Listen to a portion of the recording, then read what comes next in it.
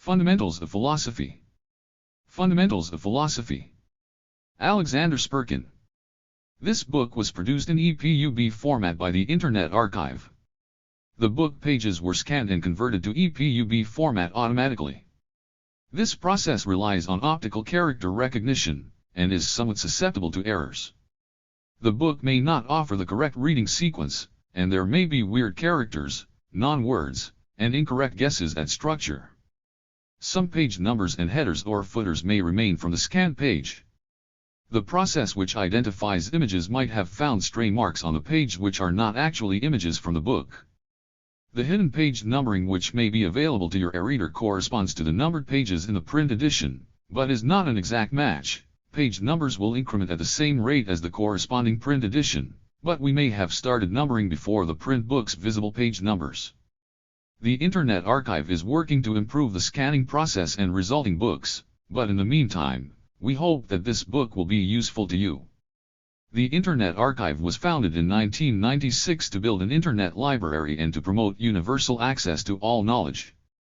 The archive's purposes include offering permanent access for researchers, historians, scholars, people with disabilities, and the general public to historical collections that exist in digital format. The Internet Archive includes texts, audio, moving images, and software as well as archived web pages, and provides specialized services for information access for the blind and other persons with disabilities. The book offers the systematic extra foundations of dialectical and historical materialism. It begins with deliberations on the nature of philosophical knowledge, the role of worldview, and the purpose of methodology. There is also a brief excursus into the history of philosophy.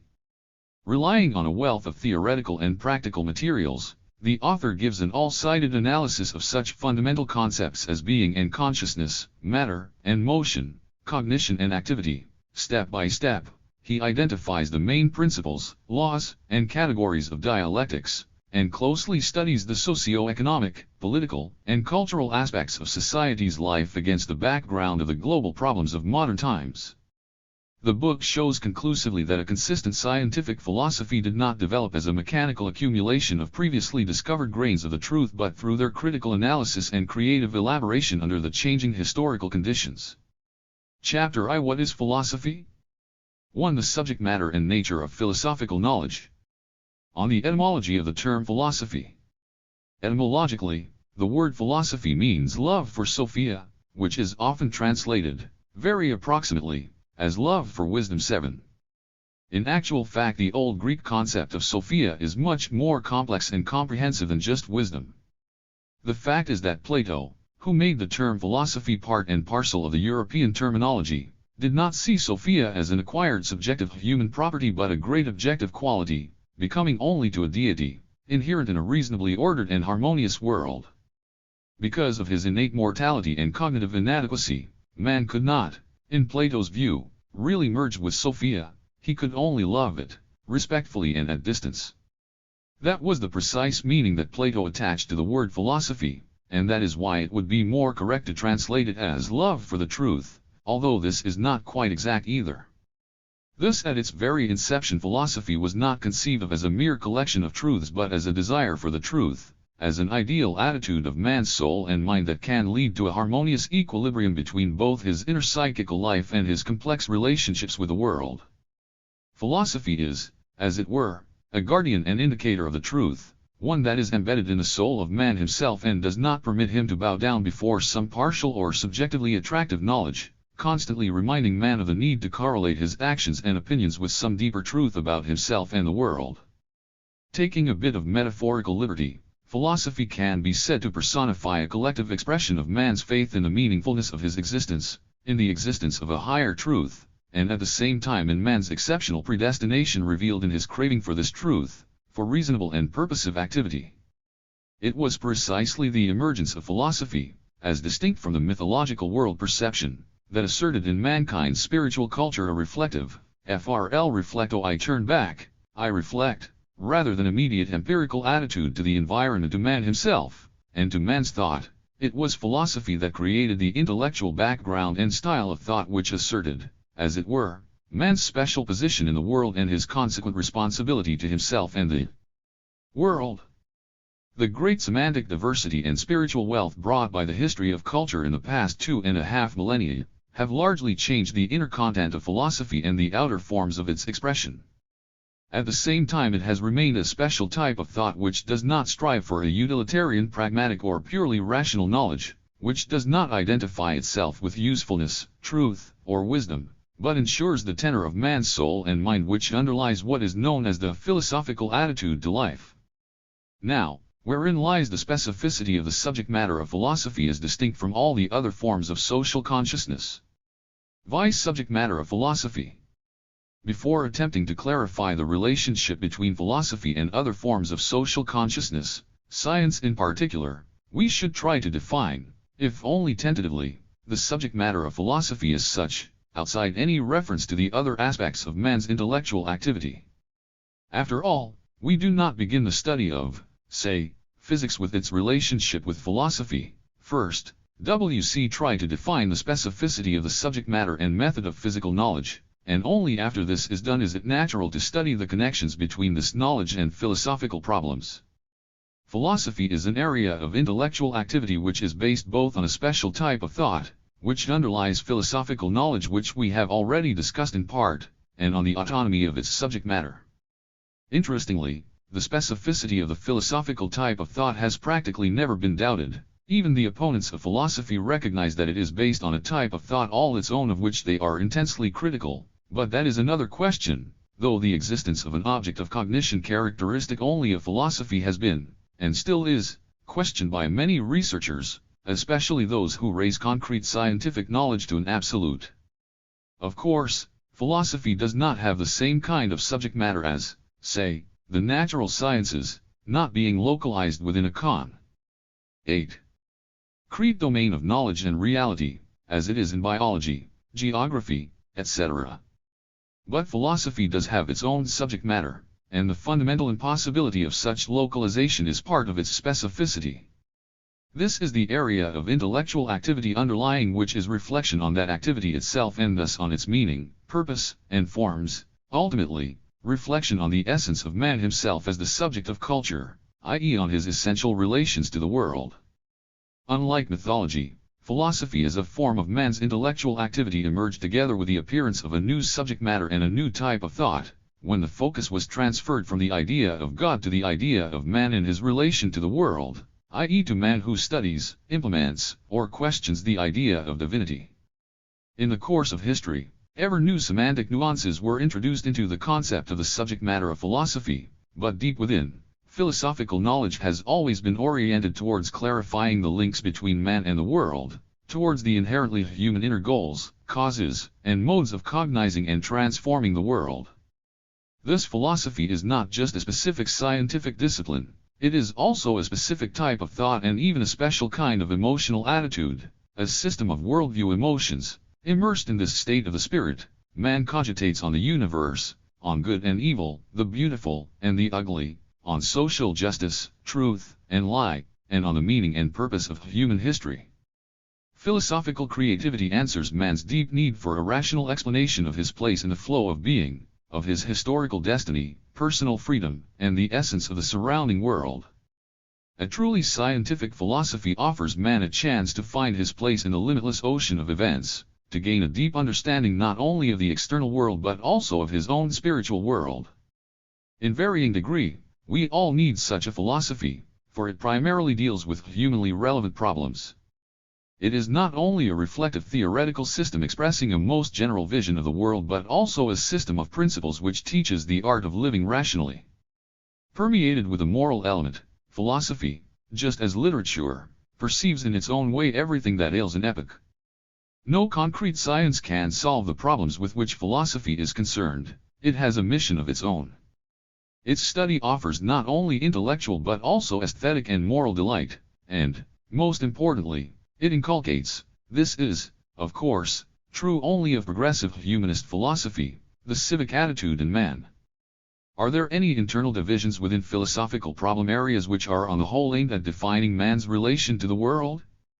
Such a division was outlined already in antiquity. It does not, of course, fully coincide with the present-day structure of philosophical knowledge, primarily because in the remote past philosophy comprised a great deal that was later relegated to the natural sciences.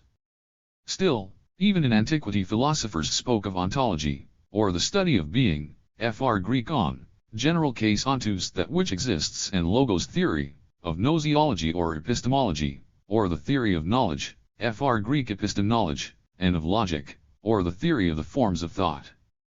Characteristic of classical culture was deep mutual interpenetration not only of philosophy and theories of nature but also of those areas of spiritual and intellectual activity which came to be termed the human sciences in the modern times, and which now fall into several separate disciplines.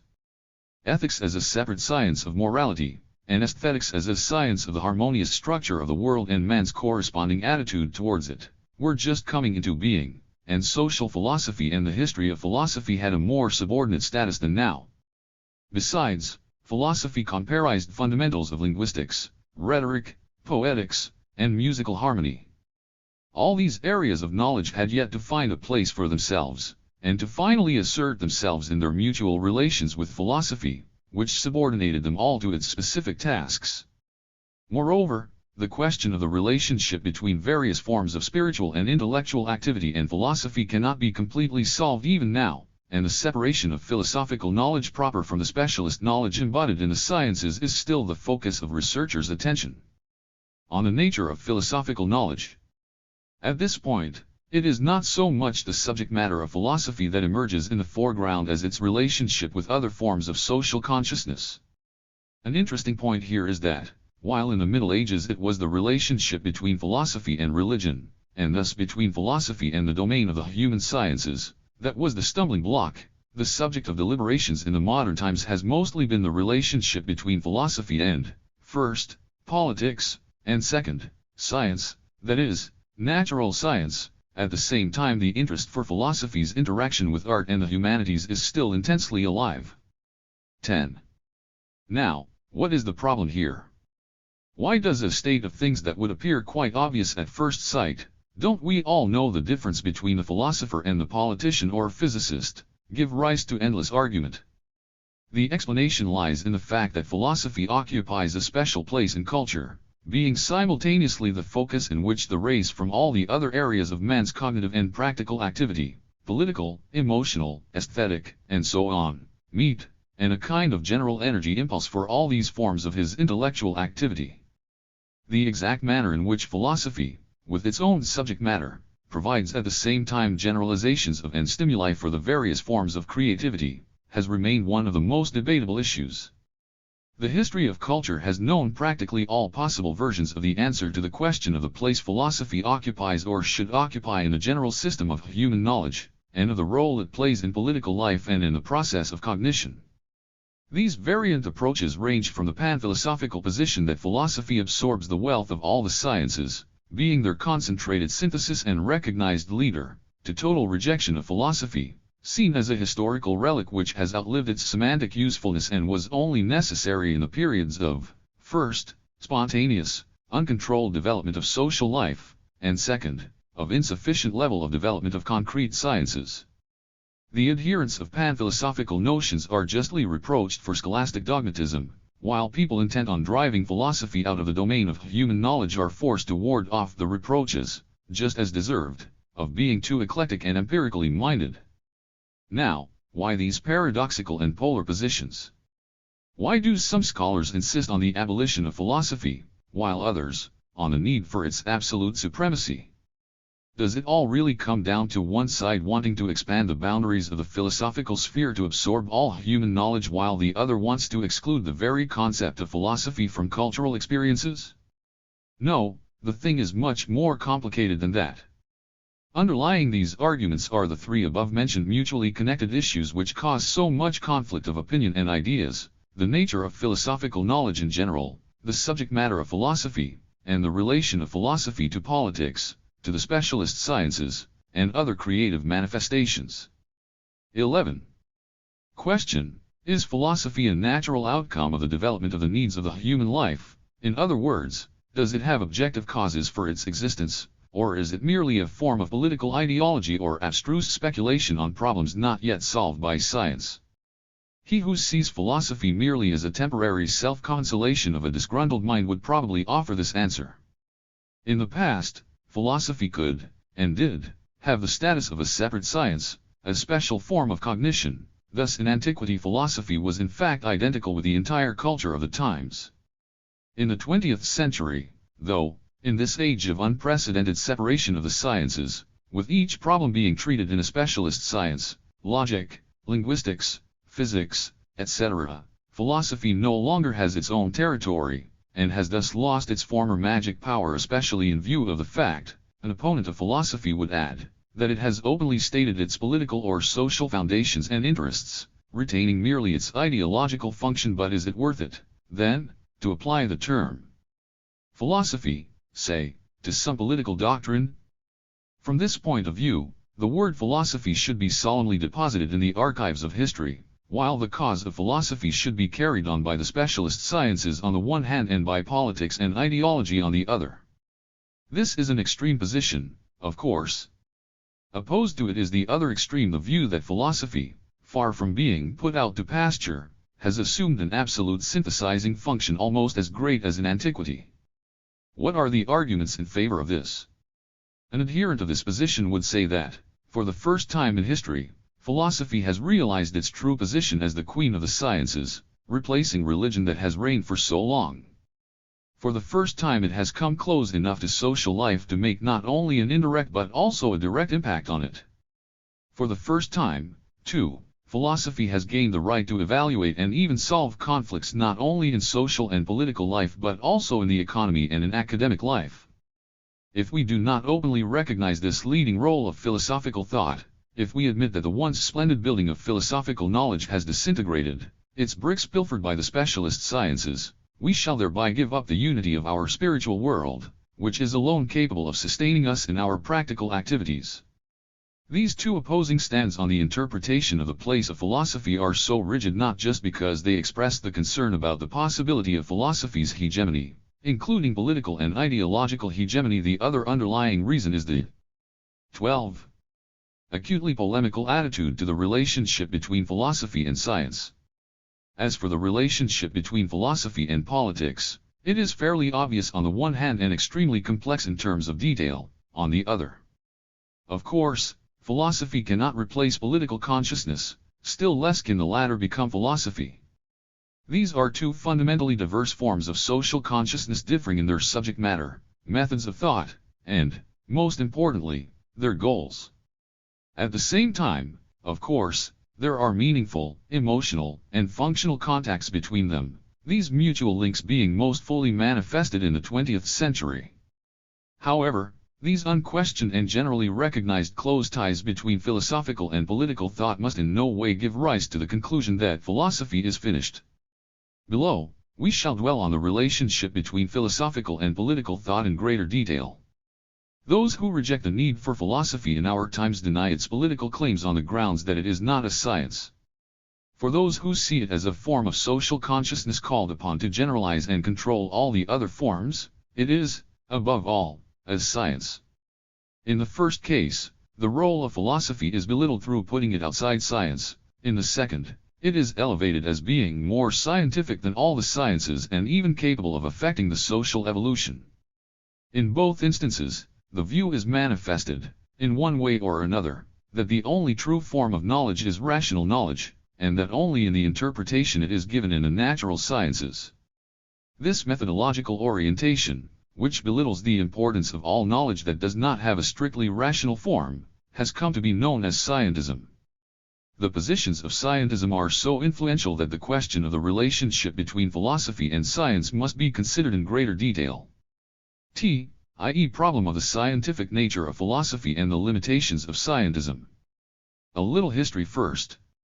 Before the 19th century, science occupied a special, and quite respectable, place in European culture. Still, it came third or even fourth after religion, philosophy, and art. The crisis of the religious world perception which gave way to philosophy, on the one hand, and the triumph of rational thought over the intuitive methods of art, on the other, led in the past century to science moving up to occupy the second rung, the one below philosophy, in this conventional hierarchy of values. In the 20th century, despite the fairly serious decline of rationalism in the first 2 or 3 decades, the prestige of scientific knowledge 13. Later rose so high that science actually found itself in the vanguard.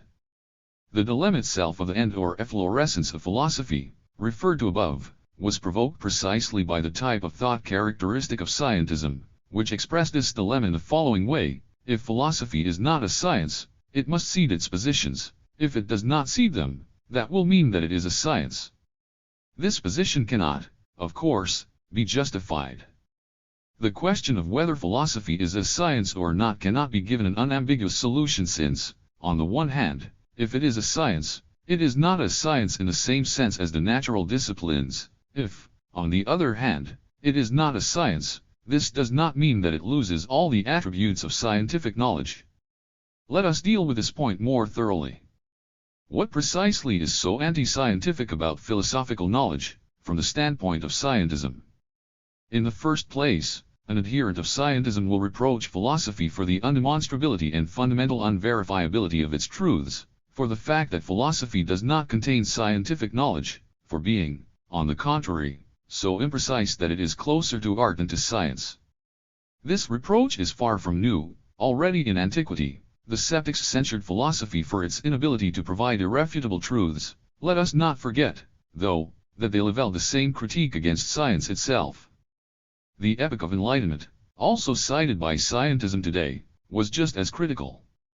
Let Rousseau speak. I will ask only these questions: what is philosophy? What is contained in the writings of the most famous philosophers? What are the lessons taught by those friends of wisdom? Listening to them, we have the impression that they are mountebanks in a public square, each one shouting, "Come to me." Only I will tell you the truth. One of them teaches that there is no such thing as matter, but that everything exists only in representation. Another declares that there is no other substance than matter and no other God than the world itself. A third tells you that there are no such things as virtue and vice, and that moral good and evil are chimeras, while a fourth informs you that men are only beasts of prey, and may conscientiously devour one another. But the adherents of scientism neglect the fact that the French philosophers of the 18th century did not at all propose to divorce philosophy from science. On the contrary, they called for a harmony. 14. Merging of the two in the face of the then prevailing religious world perception. This eternal doubting of the usefulness and reliability of knowledge has reached, in the view of scientism, its highest point today. Can the philosophical mode of thought be treated seriously these days, they ask, if each philosophical argument can be convincingly refuted by a counter-argument, and if philosophers are unable to apply in their field the strictly scientific proofs and verifiable methods evolved by mathematics and natural science? Moreover, philosophy is incapable not only of experimentally proving its principles, it is still less capable of productive forecast. Human reason is alleged to be capable only of predictions based on knowledge obtained through experience, observation, and experiment, as, e.g., in physics, biology, and the other sciences, but the ground slips from under its feet as soon as it leaves the sphere of experience for the rough seas of the deep universal problems, or, even more precariously, hypotheses of the future. Since there is no criterion of the reliability of philosophical knowledge, representatives of scientism reason, philosophy cannot be regarded as a science with predictive force. The argument of scientism about the lack of predictive force in philosophical knowledge is often linked with Hegel's well-known and bitterly ironic aphorism about the owl of Minerva, to the effect that philosophy lays claim to instructing the world but always comes too late to do that. The very appearance of philosophy, with a given content, on the historical arena means that the sun has gone down. When philosophy paints its gray in gray, then has a shape of life grown old. By philosophy's gray in gray it cannot be rejuvenated but only understood. The owl of Minerva spreads its wings only with the falling of the dusk one. An adherent of scientism who rejects the scientific nature of philosophy attempts to belittle its significance even unto complete dissolution of it in common sense or practical wisdom. On the contrary, a follower of scientism who has hopes of philosophy's revival sees it as a super-science which, generalizing the results of the specialist sciences at the philosophical level, directly controls their further development. He also draws the conclusion that, along with the general movement of culture to increasing rationalization, philosophy becomes a science in a direct, and even natural scientific, sense of the word. Let us note, however, that the tendency towards rationalization of philosophical knowledge after the model of the natural sciences can result not only in such historically positive developments as the emergence of really necessary new disciplines, e.g., social psychology, but also in such an objectively negative consequence as the disappearance of philosophy as a special form of knowledge. Can we accept then, the reader may ask, the proposition of scientism that philosophy, not being a science, has no right to exist? Or should we consider yet another option, not yet broached here, that philosophy has a right to live, but its methods, goals, and means must not be similar to those of natural science, which means that they must remain irrational? Unlike the former two, this last viewpoint is based on anti-scientism rather than scientism, on the opposition of philosophy as the highest truth, arrived at only by irrational and intuitive methods, to science as the lower or utilitarian truth which only satisfies man's base, material needs. At its extreme, this position rejects in principle the application of any scientific methods to the solution of philosophical problems proper, for philosophy can only fulfill its historical mission if it gives up any attempts at scientific reasoning. However strange this position might seem in the age of the scientific and technical revolution, which has revealed to mankind both the mysteries of the microcosm and the laws of cosmic processes, it has numerous supporters.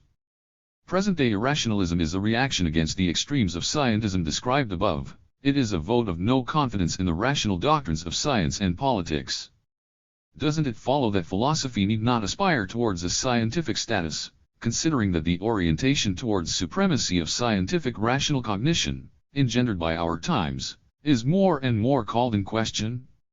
But the problem of the relationship between philosophy and science cannot be solved simplistically, as proposed by the three approaches described above. The whole point is that the relationship between philosophy and science is very complex, and the two must neither be equated with each other nor separated by a wall. Wherein lies the complexity of the relationship between philosophy and science? Along what parameters are their correspondences and differences established? Science is built on experiment, and on the formulation of knowledge that remains true regardless of the changing conditions of human existence. As scientific truth is, as it 16. were indifferent towards man, it is objective. However, philosophy, too, seeks above all the objective aspect, its own specific form of harmony with the reality. As it is only in form that philosophy is distinguished from other modes of cognition, Hegel writes, it must necessarily be in harmony with actuality and experience. 1. Philosophy cannot be constructed on the natural scientific model, having its own criteria of exactness and demonstrability. Philosophy is just as objective as science in the sense that its subject matter is the objective nature of man's relation to the world rather than his subjective sensibility. The development of philosophy is not linear and consistent like the logical course of scientific thought, like any theoretical system verified on purely rational principles. Philosophical thought moves along a great many lines, as if piercing its object on various sides. Even the form of prediction characteristic of philosophical thought differs significantly from scientific hypotheses. Philosophy provides the general cognitive impulse which largely stimulates the emergence of concrete natural scientific hypotheses. The same is true of philosophy's social predictions, determined, basically, by the general direction of mankind's social evolution. Philosophical prediction cannot at the same time aspire towards substantiation of the concrete details of the future. That is the sphere of the specialist sciences. Where philosophy attempts predictions concerning the concrete details of the evolution, it may confidently be said to undergo rationalization after the model of the exact sciences. Properly speaking, philosophy either disappears there as such or becomes an obstacle in the way of free development of scientific knowledge. There is also the separate issue of what is known as the synthesizing mission of philosophy, that of generalizing the results of the specialist disciplines. What does philosophical generalization mean? Should it aspire towards a summing up of the history of knowledge, philosophy would face an insoluble task, for the human mind has historical and individual limitations. Such a summing up was to some extent possible in the times of Aristotle, but in these days no single man, however talented, erudite, and endowed with a phenomenal memory, can be at home in all of the fields of scientific knowledge. And anyway, philosophical thought should not attempt this task, for it will never be able to replace the specialist in any.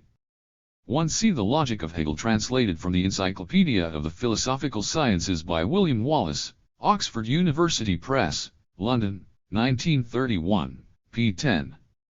238 3. 17. Given field. Generalization is, in its form, an essentially rational act performed within the framework of the given specialist discipline whose results are subjected to this generalization. Integration of knowledge is quite a different thing. Here indeed philosophy is quite capable of finding, even before the contiguous disciplines take shape, the points of contact and the unified basic principles of disjoint sciences. But integration of the data of the specialist disciplines cannot be regarded as philosophy's principal task, it is merely a subsidiary function. Philosophy has a subject matter of its own and, consequently, its own goals and special means of achieving these goals. Philosophy is not a protective or controlling organ in the state of the sciences but an independent field of spiritual knowledge taking part in the direct production of ideas rather than in their forced distribution and regulation. It is only when the conclusions of the specialist sciences begin to be used for various ideological purposes that philosophy, staying within its domain, does some generalizing work. The scientist's philosophical frame of mind may or may not help him in his professional activity, and philosophy certainly plays a significant role here. Philosophy can and must react, in terms of worldview, to the discoveries of the specialist disciplines that previously seemed fantastic, such as the Big Bang idea or, say, the methods of genetic engineering. In doing so, philosophy acts as the interpreter of the achievements of all the areas of knowledge. But philosophy cannot and must not interfere in the process of scientific creativity itself. It must not decide arbitrarily which of the new standpoints, including the theoretically questionable ones, have the right to exist and which have not. 2 questions have yet to be answered to clarify the relationship between philosophy and science. First, the interaction between the logically rational and the intuitive, and second, the effect of the philosopher's or the scientist's personality on the results of his activity. It would be wrong to assume that science is nothing but the logically rational while philosophy and art are nothing but the intuitive. But the diametrically opposed interpretation of philosophy as purely rational knowledge, sometimes stated in scientistically oriented arguments, is also erroneous. The power and significance of a given philosophy lies not so much in the purely logical demonstrability as in the depth of its insights, in the ability to pose new problems, to attain a better understanding of important aspects of human being and activity and, finally, to be the source and stimulus for further 18. Movement of thought, to be a methodological instrument of scientific cognition and practical transforming activity. The possibilities of intuitive insights and of predictive impulses to scientific cognition do not mean that philosophy can be a kind of mystic oracle revealing truths which came no one knows how or whence and which are not amenable to rational interpretation. We may pay tribute to the intuitive and the irrational, but that does not at all mean that rationalism in general, and the need for the demonstrability of the philosophical form of the expression of truth in particular, can be ignored. On the other hand, the orientation towards the logically rational, characteristic of the sciences, does not negate the significant role of intuitive insights in natural scientific activity either. Intuition and logic-governed reason are inseparable in any form of human creativity. Their union is a necessary element in the birth of the truth. In this respect, the difference between philosophy and science consists in the fact that science aspires towards a logical orderliness of its propositions which are confirmed at every step experimentally and theoretically, which ultimately leads to the independence of the natural scientific conclusions from the scientists who discover and formulate them, from the subjective factor in general, while philosophy aspires on the contrary towards a profoundly convincing presentation of its knowledge. In worldview terms, although the importance of the rational elements is, of course, fully realized, this difference is ultimately due to the difference in the very subject matter of science and philosophy. Indeed, the basic properly philosophical problems, i.e. the principles on which the relationship between man and the world are founded, are not amenable to natural scientific methods. Philosophy as a science requires rigorous and well thought out methods, theoretically convincing formulations, and an orderly systematic presentation of its concepts, categories, principles, and laws. It is akin to science at the level of general theory, provided it is considered as an integral entity. But philosophy is not just a science. Although it is based on the thinker's immediate experiences, it has no empirical research devices at its disposal. The truth and effectiveness of philosophical theory are verified as a rule by the entire stream of life events rather than by separate experiments and observations. The specificity of the creative cognitive process also has a bearing on the role of the personality creating a philosophical or scientific work. Of course, the individual plays an essential role both in science and in philosophy, whose very existence would be 19. Possible without him. In stating this, we do not refer to man as a condition of the situation of cognition or to man as such, but precisely to personality, that is, an individual with a definite creative potential. If Einstein had not lived, the theory of relativity would have been discovered by a person of equal creative potential. In the same way, had not Marx lived, dialectical materialism would have emerged in the history of philosophy all the same through the work of a personality of the same genius. Still, there is a difference here between the specialist disciplines and philosophy. In a sense, philosophy is closer to art than to science. Without Byron, Romanticism would have replaced, in one way or another, classicism and sentimentalism, in accordance with the objective logic of the development of art, but in any case, the history of culture would not have known such a literary hero as Childe Harold without Byron and Prince Myshkin, without Dostoevsky. In art, personality is in principle irreplaceable. 1. All attempts to introduce a unitary model into philosophy, to emasculate it by removing the personality element, only lead to dogmatism and thoughtless repetition of certain truths. As a result, real philosophical texts give way to a stream of uniform pseudo-philosophical writings. Just as art, philosophy only develops where the personal element is welcome. Without the personality energy and creative élan, mass-produced philosophy becomes an averaged-out ideology. Man in his relation to the world is the principal subject matter of philosophy. Man as personality is the only possible subject of it. Philosophy asserts man as the highest value of the world, as the starting point of philosophical knowledge, and this knowledge must therefore inevitably assume a personality-oriented form. The language and style of philosophical thought. Philosophy is a special form of social consciousness and is thus based on an original style of thought. The following questions may be asked in this connection. Does philosophy have a language of its own? Does a philosophical text differ, say, from a sociological, economic, or political one?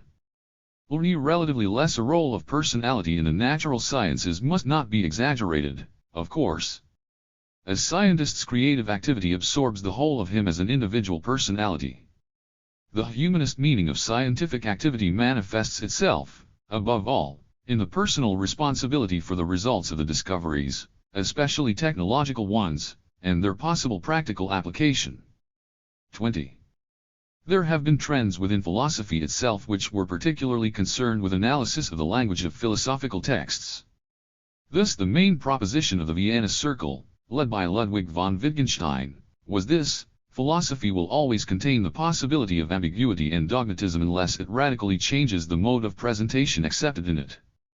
From this standpoint, philosophy has only itself to blame for undemonstrability and vacuity, having fallen into the numerous traps of natural language.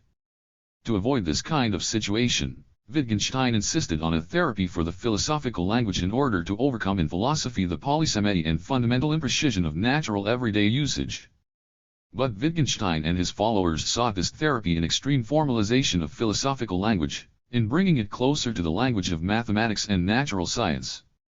Philosophy, however, has inherited in many respects the lexicon and syntactical means not only of science but also of art. As specialist studies have shown, it has a language of its own based on the philosophical style of thought, a language that reflects both the specificity of its subject matter and the special intellectual tenor that is linked precisely with philosophizing.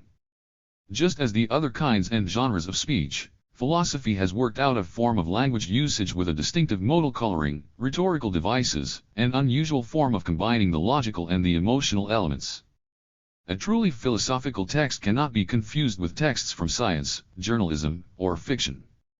There are, of course, a great many gradations between these basic forms of language usage, but the specificity of each of them is so obvious, and is on the whole so directly perceived by the reader, that the fundamental relevance of a text to science, art, or philosophy can always be recognized even in synthetic styles. Leaving aside the concrete conclusions and recommendations of researchers in philosophical language, that is a special subject of interest to professionals only, let us note merely that the close attention to the language of philosophy came into the foreground in connection with certain negative processes in this area. Thus there is clear evidence of such a morbid symptom as empty wordplay divorced from concrete semantic content. Philosophical thought often abuses the word.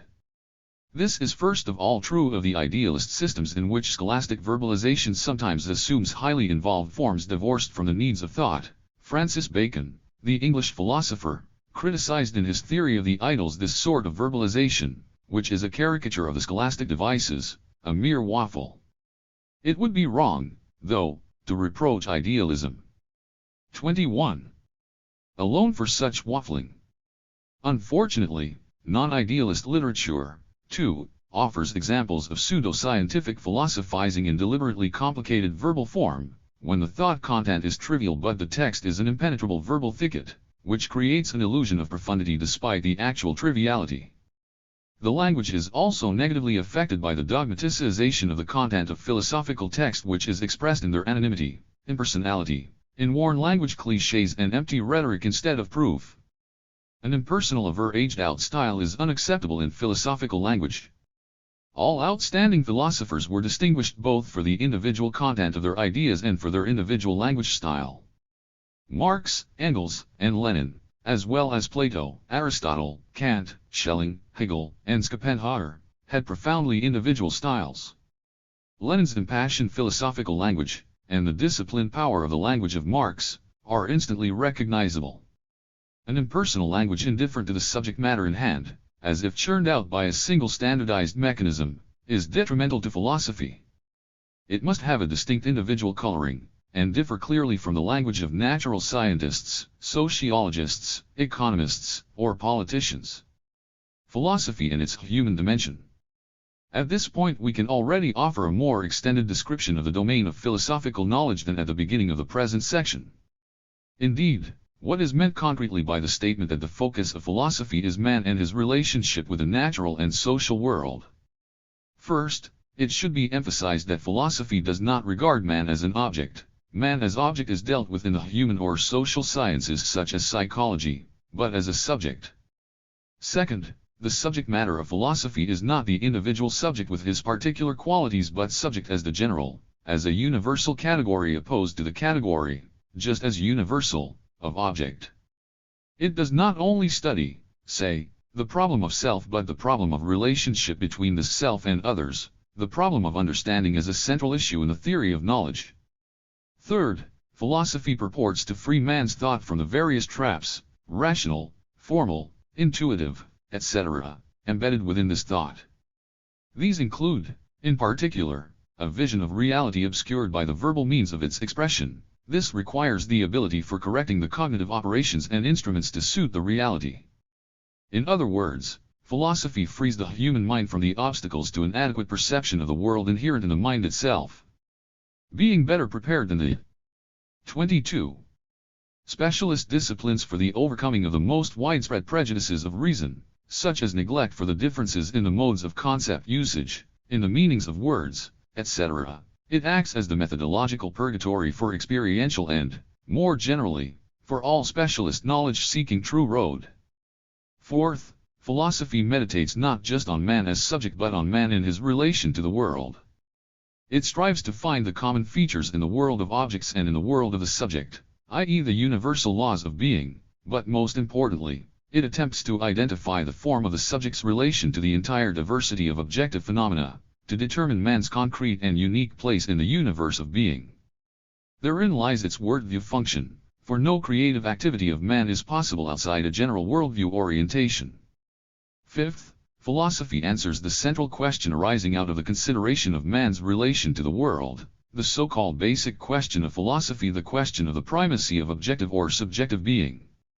This problem covers the forms of reflection of the world of objects by the subject, and the modes of establishing the correctness or truth of the subjective image of the objective world. Sixth and last, philosophy substantiates its subject matter as the universal pivot of the process of cognition in general. That is why the human dimension of philosophy causes such great interest. The view is sometimes taken as a basic philosophical axiom that the universe is in itself the way we perceive it. However, there is a great deal in the universe that is inaccessible to our perception. Man directly observes only processes of a strictly determined type, while processes of a different type unfold without witnesses. It would therefore be more precise to say that the universe opens itself up to us to the extent to which we as observers ask it quite definite questions determined by our human essence. By its very nature, the universe assumed the emergence of life and consequently of man. That is why there is a direct link between the existence of man and the fundamental properties of the universe. The identification of that link is a significant task of science and philosophy. Philosophy is the theoretical basis of worldview. Worldview, its essence and vital meaning. A worldview is a system of generalized sensibilities, of intuitive notions and theoretical views of the surrounding world and man's place in it, of man's many-sided relations to the world, to himself and to other people, a system of 23. The basic orientations in life, not always consciously realized, of an individual, a definite social group or society, their convictions, ideals, and value orientations, their socio-political, moral, aesthetic, and religious principles of knowledge and judgments. A worldview is a kind of spiritual framework of the structure of an individual, class, or society as a whole. The existence of a worldview is an indication of the maturity not only of an individual but also of social groups, of political parties. The subject of a worldview can thus be a personality, a social group, and society as a whole. An individual develops into a personality only when he forms a definite worldview. Outside a worldview, an individual is not a personality in the proper sense of the word. A worldview is a spiritual and intellectual structure with many levels, one that combines everyday notions comprising rational and irrational elements, reason and prejudices, scientific, artistic and political views. Historically, the first elements of worldview content were the notions of everyday consciousness, mythological and religious views which played a definite role in the consolidation of the forms of social organization of the life of human collectives. With the development of practical cognitive activity, with the separation of science as a special sphere, the worldview becomes more and more scientific in nature, the share of scientific notions in it steadily growing. Thus the worldview content changed in keeping with the changes of the forms of the practical assimilation and theoretical interpretation of the world. Knowledge, or the information aspect of a worldview, is thus its basis. All cognition molds the worldview framework, but philosophical science plays the most important part in this process, for philosophy emerged and took shape as a response to the worldview concerns of mankind. That was why worldviews were always linked in the first place with philosophical views, although the former were historically independent and much broader in content than the concept of philosophy. Any philosophy clearly has a worldview function, but not all worldviews are philosophical. Philosophy is the theoretical nucleus of a worldview. Knowledge by no means exhausts the content of a worldview. For knowledge to acquire worldview meaning, it must be considered in the light of our evaluation and our attitude towards it. We evaluate all things in terms of the interests of a definite social group, of society, and of an individual. There is nothing to which we would be completely indifferent, especially as far as our higher vital values are concerned. That is why worldviews have been, since time immemorial, an area of spiritual conflict of different social forces, social 24.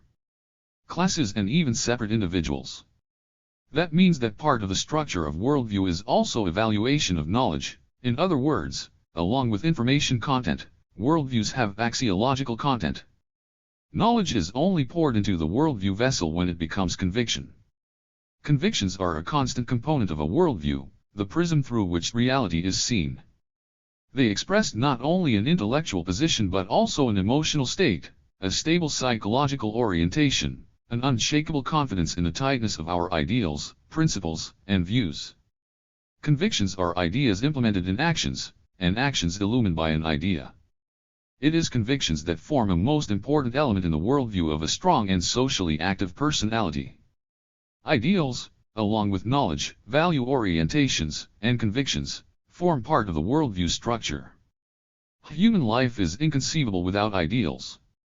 Like the beckoning lights of hope, they warm human hearts and nourish dreams. Ideals are the horizon towards which all the thoughts, feelings, and actions of men are directed. Ideals can be scientifically founded or illusory, they can be real and attainable or unattainable. As a rule, they are directed towards the future. Rooted in the system of the spiritual needs and interests of society and individual, they are determined by practice, by the entire experiences of mankind. In their turn, they make an effective impact on the life activity of both society and individual. Ideals, especially those that have been tested by experience, constitute the basis or tenor of the whole of the spiritual and intellectual life. The more elevated the personal and social ideals, the greater the stature of the personality and the more progressive the given society, the richer and nobler the content of individual and social life. A worldview whose structure incorporates ideals cannot be defined as a mere reflection of reality. The presence of ideals in it marks it as anticipatory reflection, as an ideal force which does not merely reflect reality but also calls for its alteration. By themselves, though, ideals do not form an integral and effective worldview unless they are combined with the socio-political practical activities of the masses. A worldview is formed by social conditions, education, and training. It takes shape in childhood, from the very beginning of the child's socialization, his involvement in the life of society, and the process continues in fact throughout man's life. It determines the individual's position in life, being realized in the character of labor and social activity, in family and society. In the final analysis, the measure of man's worldview maturity is his deeds, his actions. 25. Relying on the Marxist principle of historism in the study of worldview as an integral phenomenon, one can speak of historical types of worldview embodying in concentrated form the norms and principles of consciousness and the styles of thought determined by a given historical epoch or a given class. Human society being socially heterogeneous, different social groups and classes may be said to have different social types of worldview. Depending on whether the interests of a given class coincide with the objective tendency of social development, whether it is the carrier of a more progressive mode of production, its worldview may, in content and social significance, be consistently scientific or unscientific, materialist or idealist, revolutionary or reactionary. Thus the worldview of the bourgeoisie was progressive when it was a rising class opposed to feudalism, but after it asserted its power, its worldview became conservative and reactionary. The basic question of philosophy. Materialism and idealism. Whatever problem the philosopher might study, and whatever thread of philosophical thought he might be trying to unravel, he will come up, sooner or later, against an issue which he will be unable to bypass. That issue is the basic question of philosophy, the question of the relation of thinking to being. Running against this problem, the philosopher will have to choose, willy-nilly, a position which will determine the whole of his philosophy. It will determine whether it will be materialist or idealist. The crux of the basic question of philosophy is the recognition of two main types of reality: objective or material and subjective or ideal, one of which precedes the other and engenders it. Does matter precede consciousness, or is it the other way round? Does matter produce, at a definite level in its development, its finest flower, reason, or does the world spirit, on the contrary, create the material world? Or do they perhaps coexist as two equal substances? These problems are the core of the basic question of philosophy, but they are only one of its aspects. Materialism rejects all the unscientific interpretations of the origin and essence of the world. For its starting point, it takes the world which exists objectively and independently of the consciousness of man and of mankind. Explanation of the world from the world itself, such is the worldview and methodological principle of materialism. Idealism holds the opposite view, insisting that the development of the world is determined by the spiritual element. Some philosophers in the past recognized the 26. Equality of both elements, the material and the ideal. They were known as dualists. The other aspect of the basic question of philosophy calls for just as fundamental a solution: is the world knowable? Can man grasp its objective laws? Those who believe that the world is in principle unknowable are called agnostics. The most striking example of agnosticism is religious philosophy, which rejects the knowability of the world in its desire to assert the primacy of faith over reason. Why is the question of the relation of thinking to being so fundamental, despite its fairly abstract character. The reason is that the solution of this problem determines the approach to all the other problems of philosophy proper, the problem of the method of philosophy, of practice, and truth, the motive forces of history, etc., and, moreover, to all the general theoretical, worldview issues of any other sciences attempting to grasp the essence of the universe and life, that is, of sciences that make a significant contribution to the construction of the scientific picture of the world. As applied to social history, the basic question of philosophy is formulated as the problem of the relation of social being to social consciousness. One or the other view of this problem determines the interpretation of the decisive forces of social development. The question is whether ideas and reason govern history, or whether the basis of social development is material production and the socio-economic and other social relations that follow from it. The basic question of philosophy is thus not just the problem of the relation of thinking to being in general but, more concretely, of the relation of social consciousness to social being. The materialist approach to this issue is straightforward. Social being ultimately determines social consciousness, and social consciousness, derivatively, makes in its turn a great impact on this being. Idealism holds a directly opposite position on this issue, and different idealist philosophies are distinguished only by their interpretation of the nature of the motive force. It may be God, or the objective world spirit, or the ideas of historical personalities. In its development, philosophical materialism passed through several significant stages, from the naive form in antiquity through mechanical and metaphysical forms to its highest stage, dialectical materialism. These stages will be considered in detail below. Here we shall merely point out that, inasmuch as men cannot ignore the objective existence of the material world in their everyday life, they act in this sphere as materialists, some spontaneously. 27. Others consciously, with full theoretical and philosophical awareness. Idealism also has various forms. Thus objective idealists, ancient and modern ones alike, Plato, Hegel, and others, recognize the existence of a real world outside man, but they believe that underlying it is reason. The irrationalist variety of objective idealism, Schopenhauer and others, postulates an unconscious unreasonable element, état vital, blind will, etc., as the basis of being. From the point of view of subjective idealism, the objective world independent of man does not exist. It is the product of man's subjective cognitive abilities, sensations, and perceptions. Hence the fundamental idea of this philosophical system, as represented by Berkeley or Mach, things are complexes of sensations and to exist means to be perceived by man's sense organs. Subjective idealists insist that our attempts to go beyond consciousness are in vain, and the existence of an outside world independent of our mind is therefore impossible to prove. Indeed, we know the world as it is given to man, and to the extent in which it is reflected in our consciousness through the senses. But that does not at all mean that the perception of the world is the world itself. Even our everyday experiences show that the objects of perception continue to exist when we do not perceive them, say, before or after perception. In other words, even everyday experiences demonstrate that the being of things does not depend on the act of their perception. A logical development of the ideas of subjective idealism leads to solipsism, to the assertion that nothing but the self exists. Subjective idealist is thus not unlike a person who finds himself in a room with magic mirrors for walls. He sees nothing but himself on all sides and can never find a way out, colliding everywhere with his own reflection. Materialism relies on the achievements of science and practice, whereas idealism often goes side by side with religion, being its indirect and sometimes direct foundation. Despite the links between idealism and religion, they must not be identified. Religion relies on faith and emotions, while idealism appeals to reason, endeavoring to prove its propositions theoretically. The history of philosophical thought is more complex than the schema outlined here. As a rule, pre-Marxian materialists were idealists in the explanation of the phenomena of social life. Their explanations of natural phenomena, too, although on the whole materialist, were not entirely consistent, as they sometimes postulated a certain prime mover, or recognized the initial act of divine cre. 28. Ation, which was then eliminated from their explanation of natural phenomena. What is the source of these difficulties in the development of philosophical thought?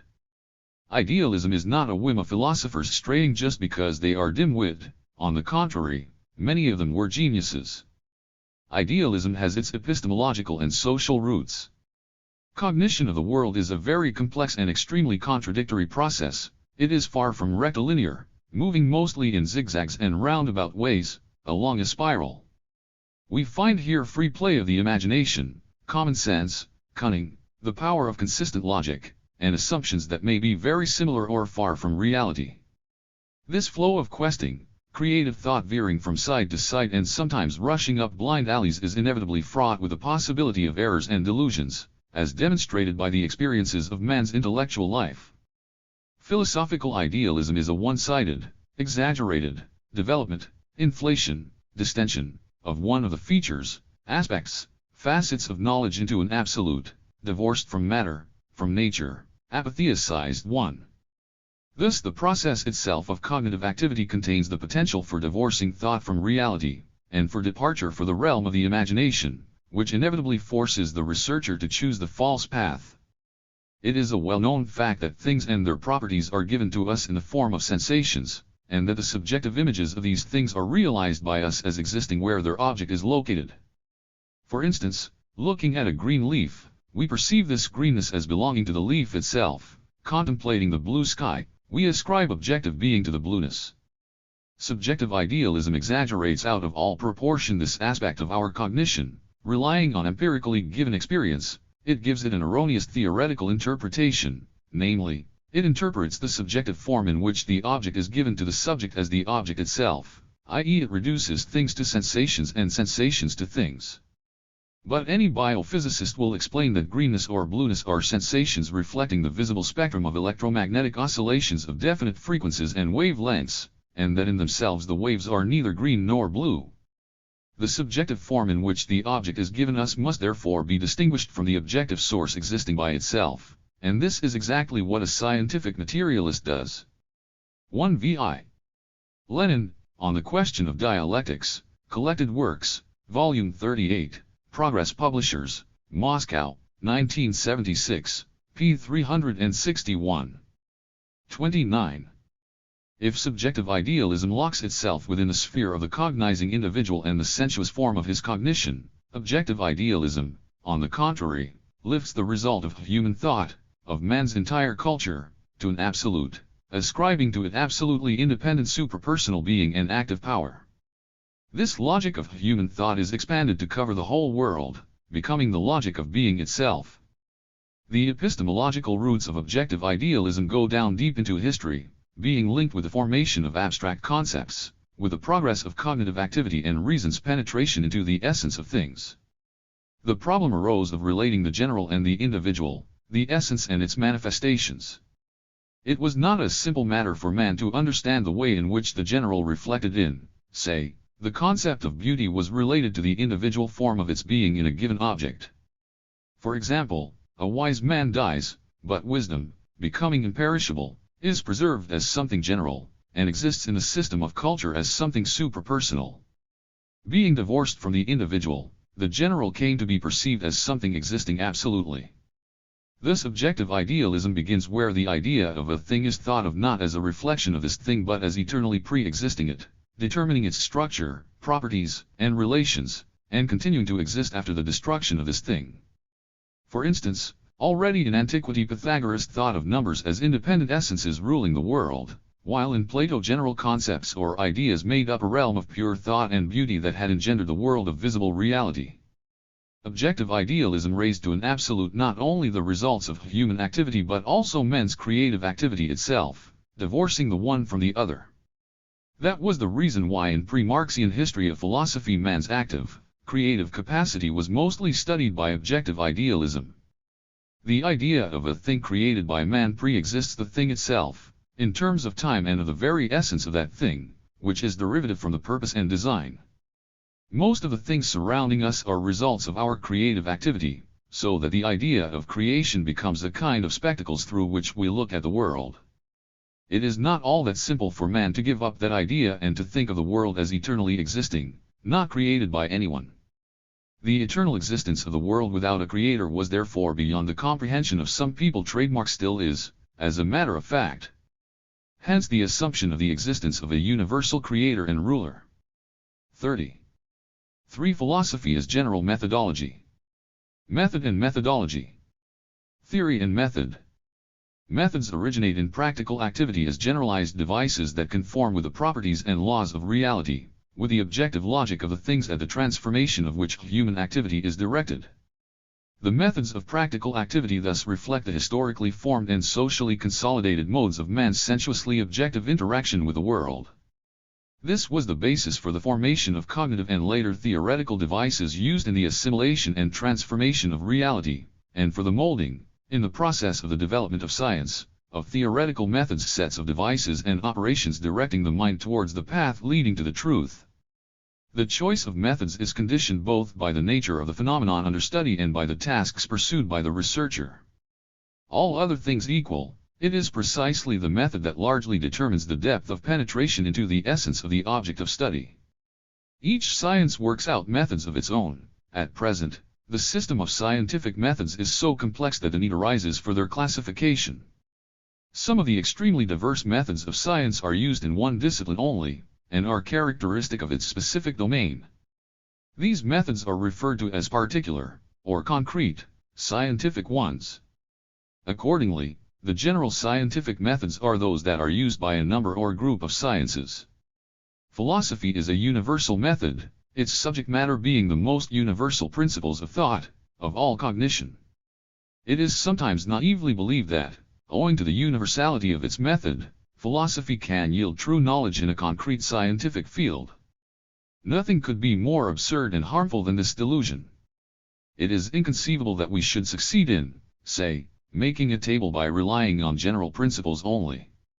This example, deliberately grotesque, shows the whole absurdity of the idea.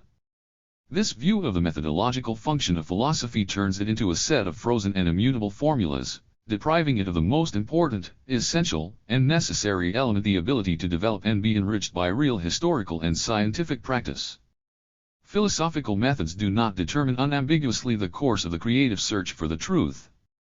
In final analysis, the decisive factor here is practical life. Every method enables us to cognize only some individual aspects of the object. Hence the need for mutual complementarity of methods, each of which is limited in the scope of its cognitive potential. The 31. Universal methods of philosophy are a necessary condition for the solution of various concrete tasks. They do not replace the special, concrete scientific methods, rather, they are given concrete form in these methods. The special methods are particular devices for the discovery of the laws governing the objects under study, while the philosophical methods are devices for the study of the same objects with the aim of discovering in them the universal laws of movement and development manifested in specific ways in accordance with the specificity of the object.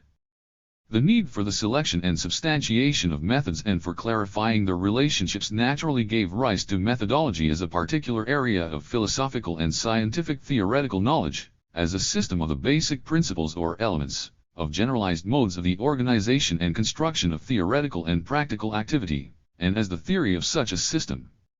In short, philosophical theory emerges both as meaningful theoretical knowledge and as a general methodology. What is, then, the relationship between theory and method in it? In general form, the relationship is this: theory is the result of the process of cognition, while method is the mode of obtaining and constructing knowledge. However, in concrete scientific knowledge, the mode of obtaining that knowledge does not as a rule form part of the result, of the knowledge itself, for the latter reflects a concrete fragment of reality, while the method forms a superstructure over knowledge, over the meaningful part of the theory. In philosophy, on the other hand, each theoretical proposition and concept becomes at the same time a methodological principle. Philosophical theory is at the same time method. In view of this, philosophy may be said to perform a general methodological function in relation to the entire scientific cognition. Dialectics as theory and as method. In Marxism, dialectics emerges as the theory of the most general law-governed links and the evolution and development of being and knowledge and the method of creative cognition and thought based on this theory. Point 1. Dialectics is the word dialectics was first used by Socrates to denote the art of conducting debate or dialogue, fr. Greek diakomai I converse. Confrontation of ideas, rejection of false paths, gradual attainment of correct knowledge, all this is dialectics. W.C. find it where there is conflict of opposites and struggle of ideas. Transferred later onto the objective world, it came to mean the presence in it of contradictions, their identification and resolution, struggle, development, progress. 32. Theory of development in its most complete, deep-going, and comprehensive form, it is the theory of the relativity of human knowledge reflecting eternally developing reality. Dialectics is formed by the unity of its two aspects, subjective and objective. As the theory of the development of thought, cognition, of the struggle of ideas in science, art, philosophy, in spiritual and intellectual life in general, dialectics is subjective. It unfolds in the subject's mind as a reflection of the connections of objective being independent of man and of mankind, that is, of objective dialectics. Such is the materialist principle of the interpretation of the relationship between objective and subjective dialectics considered in their unity. Our view that the world is dialectical imperatively requires a dialectical approach to it. The measure of dialectical content in human thought is determined by the level of social practice and, accordingly, by the degree of the cognition of the dialectics of being, reflection of which is a necessary condition of rational orientation in the world and its transformation in the interests of men. Dialectics affords a reflection of the extremely complex and contradictory processes of the material and spiritual world. It is living, many-sided knowledge, with a number of sides eternally increasing, with an infinite number of shades of every approach and approximation to reality. 1. Reflecting objective reality, all principles and laws of dialectics point at the same time to the correct manner of reasoning about the corresponding area of this reality.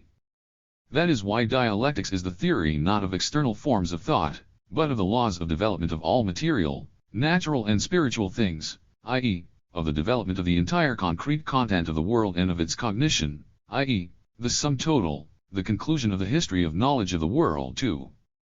Dialectics is not a mere statement of that which happens in reality but an instrument of scientific cognition and transformation, an instrument for moving from the domain of non-knowledge into the realm of knowledge, a methodology of knowledge based on action and a methodology of action based on knowledge. It is in this that the unity of dialectics as theory and as method is manifested. The statement that dialectics is both theory and method does not mean that it is identical with Marxist philosophy as a whole. In the same way, materialism, being a theory and a method, can not be equated with philosophy as a whole. The point is that both dialectics and materialism, considered in this capacity, are the universal fundamental principles of Marxist philosophy which enable it to perform its worldview, theoretical, and methodological functions. Dialectics and metaphysics. Dialectics emerged and developed in the struggle against the metaphysical method of thinking, or metaphysics. 1. A characteristic feature of metaphysics has always been one-sidedness, abstractness, and the lifting of certain elements to an absolute. Placing a certain object outside the context of its natural links with other objects, a metaphysically thinking person ignores this integral context of the object's being, and it is only this context that can help to clarify the object's essence by demonstrating its links and role in the whole and in the movement of that whole. Metaphysics is characterized by the static mode of thinking, by the veering of thought from one extreme to the other, by exaggeration of some aspect of an object, such as stability, repetition, and relative independence. Generally speaking, metaphysical elements in thought are not something unnatural or alien to the very essence of human knowledge. The fact is that man cannot attain knowledge without separating and dismembering the whole into constituent parts. These operations underlie the analytical capacity of thought. Neither can cognition do without involuntary, and at times quite voluntary, simplification. We cannot imagine, express, measure, depict movement, without interrupting continuity, without simplifying, coarsening, dismembering, strangling that which is living. The representation of movement by means of thought always makes coarse, kills, and not only by means of thought, but also by sense perception, and not only of movement, but every concept too. Characterizing metaphysics, Lenin used some very sharp words: undeveloped, crude, dead, rigid. He referred to metaphysical materialism as stupid compared to clever dialectical idealism. 1. Metaphysics is derived from Greek meta ta physika, that which comes after physics, the title of Aristotle's work that came after physics, or the theory of nature, in his collected works. Tr. In the history of philosophy, the term metaphysics has often been used as a synonym for philosophy. In Marxism, The term is used to denote the antithesis of dialectics. 2 vi. Lenin, Conspectus of Hegel's book Lectures on the History of Philosophy T. Collected Works, Volume 38, pages 257-58. 34. The only antidote against metaphysics, and against dogmatism as a variety of metaphysics, is dialectics, with its requirement of flexibility of thought. True dialectical thought is in a sense the music of the spirit which grasps the finest interplay of the contradictions of life and consciousness, the shadings of opposite, the transition of some phenomena into others, in a word, the movement and becoming of that which is, its reflection in the logic of concepts. Dialectics brooks no stagnation and imposes no constraints on knowledge and its potential. Dissatisfaction with that which has been attained is its element, and revolutionary activeness, its essence. For dialectical philosophy, nothing is final, absolute, sacred. It reveals the transitory character of everything, and in everything, nothing can endure against it except the uninterrupted process of becoming and passing away, of ascending without end from the lower to the higher. 1.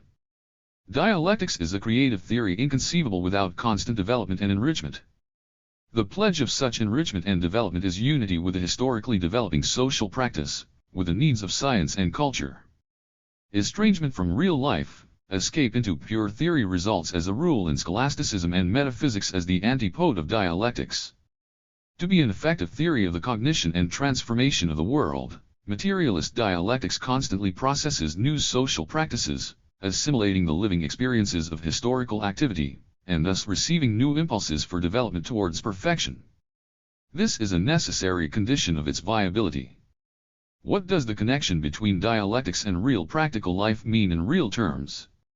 On the theoretical plane, this connection means that a general philosophical materialist principle of historism is applied to dialectics itself. None of its results are accepted as ready-made, final, and immutable.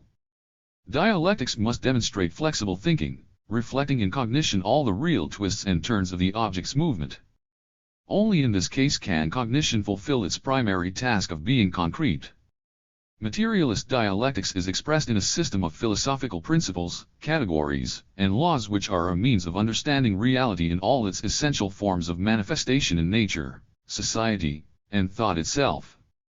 Dialectical principles underlie the elaboration of a contemporary natural scientific picture of the world. For instance, physics has got rid of the metaphysical notion of eternally existing simple particles of matter, having established that elementary particles are born and disappear, going through various transformations. The construction of a socio-historical picture of the world is also impossible without dialectics. It is dialectics that helps us to form a clear picture of the mechanism and character of the motive forces of social progress. On the dialectical materialist approach to analysis of the facts of nature, social life, and consciousness, it is possible to determine the laws of their development and scientifically predict the future, discovering real and rational methods of building that future. Chapter 2: An Outline History of Philosophy. 1. A history of pre-Marxian philosophy. Each epoch in the life of mankind raised its own philosophical problems, and solved them in its own way. While retaining a certain measure of continuity, any newly emerging system rejected, in some degree or other, all the previous ones. The history of philosophy can be likened to the growth of a quaint-looking tree with constantly multiplying branches, each branch having form and color entirely different from the others. Also, the branches of philosophical knowledge that appear to have long gone dead suddenly break into green leaf, bloom, and produce fruit, useful or illusory, as the case may be. The evolution of philosophical ideas is a highly contradictory, though, in the last analysis, progressive process, with numerous rises and declines, ideas far outstripping their day and time, and a great deal of backtracking. It also often happened that progress in one direction was accompanied by retreat in another, which produced curious philosophical systems combining, e.g., elements of materialism with idealist explanations and ideas. Old philosophers, especially progressively thinking ones, often raised problems of which the solution demanded several generations of thinkers. On the whole, the history of philosophy is the book of wisdom which, if we read it properly, can help a great deal in the comprehension of contemporary philosophical problems as well. The philosophy of antiquity. At the earliest stage of human culture, linked with the so-called mythological type of thought, The world perception of practically all the ancient peoples rested on a basically idealist attitude. The objects of the material world were treated animistically, and endowed with psychological traits inherent in man himself. But this kind of idealist world perception was not a philosophy in the proper sense. The starting point of philosophy. 37. Fickle thought proper was spontaneous materialism, which at its beginning quite naturally regards the unity of the infinite diversity of natural phenomena as a matter of course, and seeks it in something definitely corporeal, 1. Rather than in something psychically ideal.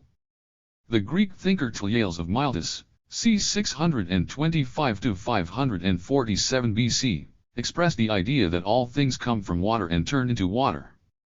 This natural element was, according to Thales, the primary stuff or principle of all things and the carrier of all changes and transformations. These days, Thales' idea about the first principle appears naive, but historically it was nearly revolutionary, for the proposition everything comes from water neatly discarded the gods of Olympus and thus ultimately the entire mythological thought, paving the way for a scientific explanation of nature.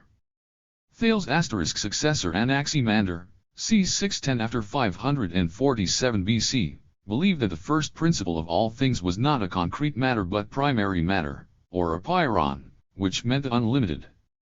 Another early Greek philosopher, Anaxagoras, c. 585–c. 525 BC, believed air to be the primary matter. The same materialist tendency manifested itself, if somewhat later than in European antiquity, in the cultures of the ancient East, where idealist elements were dominant at the time of the birth of philosophy. Ancient Indian materialists, the adherents of Lokayata, regarded four elements earth, water, fire, and air as the first principle of the world. In their view, combinations of these eternal and immutable elements gave an impetus to the development of the universe. The thinkers of ancient China counted wood and metal besides earth, water, and fire among the basic elements.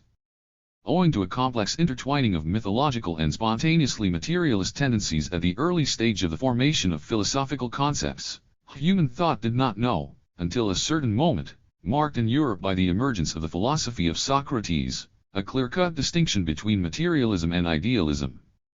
At this stage, it was merely a question of prevailing tendencies, materialist or idealist.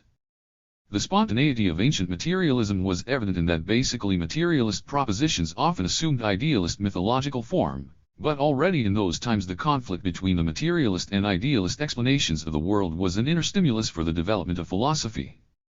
This latent conflict manifested itself, in particular, in the emergence of ancient dialectics. The rudiments of dialectics, also spontaneous in character, were contained in the views of the very first thinkers of both materialist and idealist trends, who had some profound insights into the universal mutability of things, of their transformations into one another. Thus the ancient Chinese philosopher Lao Tzu, 7th century BC, held the view that, achieving a definite stage of development, everything in the world is transformed into its opposite, the incomplete becomes the complete, the crooked the straight, the empty the full, and vice versa. This replacement of one opposite by another was regarded as a universal law of the movement of things, as an all-embracing flow, eternal emergence, and disappearance. The greatest dialectician of the ancient world was Heraclitus of Ephesus, c. 520–460 BC. He taught that everything that exists constantly goes from one state into another, everything flows and nothing abides, you cannot step twice into the same river, there is nothing fixed in the world, the cold becomes hot, the hot cools off, the wet dries, the dry becomes wet. Emergence and disappearance, life and death, birth and decline, being and non-being are interconnected, they mutually condition each other and pass into each other. At its extreme, the idea of continuous flow resulted in antiquity in the absolute relativism of Critias, 5th century BC, who said that one could not step even once into the same river, let alone twice. If everything is flow only, and there is nothing stable, there is nothing that thought can rest on, and knowledge is impossible. Movement outside rest is metaphysics turned inside out. However, Heraclitus himself realized that, even as it changes, a flowing river finds repose. According to his belief, a transition from one state into another proceeds through a struggle of opposites, which he called the eternal universal logos, that is to say, the universal law common to all existence. This universe, which is the same for all, has not been made by any god or man, but it always has been, is, and will be an ever-living fire, kindling itself by regular measures and going out by regular measures. The dialectics of Heraclitus, who took into account both aspects of any phenomenon, its mutability and its unchangeable nature, was not properly understood by his contemporaries, and was criticized from various standpoints already in antiquity. Critolus, as we have mentioned, ignored the element of stability, while the Eleatics Xenophanes, c. 570–478 BC, Parmenides, late 6th to 5th CENT BC, and Zeno, the middle of the 5th century BC, focused, on the contrary, on the element of stability, reproaching Heraclitus for exaggerating the role of mutability. Recognizing that the world of sensuous data is unstable and changeable, it is born, it 39. Flourishes, and it dies. The Eleatics opposed to this indefinite and unstable sensuous world the world of indivisible immutable being open to pure reasoning, which alone can be recognized as true being. Because of the spontaneity of the Eleatics' materialism and their tendency to oppose thought to matter, they declared the ideal world to be a realm of metaphysical rest, although they stressed dialectics in relation to the external world. They regarded eternity as an attribute to truth. Thus a dramatic situation in the development of knowledge arose. Some melted down all that exists in the flow of fire, while others crystallized it, as it were, in immutable stone. Thus the ancient philosophers developed the rudiments not only of dialectics but also of metaphysics, which resulted from absolute opposition of matter and thought. Beginning with Heraclitus, materialist and idealist tendencies proper became increasingly distinct in Greek philosophy. The materialist tendency was first philosophically substantiated in the atomistic doctrine of Leucippus and especially Democritus, c. 460 BC.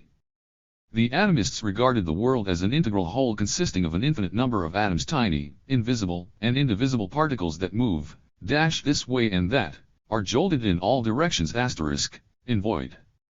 According to Democritus, atoms are material. They are indivisible owing to their absolute density, extreme smallness, and absence of pores within them. They infinitely vary in form, size, and weight. Some are rough, others round, still others angular or hook-like. Man's soul also consists of atoms, Democritus believed, only these soul atoms are more mobile, they are smaller and rounder than the rest. Atoms and void are the only reality. Combinations of atoms form the entire diversity of nature, including the human soul. Thus Democritus was the first ancient philosopher to overcome the opposition of matter and spirit through asserting the unitary universal nature of matter and thought. For this reason, the inception of materialism as a philosophical doctrine is linked with the name of Democritus. The atomistic theory explained natural phenomena in terms of natural causes, thus freeing men from the mythological fear of mysterious forces. Democritus taught that the world was not created by any god but existed eternally, that everything in it moved and changed, passing from one state to another through combination and division of atoms, and that all phenomena were subject to causal connections. Democritus rejected a source of motion that would be external with respect to matter. 40. Democritus' atomistic theory of the inner causes of the eternal motion of matter was further developed in Epicurus, 341–270 BC. The movement of atoms, Epicurus said, is determined by their inner property of weight. Still more important was, in his view, the ability of atoms to deviate spontaneously in their movement from the straight line. The spontaneous deviation of atoms was the minimum of freedom in nature without which not only random phenomena but also men's free actions were inexplicable. The rational use of the freedom of action permitted to man consisted, according to Epicurus, in achieving health of body and quietude of mind. The pleasure principle, which he posited as the highest good, was to be implemented through philosophical meditation. Since most suffering of the soul came from the fear of death and the fears caused by the mythological belief in the supernatural divine forces, in the immortality of the soul and in fate, a rational worldview explaining all things by natural causes was necessary to free oneself from these fears and sufferings. The materialist ideas of Democritus and Epicurus were later developed by the ancient Roman thinker Titus Lucretius Cans, c. 9955 BC. According to Lucretius, the universe is infinite in time and space, although the worlds that form it, including the earth, are temporal, like everything that consists of particles. But life in the universe will never cease. In rejecting the emergence of the world at the will of the gods, Lucretius criticized in fact the idealist religious doctrine of the immortality of the human soul. He was the author of the dictum, "Nothing can be created out of nothing." Although the spontaneous materialism of the ancient thinkers was, on the whole, a great achievement, it has to be pointed out that there were elements of idealist constructions in the philosophy of Democritus, who believed in the existence of gods consisting of atoms of nearly eternal configurations, and who was inclined to a mechanistic interpretation of causality, to the detriment of dialectics. Also in the philosophy of Epicurus, who recognized the existence of gods and their non-interference in the course of natural phenomena and men's affairs, and in the philosophy of Lucretius, who rejected the interference of gods in earthly life yet recognized the existence in the world of some hidden force beyond the power of the simple principle of causality. Philosophical idealism took shape in the struggle with the materialist worldview. The founder of the consistent philosophical system of objective idealism was Plato, 427 to 347 BC. 41. According to Plato, only the world of ideas represents true being, while concrete things are something intermediate between being and non-being. They are nothing but the copies of ideas. Ideas were interpreted by Plato as ideal images, models for the sensuously perceived world of things.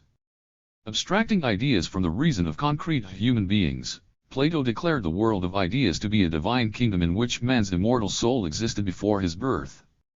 It then went to this mortal earth, where, temporarily abiding in the human body like a prisoner in a dungeon, it recalled the world of ideas. The relationship between thinking and being was turned upside down in Plato's philosophy, and out of this false premise the philosopher deduced the idealist interpretation of the process of cognition. He believed that the senses deceive man, so he advised man to get rid of eyes and ears, and to trust himself to the soul recalling her divine past.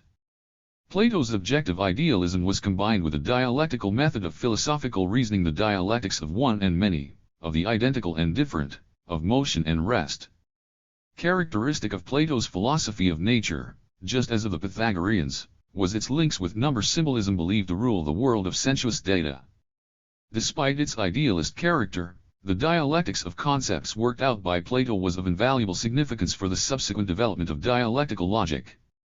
Antiquity, which gave rise to the materialist and idealist lines in philosophy, also produced the first attempts to reconcile these two lines in a single philosophical system. One of the summits of philosophical thought in ancient Greece, in this respect, was the work of Aristotle, 384 to 322 BC. An encyclopedia of ancient science comprising profound materialist and dialectical ideas as well as elements of idealism. The starting point of Aristotle's work on philosophy was opposition to Plato's idealism. It is Aristotle who is said to have declared, "Plato is dear to me, but dearer still is truth." In his early works, Aristotle substantiated his critique of idealism, endeavoring to overcome the Platonic gap between the world of sensuous things and that of ideas. Recognizing the objective existence of matter, Aristotle regarded it as eternal and impossible to create or destroy. Matter cannot emerge out of nothing, he said, neither can it increase or decrease quantitatively. In his later works, though, he partially reverted to Plato's world of ideas as the primary matter. In itself matter is passive, Aristotle asserted. It contains merely the potential for the actual diversity of things, in the same way as marble. 42. Holds the possibility of different statues. In order to turn this possibility into reality, matter must be given the necessary form. The function of form building is performed by the mind, which is the prime mover. By form Aristotle meant the active creative factor preceding the thing and making it real. Form is the stimulus and the goal, the ideal image, the cause of development of diverse things out of uniform matter, and matter is a kind of clay. For all kinds of things to emerge out of clay, a potter is needed, and that potter is God or the mind, the prime mover. The principal mover of the world is God, defined as the form of all forms, as the cause and at the same time the crowning glory of the universe. The later Aristotle thus divorced the form of things from the things themselves, transforming form into an independent substance on the model of Plato's world of ideas. In epistemology, though, Aristotle consistently defended the materialist positions. To study the world means to discover the forms, but to achieve this, we must take as our starting point the reality that is given us, not the forms themselves. Particular things are variable, while their particular forms are invariable. This dictum of Aristotle merges dialectics and metaphysics in a single whole. At the same time, Aristotle was one of the first philosophers to work out a detailed classification of the forms and modes of rational thought. His theory of the most general philosophical concepts, or categories, quantity, quality, relation, essence, time, space, etc., in terms of which he endeavored to express the dialectics of being and thinking, was a great contribution to the theory of scientific knowledge. Aristotle was the founder of formal logic, just as Plato was the founder of dialectical logic. The philosophy of the Middle Ages. The Middle Ages cover a long stretch of the history of Europe, from the fall of the Roman Empire to the Renaissance, nearly a whole millennium. In the early Middle Ages, Christian dogmas evolved along with the formation of the European states after the collapse of the Roman Empire, 5th century AD, while the later Middle Ages, beginning with the 11th century, are associated with the spreading of feudalism, which used Christianity as its ideological basis, clarifying and deepening the details of this worldview in accordance with its own demands. The idealist orientation of most medieval philosophical systems was prompted by the dogmas of Christianity, of which the most important were the dogma of the personal form of the one God the Creator, which rejected out of hand the atomistic doctrines of antiquity. This dogma was primarily worked out by St. Augustine, and 43. The dogma of the creation of the world by God out of nothing. This last dogma erected an insurmountable barrier between the ideal world of God the Creator and the material world of earthly life. It asserted the latter's derivative origin from the ideal will of the Supreme Being and, moreover, it also assumed the limitedness of the world in time, the beginning and the end of the world. Subject to these harsh dictates of religion supported by state authority, philosophy was declared to be the maidservant of theology. St. Pietro Damiani's formula, expected to use the power of the rational apparatus to confirm the dogmas of Christianity. This philosophy came to be known as scholasticism, frl scholasticus learned, fr Greek scholi school. All truth was believed to have been given in the biblical texts, so it was necessary to apply a system of correctly constructed syllogisms to actualize that truth by deriving the entire fullness of logical consequences. Naturally, scholasticism relied in this respect on the heritage of antiquity, particularly on Aristotle's formal logic. Since the biblical texts and the symbols of faith were mystical or allegoric in character, their unambiguous interpretation demanded sophisticated logic, a kind of scholastic rationalism, which treated, for example, the dogma of the Trinity, i.e. of the three hypostases of the one God, as a model of logical problems. The content of scholastic debates had no serious impact on philosophy, but in terms of the technique of reasoning, scholasticism proved very useful for the development of logic. Orthodox scholasticism was systematized by the Dominican monk Cleomas Aquinas, 1225-176-121 who set himself the goal of elaborating the Christian dogmas in the forms of common sense. Relying on the later Aristotle, he canonized the Christian view of the relationship between the ideal and the material as the relation of the original principle of form, the principle of order, to the wavering and unstable principle of matter, the weakest form of being. The merging of the first principle of form and matter gives rise, according to Thomas Aquinas, to the world of individual phenomena. The soul of man is the form-building principle, but it only becomes fully and individually implemented when it is combined with the body. This last proposition put the finishing touch to one of the most acute controversies of Christian scholasticism. A distinctly idealist system as far as its fundamental postulates are concerned, emergent Christianity, and thus scholasticism as well, were inevitably concerned with their attitude towards matter, for the third hypostasis of the supreme absolute deity, Jesus Christ, was revealed in the form 44 of man, combining both the divine, ideal, and human, material corporeal, nature. The very fact of this merging made it impossible to ignore matter entirely as false being, as a nothing, as the dogma of creation out of nothing demanded. Therefore Thomas Aquinas' use of a whole system of sophisticated arguments to qualify matter as the weakest form of being was seen by the Church as a way out of the logical cul-de-sac. Matter was partially justified in scholasticism, while still relegated to a dependent position. But the conflict between matter and spirit was manifested most acutely in the medieval controversy between the realists, frl reales material, and nominalists, frl nomen name. The debate was concerned with the nature of universals, or general concepts. The realists, Johannes Scotus Erigena, and mostly Thomas Aquinas, relying on Aristotle's proposition that the general exists as indivisibly linked with the individual, being its form, developed the theory of the three kinds of the existence of universals, before things in divine reason, in the things themselves, of which universals are the essences or forms, and after things in the human mind, as results of abstraction. This position is known in the history of philosophy as moderate realism, distinct from extreme realism insisting that the general exists only outside things.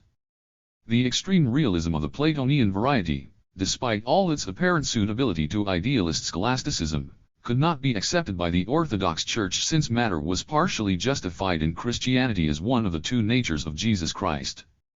The nominalists, like Rusillin, were much more materialistically minded than even the moderate realists. They carried the idea of negation of the objective existence of the general to the logical end, believing that universals only exist in the human mind, in thought. In other words, they rejected not only the presence of the general in a concrete individual thing but also its existence before the thing, and that was tantamount to the materialist view of the primacy of matter. Universals, Rusillin said, are nothing but the names of things, and their existence is reducible to the vibrations of the vocal cords.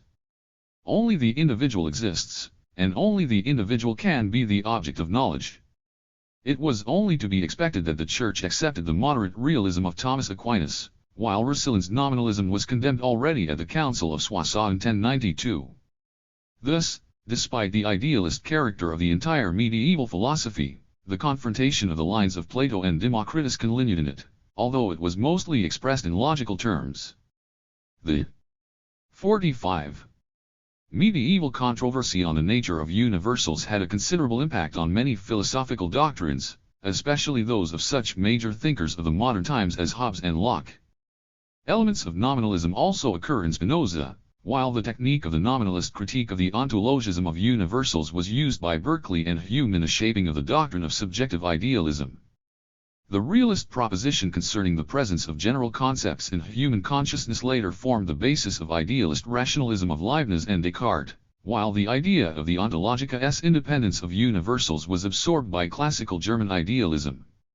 Medieval philosophy made a significant contribution to further development of epistemology by working out and clarifying all the logically possible versions of the relations between the rational, the empirical, and the a priori, the relations which later became not just the theme of scholastic arguments but the basis for natural scientific and philosophical knowledge.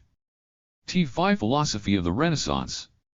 The growth of industry, commerce, navigation, and the military arts, i.e. the development of material production, conditioned the progress in the technical sciences, in natural science, mathematics, and mechanics. All this required the freeing of reason from scholasticism and a transition from purely logical problems to natural scientific cognition of the world and man. This tendency was manifested in the views of the major thinkers of the Renaissance permeated with the idea of humanism.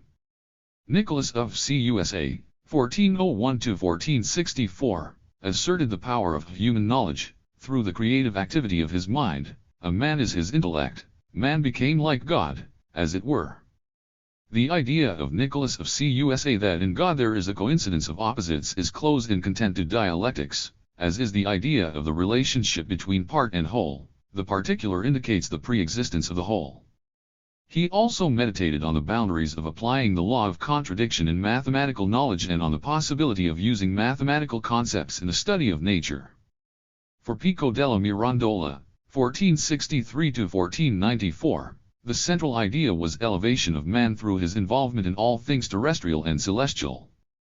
The fact that man is free in his choices makes him cosmically unbound, and asserts his creative capacity for self-determination. The pantheistic views of that thinker were close to those of Nicholas of Cusa.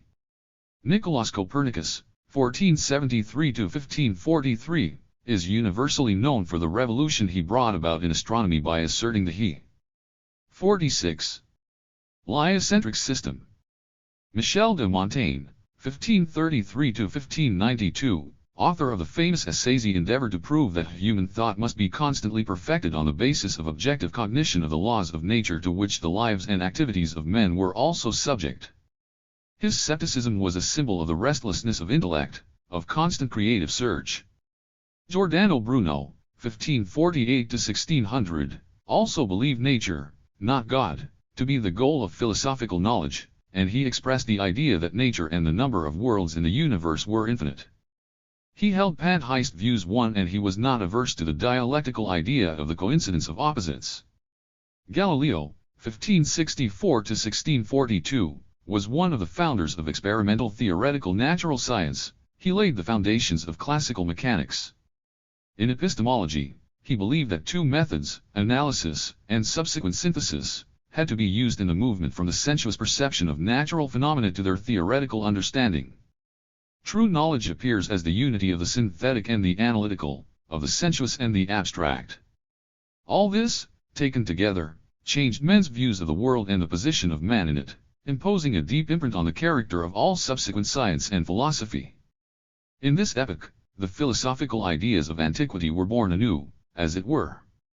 The old involvement with man and the old spontaneous materialist tendencies were revived on a new historico-cultural soil enriched by the influence of medieval Arabic culture, by the emergence and strengthening of university science along with monastery schools. Another factor here was the needs of socio-historical practice, which gave a powerful impulse to the development of the natural sciences and the humanities, in which the foundations of the experimental natural science of the modern times were laid. The European philosophy of the 17th and 18th centuries. The development of experimental knowledge demanded the replacement of the scholastic method of thinking by a new one, directly addressed to the real world. The principles of materialism and elements of dialectics were revived, and developed, in a new atmosphere. Increasing knowledge of nature confirmed the truth of materialism and rejected the basic propositions of idealism, but the pantheism, fr. Greek pan all, theos God, identification of the world, and tiod, everything is God, the only thing that exists. There is nothing outside God, God, too, does not exist outside the world. This doctrine, originated in antiquity, revived the Middle Ages, and developed in the modern times. 47. Materialism of those times was mechanistic and metaphysical. Since other sciences, such as chemistry and biology, were at the embryonic stage, the standpoint of the most advanced sciences of those times, mechanics and mathematics, naturally seemed universal. The thinkers of that period saw mechanics as the key to the mystery of the entire universe. The application of the mechanical method resulted in striking progress in the cognition of the physical world. The notion of the mechanical determinateness of natural phenomena was greatly consolidated by the powerful influence of Newton's discoveries, as his views were based on a sound mathematical substantiation of mechanical causality. Mechanics, however, knows only motion, it does not know development. That was why the method of thinking used by philosophers was largely metaphysical in those times, too. The English philosopher Francis Bacon, 1561 to 1626, the founder of materialism in the modern times, believed that philosophy had to be above all practical. Where it remained scholastic and speculative, it was not true. Bacon said of schoolmen that their wit and mind works upon itself, as the spider works his web, admirable for the fineness of thread and work, but of no substance or profit. It was Bacon who kindled the torch of new knowledge based on the methodology of experimental natural science, which he asserted as the pledge of man's future power and dominion over nature. Man can only master nature by obeying her laws. The conclusions of science must be based on facts, and serve as the basis for broad generalization. The inductive method, introduced by Bacon and implying observation, analysis, comparison, experiment, fully suited experimental knowledge. Experience can only provide reliable knowledge if the mind is free of certain false idols. The idols of the tribe are errors following from the fact that man judges nature on the analogy of man's life. The idols of the cave are errors of individual character depending on education, tastes, and habits of individuals. The idols of the marketplace are the habits of basing judgments of the world on common notions and opinions uncritically absorbed. The idols of the theater are linked with blind faith in authorities. Never invoke anyone's authority. That was the principle of the science of the modern times, which upheld Horace's motto, I am not bound over to swear allegiance to any master. Bacon believed that the true connection between things lay in natural causality. However, it is important to note Bacon's theological inconsistency. While proclaiming materialist principles, Bacon permitted 48. The existence of God, and gave a largely idealist interpretation of the laws of social life. Bacon's materialism was further developed and defended by the English philosopher Thomas Hobbes, 1588 to 1679. According to Hobbes, matter is eternal but individual bodies are temporary. He saw the motion of matter as the movement of bodies in space, that is to say, as mechanical motion, and he viewed not only all natural bodies but also man and society as mechanisms. Unlike Bacon, Hobbes resolutely rejected religion, and believed it to be incompatible with science. Although his view of religion was not consistent, he reserved for it a place in society as a means of holding the masses in check. Besides, Hobbes' materialism was metaphysical. Thus, in his interpretation of motion as the result of collision of two bodies, he was practically inclined to the theory of the first push given by God, a standpoint known as deism. Hobbes believed that all knowledge is attained through sensations, but in his epistemological writings he stressed the importance of reason, and especially the mathematical operations of intellect.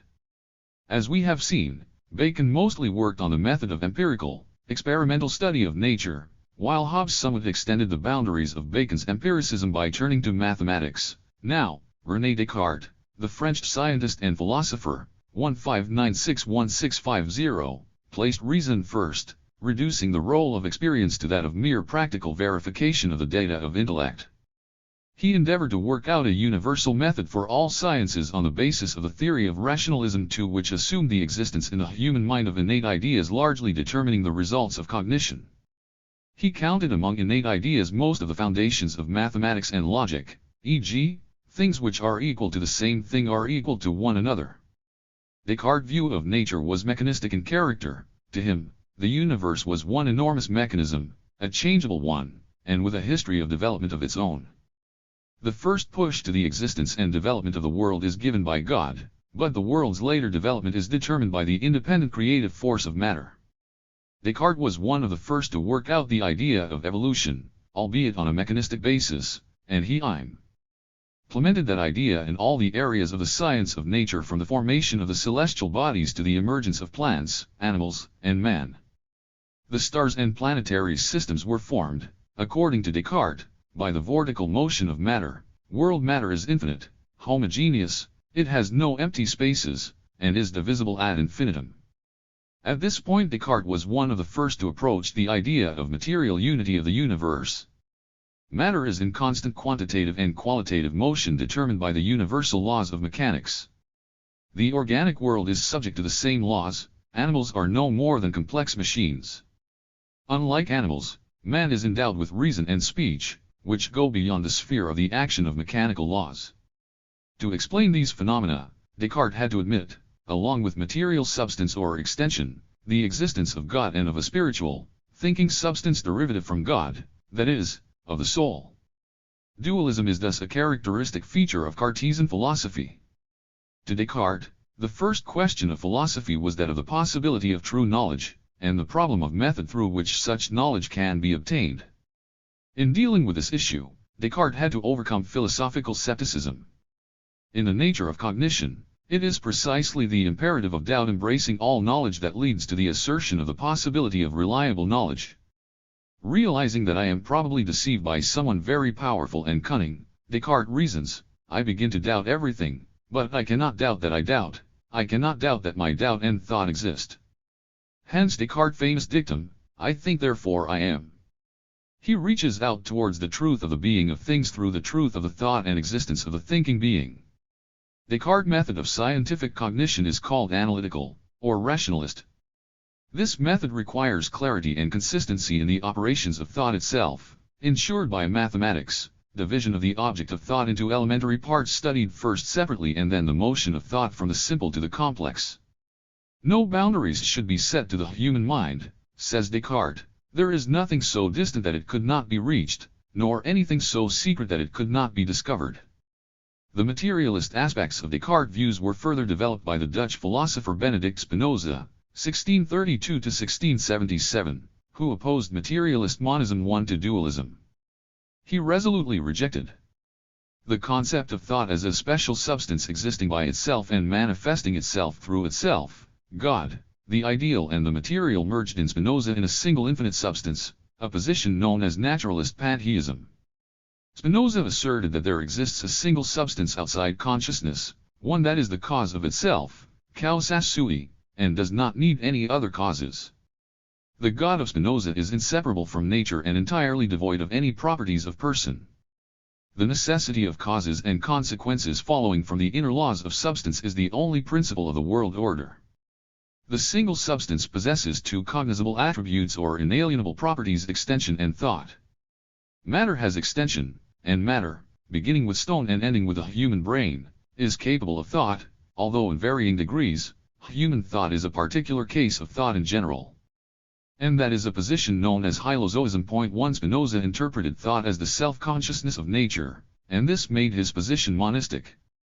Hence the principle of the knowability of the world, and the profound conclusion that the order and connection of ideas is the same as the order and connection of things.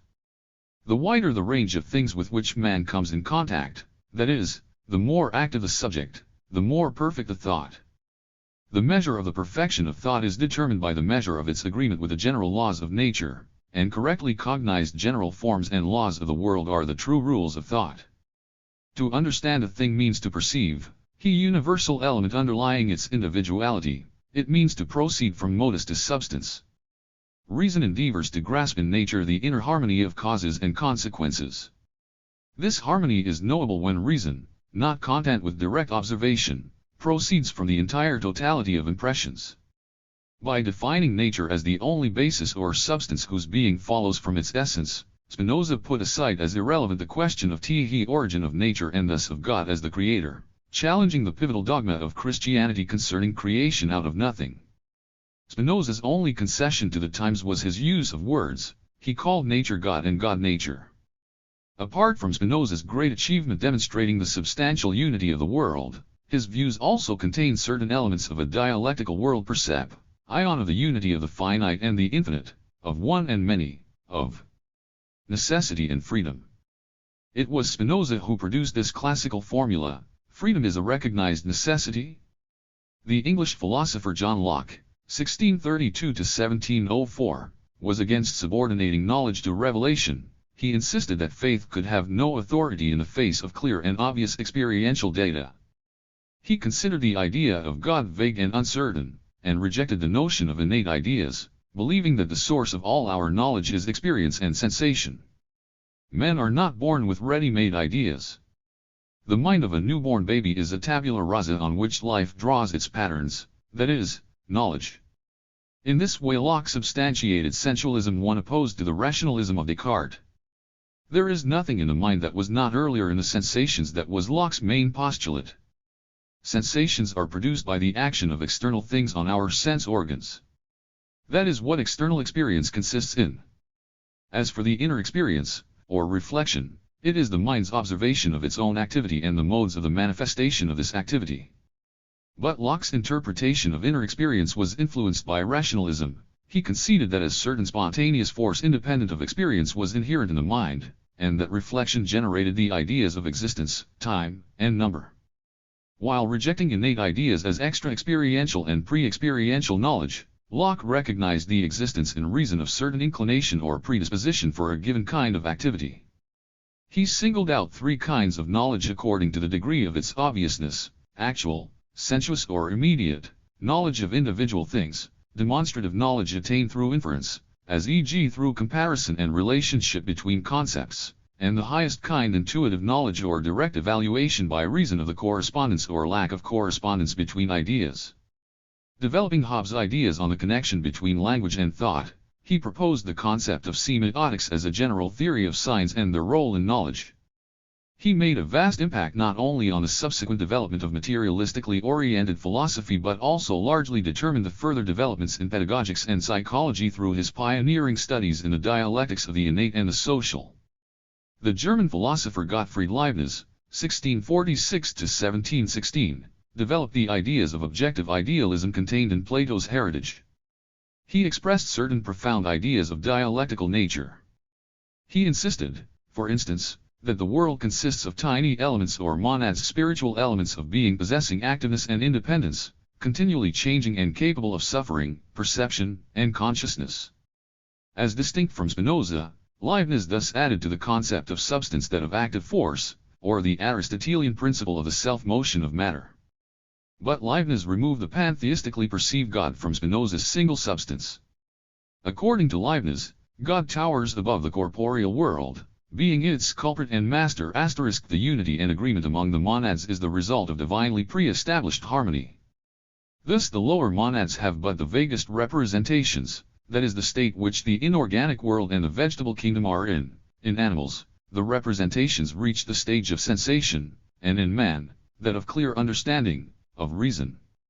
Attributing to monads active force as their principal property, establishing the energy links between them, and, on the other hand, defending the idea of God the Creator, Leibniz through theology arrived at the principle of the inseparable, and universal, absolute, connection of matter and motion.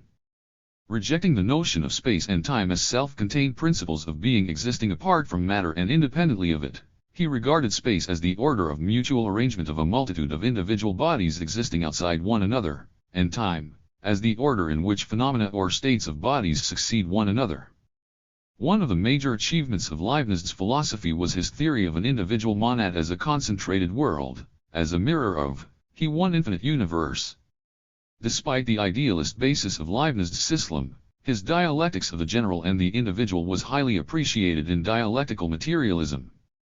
In his logical studies, Leibniz worked out a rational logical symbolism, and revealed the structure and laws of proof as one of the fundamental devices used by rational cognition. He was one of the founders of modern symbolic and mathematical logic. The 17th and 18th centuries in England were marked by the development of idealist sensualism, of which the most prominent proponents were George Berkeley, 1685 to 1753, and David Hume, 1711 to 1776. A convinced adherent of religion, Berkeley undertook a critique of the notion of matter. Relying, on the one hand, on extreme nominalism, and thus challenging the authority of Thomas. 53. Aquinas, who asserted moderate realism in Christianity, and on the other, on a one-sided interpretation of Locke's sensualism, he considered the concept of matter to be general and therefore false, for underlying it is the assumption that we can ignore the particular properties of things constituting the content of our sensations, and form an abstract idea of matter in general as the substratum common to all of them. However, we perceive not matter as such but only the individual properties of things, taste, smell, color, etc., of which the perceptions Berkeley called ideas. The things surrounding us exist as ideas in the mind of God, who is the cause and the source of earthly life. Berkeley's subjective idealism is a logical confusion of religious idealist views and the one-sided elements of nominalism and sensualism. In order to avoid solipsist conclusions from these premises, Berkeley introduced the concept of collective consciousness, which is determined by God. Here Berkeley relied on realism and even rationalism, but this concession to objective idealism did not change the essence of his doctrine, which remained subjective idealist. Hume developed a system somewhat different from Berkeley's but also essentially subjective idealist, directed primarily towards agnosticism. To the question whether the external world existed, Hume gave an evasive answer: "I do not know."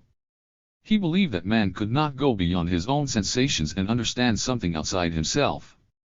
For Hume, true knowledge could only be logical, while the objects of study concerning facts could not be proved logically, being derived from experience. Hume interpreted experience as a flow of impressions whose cause was unknown and unknowable. Inasmuch as experience cannot be logically substantiated, experiential knowledge is unreliable. Thus experience can produce first one impression of a certain phenomenon and then another. But the fact that one phenomenon precedes another in experience cannot logically prove that the former is the cause of the latter. In itself, this proposition is indubitably correct. From this, though, Hume drew the erroneous conclusion that the objective character of causality was unknowable. Rejecting objective causality, he recognized at the same time subjective causality in the form of generation of ideas, memory images, by sense impressions. Eventually Hume lost all criteria of the truth of knowledge and was forced to declare belief rather than theoretical knowledge to be the source of practical certainty. Thus we are practically certain that the sun rises every day. This certainty comes from the habit of seeing. 54. This phenomenon repeated every day. Hume applied Berkeleyan critique of the idea of substance not only to matter but also to ideal being, and this developed into critique of the church and religious faith. The second half of the 18th century was an epoch of acute aggravation of the conflict between the feudal and bourgeois worldviews, particularly in France. This conflict came to a head in the bourgeois revolution.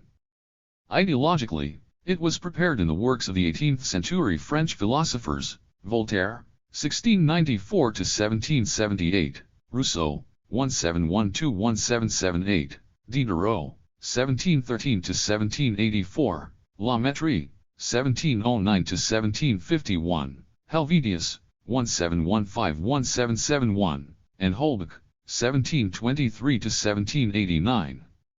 They resolutely fought against religion and the socio-political order in contemporary France. Overcoming the inconsistencies of Locke and rejecting the idealism of Berkeley, the materialistically minded French philosophers defended materialism in its mechanistic form, although some of their views contained elements of dialectics cf. e.g., Diderot's conception of the development of organisms. According to that theory, nature, or matter, is the cause of everything. It exists by itself, and it will continue to exist and to act eternally. It is its own cause. All material bodies consist of atoms. In relation to man, matter is everything that acts in one way or another on the sense organs. The 18th century French philosophers regarded religion as a spiritual weapon of enslaving the people, and a tool in the hands of the tyranny. The path of liberation of the people from religion and prejudice lay through enlightenment. At this point they were close to the principles of atheism, and to an understanding of the need for a revolutionary transformation of social life. Man and the personal qualities of man depended on the environment, so his vices were also the result of the environment. To remold man, to free him from shortcomings, and to develop his positive aspects, it was necessary to transform the environment, in the first place social environment. This doctrine played a great role in the philosophical substantiation of the ideas of utopian socialists. Classical German philosophy. At the turn of the 19th century, Germany, overcoming its economic and political backwardness, was nearing a bourgeois revolution. Just as in France, the socio-economic revolution was preceded by a philosophical one. An important role in the formation of classical German philosophy was played by the achievements of natural science and the social sciences. Chemistry and physics began to develop, and the study of organic nature made considerable advance. Mathematical dis. 55. Rise which afforded an understanding and precise quantitative expression of natural processes. Lamarck's theory of the conditioning of the organism's evolution by the environment, astronomical, geological, and embryological theories, as well as theories of human society, all this pushed into the foreground, resolutely and inevitably, the idea of development as a theory and as a method of cognition of reality.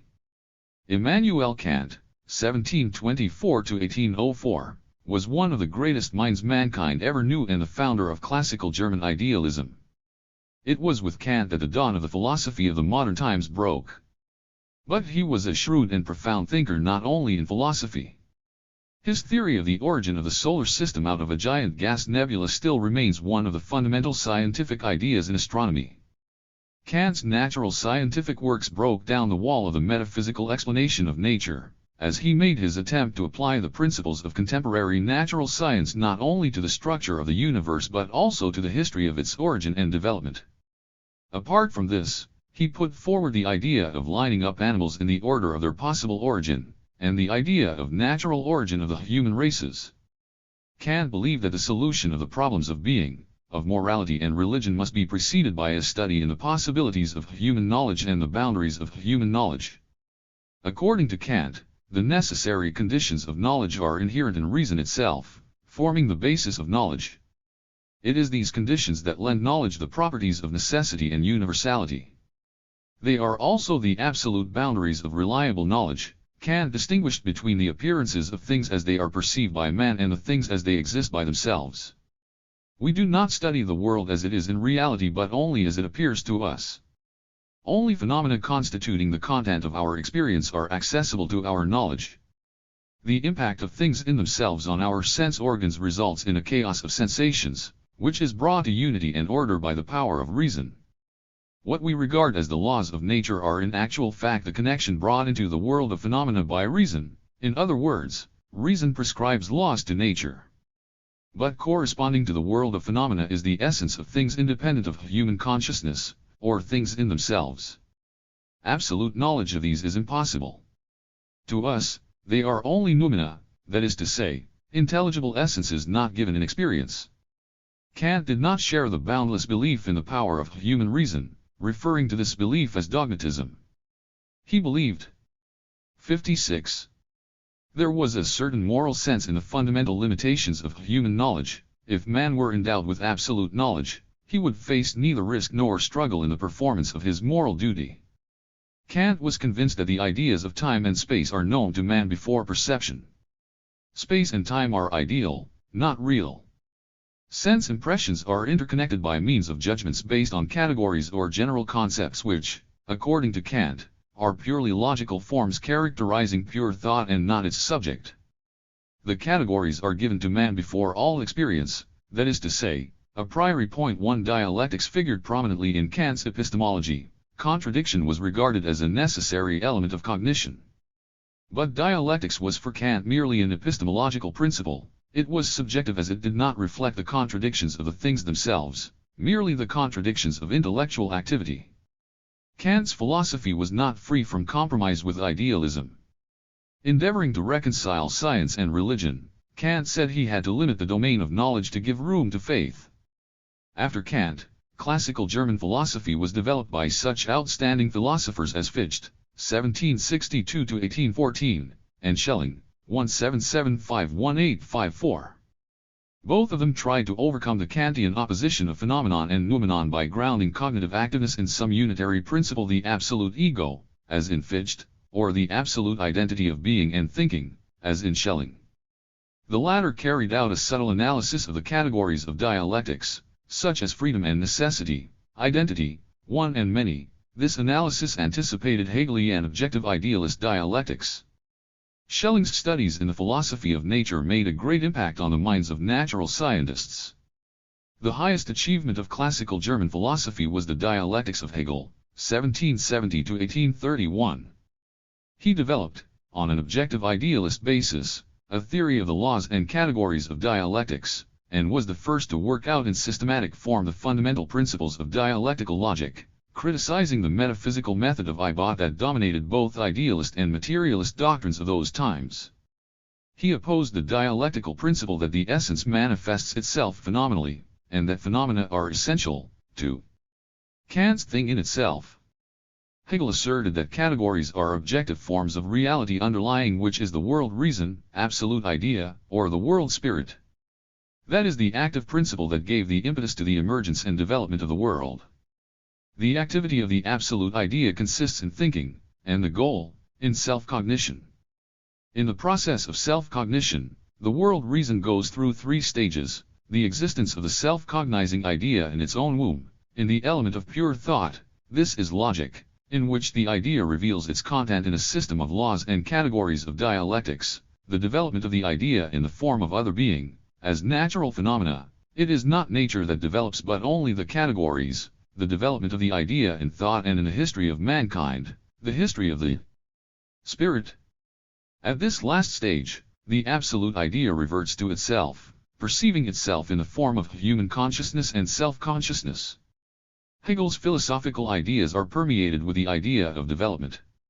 He believed that it was impossible to understand a phenomenon without a clear picture of the whole path which it traversed in its development, that development does not run along a closed circuit but proceeds from lower forms to higher ones, that in this process quantitative changes turn into qualitative ones, and that the source of development lies in contradiction, which sets the world in motion. Contradiction is the root of all motion and all vitality. It is the principle of all self-motion. Hegel's philosophical system presented reality as a chain of dialectical transitions. However, there is a deep inner contradiction in Hegel's philosophy.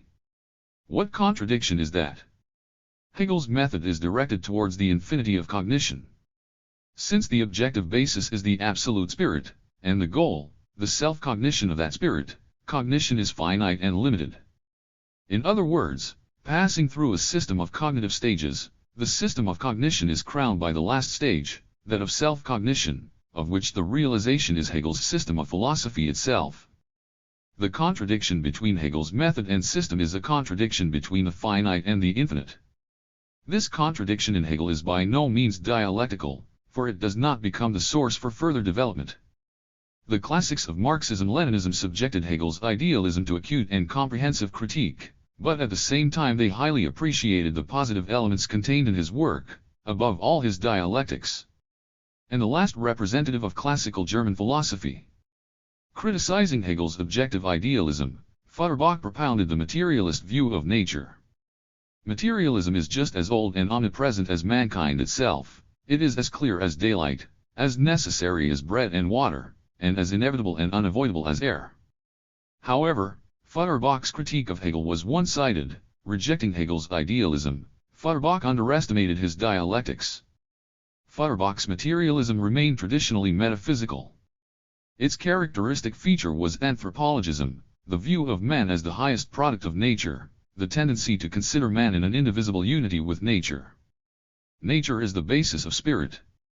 It must also be the basis of philosophy called upon to reveal the earthly essence of man, whom nature endowed with senses and reason and whose psyche depends on his physical constitution, possessing at the same time a qualitative specificity irreducible to the physiological processes.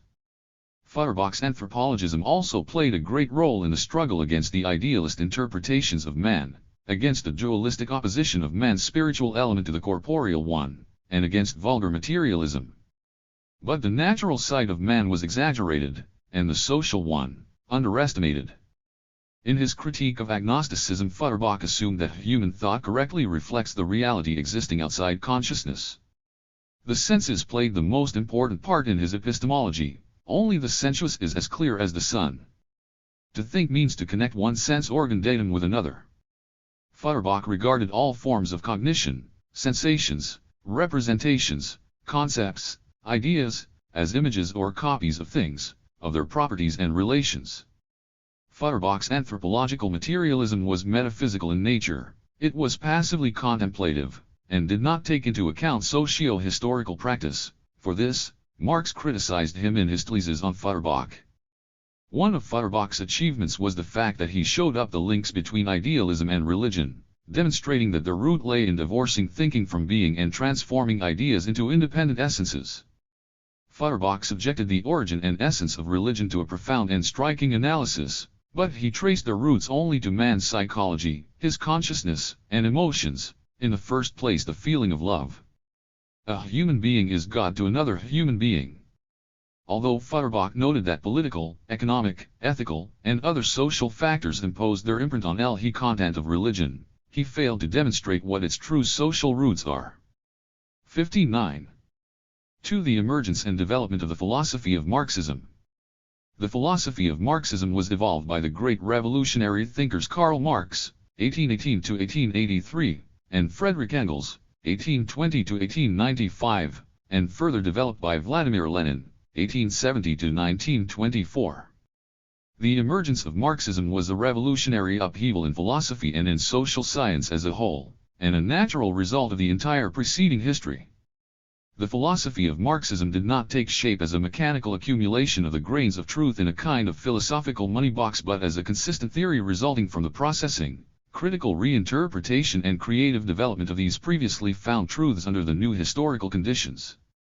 T.g. Historical conditions of the emergence of Marxism. By the middle of the 19th century, the bourgeois revolutions were already over. Capitalism was developing intensely on its own basis. Major industrial enterprises were emerging. It was the time of the formation of the proletariat, whose working conditions were hard and sometimes unbearable.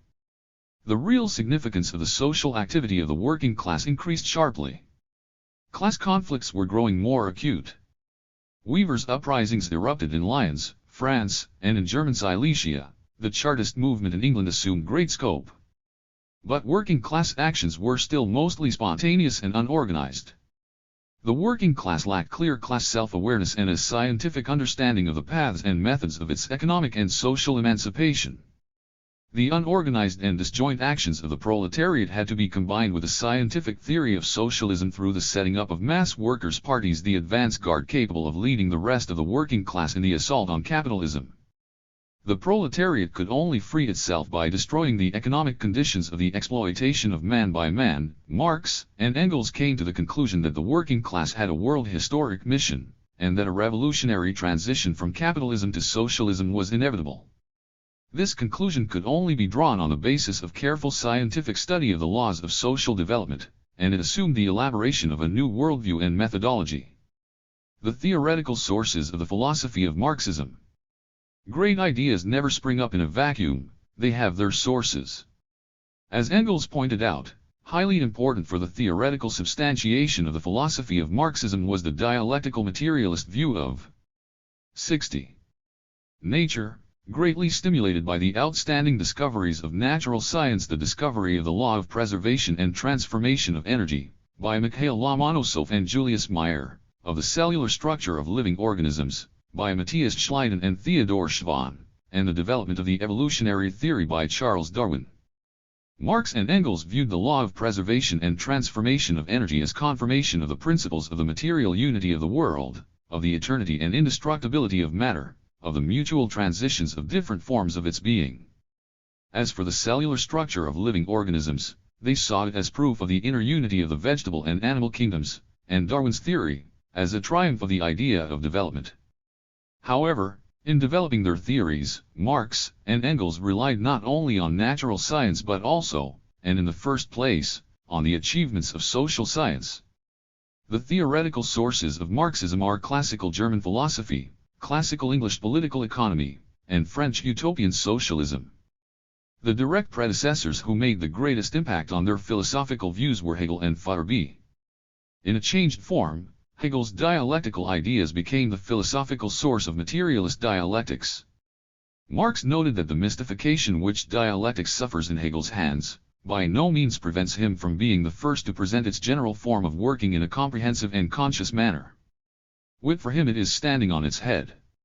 It must be turned right side up again, if you would discover the rational kernel within the mystical shell. 1. In their critique of Hegel's idealist views, Marx and Engels relied on the whole of the materialist tradition, and above all on Feuerbach's materialism. Dialectical materialism is precisely the result of a radical creative transformation of Hegel's and Feuerbach's systems on the basis of a new interpretation of social and natural reality. The ideas of the outstanding English economists, Adam Smith, 1723–1790, and David Ricardo, 1772–1823, who laid the foundations of the economic anatomy of bourgeois society and substantiated the labor theory of value, helped Marx and Engels to evolve the consistently scientific social philosophy of historical materialism. The conflicts between the rich and the poor, between labor and capital, had long caused angry protests among noble people, who dreamed of social justice. A striking expression of that protest in the history of social thought was utopian socialism. Its major representatives Charles Fourier, 1772–1837, Claude-Henri Saint-Simon, 1760–1825, and Robert Owen, 1771–1858, subjected the contradictions of capitalism to profound and acute criticism, and expressed certain brilliant ideas about the new, socialist society, in particular, about public ownership of the means of production, elimination of exploitation of man by man, about making labor a source of enjoyment, etc. But they saw no real force that could implement socialist transformations. Marx and Engels saw it in the proletariat, a new class entering the scene of world history. The system of scientific views on the objective laws of the development of nature and society, and on the revolutionary transformation of social reality, was termed Marxism, of which the constituent parts are dialectical and historical materialism, Marxist political economy, and the theory of scientific socialism. The essence of the revolutionary upheaval carried out by Marxism in philosophy. The emergence of the philosophy of Marxism marked a qualitative change in the content and social significance of philosophical thought in the entire system of scientific knowledge and practical transformation of reality. Marx and Engels firmly linked revolutionary theory with revolutionary practice. The philosophers have only interpreted the world in various ways, the point is to change it. 1. This brief formula contains the gist of the radical upheaval in philosophy. This proposition in no way depreciates the great revolutionary contribution of the previous progressive philosophical ideas. It merely points out the fact that, because of their idealist explanations of history, all pre-Marxian philosophical systems failed to create a science that would reveal the laws of restructuring human society. Marxism showed the fundamental role of social practice in the development of the entire material, spiritual and intellectual culture of mankind. Deducing theory from practice, Marxism subordinated it to the interests of a revolutionary transformation of the world. Theory becomes a material force as soon as it has gripped the masses too. The philosophy of Marxism merged with revolutionary struggle, and its creators became the ideologues and political leaders of the proletariat. Marx and Engels created a philosophie of the masses and scientifically substantiated the decisive role of the people in history, without underestimating in the least the role of historical personalities. The emergence of Marxism signified the end of metaphysical materialism. For the first time in the history of philosophy, materialist dialectics was evolved and creatively applied to concrete problems. Recognizing the primacy of matter and nature and the secondary and derivative character of consciousness, materialists of previous times had not been consistent in their treatment of society. They remained idealists. Marxism showed that people were creators of their history, only they created history in accordance with objective social laws, not arbitrarily. People being, that is, the material production and the relations between them in the process of labor that takes shape on this basis, determines their consciousness. Having generalized the experiences of the proletariat's revolutionary struggle and the data of science, Marx and Engels demonstrated the dialectical materialist character of development of nature and of human society. They completed the edifice of materialism by applying it to social history, and in this way created historical materialism. This was of great revolutionary significance both for the science of society and for the entire social practice. An integral theory of the laws of the development of nature, society, and thought, the philosophy of dialectical and historical materialism, was created. The creative character of Marxist philosophy. The thinkers of the past often aspired to construct complete theories intended to provide exhaustive answers to all questions. But these claims were in conflict with life, eternally flowing and changeable. To a creatively thinking intellect, the greatness of philosophy lies in that it cannot in principle be completed. Any theoretical claims to ultimate truths doom the philosopher to estrangement from life and escape into the desert of dogmatism. Marxist philosophy is a creative theory. It is not a dogma but a ode to action. This brief formula stresses the aspect of Marxism that must always be borne in mind, otherwise we make Marxism one-sided, ugly, and dead, removing its living soul and undermining its theoretical foundation. Dialectics, the doctrine of historical development through contradictions. We undermine its links with definite practical tasks of the times, which may, and are actually bound low, change at each new turn of history. 63. The development of Marxist philosophy by Lenin. The work of Lenin marks a new stage in the philosophy of Marxism. Lenin lived and worked at a time when history made a sharp turning, and a new socio-economic formation was born. Capitalism reached its imperialist stage. Social conflicts became acutely aggravated. The international revolutionary movement rose to a higher level. All this posed new tasks before philosophy in practice. In solving them, Lenin made a contribution to the development of the basic principles of dialectical and historical materialism, creatively worked out the philosophical foundations of the theory of scientific socialism, deepened the Marxist theory of the party and implemented it in reality, and analyzed the principal traits of the epoch in which he lived. Lenin defined the tasks of the strategy and tactics of the proletariat in strict accordance with the premises of his dialectical materialist worldview.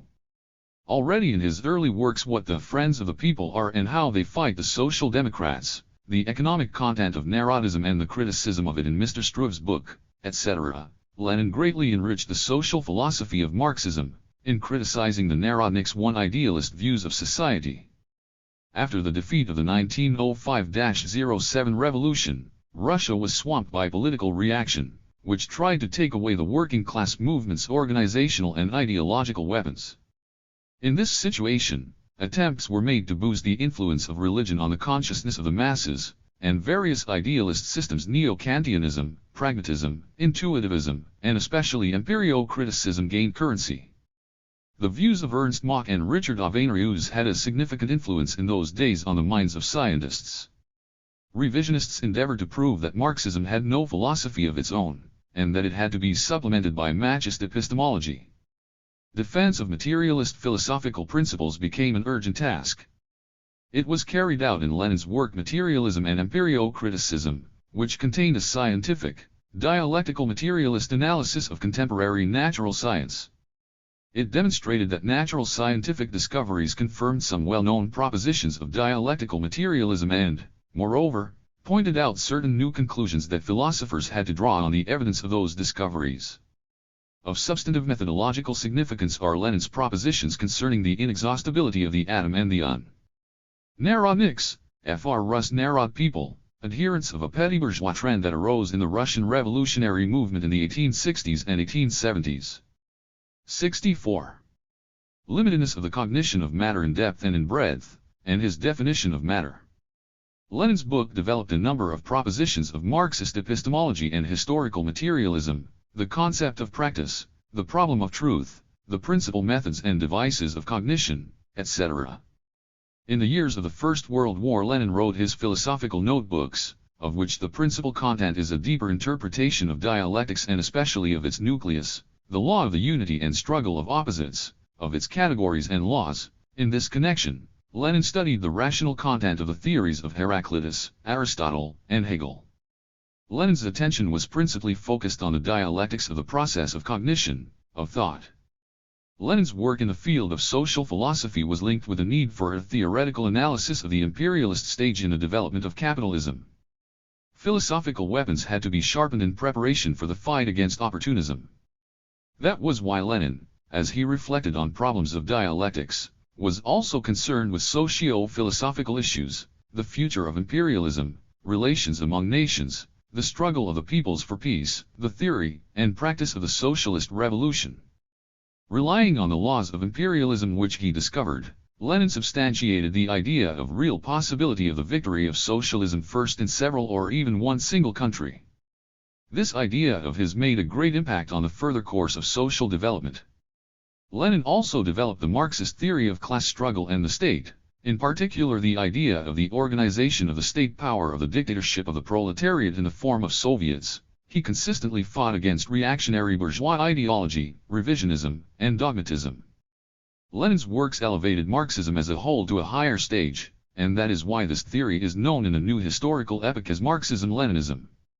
383. Being and Consciousness.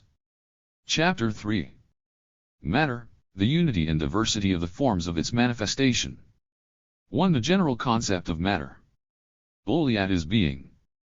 Before we tackle matter, let us turn to a more general category, that of being, which is a fundamental worldview methodological problem.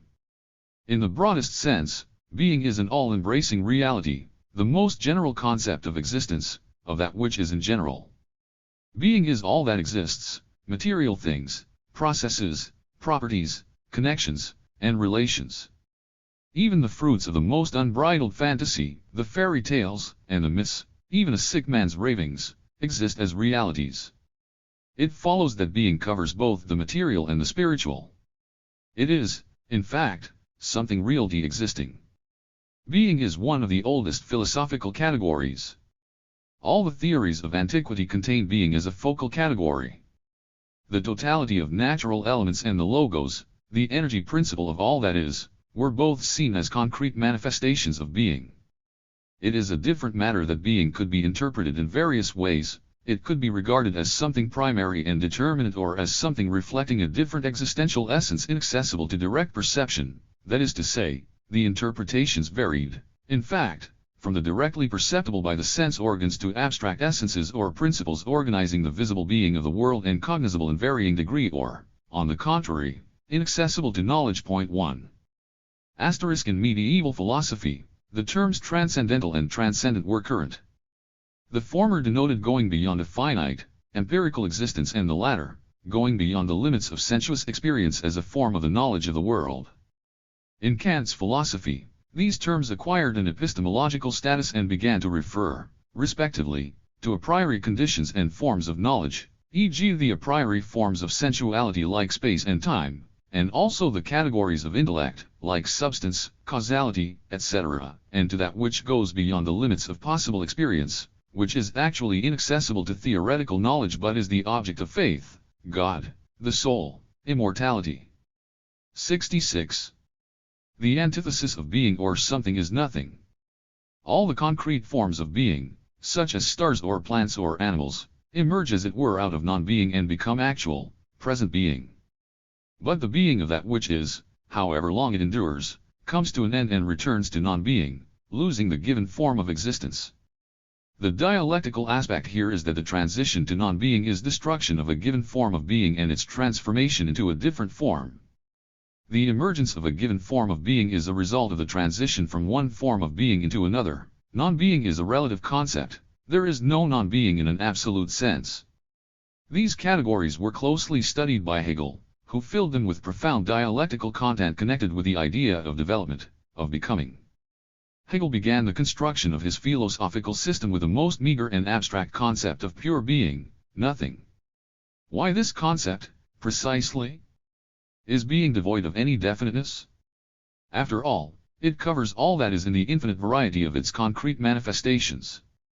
Doesn't it encompass both the material and the spiritual world with their properties, relations, and interactions? Yes and no.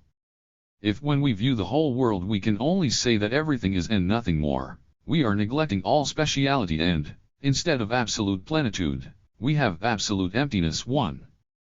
Therefore pure being is, according to Hegel, so meager and empty that it is indistinguishable from nothing. Of course, Hegel realized all the paradoxically of the situation, and he said that common sense could laugh all it wanted here. How's that, being identical to nothing? Doesn't man really care if he has any money in his pocket or not? Such is the irony of common sense. But this irony is the fruit of intellectual ineptitude. Pure being is connected with a beginning, and the beginning, with the existence of a possibility. The possibility itself is something. It is not a formed something but something as a potential, a form folded for the time being of future being. An embryo or potential combines being and non-being. It is a two-faced identity of nothing and something, a unity of opposites subject to anxiety and tension. Within it, hidden work goes on, leading to a becoming, to the transition of nothing into something. In a word, there is no absolute nothing, for it is the starting point for the manifestation of something. Whatever forms of being we might consider, they all of them have matter as their deep-lying foundation or substance. Spiritual reality, too, exists in unity with matter and is defined in terms of it. Matter and spirit are the most general philosophical concepts. On the history of the development of the category of matter. Matter is a basic category of philosophy. Its interpretation determines the approach to practically all the other philosophical problems. Etymologically, the term goes back to el materia substance. This substantial meaning of the term survived until the 20th century. Then a revolution took place in physics which signified the crisis of the one-sided interpretation of matter based on obligatory sense perception, which was the essence of the concept of metaphysical materialism. The unity and diversity of all the forms of manifestation of matter can only be understood on a historical approach, through generalization of the experiences of scientific and philosophical knowledge. We have already pointed out that the first stage in the realization of the materiality of the world was spontaneous materialism. The starting point of the formation of the concept of matter was the transition from the qualitative diversity of existing things to the concept of primary matter, the single basis of the world embracing all this qualitative diversity. The difficulty of the intellectual operation of abstraction necessary for that is clear from the fact that at first all the qualitative diversity of the world was deduced from a single qualitatively definite and empirically perceivable element, say water, or fire. But Democritus noted already that it was impossible to explain the origin of a qualitatively definite substance in terms of another such substance. No element contained in it the principle of its transfiguration, and it had to be explained just why it had a given quality. Further movement of thought inevitably led to the unification of all the first principles of being, ultimately resulting in the idea of the world's atomic structure, of which the underlying basis was the particles, or atoms, inaccessible to the senses. But atoms were also interpreted as substance, as the smallest building bricks out of which all that is built, the qualitative diversity of this building material depending on the various types of interaction among them. This marked the birth of the discrete picture of the world, which persisted until certain discoveries were made in physics at the end of the 19th century, and which presented being as consisting of tiny isolated, discrete, particles interacting among themselves in a particular fashion. This view, which took shape already in antiquity, proved to be of great heuristic value and therefore very stable. It was the starting point of scientific explanation. 68. Of many natural phenomena. Relying on the idea of atomism, Newton introduced the concept of mass in physics and formulated the law of universal gravitation and the principal laws of motion. Atomistic views underlie the molecular kinetic theory of heat, and in chemistry they played a role in the discovery of the law of conservation of matter. Mendeleev's periodic system of the elements was also created on the basis of atomism. Newton's mechanics, which afforded an explanation of most phenomena and events in the world on the basis of interaction among atoms, asserted the mechanistic atomistic picture of the world and served as a model of scientific precision for other sciences. Matter in the form of atoms and motion in vacuum were the two main principles of Newtonian mechanics.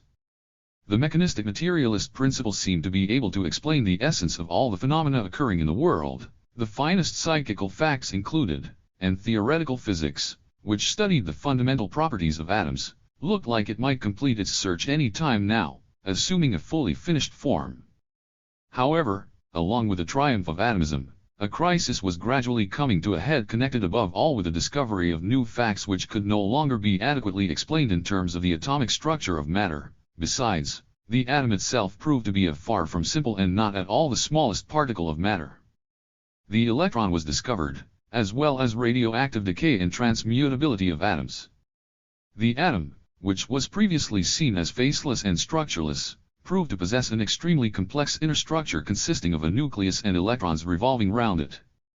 Still more critically dangerous to mechanistic materialism were the new views in the theory of interactions, where the heretofore unknown interactions within atoms and nuclei had been discovered. This crisis was connected with the introduction into physics, by Michael Faraday and James Maxwell, of the new basic concept of field, which describes a state of matter fundamentally different from substance. Now, what is the special physical and philosophical meaning of the field concept, and in what way has human thought arrived at this new form of matter? Originally, field was defined as space surrounding some material object, for each point of which it was possible to determine, in terms of mathematical equations, the magnitude and direction of the force of interaction between a given and some other object. Thus the tension of gravitation, the principal type of interaction between objects, calculated by Newton, varies at different points of the field. 69. i.e. at different points of the space surrounding an object. However unexpected these mathematically definable data, in which the medium of interaction actively participates in the process, might be, they merely undermine somewhat but did not entirely destroy the notion of matter as substance, for a field of this kind could still be thought of as an attribute of substance. The field became a really disturbing factor only when it was conclusively proved that it was not just an attribute of an object but an independent physical reality capable of existing and spreading in space regardless of the material object. The field thus became, along with substance, a new and particular form of matter of which continuity rather than discreteness was the main trait.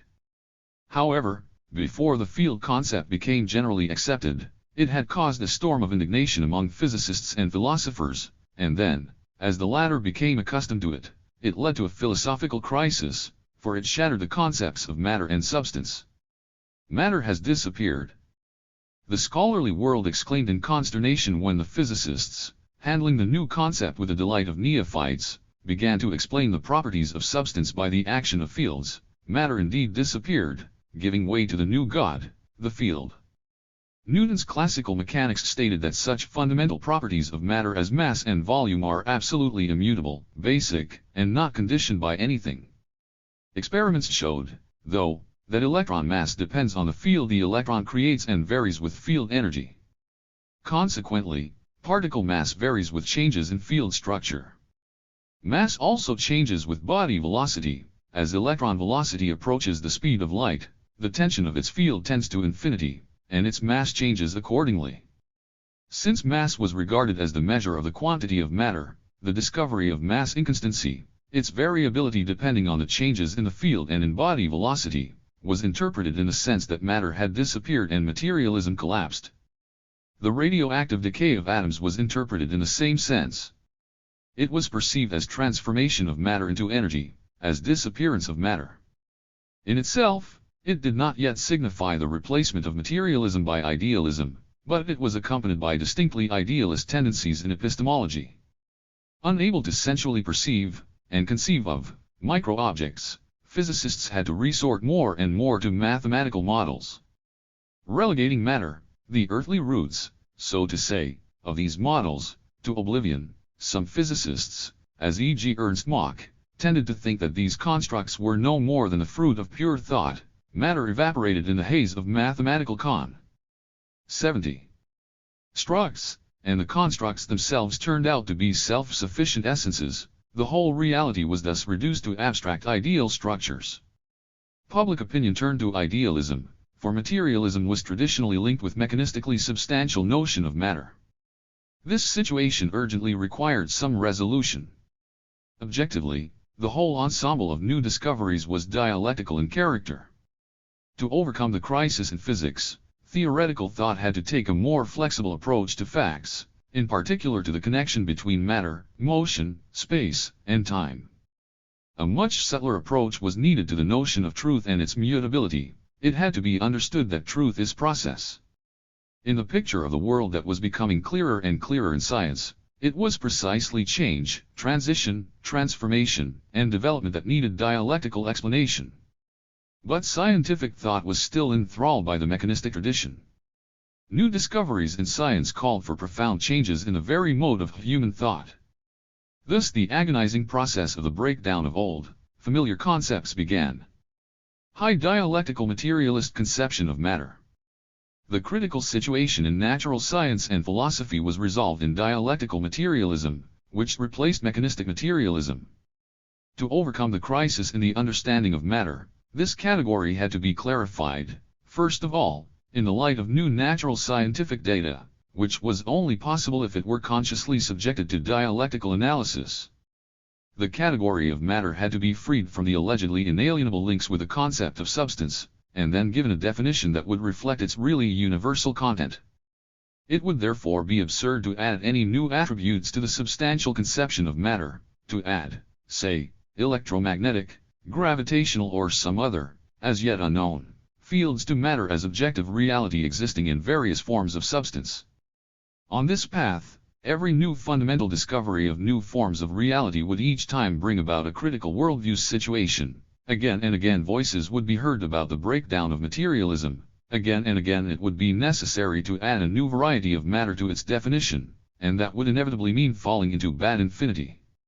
Rejecting the unacceptable, from the dialectical standpoint, tying up of matter with the physical modes of its existence, Lenin said that it was sheer nonsense to say that matter was connected with substance only, and that dialectical materialism had at any time professed a mechanical rather than electromagnetic or some other, 71.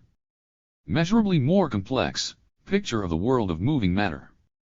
Lenin saw the way out of the crisis in the natural scientists' acceptance of dialectical materialism. Physics went astray into the clutches of idealism precisely because physicists did not know dialectics. It was not matter that had disappeared but the metaphysical conception of it, and the new discoveries could only be correctly understood from the positions of dialectical materialism, which never reduced matter to any immutable and further indivisible building bricks of the universe. The path towards a dialectical definition of the concept of matter as the single substance of the world does not lie through listing its properties but, as Lenin showed, continuing the materialist tradition of the French philosophers of the 18th century, in particular Holbach, through correlating it with consciousness. Matter is a philosophical category denoting the objective reality which is given to man by his sensations, and which is copied, photographed, and reflected by our sensations, while existing independently of them. 1. Although Lenin relied on the entire materialist tradition, he introduced a fundamentally new element in the interpretation of the essence of matter, stressing that the sole property of matter with whose recognition dialectical materialism was bound up was the property of being an objective reality, of existing outside the mind. Idealistically minded physicists and philosophers tried to refute Lenin's definition of matter on the grounds that science already knows manifestations of matter that are not given in sensations, hence a definition of matter as existing outside consciousness and reflected in sensations is unjustifiable.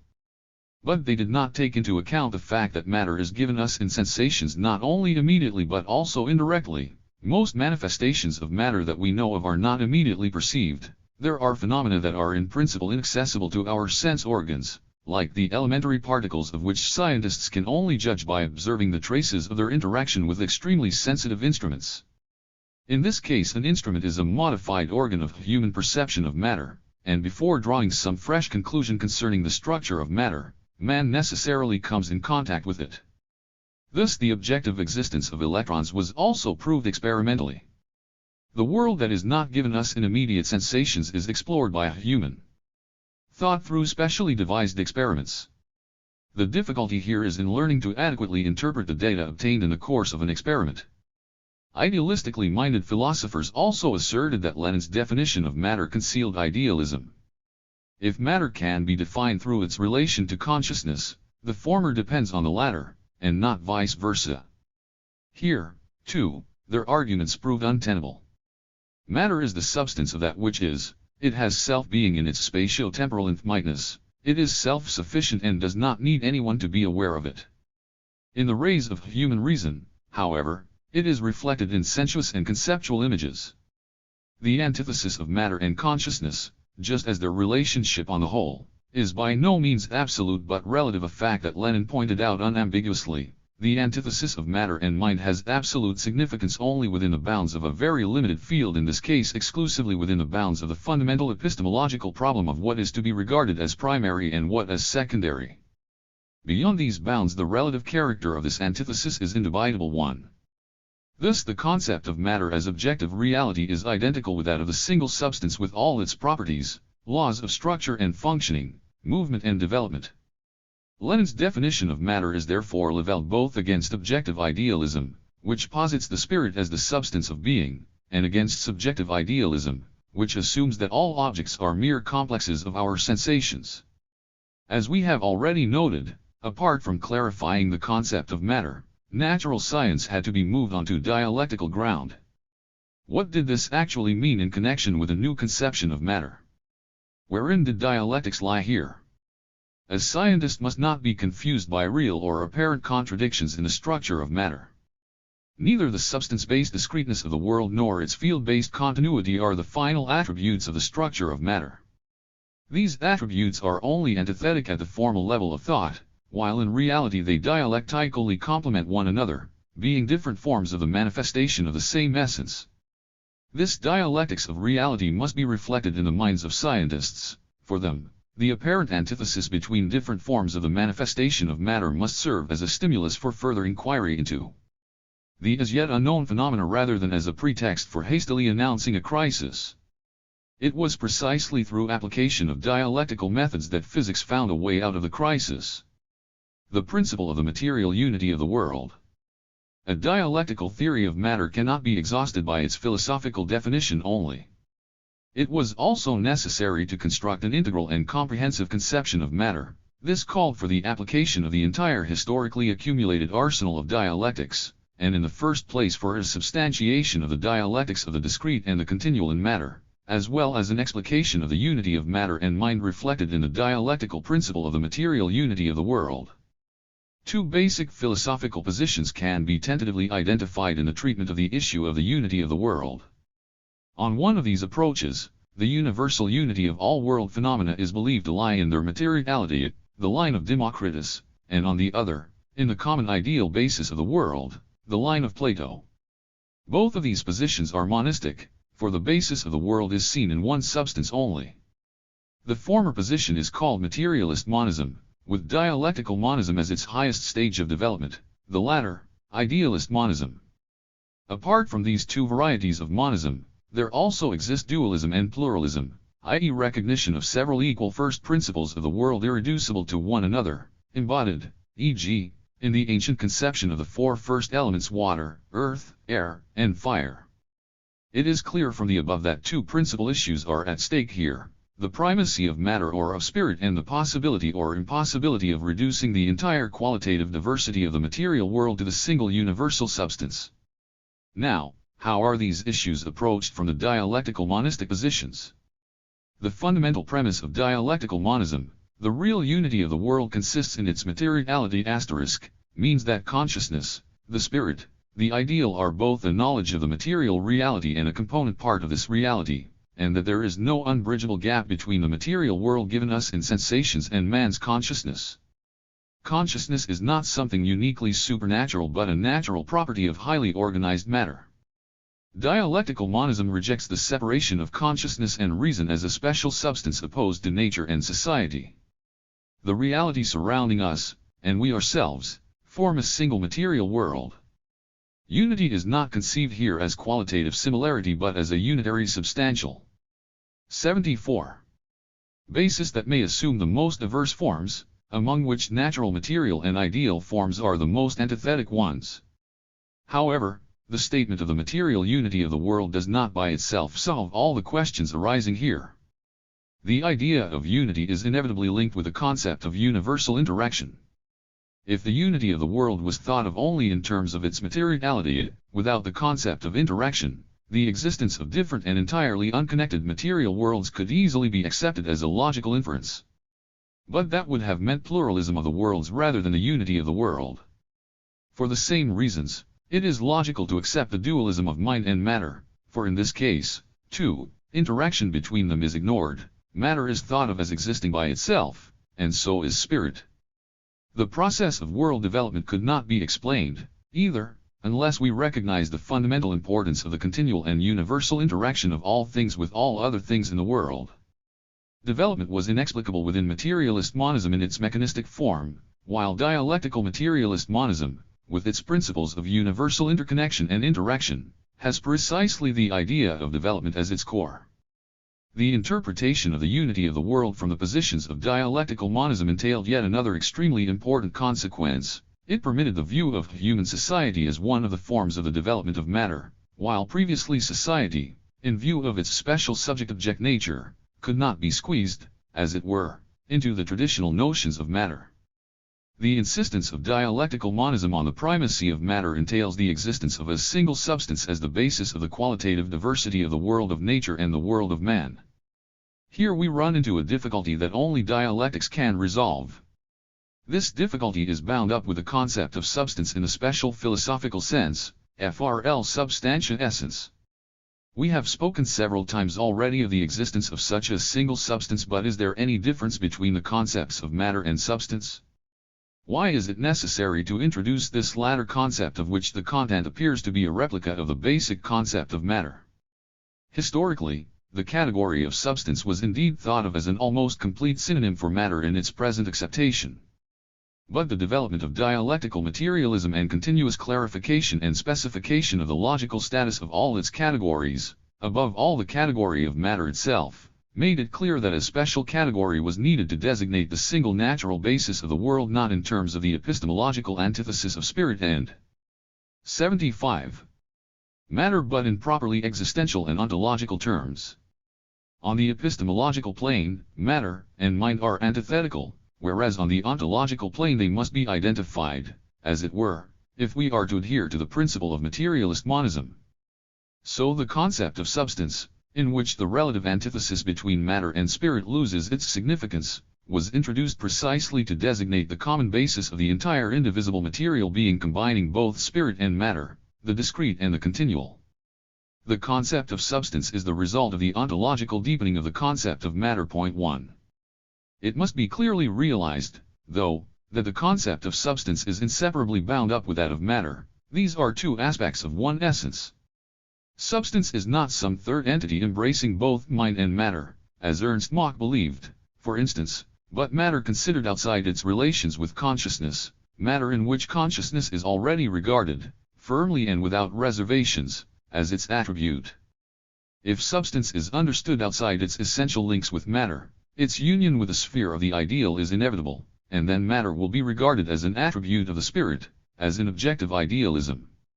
Substance again leads us to natural scientific problems, for it is here that the battles were fought over the unity of or difference between the first principles of material being, and over the question whether there was one or many substances underlying it.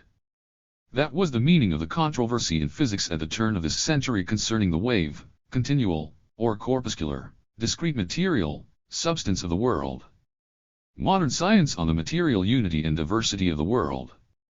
The dialectical materialist conception of the material unity of the world, and of the inexhaustibility of the structure and properties of matter, was confirmed by the achievements of 20th century science, of physics in the first place. The antithesis between continuity and discreteness, which caused such a stir among the physicists early in this century, was dialectically expressed in quantum mechanics with its discovery of such a property of matter as its corpuscular and at the same time wave structure.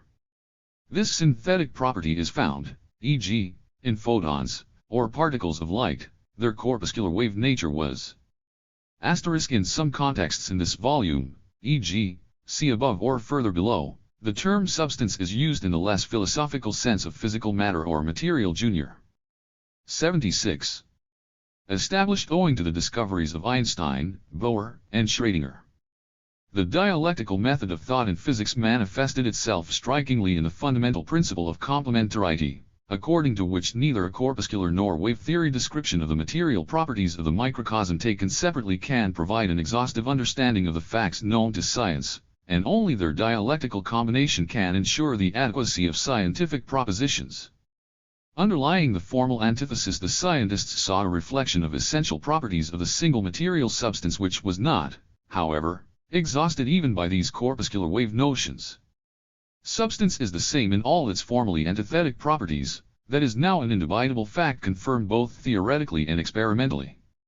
Now, what is the picture of the world and of its inner unity from the standpoint of present-day science? On the one hand, matter has a granular, discontinuous structure. Consider the elementary particles, atoms, molecules, stars, and their systems, galaxies, etc. On the other hand, matter is marked by continuity, found in various kinds of fields: gravitational, electromagnetic, nuclear, etc. Substances and fields are the two principal forms of the existence of matter known to science. A substance is defined as something that has mechanical mass, rest mass. We can speak here of hierarchically arranged structures, as it were, from the atom to celestial bodies of any conceivable size. The atoms themselves have a complex structure. They consist of elementary particles, the protons and neutrons that form the nucleus, and of electrons revolving round the nucleus at fantastic speeds. At present, science already knows a great many other elementary particles: mesons, hyperons, neutrinos, etc. They exist both as parts of atoms and in the free plasma state, as e.g. in the residual cosmic radiations reaching us from the universe's past. Science has also discovered antiparticles, the antipositron and others, having the opposite sign of the electric charge. Elementary particles, just as photons, have corpuscular wave properties. They are both discrete and continuous, being particles and waves simultaneously, and they have both mass and a definite electric charge. In the form of various substances, matter exists in diverse states. The most widespread state of matter in the universe is plasma, which consists of electrically charged particles, electrons, and ions that have not yet formed atomic and molecular bonds. The stars, the nebulae, interstellar gas are all plasma. The solid, liquid and Ga. 77. Cis states of matter are extremely rare in the part of the universe known to science. The continuous forms of matter include fields, i.e. matter without rest mass. Fields connect the particles of matter, enabling them to interact and therefore to exist. Without gravitational fields nothing would bind atoms within molecules, electrons, and nuclei within atoms, stars within galaxies, and substance itself in stars. In general, all bodies would have ceased to exist. But the boundary between substance and field must not be regarded as absolute in the sense that only the same unchangeable fields and the same constant and immutable particles of substance exist in the world. This conception would lead to dualism. The deep unity of all matter in the universe means that the concepts of substance and field are relative with respect to each other. Their relativity is not only a dialectical imperative that follows from the principle of substantial unity of the world, it is also an experimentally verified and scientifically demonstrable fact. Science has established that the boundaries between field and substance are relatively constant only in the macroscopic world accessible to sense perception. In the realm of microphenomena, these boundaries are obliterated, as it were, so that substance and field become mutually convertible. Thus mesons are particles of substance and at the same time quanta of a definite field. The contradictions in the views of the structure of matter arising in science are the result of the relativity of our knowledge about objective reality. Scientific thought keeps completing and then drawing all over again the picture of the world which appears to us as an infinite variety of the forms of being of matter and the properties, connections, and laws prevailing in it and resting on the solid foundation of the substantial unity of the world. Science moves from one level of the perception of the unity of the world through the study of the diversity to a new level of understanding its unity. The principle of conservation of matter. One of the attributes of matter is the fact that it cannot be either created or destroyed. This is displayed in a set of natural scientific laws of conservation of matter in all its mutations. The process of change of the forms and states of the material substance is practically unlimited. Thus physics has discovered the universal transformability of elementary particles and of forms of motion of matter. For instance, friction caused by mechanical motion leads to accumulation of the body's inner energy, to acceleration of the heat motion of its molecules. In 78. Its turn, this motion can be transformed into electromagnetic or chemical one. In the microcosm, the particles of matter are transformed into radiation, and vice versa. Field processes can result in the emergence of matter. However, in all these transformations matter is preserved as substance, or the basis of all change. The principle of conservation of matter, just as that of the material unity of the world, entails, when logically unfolded, two other fundamental principles of dialectics: universal connection and development. Any object emerges, develops, functions and disappears only in connection with other objects. The birth of a thing does not mean birth out of an absolute nothing but its emergence out of another thing, just as destruction only signifies its transformation into another thing. In all these transformations, births, and destructions, material substance remains immutable. It neither comes into being nor does it disappear. Matter changes only in connection with its conservation, and conservation is manifested only in the changes of its forms. The principle of the uncreatability and indestructibility of matter is of great worldview and methodological significance. It permits a deeper and fuller understanding of the processes occurring in various spheres of reality, and it remains the guiding principle in the formation of the most up-to-date hypotheses of the origin of the universe. The controversy concerning the principle of conservation, uncreatability, and indestructibility of matter flared up with renewed force after the idea of a stationary universe, which had prevailed in science, was replaced by the idea of a changing universe regarded as a dynamic process of change, of constant transition of one form of matter into another, rather than as a static system. Inasmuch as the idea of development is in excellent harmony with the principles of the material unity of the world and of conservation of matter, the idea of continual change in the universe could not in itself raise any objections. It was not the idea of development that caused the controversy but the starting point of that development, the origin of the universe, and its final point, the death of the universe. First, there was the controversy concerning the theories of the death of the universe, say, through dissipation of matter in infinite space, and this was followed by a controversy on the theories of the origin of the universe as a result of the so-called Big Bang. In the first case some scientists saw a theoretical possibility of the destruction of matter, while in the second the question arose of creation or error. 79. Gens of matter practically out of nothing.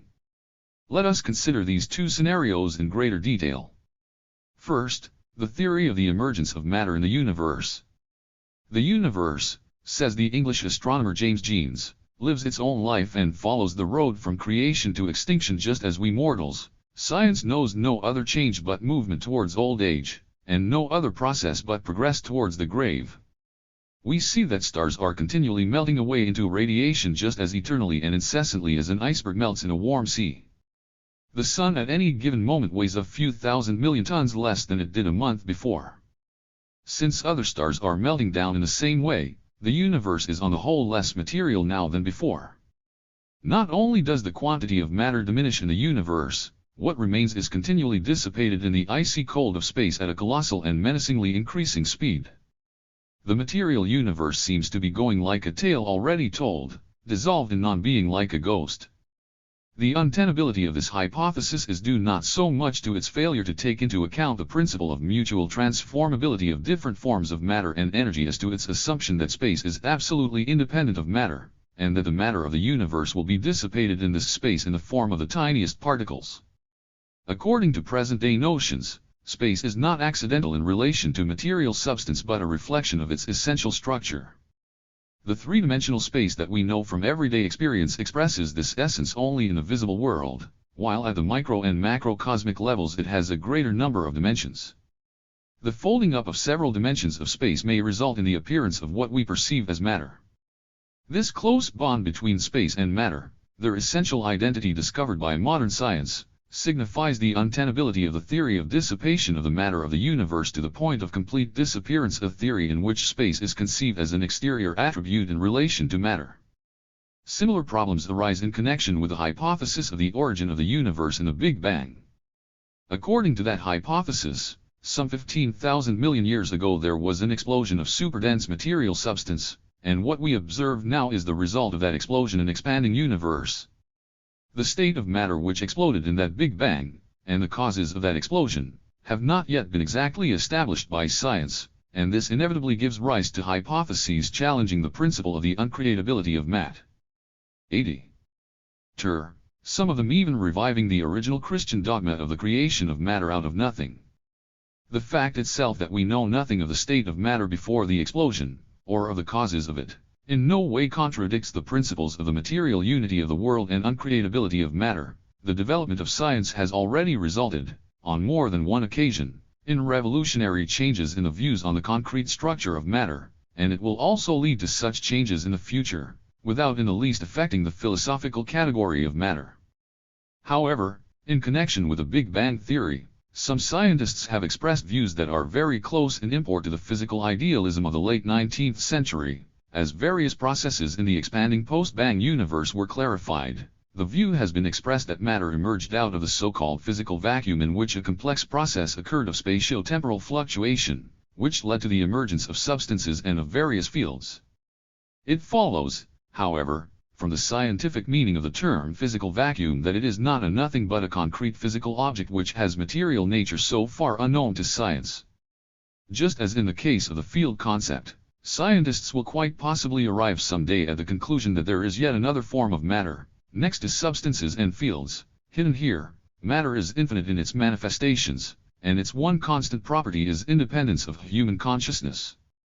The illusion of the origin of matter out of nothing, connected with the idea of physical vacuum, is largely due to the not quite felicitous term itself, just as mechanistically reasoning minds in the past saw the field concept as a threat to matter, understood entirely in terms of substances. So now many make the same error, having grown accustomed, as Einstein said, to the field concept as to the chair they sit on, having forgotten that it once provoked just as turbulent discussions as the physical vacuum concept. Now, present-day idealist physicists are ready to infer from the concept of physical vacuum, which they themselves developed, a disappearance of matter, or rather its emergence out of nothing. In actual fact, though, physical vacuum is a real physical object of material nature, and not just a result of mathematical calculations. There is thus no time or place where matter would lose its capacity for new transformations. All conceivable transformations of matter are possible except two: emergence of matter out of nothing and its passing into nothing.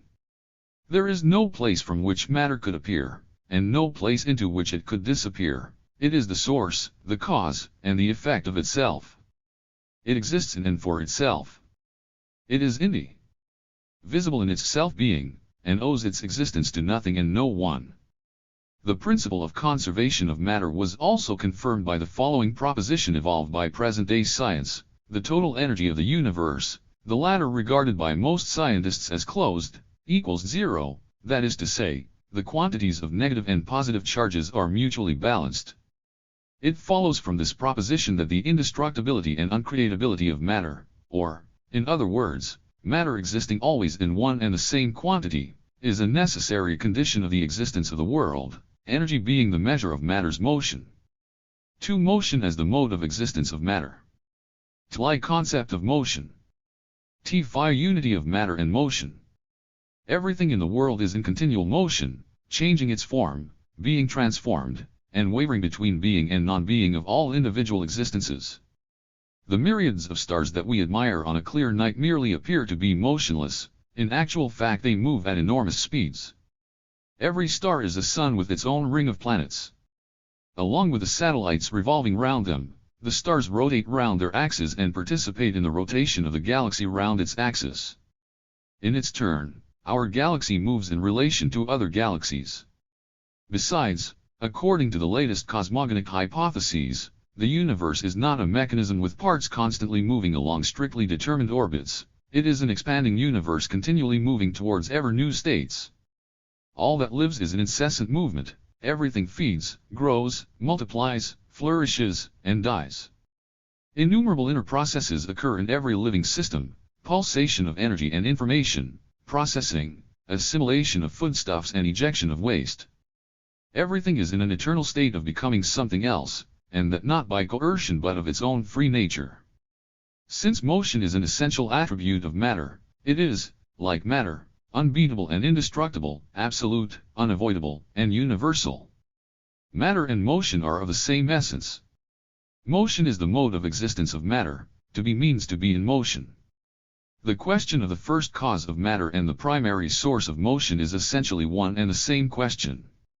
We know from the history of science and philosophy that the original source of universal changes, of the motion and development of all that is, just as the source of the existence of matter, was often thought of in a reference frame comprising the omnipotence of divine power and 82.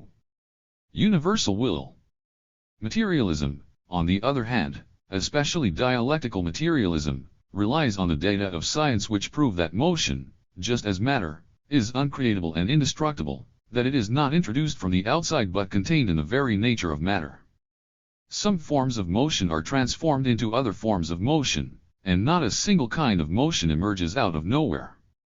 Motion is self-motion in the sense that the tendency, the impulse towards a change of state is inherent in matter itself. It is its own cause. If the universe came into being after the Big Bang, the causes of that Big Bang must be sought for in matter itself, not in some external force. The dialectics of motion and rest. Motion is not a pure continuum but the unity of continuum and discreteness, of change and stability, of disturbance and rest.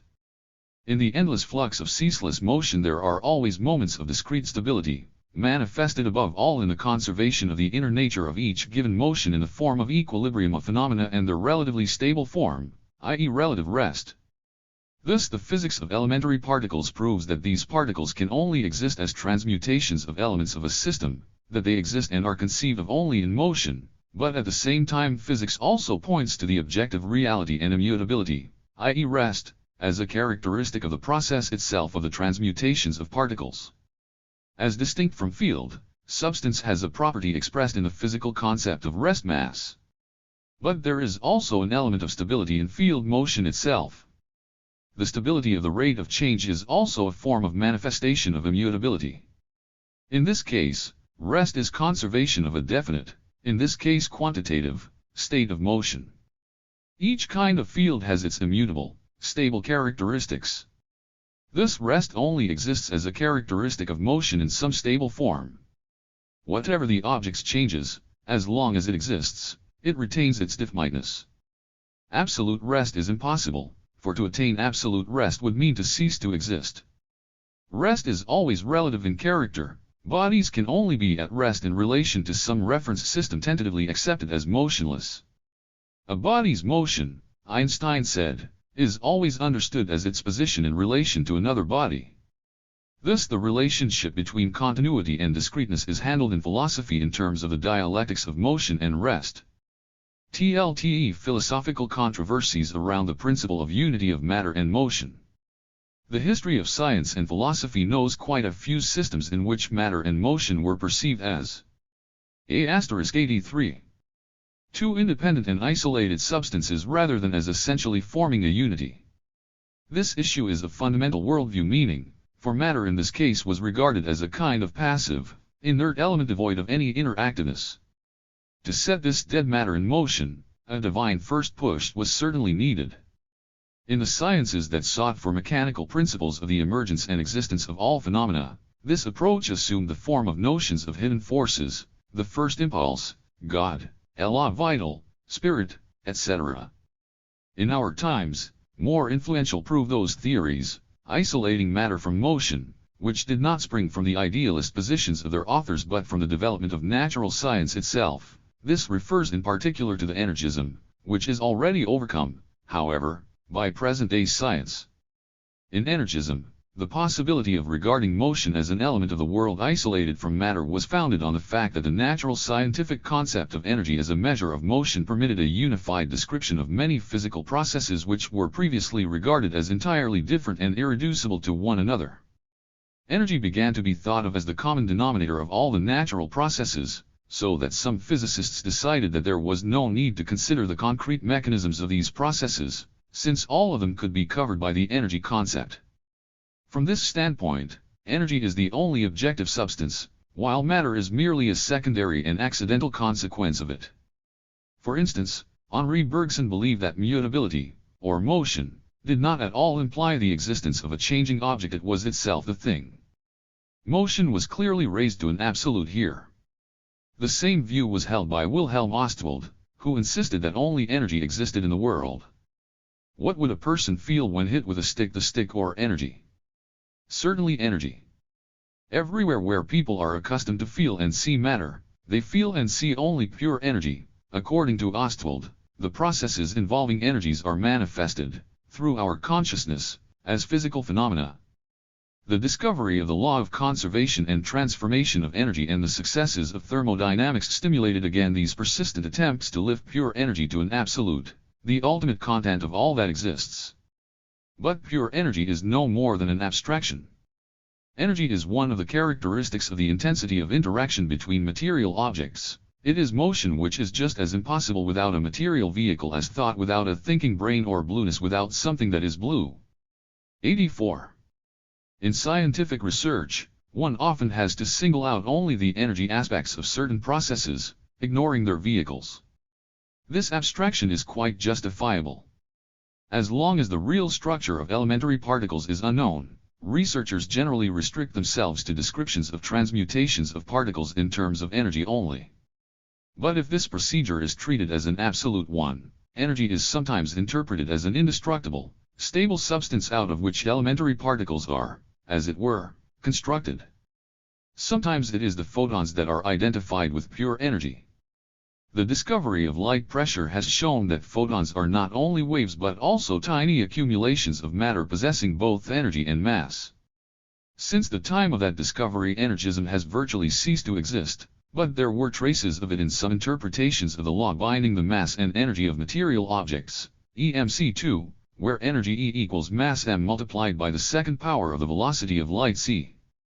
Erroneously identifying mass with matter, physicists believe that matter could fully pass into a concentration of pure energy. But mass is a measure of such properties of matter as energy and gravitation, and energy is a measure of motion. There is neither pure energy without mass nor mass without energy in nature.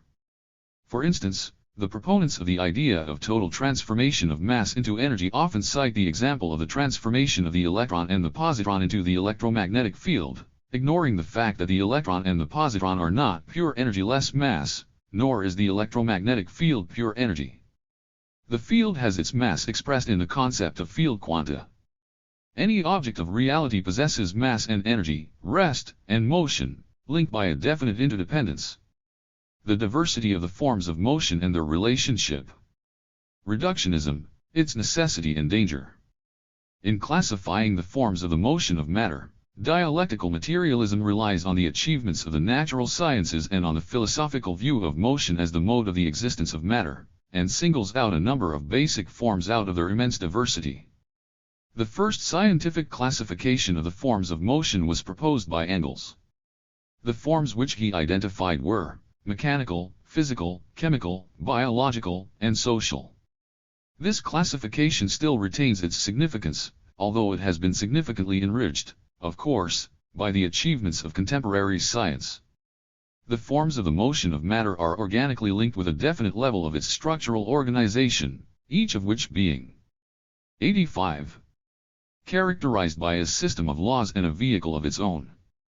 The starting point in this hierarchy is the sub-microelementary level, the hypothetical form of the existence of matter having field nature, out of which elementary particles are born. The microelementary level, at the next stage nuclei are formed, the nuclear level, which are the building material for molecules, the molecular level, molecules combine into aggregates, gaseous, liquid, and solid bodies, the macroscopic level.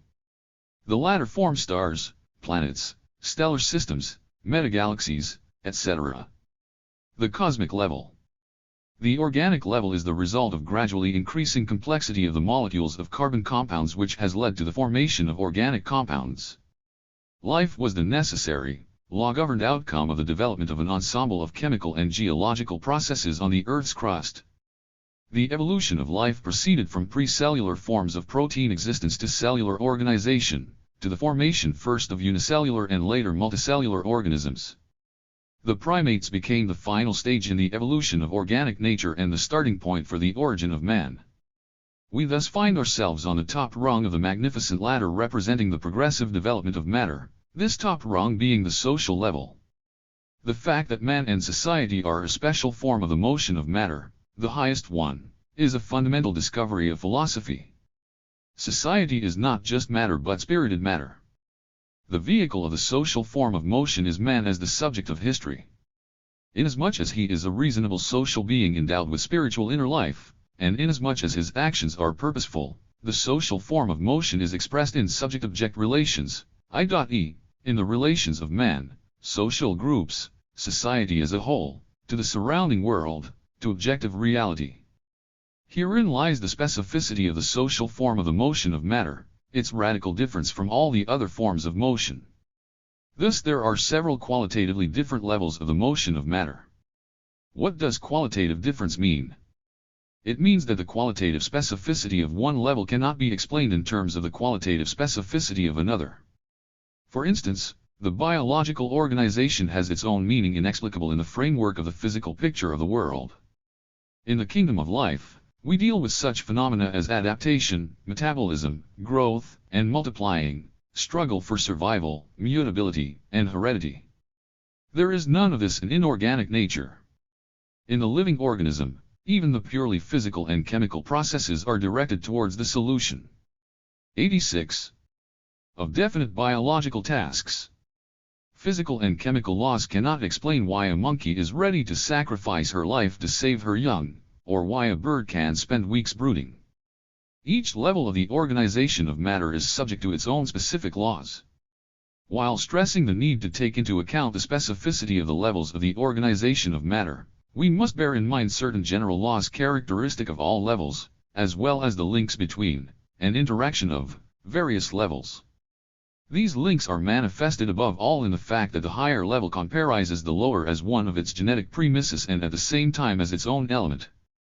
The physics of elementary particles has not only conquered chemistry, it has also approached living substance in biology. Biologists have established that heredity is conditioned by the nucleus of the cell, the chromosomes, which transmit hereditary characteristics. It transpired that the answer to one of the most intimate questions of biology largely depends on chemistry, and that life is the chemistry not only of protein bodies but also of other chemical components, in the first place of nucleic acids. For this reason, physico-chemical methods must be used along with the leading biological ones in the study of life phenomena. The study of biological phenomena in its turn enriches chemistry and physics. Thus chemistry, which studies the structures of the molecular level, has made considerable advances thanks to the appearance of quantum mechanics, which has revealed certain peculiarities in the structure of the atomic level, chemical reactions at the molecular level being connected with intraatomic processes. The higher forms of organization, however, are not included in the lower ones. Life is a form of organization characteristic of protein bodies. There is no life in inorganic bodies. The chemical form of organization is characteristic of chemical elements and their compounds. But there is no chemical organization in such material objects as photons, electrons, and similar particles. Where the irreducibility of the more complex forms of motion to the simpler ones is ignored, relapses are frequent into mechanicism and reductionism. Thus psychoanalysis often reduces human essence to the biological components of man, neglecting his social nature. That is reductionism. To explain man's inner spiritual world, to understand the nature of his axiological and semantic links, joys and sufferings, as well as the hidden springs of volitional impulses, the power of conscience, etc., the methods of physiology, biophysics, and biochemistry are inadequate. 87. So what is reductionism? Is it always bad and scientifically untenable? Or does it have some rights in science?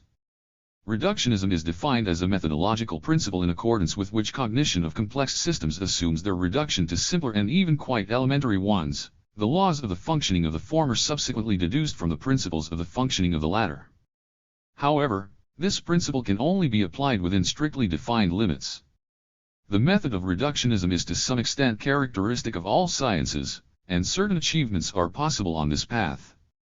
For example, there is a tendency in modern physics towards reducing to the minimum the number of the fundamental principles of the structure of matter. At present, scientists are trying to find the common basis of the four forces of interaction known to physics: electromagnetism, gravitation, the weak and the strong nuclear interactions. Is this reductionism? It is not, because the search for the general is not a simplification of the concrete but a step towards the truth. Explanation of the nature of, say, electromagnetism will provide additional information for the study of man, who is also a source and a receiver of electromagnetic radiations whose strength and intensity apparently affects the human psyche. To reject the unity of the fundamental principles of the structure of matter at all its structural levels would mean to challenge the principle of the material unity of the world, which implies the existence of different forms of matter in motion.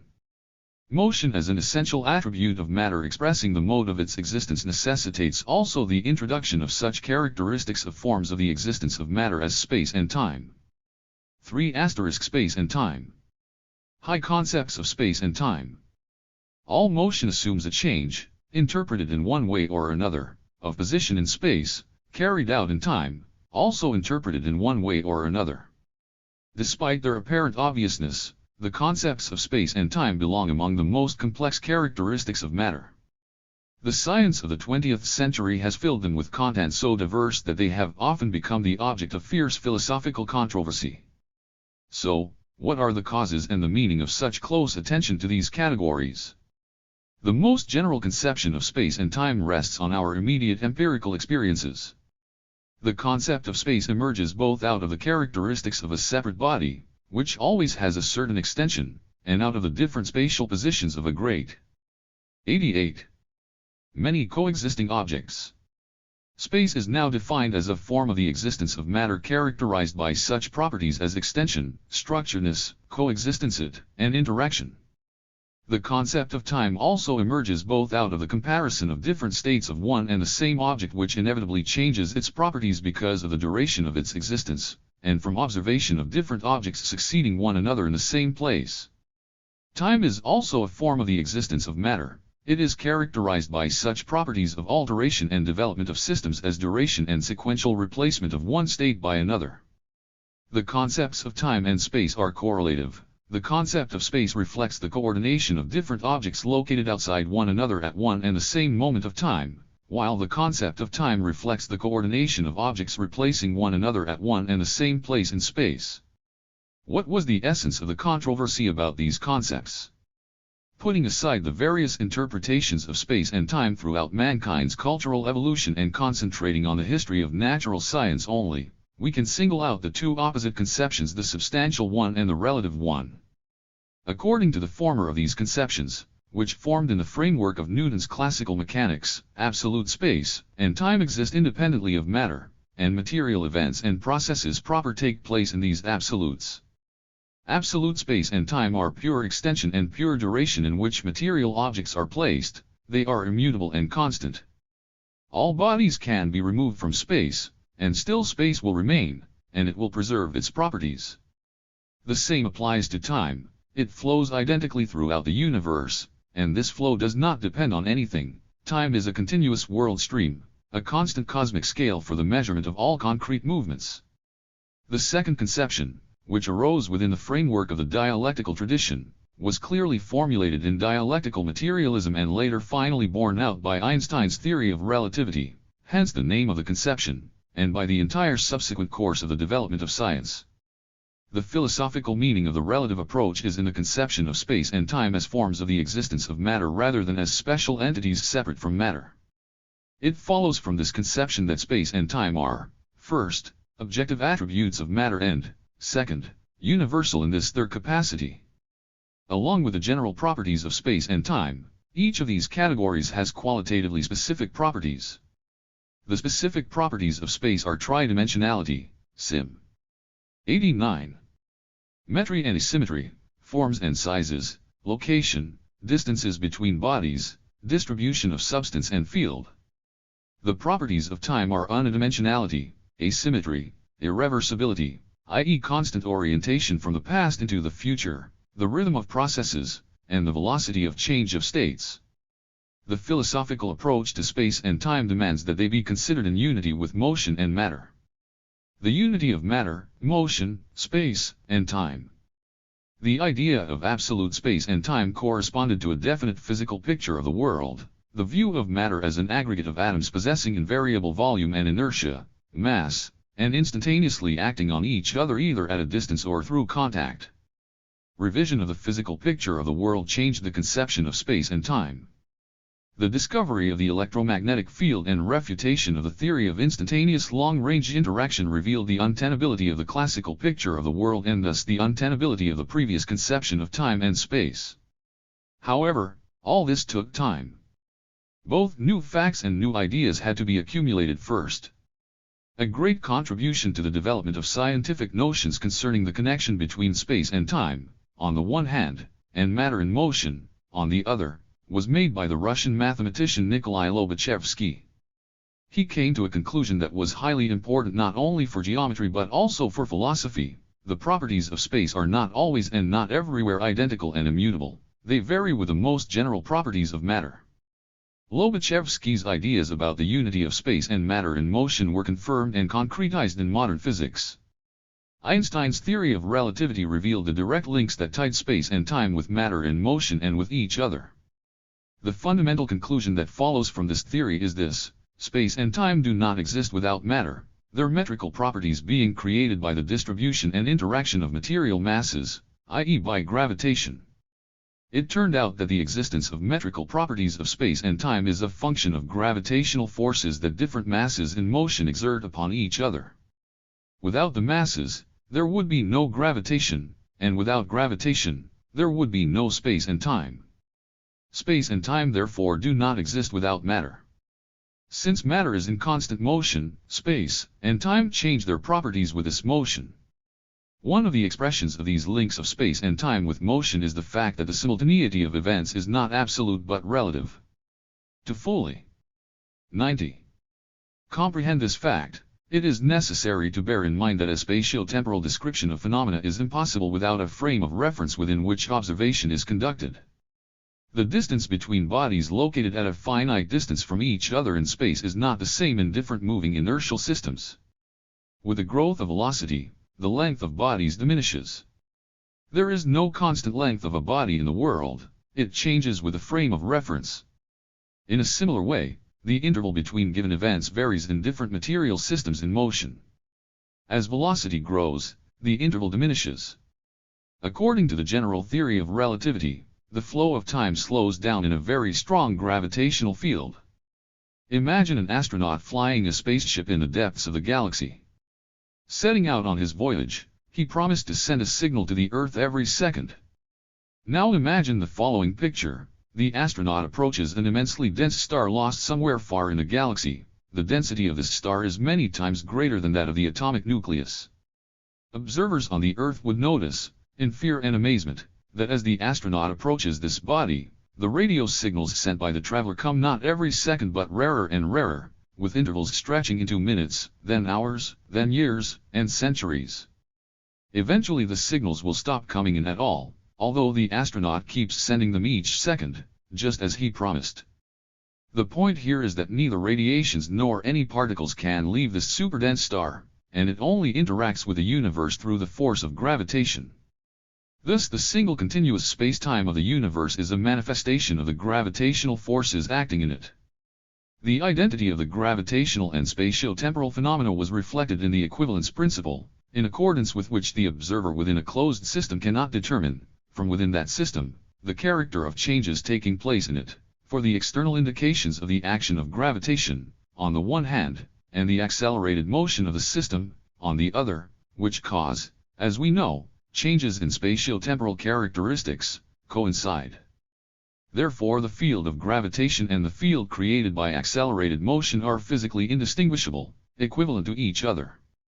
As we see, Einstein's theory of relativity confirms the dialectical materialist principle of the unity of space and time with matter in motion. The unity of space, time, and motion of matter could be expressed in these terms: studying matter in various forms of its manifestation, we inevitably study thereby space and time in their organic connection with motion, and vice versa, studying the spatio-tempo. 91. Rel parameters, we inevitably study thereby matter in motion.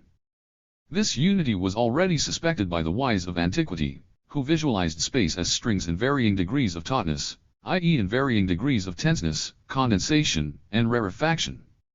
This view implies the energy character of space, its organic links with matter, with its infinite activity, and the conception of space as a very fine vibrating medium full of great potential. Ancient wisdom rejected pure, empty, and absolutely homogeneous space. It ascribed to space all those elements of density, curvature, and plasticity which scientists attributed to it only many centuries later. Previously it was thought that these characteristics belonged to bodies themselves rather than the space they occupied. Space and time are conditioned by matter as form is conditioned by its content, therefore each level of the motion of matter has its own spatio-temporal structure. The spatial organization of a crystal is different from the form of the extension of a blossoming rose. Living structures also have specific features of space and time, their geometry grows complex, and the rhythms of time change, too. Here we come up against the biological characteristic of time and space. All organisms have their own biological clocks. The time of historical events also has its own structure, for the subjects of these events master time and space by organizing these events and by experiencing them. Thus historical time is a different characteristic of time compared to physical time, say, the motion of celestial bodies. When we say that time moves faster, we mean that the events occur faster, i.e. the intensity of all the forms of social life increases. Socio-historical time is measured in generations, centuries, and millennia. Its special characteristic is that historical events are stored in the memory of mankind. In this time, the reference point may be certain social events or even legends. There is also psychological time, associated with its subjective experiencing. Thus tense expectation lengthens time, while experiencing pleasure or joy tends to shorten or condense it. Time shrinks, as it were.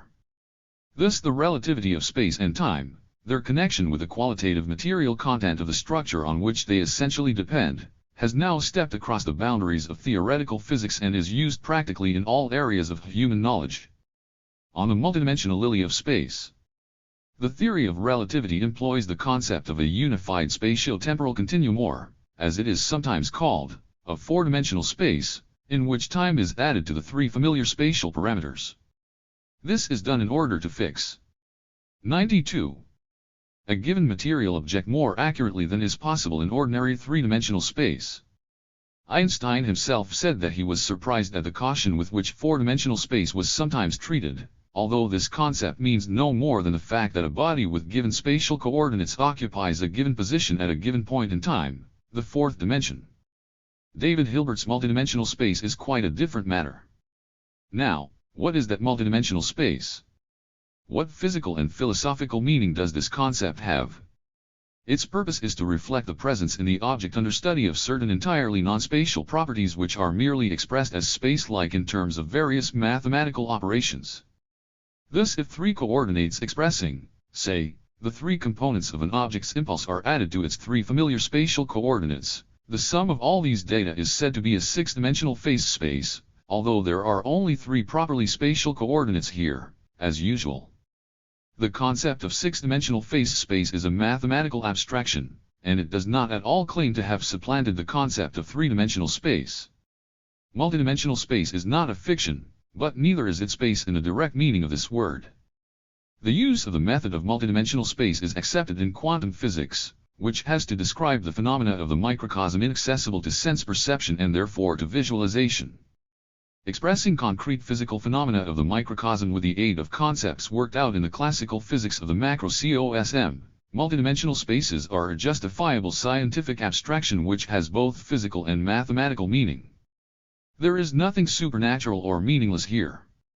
Various idealist interpretations of multidimensional space, such as the theological constructions placing all kinds of spirits or the ideal substance itself in these fifth, sixth, etc., dimensions, are not proposed by physicists or mathematicians themselves, who clearly understand the nature of the abstractions they introduce, but by idealists who exploit the achievements of natural science, or by those who do not fully understand the meaning of this new category.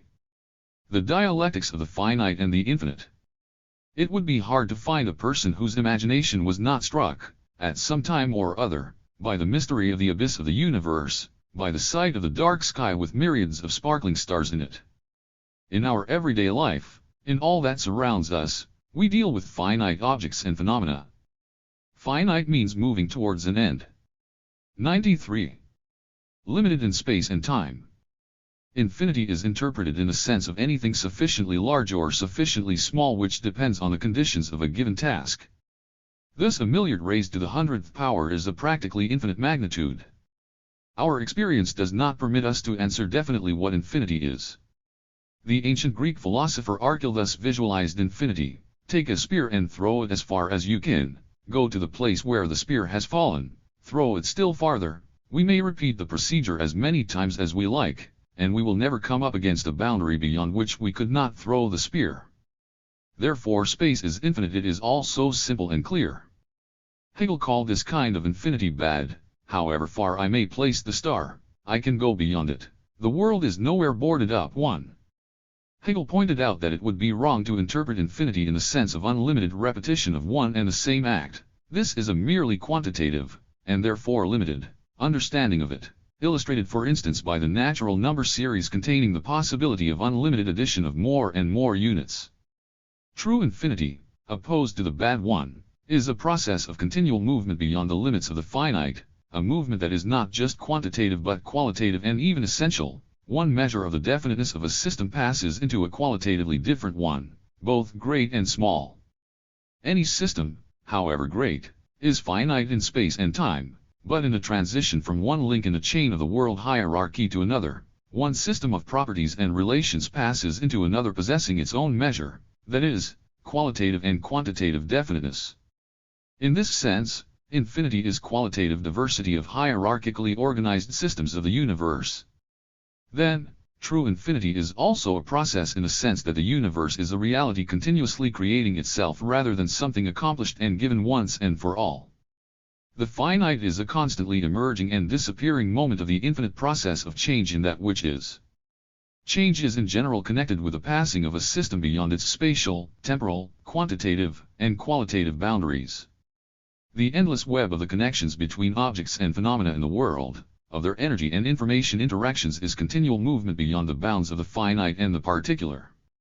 True infinity is a process of constant qualitative formation of the new comparising the infinity of space and time. It is a dialectically unfolding process of acquiring boundaries and losing them, of achieving equilibrium and at the same time tending to disturb it.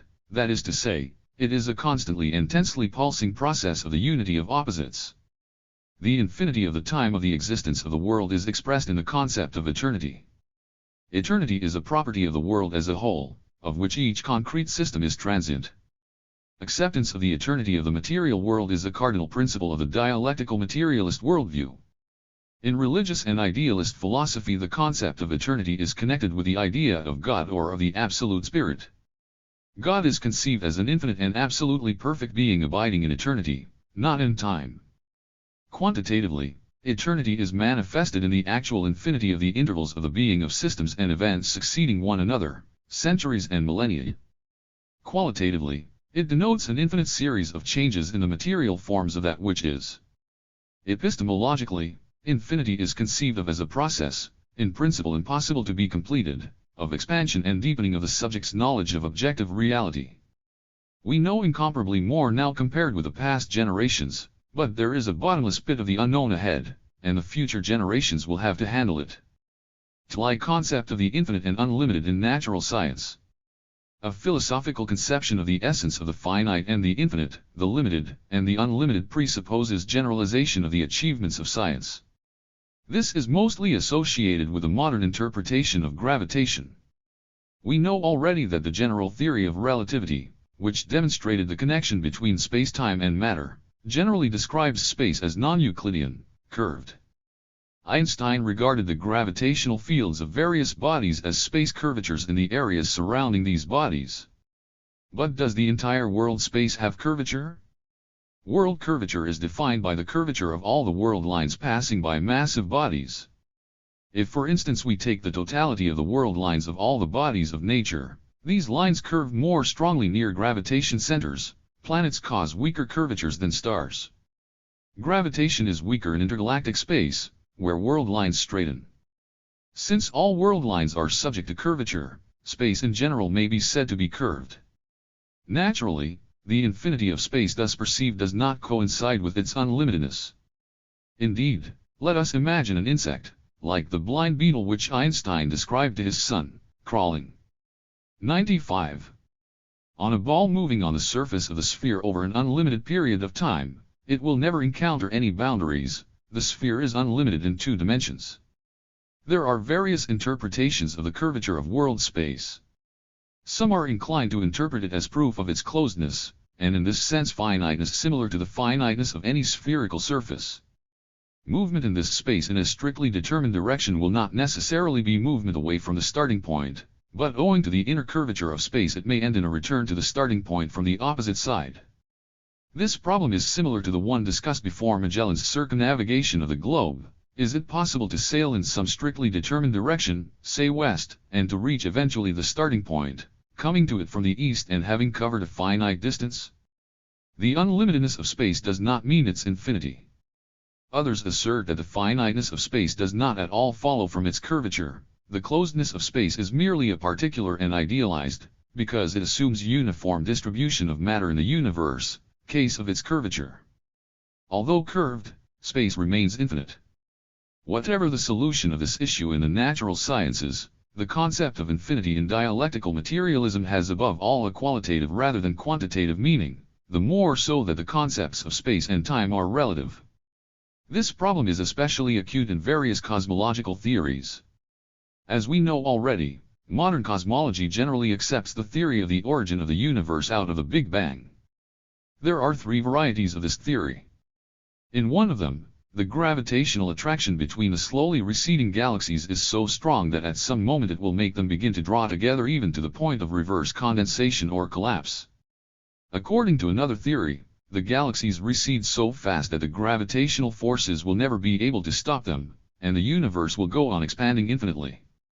According to the third theory, gravitation is close to the critical magnitude, which hinders both the infinite unfolding of the universe in space and its reverse condensation, thus avoiding the collapse. How is the issue of the finiteness or infinity of space resolved in these theories?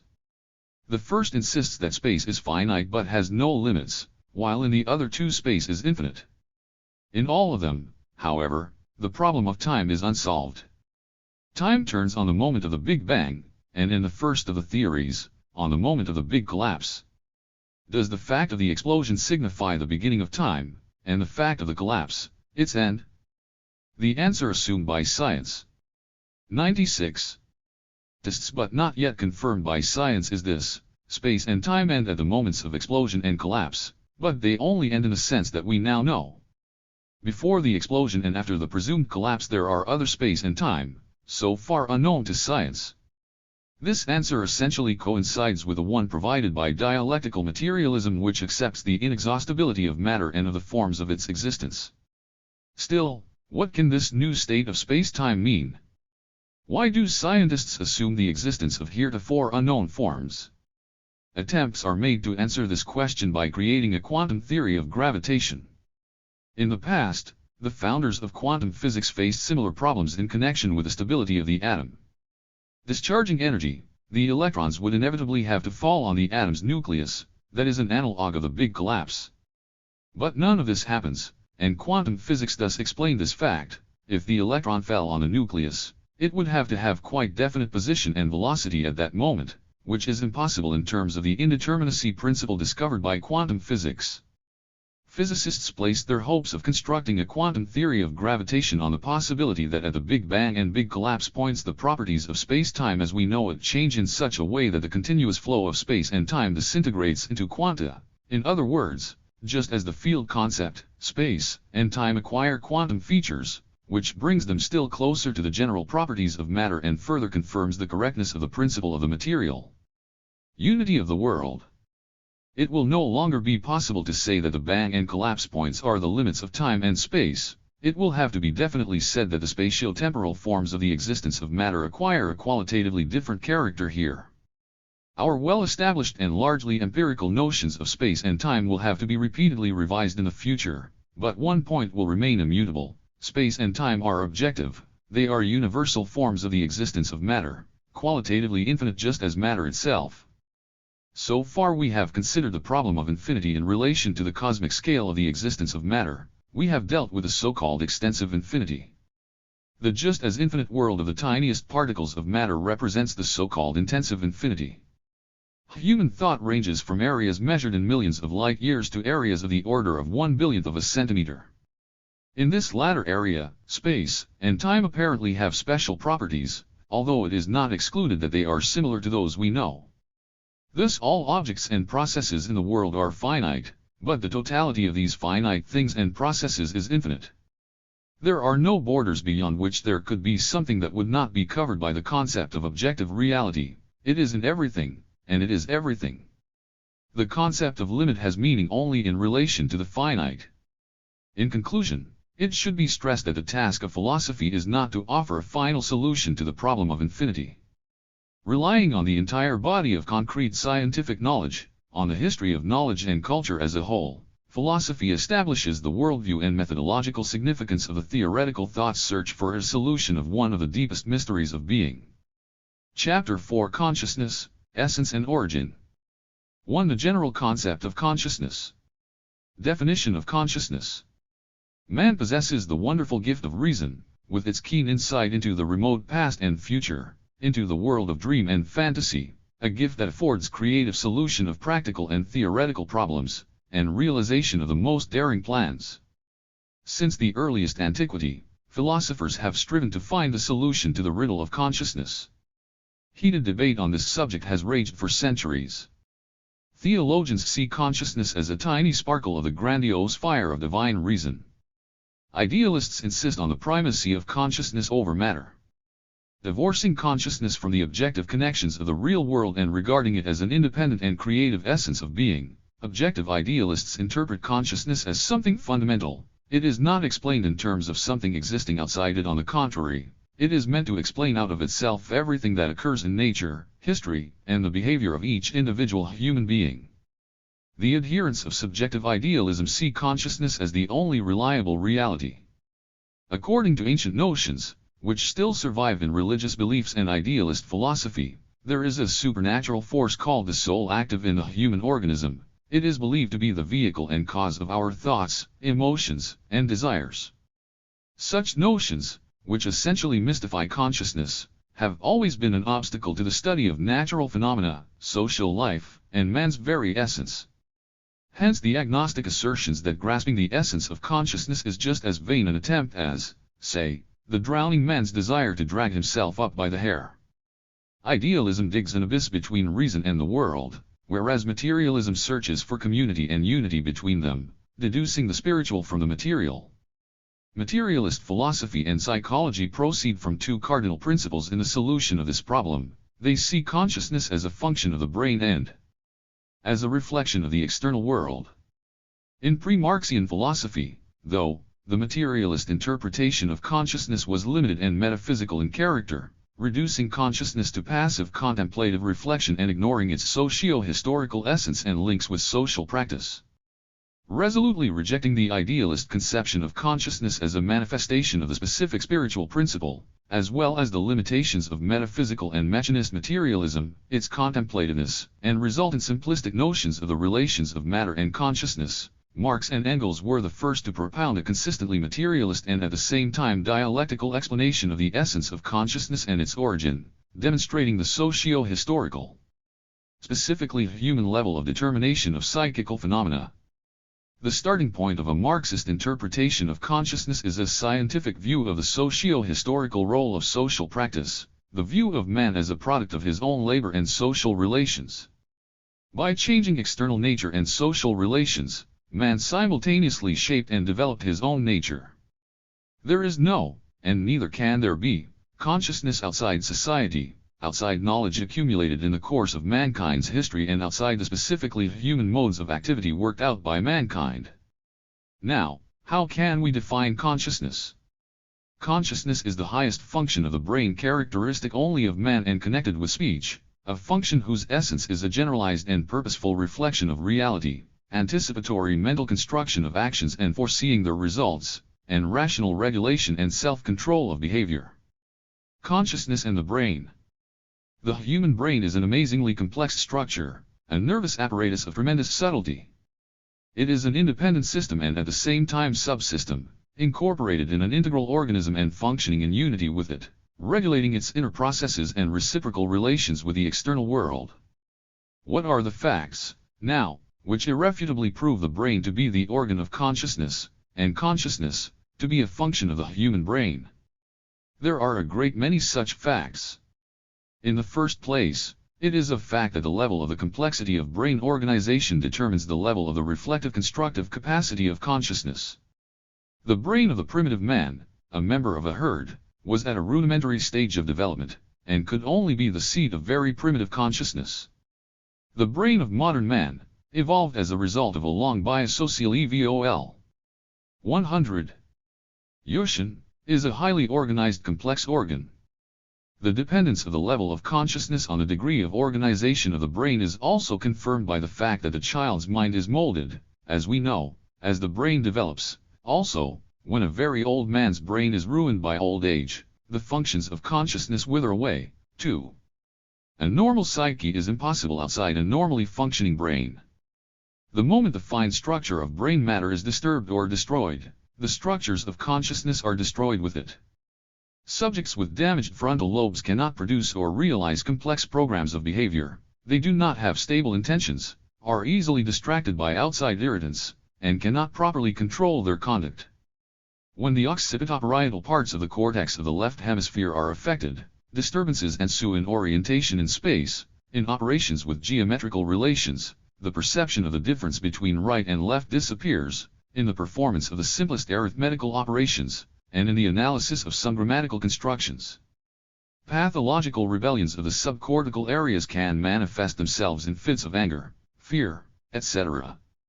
When a person systematically poisons his or her brain with alcohol or other narcotics, the spiritual world of the individual is deformed, and sometimes the complete degradation occurs, as is all too well known.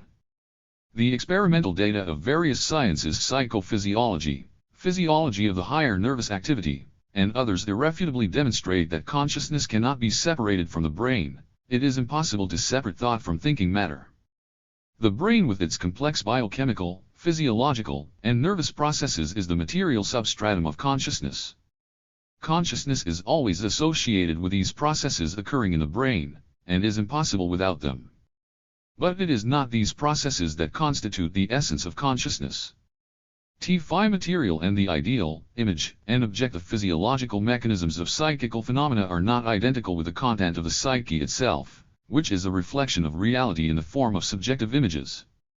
The dialectical materialist view of consciousness is not compatible either with the idealist positions, which divorce psychical phenomena from the brain, or with the positions of the so-called vulgar materialists who reject the specificity of the psychical.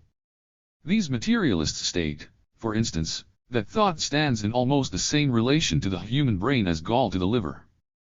The error 101 of this position stems from the incorrect interpretation of the brain as the cause and source generating psychical phenomena out of itself. On this approach, consciousness proves to be merely a passive echo of the material brain processes rather than a subjective image of external actions. What is the essence of the brain processes? Ivan Sechenov, Ivan Pavlov, Nikolai Vininsky, Alexei Ukhtomsky and their followers explained the reflex nature of psychical processes and substantiated the view of psyche as a system of activities shaped by the external world. The reflex process begins with the perception of a stimulus, continues in the nervous processes of the cortex, and ends with the organism's response activity.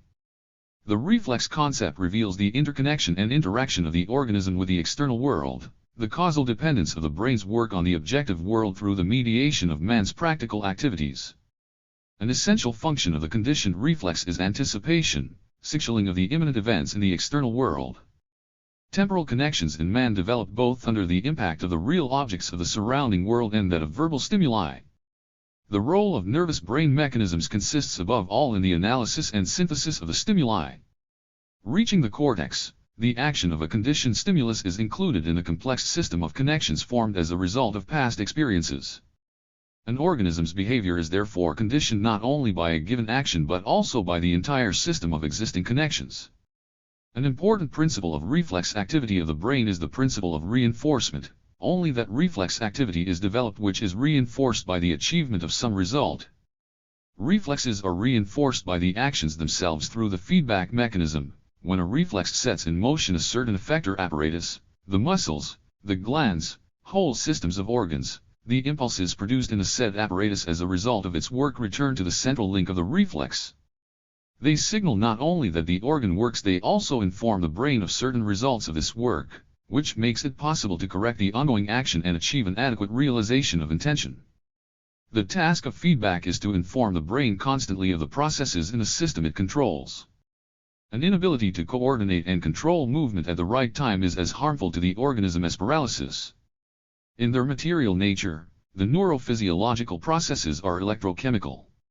Not a single sensation, not one, even the most primitive, emotion or impulse can arise without the physiological. 102.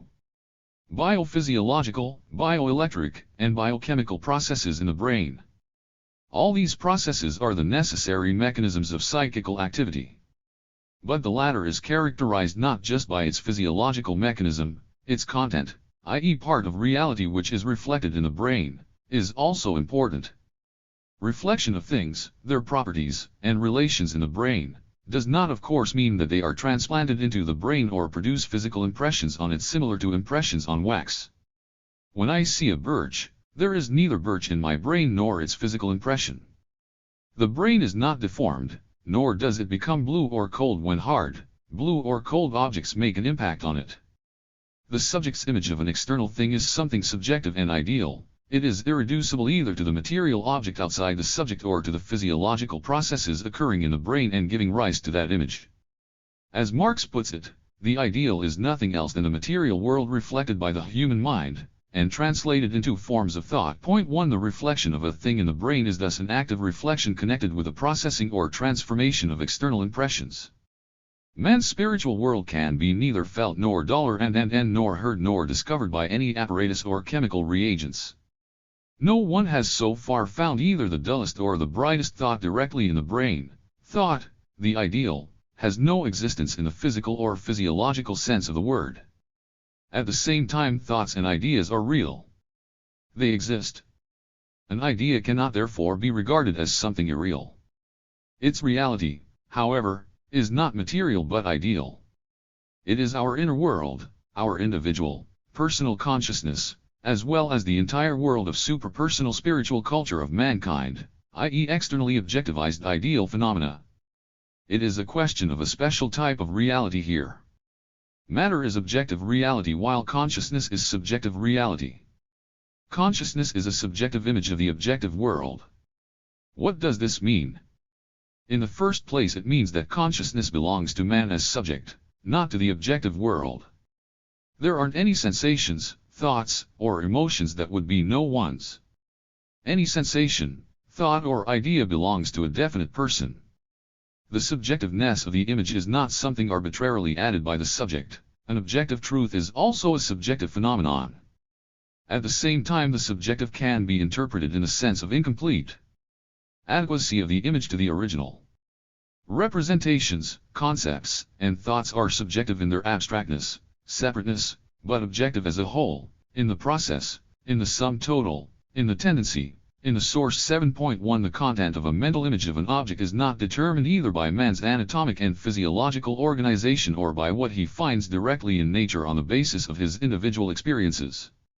Its content is a synthetic description of an object obtained in the course of object-transforming activity. This opens up a fundamental possibility of objective study of consciousness. It can be investigated through the forms of its manifestation in sensuous practical activity.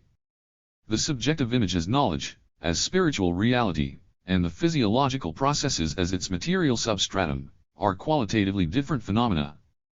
Failure to realize this qualitative specificity gave rise to the mechanistic tendency towards their identification. On the other hand, the lifting to an absolute of the specificity of consciousness as subjective image produces the tendency towards opposing the material to the ideal, the opposition being taken to the point when the world breaks up into two substances, the spiritual and the material. A great role in overcoming both the mechanistic and the idealist tendency in the interpretation of psychical phenomena is played by Lenin's proposition that absolute opposition of matter and consciousness is only permissible in the framework of the fundamental epistemological question as to what is to be recognized as primary and what as secondary. To operate beyond these limits with the antithesis of matter and mind, physical and mental, as though they were absolute opposites, would be a great mistake too. Why so? The reason is that the ideal, or consciousness, is not a substance but a function of matter organized in a definite manner. The principle of dialectical materialist monism consists in the view of sensation as a property of matter in motion. Consciousness and the objective world are opposites which form a unity. The basis of this unity is praxis, man's sensuous object-related activity. It is this activity that gives rise to the need for a psychical, conscious reflection of reality. The necessity of consciousness, and a consciousness providing a correct reflection of the world at that, is rooted in the conditions and requirements of life itself. Lenin's proposition that sensation is a copy or snapshot of reality is of essential methodological significance. It enables us to show up the complete untenability of agnostic and idealist conceptions of sensation and of consciousness as a whole. The activeness of consciousness. In Marxian and non-Marxist philosophy and psychology, the problem of the activeness of consciousness was worked out mostly in the framework of idealism. Idealists assumed that the subject perceives external influences actively rather than passively, transforming the material of sensuous experience in accordance with the norms of consciousness itself. The activeness of human consciousness was thus interpreted in idealism as an absolutely independent supramaterial force. Knowledge of the world was therefore interpreted as constructions of reason itself. Only Marxism placed the problem of the activeness of consciousness on the solid basis of science. Man does not reflect the external world in passive contemplation but in the process of transforming activity. The content of consciousness is realized in practice, in one way or another. For this, though, it assumes the character of design or idea. An idea is not only knowledge of that which is but also the planning of that which ought to be. An idea is a concept oriented towards practical realization. Creativity is closely linked with practical activity, with the needs arising under the impact of the external world. Reflected in the mind, needs become goals. A goal is an idealized need that has found its object, a subjective image of the object of activity whose ideal form anticipates the result of such activity. Goals are formed on the basis of mankind's total experiences and manifested in their highest forms as social, ethical, and aesthetic ideals. The ability for goal setting is a specifically human capacity, a cardinal characteristic of consciousness. Consciousness would be a mere luxury if it were devoid of goal setting, i.e. of the ability for mental transformation of things in accordance with social needs. The basis of the goal-setting activity is dissatisfaction with the world and the need to change it, lend it forms necessary to man and society. Man's goals thus arise out of social praxis, out of the objective world, and presuppose its existence. But human thought is capable not only of reflecting the immediately existing, it can also break away from this given. The infinitely varied objective world shines, as it were, reflected in all its colors and forms in the mirror of our self, forming there a world as calm. 105. Complex, multiform, and amazingly variable as the outside one. Man's questing thought moves and creates in this fantastic realm of the spirit, in this spiritual space. Both true and illusory notions arise in the consciousness of man. Thought both moves along ready-made patterns and blazes new trails, breaking down obsolete norms. Thought has the miraculous power of innovation. Recognition of the active and creative character of consciousness is a necessary requirement of the Marxist-Leninist understanding of the human personality. People are products and creators of history. It is not consciousness by itself that is connected with reality, but actual individuals practically transforming the world. Acting on man and being reflected in his mind, the objective world is transformed into an ideal entity. Being a consequence of the action of the external world which is its cause, consciousness, or the ideal, in its turn acts as a derivative cause. Through practice, consciousness exerts a reverse influence on the reality that gave rise to it. Activeness is inherent not only in the individual but also in the social consciousness, above all in progressive ideas which, taking a grip on the masses, become a material force. THIRD structure of consciousness. The concept of consciousness is not an unambiguous one. In the broad sense of the word, consciousness signifies psychical reflection of reality regardless of the level at which it is realized: biological or social, sensuous or rational. In a more narrow and special sense, consciousness is taken to mean not just a psychical state but the highest, properly human form of psychical reflection of reality. Consciousness is structurally organized, being an integral system consisting of various elements linked by law-governed relations. Such elements as the realization of things and the emotional experiencing, i.e. a definite attitude to the content of that which is reflected, stand out most clearly in the structure of consciousness.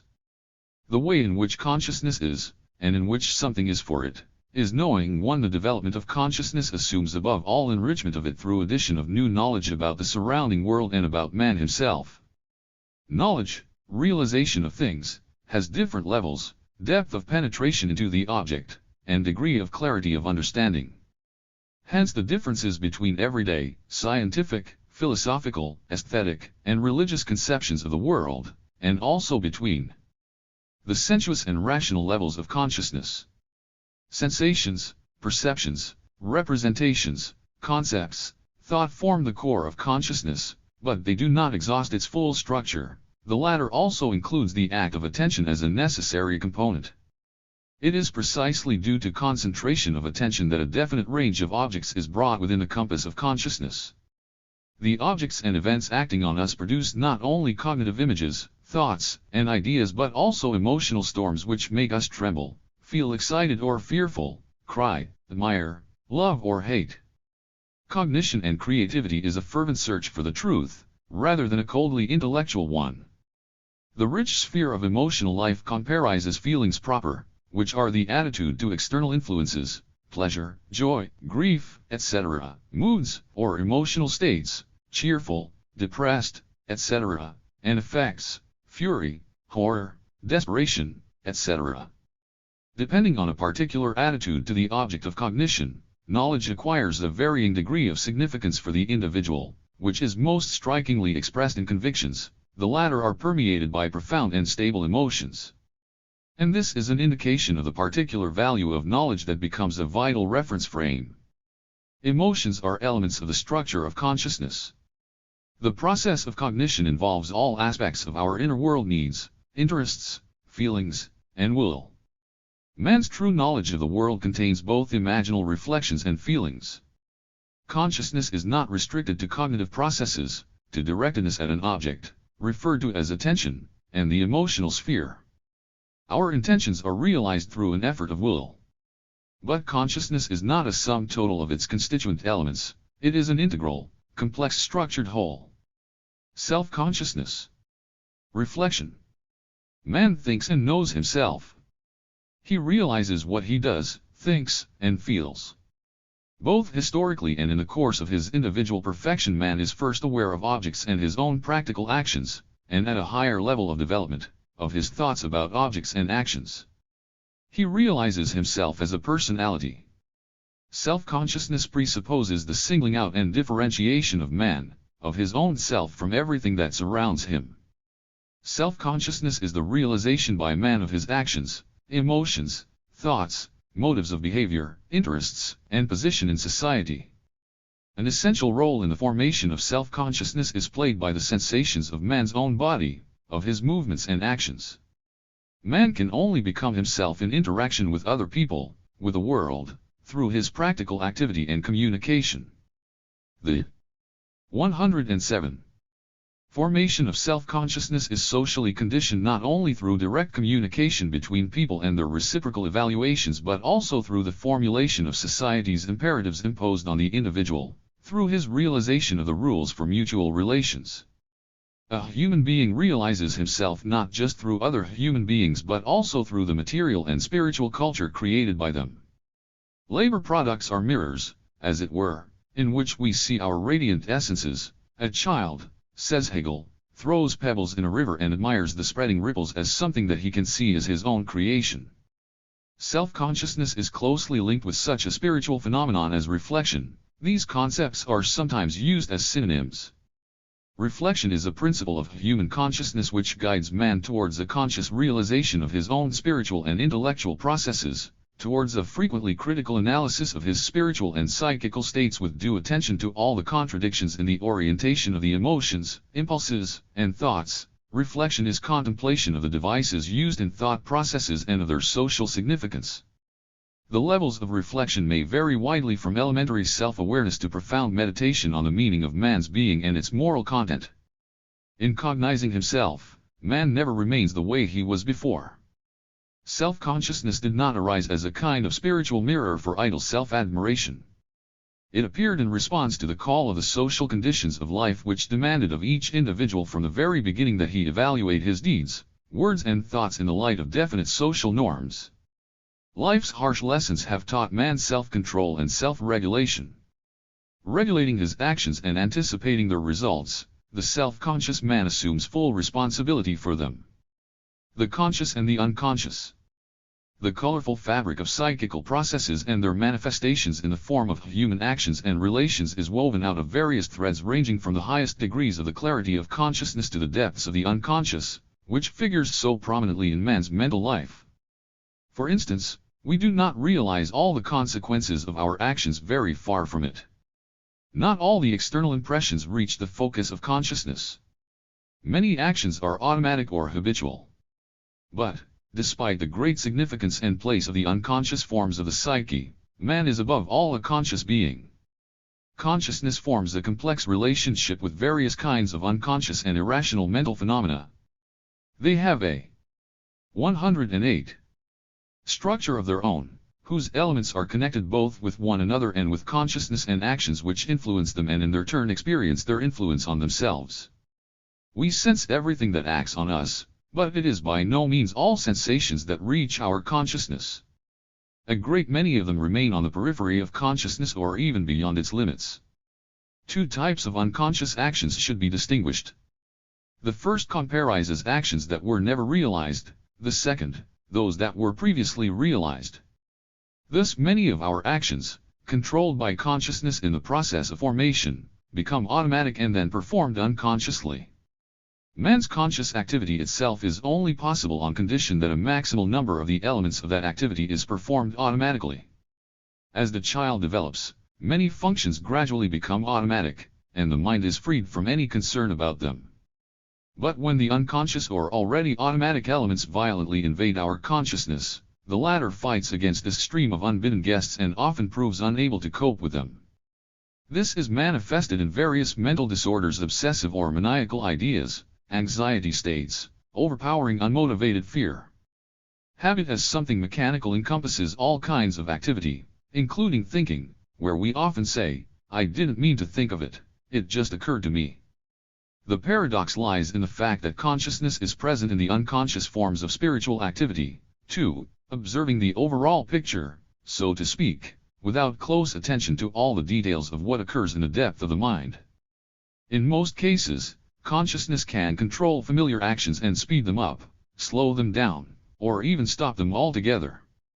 However, not all the unconscious elements, as we have already said, were previously conscious and then became automatic. A certain portion of the unconscious never reaches the illumined area of consciousness. It is these psychical phenomena, uncontrolled by consciousness, that expand the whole field of the psyche beyond consciousness as such. Human activity is only conscious in relation to those results which originally exist in the design and the intention as their goals. But it is by far not all the consequences of actions that are adequate realizations of the objective. The results of our actions and deeds are often entirely different and even contrary to what we aspired for in performing these actions. There is a great deal that is both rational and irrational in the life of a separate individual and in the whirlwind of history. The uncon. 109.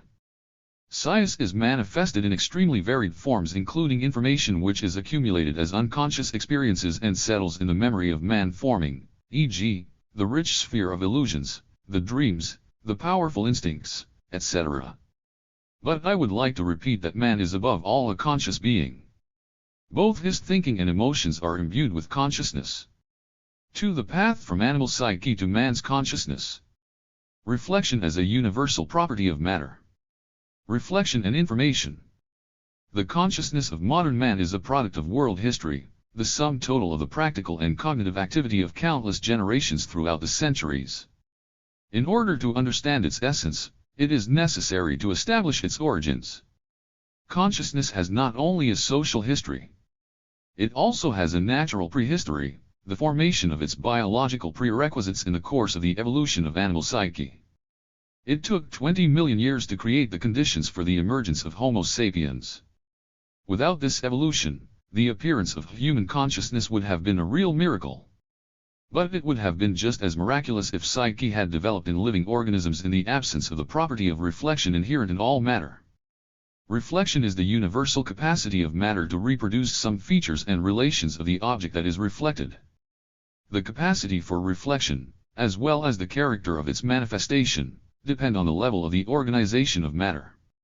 Reflection in inorganic nature, in the plant world, in the animal kingdom, and finally in man, has qualitatively different forms. A particular inalienable property of reflection in a living organism is irritability, and sensitivity is a specific trait of contact between external and internal environment, which is expressed in excitation and a selective response reaction. Reflection in all the diversity of its forms, beginning with simplest mechanical traces and ending with human reason, occurs in the process of interaction between different systems of the real world. This interaction has as its result reciprocal reflection, which in the simplest cases figures in the form of mechanical deformation, and as a general case, in the form of reciprocal restructuring of the inner state of the interacting systems, in the changes of their connections or direction of movement, as an external reaction or as reciprocal transference of energy and information. As a general case, reflection is an informational reproduction of the properties of the object. 110. Being reflected. Any interaction includes an informational process. It is an informational interaction, reciprocal causation in the sense that one object leaves a memory of itself in the other. In the broadest philosophical sense, information is being reflected in another, or other being, as Hegel would say. Information is an objective aspect of the processes of nature, and as such it is universal. Everything in the world is in direct or mediated interaction, tending to infinity, of everything with everything else. Everything carries information about everything else. On animal psyche. One of the most important aspects of interaction between living organisms and the environment is their abstraction of vital information about that environment.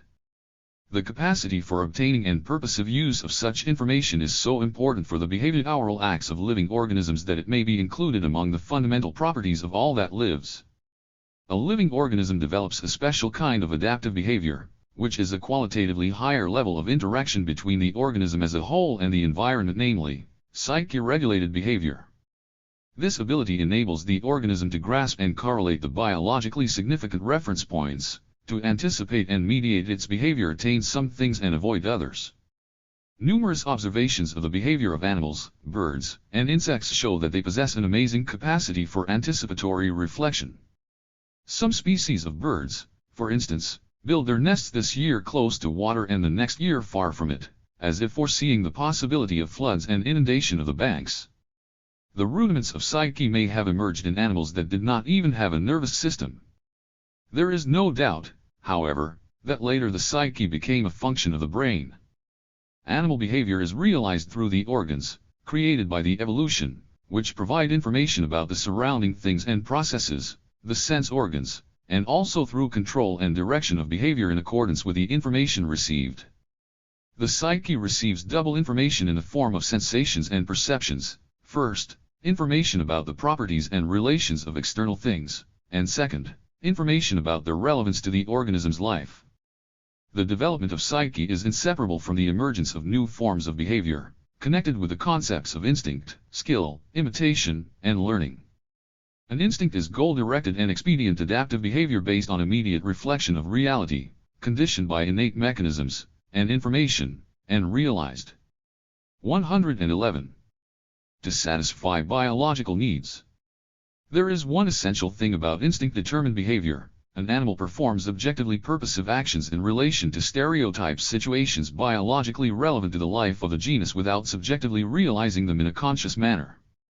From the evolutionary standpoint, instinct as an innate feature of a mode of action carries informational experiences, useful to the individual, of the previous generations of the given species of animals concerning the modes of satisfaction of biological needs, experiences recorded in definite morphological physiological structures of the organism and in the structure of psyche. Since time immemorial, our common sense, fairy tales, and myths have represented animals as our lesser brethren in intelligence. They have been credited with all the human traits: cunning, mother-wit, consciousness, conscience, a sense of beauty. A great many cases have been described of especially intelligent dogs saving human beings and serving them devotedly, of horses carrying their wounded masters from battlefields, finding their way in snowstorms, etc. Even more interesting from this angle is the case of dolphins rescuing drowning people who are complete strangers to them. For many years scientists have been studying the behavior and psyche of animals, especially the higher animals, dolphins and apes, who have amazing capacity for imitation and observation. Experiments and observation have shown that the higher animals are capable, in their own way, of thinking, i.e. of solving relatively simple tasks whose terms do not go beyond the limits of a concrete situation.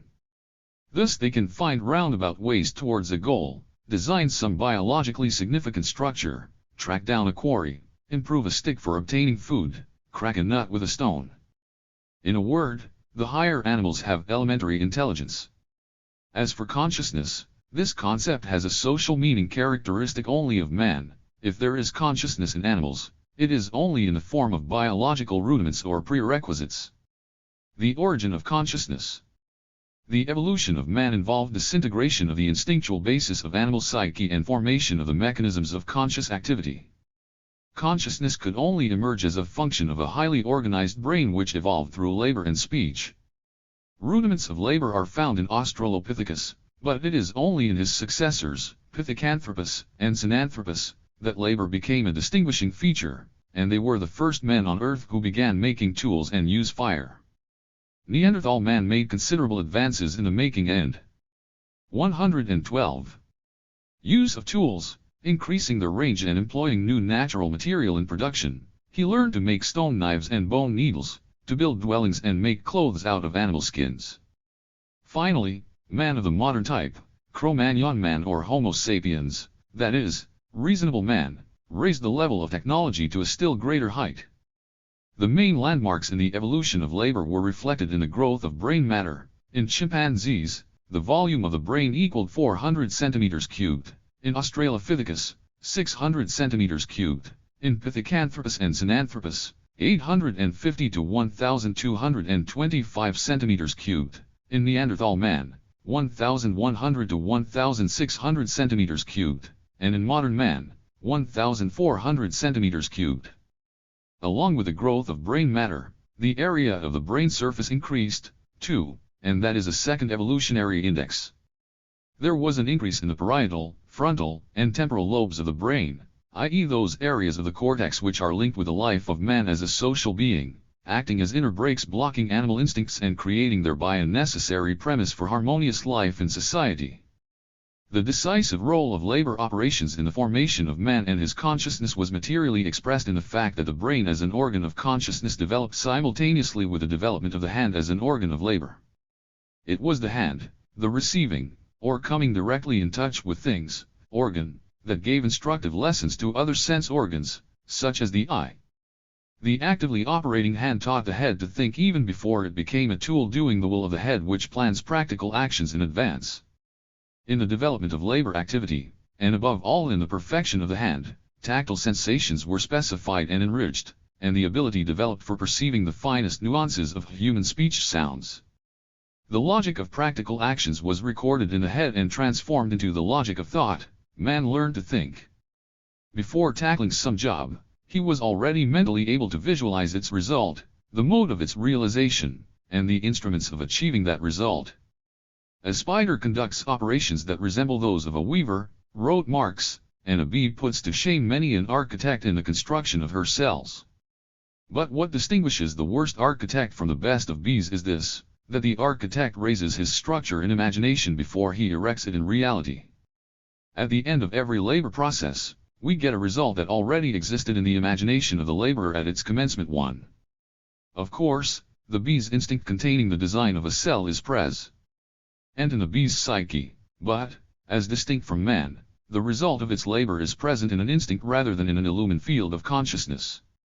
The key to the secret of the origin of man and his consciousness is in one word: labor. In the beginning was the DNCD / one can say that, grinding the blade of his stone axe, man sharpened at the same time the blade of his intelligence. Along with the emergence of labor, man and human society evolved. Collective labor presupposed cooperation among people and thus a division, however elementary, of labor actions among its participants. Some kept up the fire, others prepared food, still others hunted, there were those who dug up roots, etc. A division of labor effort is only possible if the participants perceive, in one way or another, the connection between their actions and those of the other members of the collective, and thus their bearing on the attainment of the ultimate goal. The formation of the consciousness of man is linked with the emergence of social relations which signify the subordination of the individual's life to a socially fixed system of needs, duties, and disciplined conduct, all expressed in and regulated by language, historically shaped customs and mores. Man's reflection of reality differs from its reflection by animals not only in its mode but also in the things that are reflected and provide satisfaction. The needs were determined by the norms of the human mode of life. The objects of nature cease to be mere objects of hunting or gathering, of immediate consumption. Apart from satisfying his natural needs, man aspired to understanding the world and thus satisfying his evolving intellectual interests. Consciousness now found within itself verbal foundations of its own being, which was expressed in the free play of images, in the flight of the imagination, in purposive solution of problems, all of which made practical actions better thought out. 3. Consciousness. Language. Communication. Man's endowment with the gift of speech. Language is as old as consciousness. Animals do not have consciousness in the human sense, neither do they have language equivalent to human language. The few things that animals have to communicate to one another may be communicated without speech. Many animals live in herds or flocks, they have voice organs. For instance, the chimpanzees can pronounce about 32 sounds. Dolphins have a complex signaling system. Animals can also rely on facial expressions and gestures for 114. Signaling each other. Bees apparently have a special signaling system consisting of various spatial figures. By combining various figures in a whole dance, i.e. thanks to a special syntax, a bee will tell the swarm where the source of food it has discovered is located, and how to find the way to it. All these instruments of signaling have a basic difference from human speech. They serve as an expression of some subjective state caused by hunger, thirst, fear, etc. A partial analog of this is interjections in human language, or a mere indication. A partial analog of this is man's pointing gesture, or calls for joint action or warnings of danger. A partial analog, exclamations, hailings, outcries. The function of animal language is never that of positing some abstract meaning as the subject matter of communication. The content of animal communication is always a situation existing at the given moment. Human speech, along with human consciousness, broke away from the situation, and that was a communicative revolution, which gave rise to our consciousness and made the ideal element reproducing objective reality in a mediated fashion the content of our speech. The facial expressions, gestures, and sounds used as instruments of communication, in the first place among the higher animals, served as the biological prerequisite for the formation of human speech. The development of labor of necessity promoted close cohesion among the members of society, increasing the incidence of mutual support and joint activity.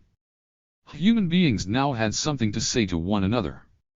This need created an organ, the appropriate structure of the brain and of the peripheral speech apparatus.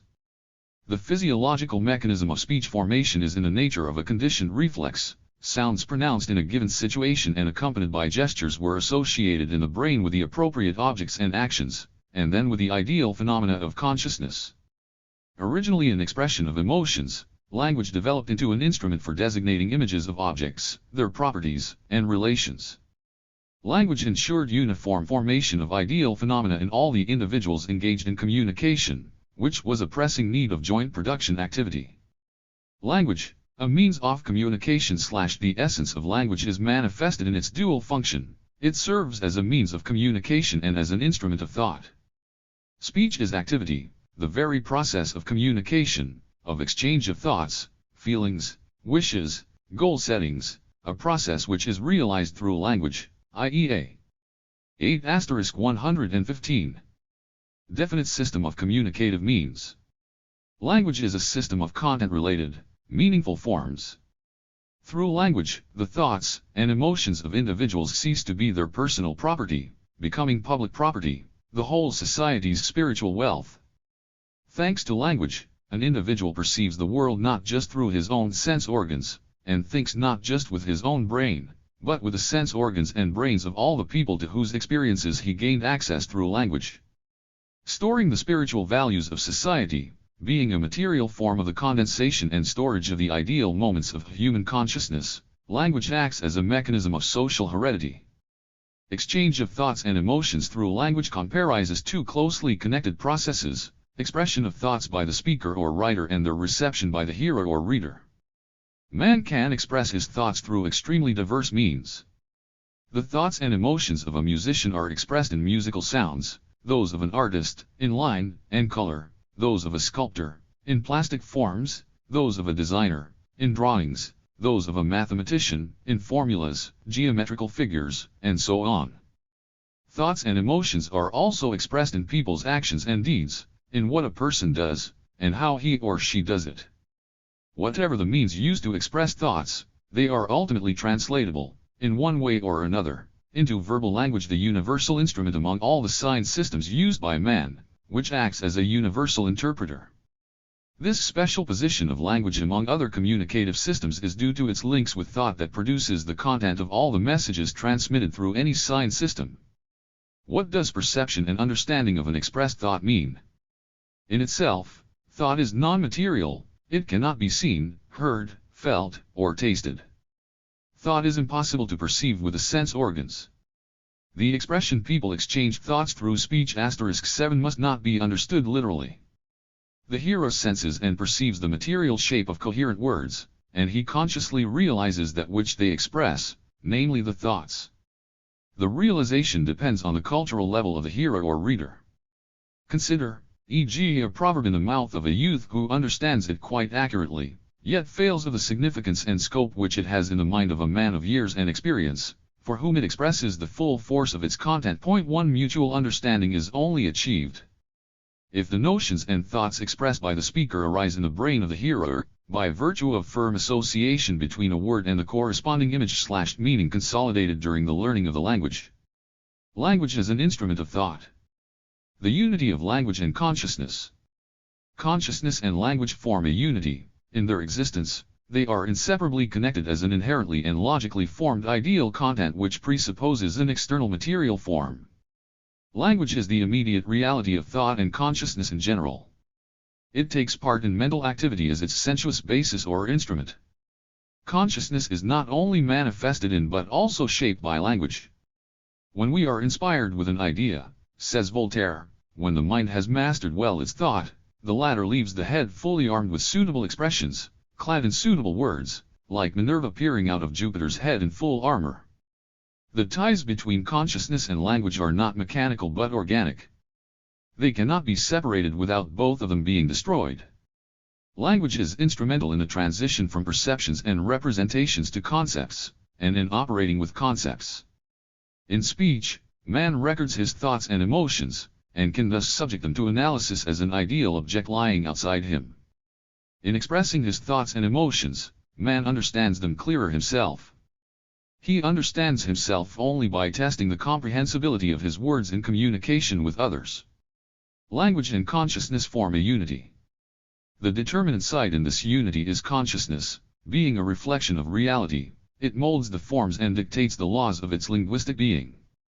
Through consciousness and practice, the structure of language reflects, in the final analysis, the structure of being, albeit in modified form. But unity is not identity. The two aspects of this unity differ from each other. Consciousness reflects reality, while language designates it and expresses it in thought. Speech is not thought, otherwise, as Ludwig Feuerbach remarked, the greatest talkers would be the greatest thinkers. Language and consciousness form a contradictory unity. Language influences consciousness. Its historically evolved norms, distinctly different in each nation, stress different features in identical objects. For instance, the style of thought in German philosophical literature is different from that of French literature, a fact, largely determined by the features of the national languages of these peoples. But the dependence of thought on language is not absolute, as 117. Some idealistically minded linguists assume, thought is largely determined by its links with reality, while language can only modify the form and style of thought. Language also influences consciousness in the sense that it exercises a kind of coercion, tyranny over thought, directing its movement along the channels of linguistic forms, driving, as it were, the variable, individually unique and emotionally colored thoughts into the common framework of these forms. An outline theory of dialectics. Chapter V. Connection and development as the main principles of dialectics. 1. On the universal connections and interactions. T5 Concepts of connection and relation. The philosophical principle of universal connection. The entire reality accessible to us is an aggregate of objects and phenomena linked with one another by extremely diverse relations and connections. All objects and events are links in an infinite chain joining all that exists in the world in a single whole, a chain that is, at its deep-lying basis, nowhere disrupted. Although matter is discrete, everything interacts with everything else. The bond uniting all objects and processes in a single whole is universal in character. The life of the world is in the endless web of relations and connections. They are the threads, as it were, that fasten everything. The moment they are broken, everything will disintegrate into chaos. The principle of relation and connection is an adequate reflection of the organization of all that is, and of the systems forming it, one of the fundamental worldview and methodological principles on which the entire categorical edifice of philosophy is built. It expresses the materiality of reality, the condition of the connection of everything with everything, including the various forms of the motion of matter. In other words, this principle rests on the material unity of the world. Connection is usually defined as a deep-seated attributive property of matter, consisting in the fact that all objects and phenomena are linked by infinitely varied interdependence and various relations with each other. In other words, connection is a general expression of dependence among phenomena, a reflection of the interdependence of their existence and development. As for relation, it is mostly defined as one of the forms of or an element in the universal interconnection of objects and processes. Indeed, everything exists in two hypostases, as it were, as being by itself and as being for others, in relation to these others. The existing relations are extremely varied. They are the relations of equality and inequality, of 119. Subordination and coordination, of part and whole, etc. The kinds of relations listed here are universal in character, concealing, as it were, the deep substantive connection of phenomena. Thus the part and whole relation expresses the functional connection. Of all the kinds of relations, the most universal in character is the relation of dependence, for even that which at first sight appears independent from the environment, in the final analysis proves dependent on it. This environment, being indifferent to something that is apparently independent, exerts, in one way or another, through its development or change, a direct or mediated influence on it, being a direct or mediated cause of change in its state. Along with the diverse relations, there are the extremely varied types and kinds of connections. The types of connections are defined in relation to the level of organization of matter. Related to the different forms of the motion of matter, there exist in inorganic nature mechanical, physical, and chemical connections presupposing interaction either through various fields or through direct contact. In the ensemble of atoms forming a crystal, a separate atom cannot oscillate independently, the least of its displacements affects all others. The particles of a solid body can only oscillate collectively. There are also more complex connections in living nature, biological ones, which are expressed in the relations of elements within an organism, within a species, and among species, as well as in their relations with the environment. In social life, the connections become even more complex, forming production, distribution, class, family, interpersonal, national, state, and other types of relations. However, connections exist not only among objects within a given form of the motion of matter but also among all its forms. For example, there is a connection between attraction and repulsion in the inorganic world. In society, the same connection acts in a complex mediated form, being subordinated to the social laws of people's life and therefore transformed into a different quality, such as sympathy and antipathy, interpersonal compatibility and incompatibility. Besides, there exist such forms of connections as external and internal ones, direct and mediated, functional and genetic, spatial and temporal, law-governed and accidental, cause and effect, and so on. These forms of connections are differentiated depending on the aspect of consideration of the objects under study. Thus the human organism may be considered in terms of functional connections, genetic connections, or internal and external ones. The connections may be one-sided, two-sided and many-sided. The functional connection is 120. For instance, a many-sided one, while the genetic connection is one-sided, developing always from the past to the future. Any form of connection always has its definite basis, which makes it either necessary or accidental, constant, or temporary. The basis is an essential objective condition ensuring the formation and existence of a given connection. Thus the gravitational properties of systems condition the force connection among cosmic objects. Atomic nuclear charge is a connection in the periodic system of the elements. Needs and interests form the basis of interconnections among people in society. Through his activity, man mediates the connections and relations existing in nature, among objects and processes. His impact on nature is often negative in its more remote consequences, as man is not always capable of taking into account all the connections and relations existing in nature, stressing only those of them which have a direct bearing on the goals of his activity. In other words, consciously or unconsciously, man violates in these cases the universal interconnectedness of phenomena and processes. For example, forest cutting reduces the bird population and that, in its turn, increases the number of agricultural pests. Destruction of forests sands up rivers, erodes the soil and thus leads to a reduction in harvests. There is nothing in the world that would be unconnected with the whole. Evidence of experience may appear before us only in isolated form, and our mind can point to isolated facts only, but that does not mean that they actually exist in isolation. The whole point is to discover a method for identifying the connection between these phenomena and the nature of such a connection. The concept of connection is one of the central concepts in dialectical materialism. It is used to substantiate the principles of development, of the struggle of opposites and interrelation between quantitative and qualitative changes, etc. The concept of interaction is a further clarification of the principle of universal connection. The concept of interaction. Everything that happens in the world springs from constant interaction between objects. Because of the universality of interaction, all the structural levels of being are interconnected, and the material world is unified. This interaction determines the emergence and development of the objects, their transition from one qualitative state to another. Interaction is a philosophical category reflecting the processes of reciprocal influence of objects on one another, their mutual conditioning, changes of state, mutual transition into one another, as well as generation of one object by 121. another. The dynamics of the cause and effect conditioning of motion, of change, and development in nature, society and thought presupposes heterogeneity and diversity of the forms of manifestation of all that is, the incorporation of each fragment of being in the stream of universal interaction. Interaction is objective, universal and active in character. The properties of an object can be manifested and cognized only in interaction with other objects. Reciprocal action is the first thing that we encounter when we consider matter in motion. 1.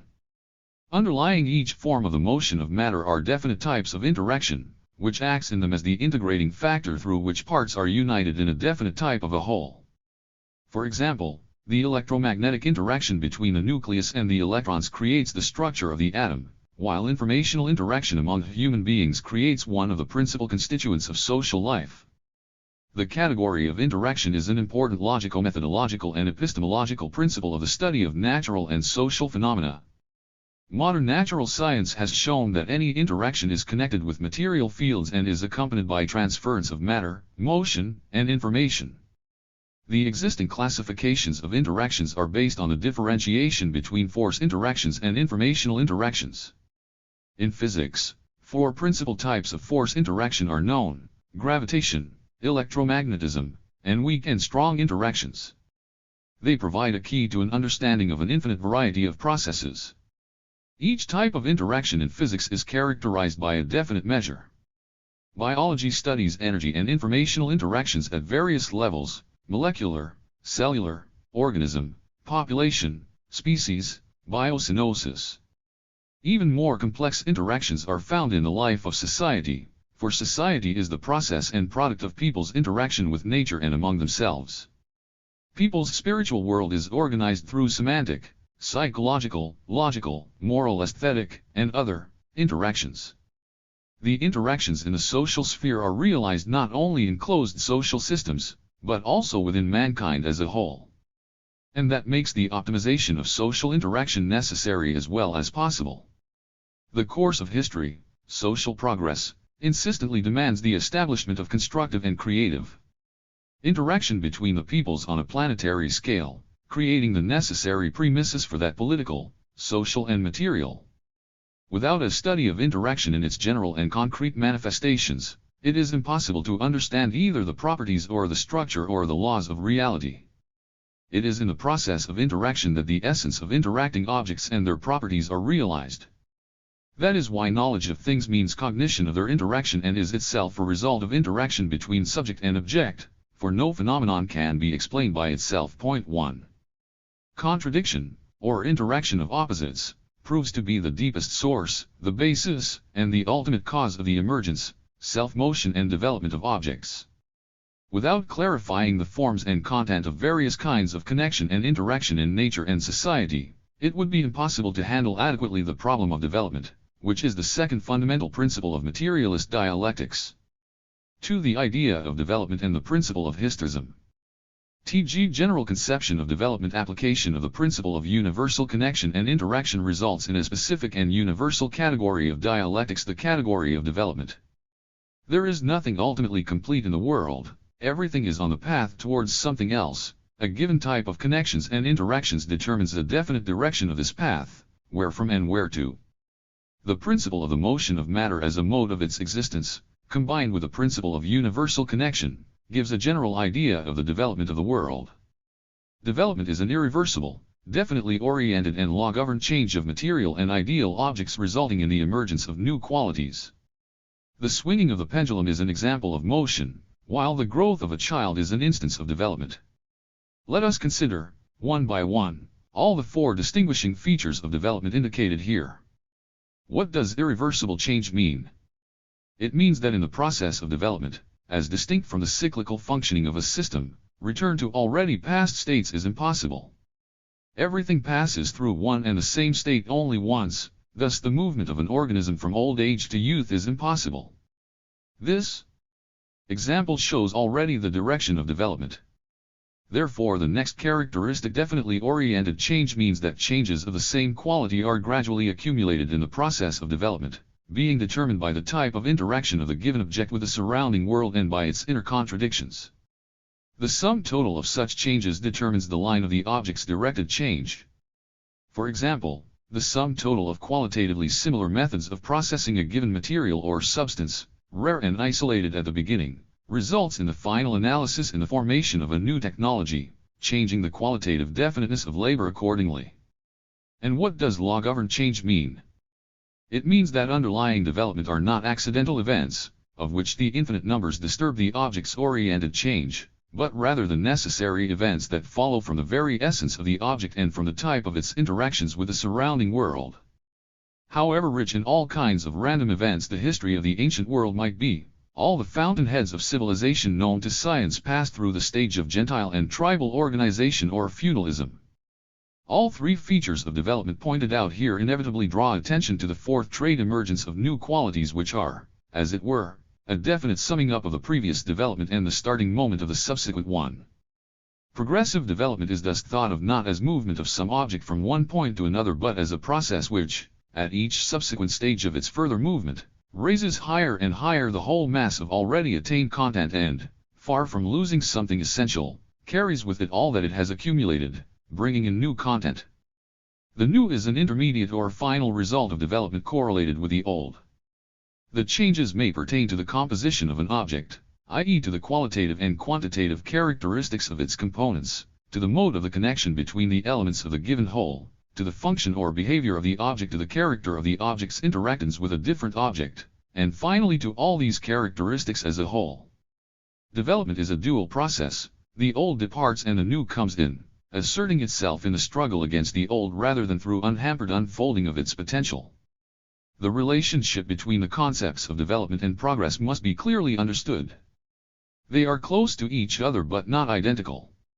Development results in the appearance of a new 124 quality, but it is not at all necessary that this quality should be more complex or more perfect than the previous one. If the new quality is in some respect superior to the old one, we have a progressive tendency of development, and if it is inferior, we have a regressive tendency. Thus the aging of an organism is a regressive tendency of development, which may be accompanied, though not always, by a progressive tendency in the development of the individual's spiritual and intellectual potential. Regress is just as irreversible as progress, that is to say, a new quality may appear at any stage in regress which is irreducible to the previous states. Being just one of the tendencies in the development of life, regress is by no means linked with degeneration or extinction. Regressive simplification of the morphophysiological qualities of a given biological species is often linked with the needs of adjustment to a new environment, and many of the so-called degenerated forms belong among the most flourishing groups of the animal world. Progress and regress are two different tendencies of development which, however, are intertwined with one another, forming a complex interdependence. In complex systems, one element or level may be subject to regress while the system as a whole may progress or, on the contrary, a general regress of the system may be accompanied by progressive development of its separate elements. If we consider the larger scales of development, such as organic evolution, interaction of differently oriented processes is distinctly discernible there. The general line of progressive development is interwoven with changes that give rise to the so-called blind alleys of evolution or even paths of regress. Having great heuristic force, the idea of development has significantly enriched the worldview and methodological principles of science. The branch of progressive development known to science includes the pre-stellar, the stellar, the planetary, the biological, and the social stages of the structural organization of matter. On the cosmic scale, the processes of progressive and regressive development are apparently equal in their significance, since both result in the emergence of new forms. Cyclic processes also figure prominently in the universe, cf. the transmutation of elementary particles. Progress and regress actually coexist in objective reality, as do deformation, decay, revolutionary, leap-like, and evolutionary changes, spiral, and cyclical material processes, i.e. there coexist two opposing directions of development along the ascending and the descending line. Development along the ascending line is development from the elementary towards the complex, more perfect, more 125. Finely organized, towards a richer potential and greater information volume, a process in which the structure becomes more refined, matter and energy accumulate, and the extent of coded information grows. Descending development is the path of decay, degeneration, impoverishment, and decomposition. Wisdom has learned from being that these processes do not run separately but are combined in different proportions. In some cases the ascending element prevails, and progress occurs, while in others regress and the descending line predominate. However, the prevailing general tendency is progressive development, for cyclical development and decay are mostly characteristic of separate objects and processes of the material world, while on the whole the unstoppable and irreversible movement accompanied by the emergence of ever new forms is indubitably universal. Development and time. The crucial feature of development is time. Development takes place in time, and only time brings out its direction and irreversibility. The history of the concept of development as emergence of new forms goes back to the formation of the theoretical notions of the direction and irreversibility of time. The ancient cultures had no knowledge of development in the true sense. Time was thought of as flowing cyclically, and all events were perceived as mere repetition of the old according to the decrees of fate. The idea of cyclicity could be expressed like this: the sun also riseth, and the sun goeth down, and hasteth to his place where he arose. Light wind goeth toward the south, and turneth about unto the north, it whirleth about continually, and the wind returneth again according to his circuits. Tie thing that hath been, it is that which shall be, and that which is done is that which shall be done, and there is no new thing under the sun. The idea of the perfect cosmos underlying the ancient view of the world ruled out the very question of the direction and irreversibility of time, and of changes which could give rise to new systems and connections. Development was interpreted as the unfolding of certain possibilities inherent in things and merely hidden in them. The ideas of the irreversibility of time and its linear direction emerged with the assertion of Christianity, and that only in the sphere of human being. Only later, with the formation of experimental science, were these notions gradually extended to the study of nature. The ideas of natural history, of oriented and irreversible changes not only in nature but also in society, gradually emerged. The French natural scientist Georges-Louis Buffon published his Histoire naturelle, 1749, in which he attempted to present the development of the earth, the animal world and man as a single evolutionary process. For those times, it was a daring step, for everything was then regarded as immutable since the day of creation. Immanuel Kant published his work General History of Nature and Theory of the Heavens, 1755, which substantiated the view of the Earth and of the solar system as having evolved in time, and proposed the hypothesis of the emergence of planets from a primordial dust nebula. The turning point here was the creation of cosmology and the theory of evolution in biology, Lamarck, Goethe, Darwin, and geology, Lyell. The idea of development and the historical thought that sprang from it became part and parcel of natural science and philosophy. Historical thought moved into the foreground among other methodological principles in the 19th century, which will go down in history as the age of historism. In those times there was not a single natural, humanitarian or philosophical science that would not reflect, in one way or another, the historical type of thought, cf. Comparative historical linguistics, the doctrines of political economy, etc. But the triumph of historical thought, based on the concept of linearly unfolding, oriented, and irreversible time, and thus on the category of development, came with the Marxist principle of historism. The principle of historism in a general methodological interpretation.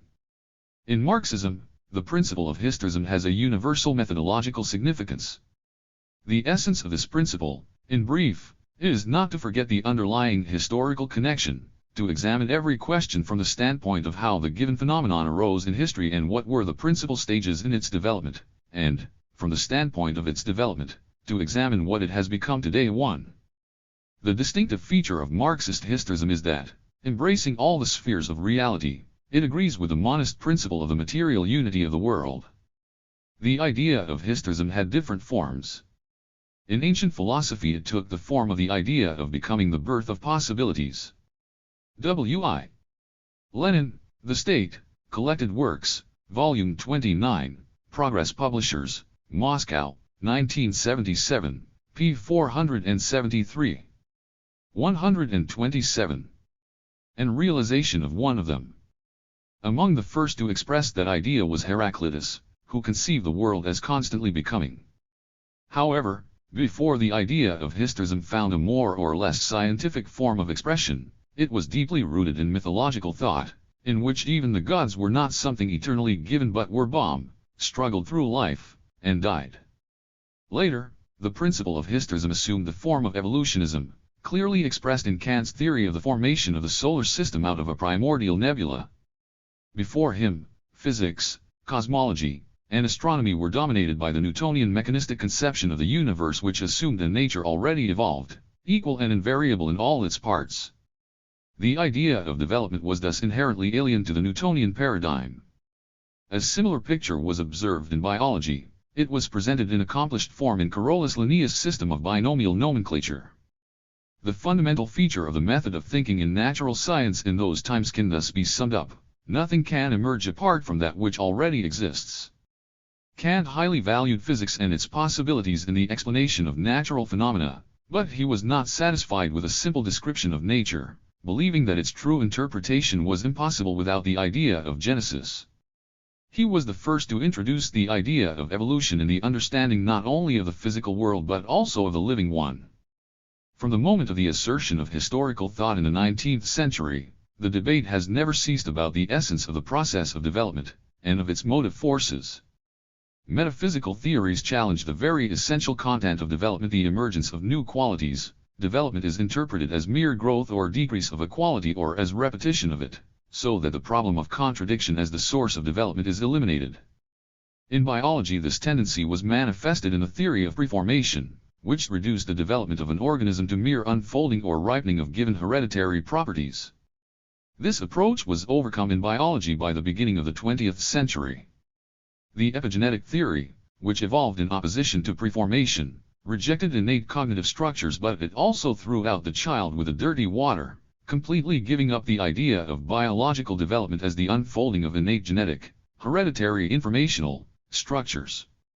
The idea of qualitatively new formations was unambiguously associated with the action of factors external to the given organism. In other words, if the first theory raised to an absolute the role of the inner factors of development, ignoring the significance of 128. The external factors, the second, on the contrary, exaggerated the importance of the external factors, and underestimated the role of the inner ones. Hence both theories prove to be essentially meta.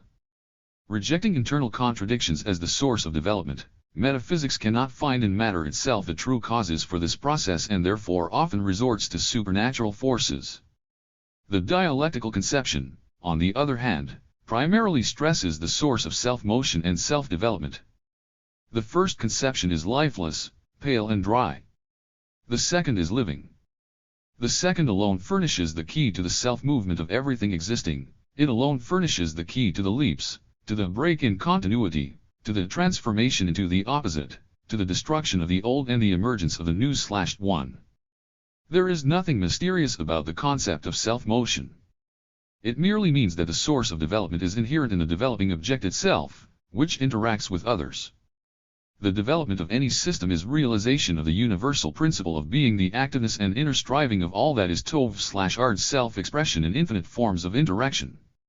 Development is a form of motion, and the latter is an attribute of matter, a mode of its existence, inherent in it and not inferred from anything. The self-motion of matter on the whole is not conditioned by any external factors, while the self-motion of the concrete forms and kinds of matter is conditioned by internal and external causes. If the self-motion of matter is absolute, the self-motion of concrete systems is relative. The higher the level of the organization of a system, the greater its independence in behavior, and consequently in its development. For example, primitive society depended to a much greater extent on the elements of nature than modern society. In the socio-political and philosophical terminology, metaphysical theories like biological preformation came to be known as trivial evolutionism, with its conception of development in which the new is largely a quantitative modification of the old, so that the new does not assume a complete disappearance of the old, as in a dialectical interpretation. Trivial evolutionism naturally implies rejection of qualitative leaps in development. In the socio-political sphere, for example, this stance is expressed in the rejection of revolutions. One of the most influential Western theories of development, which ultimately goes back to metaphysical evolutionism, is Henri Bergson's conception of creative evolution. Challenging Herbert Spencer's trivial evolutionism, Bergson insisted on the conception of development as emergence of qualitatively new formations rather than as displacement or redistribution of particles in space. However, Bergson saw the source of qualitative development in the idealist principle of la vital, which means, on the philosophical plane, a need for creativity, hence the name of the doctrine, attributed to such an ideal object as consciousness, or, better say, superconsciousness. Accordingly, the source of development was conceived as an ideal force and placed outside the developing material object. In biology, creative evolution was paralleled by emergent evolution. Its creator Conway Lloyd Morgan, the biologist and philosopher, asserted that, along with quality-less resultative changes that are a mere algebraic sum of the original constituents, a sum that can be computed, there are also qualitative changes, but these are unpredictable. Far from taking into account dialectical laws, on the transition of quantitative changes into qualitative ones, or on the negation of negation, the theory of emergent evolution actually eliminates from science the very concept of objective law, which brings this conception close to metaphysics and agnosticism. There can be no question here of oriented or law-governed change or, in general, of any tendencies of development. Science ceases to be a generalizing and explicative activity of human reason, becoming a mere accumulation of empirical facts and their belated classification.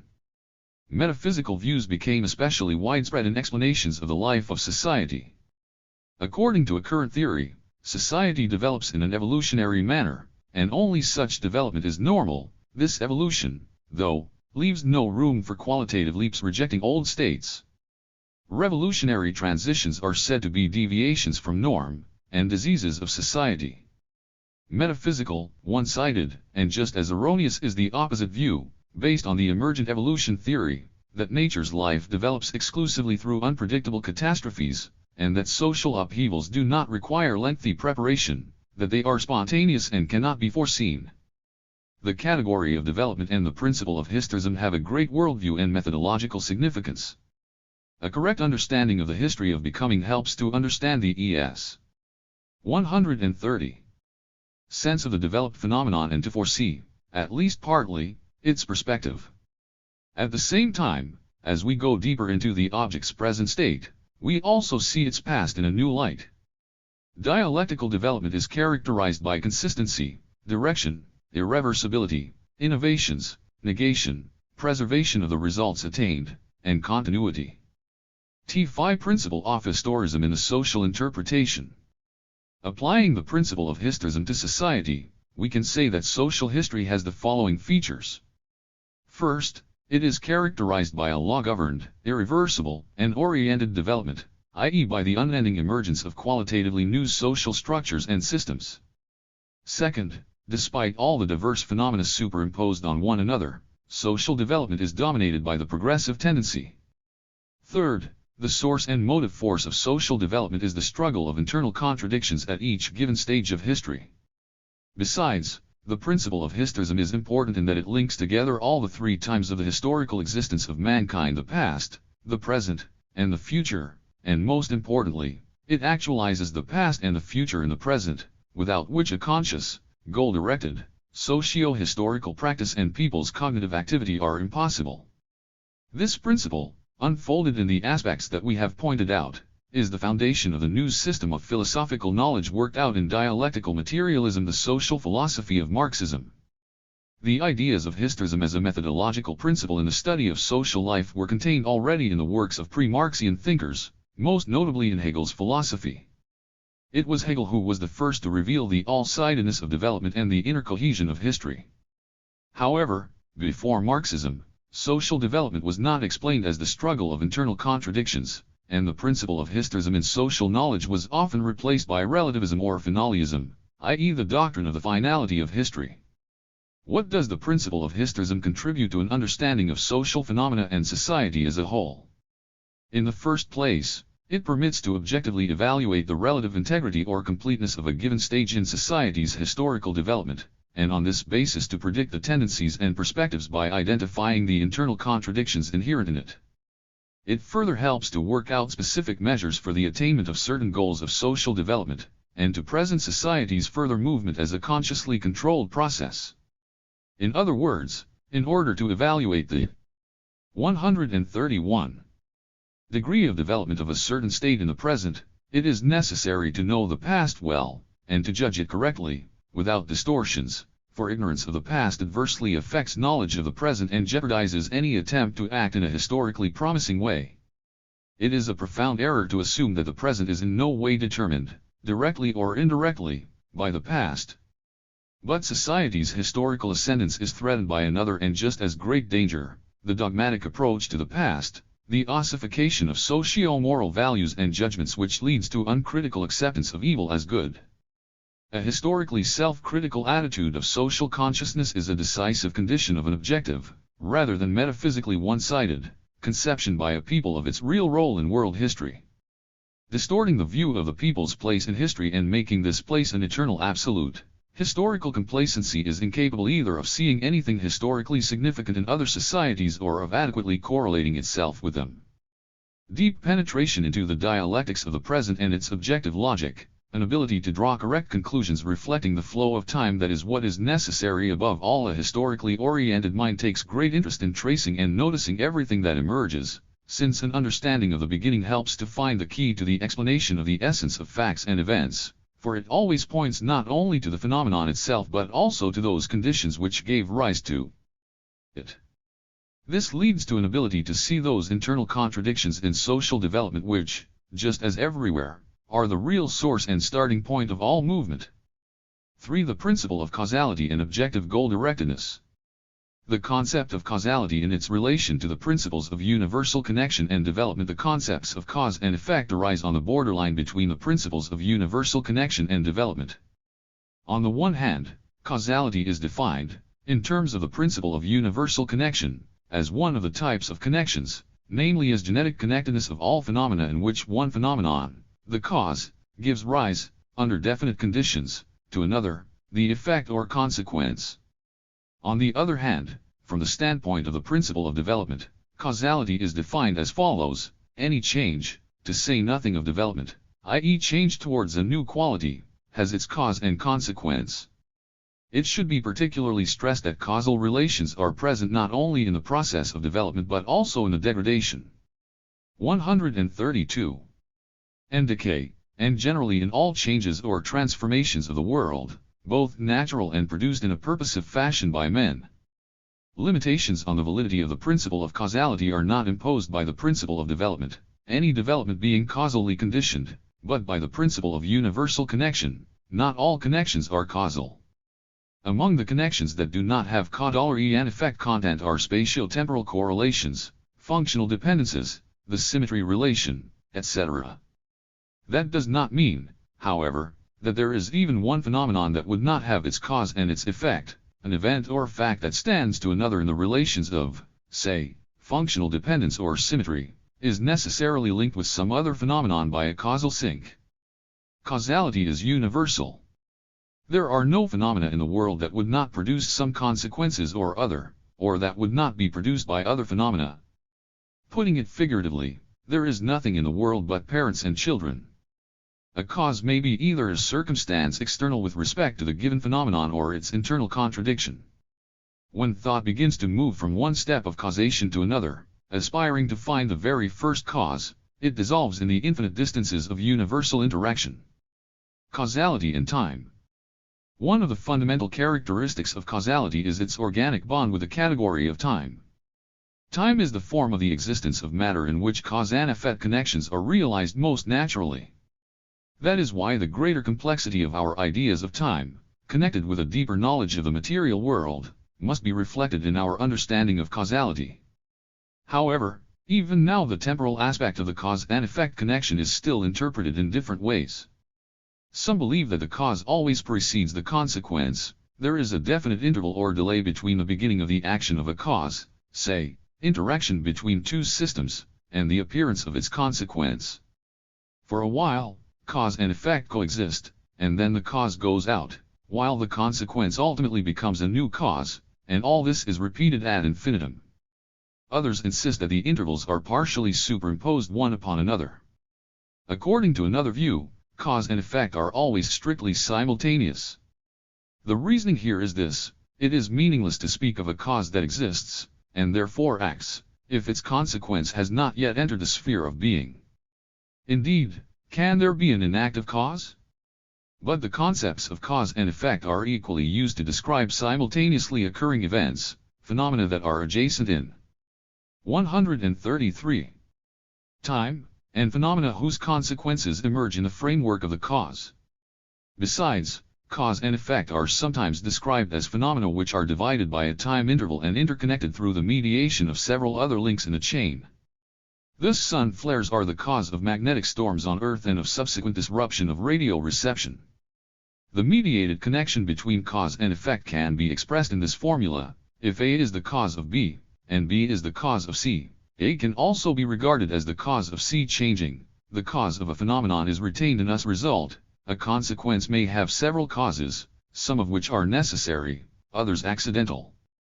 An essential feature of causality is the continuity of cause and effect connections. The chain of causal connections has neither beginning nor end. It is impossible to say where that chain began and where it is going to end. It is infinite as the universe itself. There is neither a first, i.e. causeless, cause nor a last, i.e. inconsequential, effect. Accepting a first cause would mean violating the law of conservation of matter and motion. Any attempts to FMD an absolutely first or an absolutely last cause is a vain undertaking of which the psychological basis is a belief in miracles. Despite the great diversity of the structural organization of the world, all types of temporal relations are characterized by duration, which signifies either direct sequence of events or contiguity of moments or states replacing one another. Time has duration. It is irreversible and asymmetrical, and cause and effect relations are asymmetrical too. The idea of non-uniformity of time cycles does not affect the essence of the matter. In any material system which exists and develops in its own time scale, relations may be quite unlike any other, but they are still causal. Causality and interaction. Causality cannot be considered as unidirectional action from cause to effect, for it is the inner content not only of connection but also of interaction of phenomena. Interaction, one of those types of connection which also has temporal duration, greatly complicates cause and effect relations.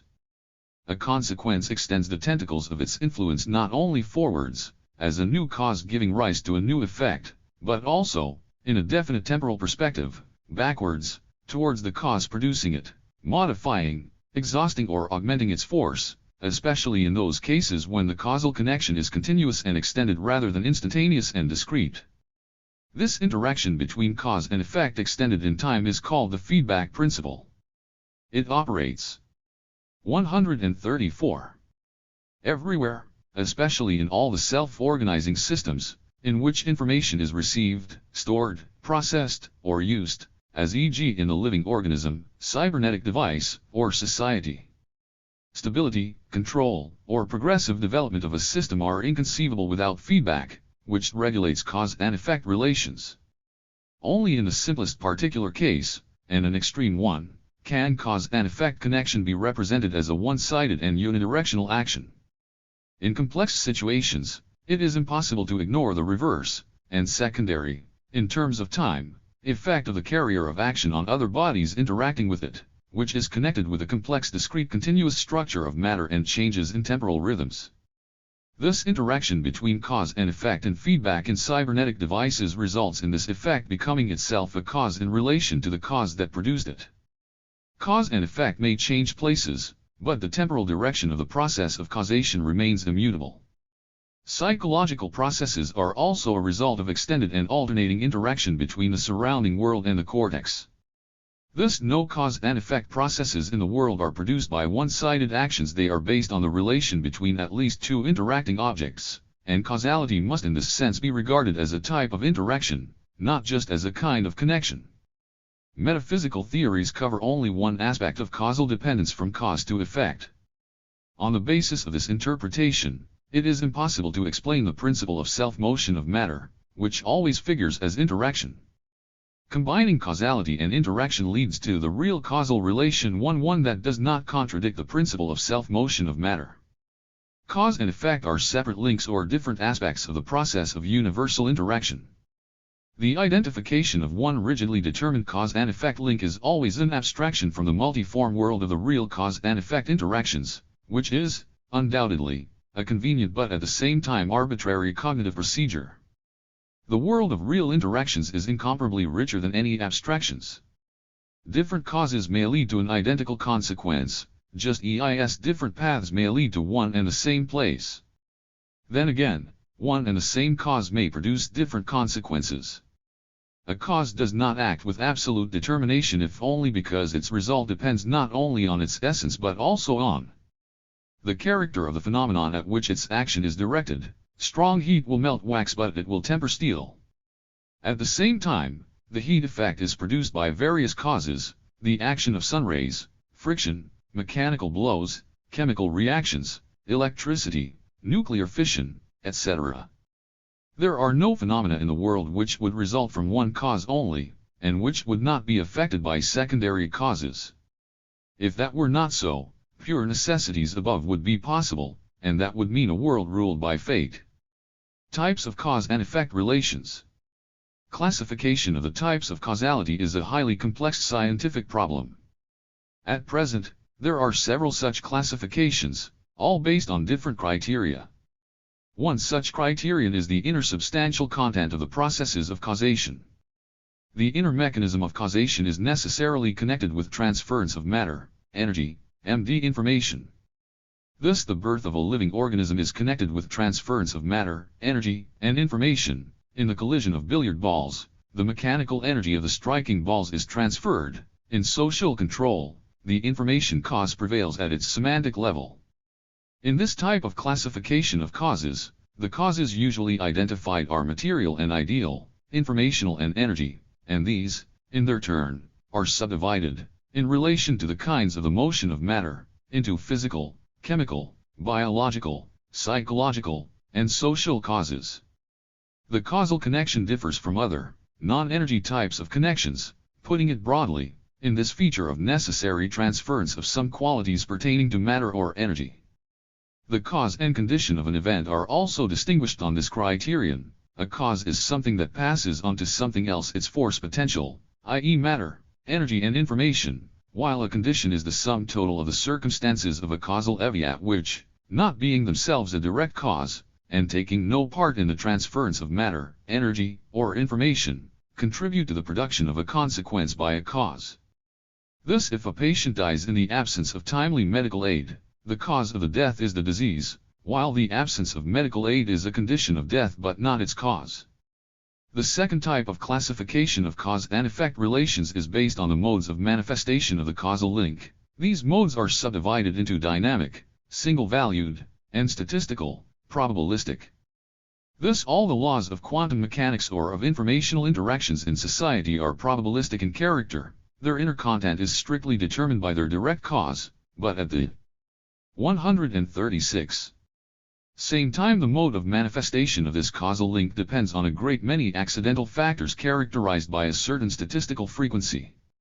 In metaphysical theories, the probabilistic form of manifestation of a causal dependence is often associated with negation of the principle of causality itself.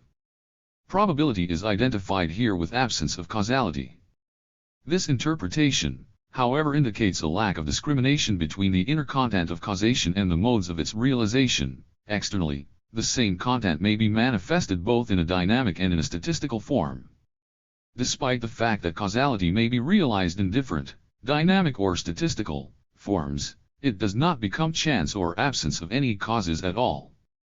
Thus the fact itself of the appearance of a given personality at a given crucial period in history is statistical probabilistic. But the connection between the necessity of the appearance of precisely this type of historical figure, with given general features, and its actual appearance, is in the nature of cause and effect. The identification of this kind of statistical probabilistic laws makes it possible to reveal the chain of cause and effect connections which force their way through the total action of a great many chance occurrences.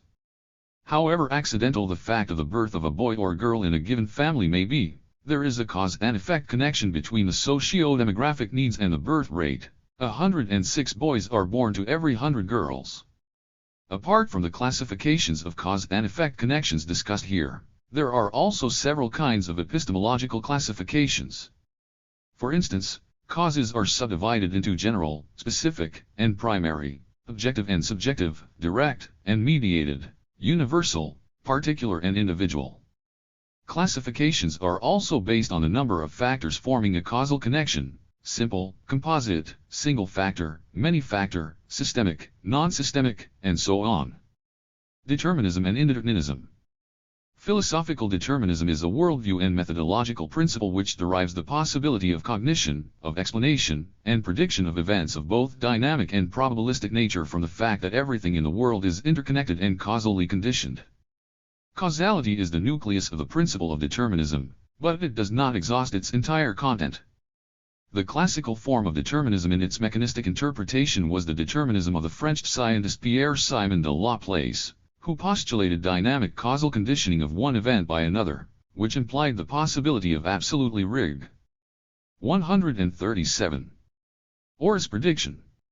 Laplace formulated this principle of mechanistic determinism as follows: if there existed a mind informed at a given moment of all the forces of nature and the points of application of these forces, there would be nothing in the universe that would not be clear to that mind, and the future, just as the past, would present itself before its mental eye. As for dialectical materialism, it considers the categories of cause and effect as dependent on the categories of necessity, chance, and probability. As opposed to the mechanistic approach, dialectics defines determinism as a theory of relative rather than absolute necessity. The principle of dialectical determinism is borne out by the real process of the development of society, in which development always proceeds on the basis of economic necessity, which ultimately forces its way through countless accidents. Indeterminism is a methodological position which rejects the objectiveness of causal connections and the value of causal explanations in science. According to the German philosopher Heinrich Rickert, causal explanation is only valid in the framework of the sciences of nature but is inapplicable to the social sciences. The human will, just as divine will in theology, is perceived by indeterminism as an autonomous power free in its manifestations from any causality or necessity, as absolutely unconditioned by anything. Indeterminists interpret the principle of objective necessity as fatalism, making no distinction between mechanistic and dialectical determinism, between absolute and relative necessity.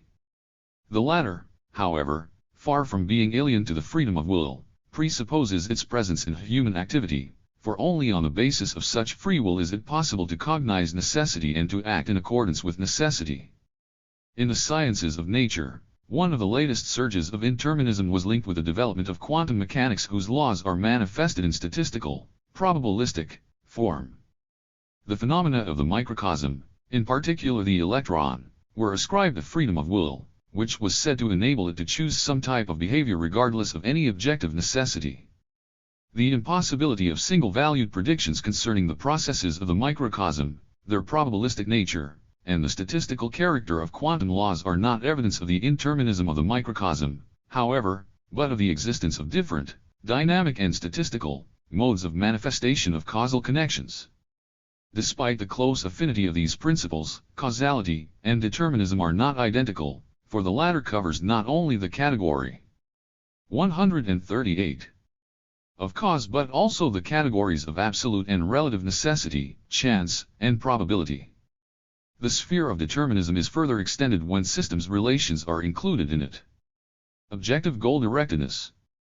Determinism is opposed not only to indeterminism but also to various forms of teleology, fr. Greek teleos, one who has achieved a goal for logos, the theory of a special, objective-oriented type of causality, a theory that is either a counterpart of determinism or a supplement to it. Observing the rational organization of plants and animals amazingly adapted to the conditions of their existence, and the harmony of the celestial spheres, men asked, already in early antiquity, this question: where does all this harmonious organization of all that is spring from? In answering this question, philosophers relied on different principles of explanation of this phenomenon.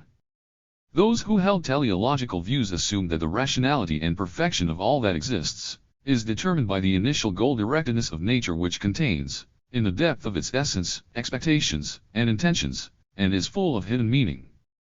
The idea of teleology only emerges when a spontaneously acting cause is regarded as a consciously acting cause, as a cause acting in an intentionally chosen direction, that is to say, as an objective-related cause, or goal. The view that the universe as a whole realizes a certain design cannot be proved empirically. The fact is that a goal presupposes the existence of someone who sets the goal. Teleology leads to theology, in which the rationality of the world is explained by the Creator's original design. Teleologists thrive on the belief that we are the hub of the universe, that everything else in the world is meant for us only. A causal explanation answers the question why a certain phenomenon of nature came into being. To this, teleologists oppose their fantasies as to what it emerged/or. In the past, a brilliant critique of teleology was given by Spinoza. While accepting the fact that the human body was constructed on teleological lines, he said it was no good marveling at this fact, as a fool would. It was necessary to look for the true causes of wonders, and to look at natural things with a scientist's eyes. That was the way Darwin acted, as he discovered a natural mechanism of the emergence of the remarkable adaptiveness of organisms to the conditions of their existence. His theory of natural selection showed that beautiful flowers did not exist to please our aesthetic sense, or to prove the elegance of the aesthetic. 139. Taste of the Almighty, but as a form of adaptation to the environment, ensuring a smooth running of the process of pollination. Changes in the animal and vegetable worlds emerge in their interaction with the environment. If these changes prove to be useful for the organism, if they help it to adapt to the environment and to survive, they are preserved in the process of natural selection, consolidated in heredity, and transmitted from generation to generation, shaping the organism's structure to suit its purpose, adapting it to the environment, of which the results so strike our imagination. Bright-colored flowers attract insects, and the insects take part in the pollination. The bright red feathers of cockbirds develop through natural selection. Adaptation is never absolute, it is always relative, and is transformed into its opposite when the conditions change radically. Thus what we have here is selection without any selecting agent, automatic, blind and ruthless, working tirelessly, without any interruptions over countless ages, selection of anything whatever, striking external forms, colors, the smallest details of inner structure on one single condition, usefulness to the organism. It is natural selection that is the cause of the perfection of the organic world, of the objective suitability of natural objects to their purpose. Time and death are the only regulators of the harmony of nature. However, some elements of ideological conceptions have objective significance. A conscious goal is one of the principal attributes only not in natural processes but in human activity. Besides, the so-called ideological approach, i.e. subordination of the process of research to its goal, or the final stage, has some currency in science. Causality and development. A special range of problems arises in the consideration of the relationship between determinism and the principle of development. Because of its basic orientation, mechanistic determinism could not demonstrate the causal character of development, since single-valued, rigid determination presupposes the existence of a consequence in the cause itself, so that development as emergence of new forms either goes beyond the framework of determinism or is entirely rejected. Thus Bergson asserted that that which is predetermined is potentially accomplished. According to Bergson, the emergence of new forms is made possible by a volitional impulse on the part of the creative element isolated from causally existing nature, and not by objective causal relations. This negation of interconnection between 140. Determination and development, and definition of development as a result of a volitional impulse, clearly manifests the ideological tendency. The volitional impulse as the source of development is ascribed goal-directed intention. The inability of mechanistic determinism to combine its basic tenets with the principle of development also stands out clearly in the conception of the causality circle to the effect that time and duration are forms of the eternal return of things, Buddhism, Nietzsche. This position consciously rejects development as emergence of the new, so that time loses its principal attributes irreversibility and direction. From the dialectical materialist positions, determination in the chain of temporal events is a process which presupposes qualitative development. The motion of matter does not mean monotonous repetition of forms given once and for all, that would be tantamount to negation of the development principle. In its form and content, a consequence cannot be absolutely identical with its cause.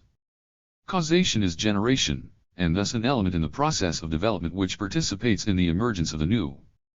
This complex interconnection is most clearly manifested in social development. On the one hand, its progressive tendency has the form of necessity and is causally conditioned, and on the other, At each stage we have to deal with the emergence of qualitatively new forms of process in which man's creative goal-directed activity plays a considerable role. The creative potential of the cause and effect connection also expands the statistical probabilistic mode of its manifestation, in which the genetic aspect of causation, the aspect of generation, stands out most clearly. Thus the principles of universal connection and development are specified in the concept of causality and in the theory of determinism. Before we deduce the category of law, the generalizing category which dialectically absorbs all these fundamental principles of dialectics, we must discuss yet another philosophical principle, the systems principle. 4. TSIE's systems principle. System, element, structure. Although causality is one of the basic kinds of connection, it does not exhaust the entire diversity of interactions in reality. The genetic and temporal principle of causality does not cover all kinds of correlative, spatial, and functional connections. These connections are united by the methodological SYS. 141. Terns principle. Before tackling the essence and the methodological role of this principle, let us consider in brief its basic concepts. As distinct from the principle of causality, in which the most prominent elements are mutability and genetic dependence of one phenomenon on another, the systems approach is primarily associated with stability and harmonious correspondence in the phenomena of reality. A system is an integral whole internally organized on the basis of some principle, in which all elements are so closely interconnected that they form a single entity in relation to the environment and to other systems. An element of a system is a minimal unit forming part of the given whole and performing a certain function in it. Systems may be simple or complex. A complex system is one in which the elements themselves act as systems, a living organism, a cybernetic device, a social structure, a scientific theory, the universe, the atom are all examples of systems. Each phenomenon is included in one system or another, but it is not every aggregate of phenomena that makes up a system. The nature of the connection between the elements of a system is embodied in the concept of structure. A structure is a mutually conditioned ensemble of connections between elements within a system which determines the system's qualitative specificity. Consideration of a structure together with its substratum defines the concrete quality of a system, thus we speak of the solar system, not solar structure. Structure and function. Part and whole. A function is the role which an element plays in a whole, both to combine elements in an integral system and to ensure the smooth functioning of the system.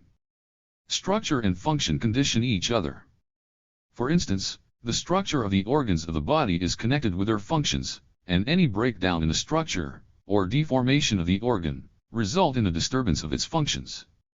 Changes in the development of organs begin with a restructuring of the functions of the organisms under the impact of the changing conditions of the environment, while the structure may remain for the time being without essential change.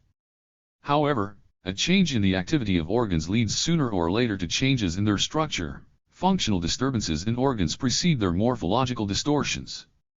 The contradiction between a new mode of an organism's life activity and its old structure is resolved through changes in the latter. The resolution of this contradiction is subject to the dialectics of the relationship between form and content, where form is interpreted as structure. But structure is deeper than form, it represents the finest interconnection between. 142. The elements of the system in question, the modes of this connection, it is in these modes rather than in the elements that content lies. There is an apt saying that even when a bird just walks about, you can see that it can fly. It is obvious from the streamlined body, suitable for cleaving the air, from the light weight and fine texture of the bone system, the presence and form of the wings. A bird's appearance is an objectified idea of flight. And if you consider a bright-colored butterfly, you will readily notice the semblance to a fluttering flower. The butterfly feeds on nectar, and the likeness to a flower protects it against birds, as it sits motionlessly on the cup of a flower. The life of a bird is connected with air, the life of a butterfly is connected with flowers, and that determines their structure. The logic of systems thought is largely similar to the dialectics of part and whole, familiar since the times of Plato, in which a whole is interpreted as something both unified and divided. Genetic causality and systems correlation. The relationship between the elements of a system is characterized by the type of interaction which presupposes simultaneity of their existence, otherwise the system as such would disintegrate into isolated processes and phenomena. That is the fundamental difference of systems relations from genetic causality, which necessarily implies relations of temporal sequence. Causality and the systems principle cover most of the types of connections now known. Coexistence and causal connection are the principal forms of connection and interdependence. The principal kind of systems relations is correlation, i.e. the correspondence connection. Not one element of a system can change without affecting some change in the system as a whole. The structure of any system relies on correlative connections. Harmoniously correlative, coordinated actions of elements are a necessary condition of the system's existence. Darwin, who established the law of correlative change of an organism's organs in the course of the biological evolution, believed that it wasn't often that one could say which of the two correlative parts changes first and causes a change in the other, or whether that change was the result of some common cause. Particular manifestations of the correlative connection are coordination and subordination, as well as all kinds of functional dependences. The relation between the system's principle and the principle of development. The orientation of the system's approach at correlative connections does not mean that the system's principle is incom. 143. Look with the principle of development. Each system, as an ensemble of correlated elements, is in the process of constant functioning and change, and that process does not cover the system as a whole but also its separate elements. The distinctive feature of a system's object is that, passing through a series of qualitatively different states succeeding one another, a system remains identical to itself, with the exception of cases of disintegration. Thus concrete elements of the biological structures of a living organism are periodically completely renewed, but the organism itself remains invariant. Consideration of systems relations outside a temporal perspective is only possible as an abstraction, for any system is first and foremost a functioning system, and functioning is the system's motion through time. The most stable element of a system functioning in time is its structure, but the latter is not absolutely invariable either. A structure does not emerge spontaneously. The origin of structures is subject to the principle of causality, and their existence and functioning, to the system's principle. For instance, the process of chemical combination of oxygen and hydrogen is subject to the causal principle, which is active in the production of a structure, say, of a water molecule, but the subsequent life of this molecule as a system is regulated by correlative rather than causal laws. The structure of the process of development itself is a special sphere of joint manifestation of the system's approach and the principle of development. The sum total of changes appearing as a result of the system's development form its new qualitative definiteness, characterized by a structural organization of its own. However, the new structural organization, especially in a living organism, does not mean a complete disappearance of the old one. The latter is preserved as a definite structure in which information about a definite level, stage, of the system's development is recorded. The structural level of the organization of a system considered in its static aspect, always contains information about its past dynamic state.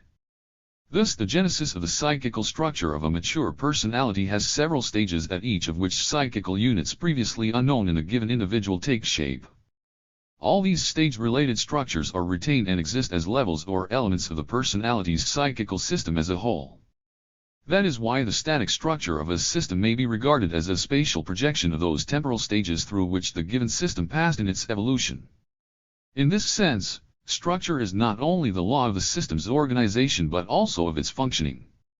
144. The formation of a structure in time, i.e. the process of its molding and functioning, is therefore one of the most essential characteristics of development. Structure formation is subject to definite periodical or cyclical laws referred to as the rhythm of development. Rhythm as a manifestation of periodicity expresses the stable and the dynamic. There is rhythm, for instance, of the Earth's geological processes, as expressed in the cycles of mountains formation, now intensifying, now abating.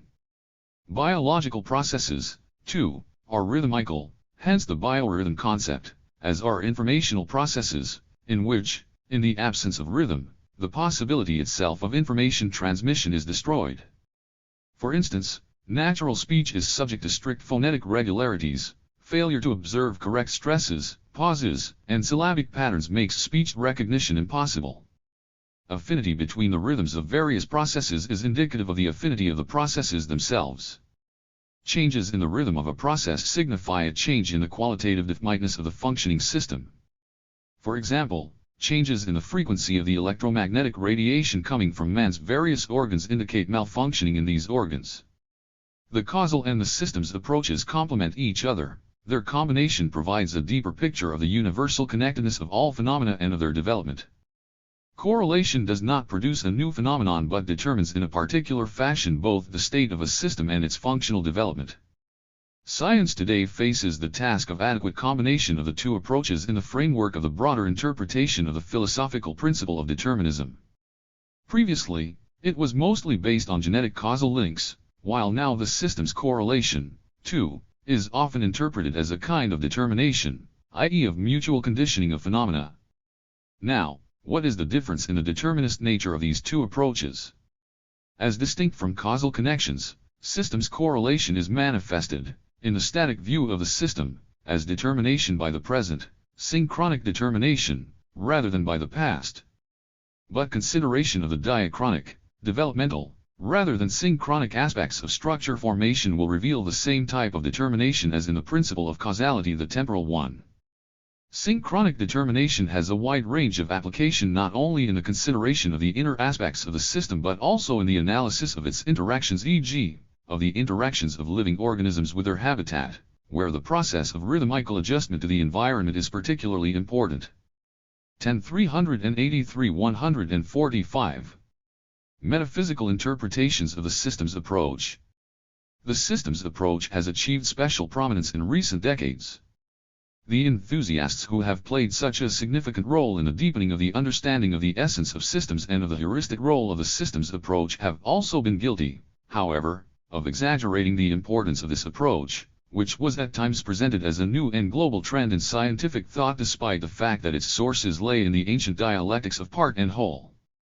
The systems principle is a fundamental feature of the dialectical method. The metaphysical lifting of the systems approach to an absolute followed this pattern. The first variant of this approach was the proposition that the world is desubstantialized. This is a variety of Marxism, which asserted once that matter disappeared, with corresponding emphasis on the structural elements of being devoid of their concrete material carrier. This proposition is based on the idea that, since it is the structure of a system rather than system itself, with its material carrier, that is the stable element in the process of the system's change, underlying the world is a desubstantialized structure as pure relation. But the development of concrete sciences applying the systems approach refuted this idea.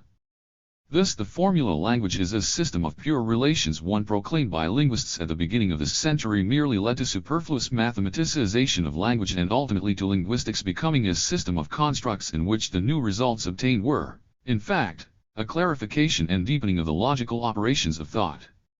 But, as soon as the need arose for creating artificial languages for communication with computers, mathematical calculations lost their definiteness at once, and linguistics turned again to the living flesh of language, to its sound matter. Thus we see that structure taken without its substantial filling, both in the sense of matter and energy, is a logical concept rather than an independently existing object.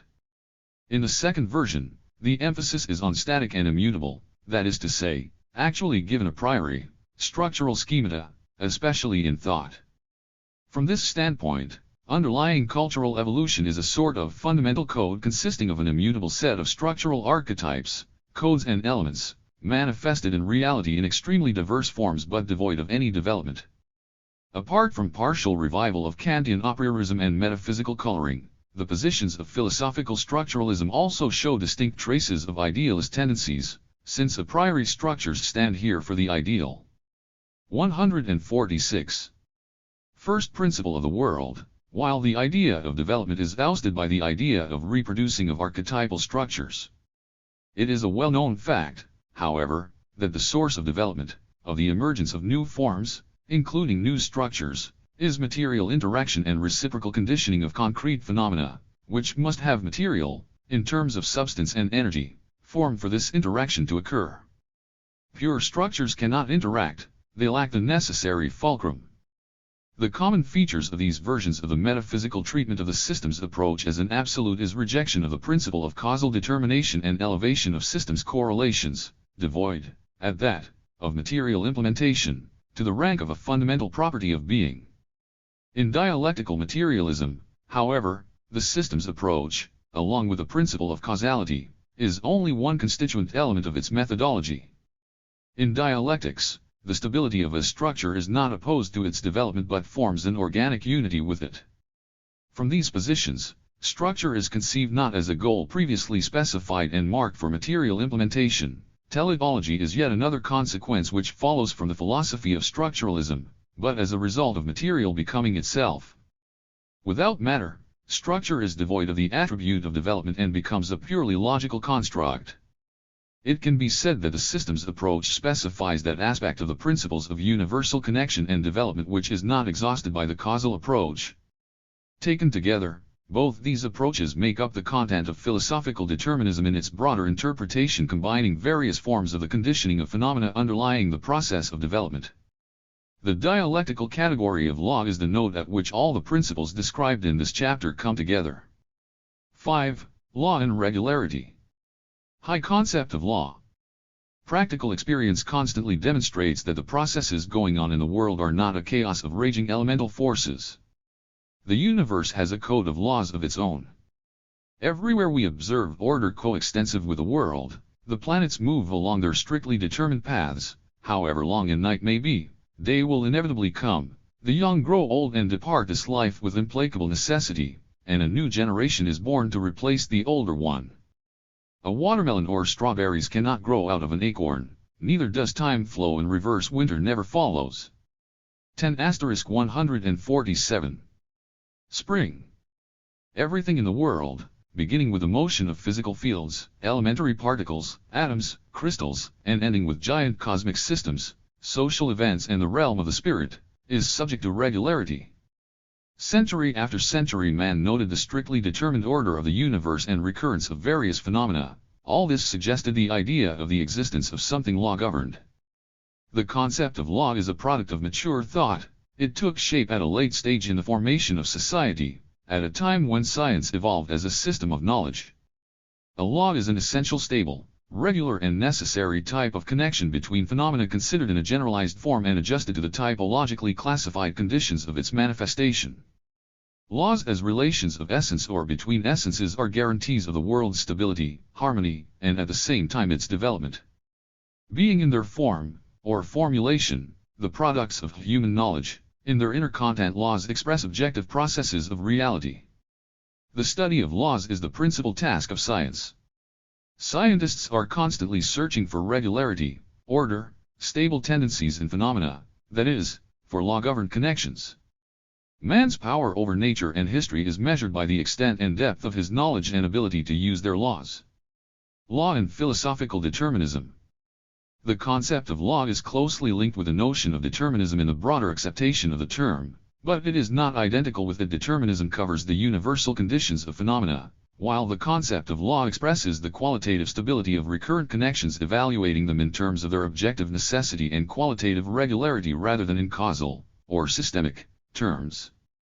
Reflecting the regularity and necessity of a connection, a law as such is not a determination but merely a measure of stability, and therefore of recurrence, of such determination. The concept of law may precede rather than follow causal explanations. Thus event A is interpreted as a cause of event B only in the sphere of the action of a definite set of laws of nature that we already know. It is only possible to deduce event A from the subsequent event B if the regularity and necessity of such a connection has already been established by a law. A law is thus not just a measure of the qualitative stability of a connection but also a measure of its predictability. A law is an expression of the action of objective necessity and as a measure of predictability of events can therefore 148. Also be regarded as a special type of determination, as determination by the future as distinct from the causal determination by the past and systemic, correlative determination by the present, but that does not at all mean that formulations of laws must be causal. Recall all the mathematical formulas reflecting the laws of quantitative changes in nature. Does Einstein's formula correlating mass and velocity have the form of a causal connection? It does not. In the absolute majority of cases, laws are formulated as functional dependences or classificatory correlations, that is to say, The form of expression of a law ultimately gravitates towards a system's correlation rather than genetic causality. Even the laws of causality are expressed as functional correlations. But that does not mean that causality is absent in relations reflected in correlative formulations of laws. We have here a dialectical contradiction, which has confused many minds that saw it only as a formal contradiction. On the one hand, the content of the category of law took shape in keeping with the law of causality, and on the other, laws were always formulated as various functional correlations without any causal substantiation whatever. This apparent paradox at one time, namely in periods that were critical to the principle of determinism, e.g., at the time of rapid development of quantum physics, when indeterminism found favor among many, gave rise to controversy over the category of law. It was debated what the status of laws was, and whether they were immanent to the world or thrust on it by some external, and probably ideal, force. According to religious idealist views, everything in the world follows the path predetermined by God, everything obeys the will of the Almighty. A tendency existed, and exists even now, of identifying the laws of the world with God. The world is governed by God and the laws, or else God runs the world through laws. Laws are thus personified and likened to the reasonable and order-creating power of God. From the standpoint of objective idealism, natural processes are subject to definite laws constituting reasonable non-material relations, and from the standpoint of subjective idealism, the laws of science emerged only out of the human mind's love for and habit of orderliness. However, because the world as matter in motion has the properties of self-motion and self-development, of infinity in space and time, that is to say, because the world is a self-governing system, its laws represent its inner, immanent self-government. The concept of law emerges as a dialectical combination of the principle of universal connection between phenomena, in its causal 149, and systemic forms, and of the principle of development, which we have already considered not only from the angle of explaining past events but also from that of prediction, however relative, of future states. Laws help to understand both the connection between phenomena and the mechanism of the formation of the new, which is an attribute of the constantly developing and continually enriched world. Classification of laws. Law and regularity. According to the sphere of the application, laws are divided into universal, e.g., the law of conservation of energy, or the dialectical laws which we shall discuss below, and particular ones, valid only in a limited area, as e.g. the laws of social development, which are only manifested at the level of the social form of the motion of matter. When the conditions under which laws are valid change qualitatively rather than quantitatively, the laws operate in a new situation in the same way in which they operated in the previous situation. Of course, there are no laws that would be absolutely independent of any conditions. The wider the range of conditions under which a law is valid, the more general that law is. According to their inner content, laws are divided into the laws of the structure. These are mostly laws expressing the necessary correlative connections in systems, the laws of functioning, the joint area of causal and systemic determination, and the laws of development, the area of primarily causal determination, which has both explanatory and predictive value.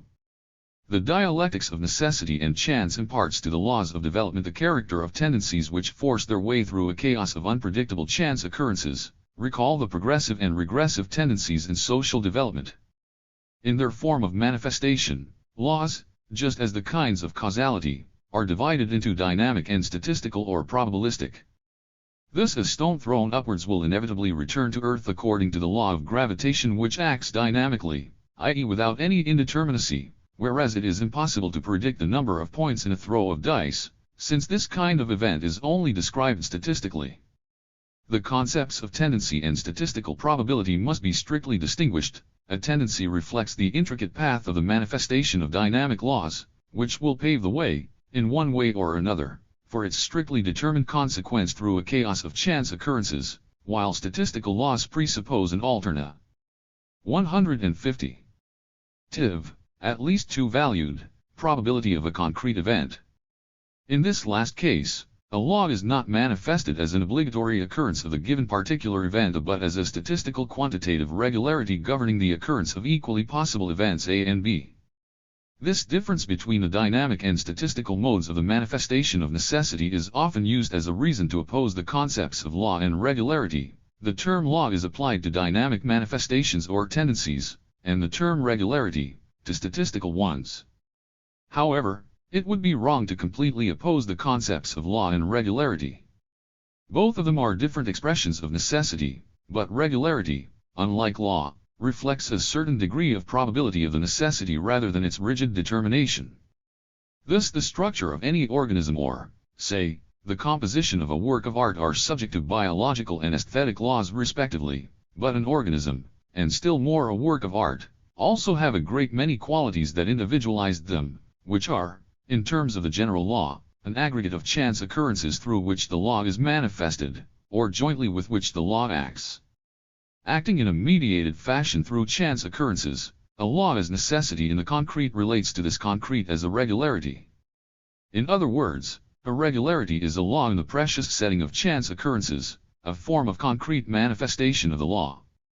The world is governed by laws, and not by a blind, implacable fate. The probability of laws, their action in conjunction with a train of chance occurrences make for the bright colors and wealth of life which is not subject to any schematic dogmas.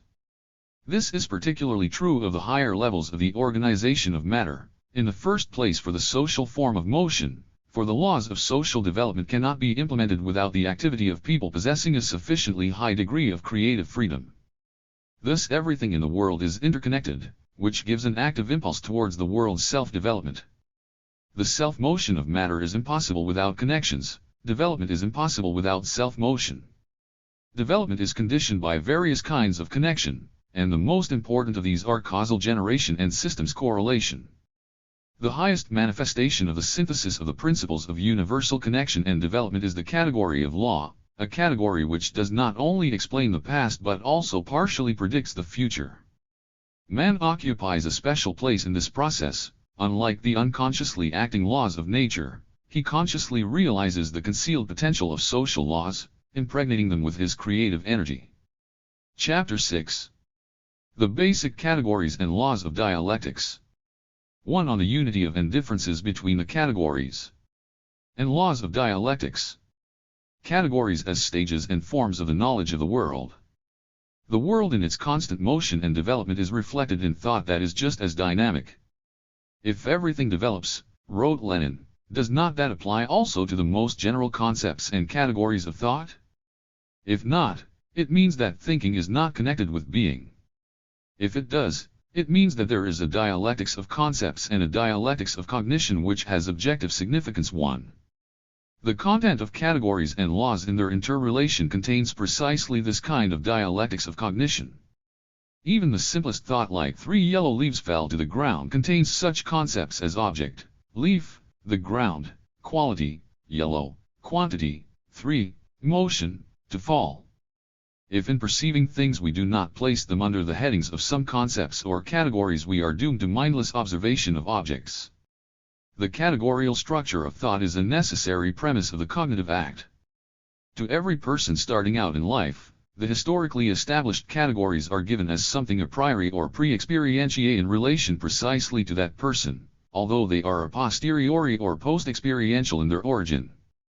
As they are assimilated, the categories determine the area and orientation of the vision of any form of givenness, natural, social, or spiritual.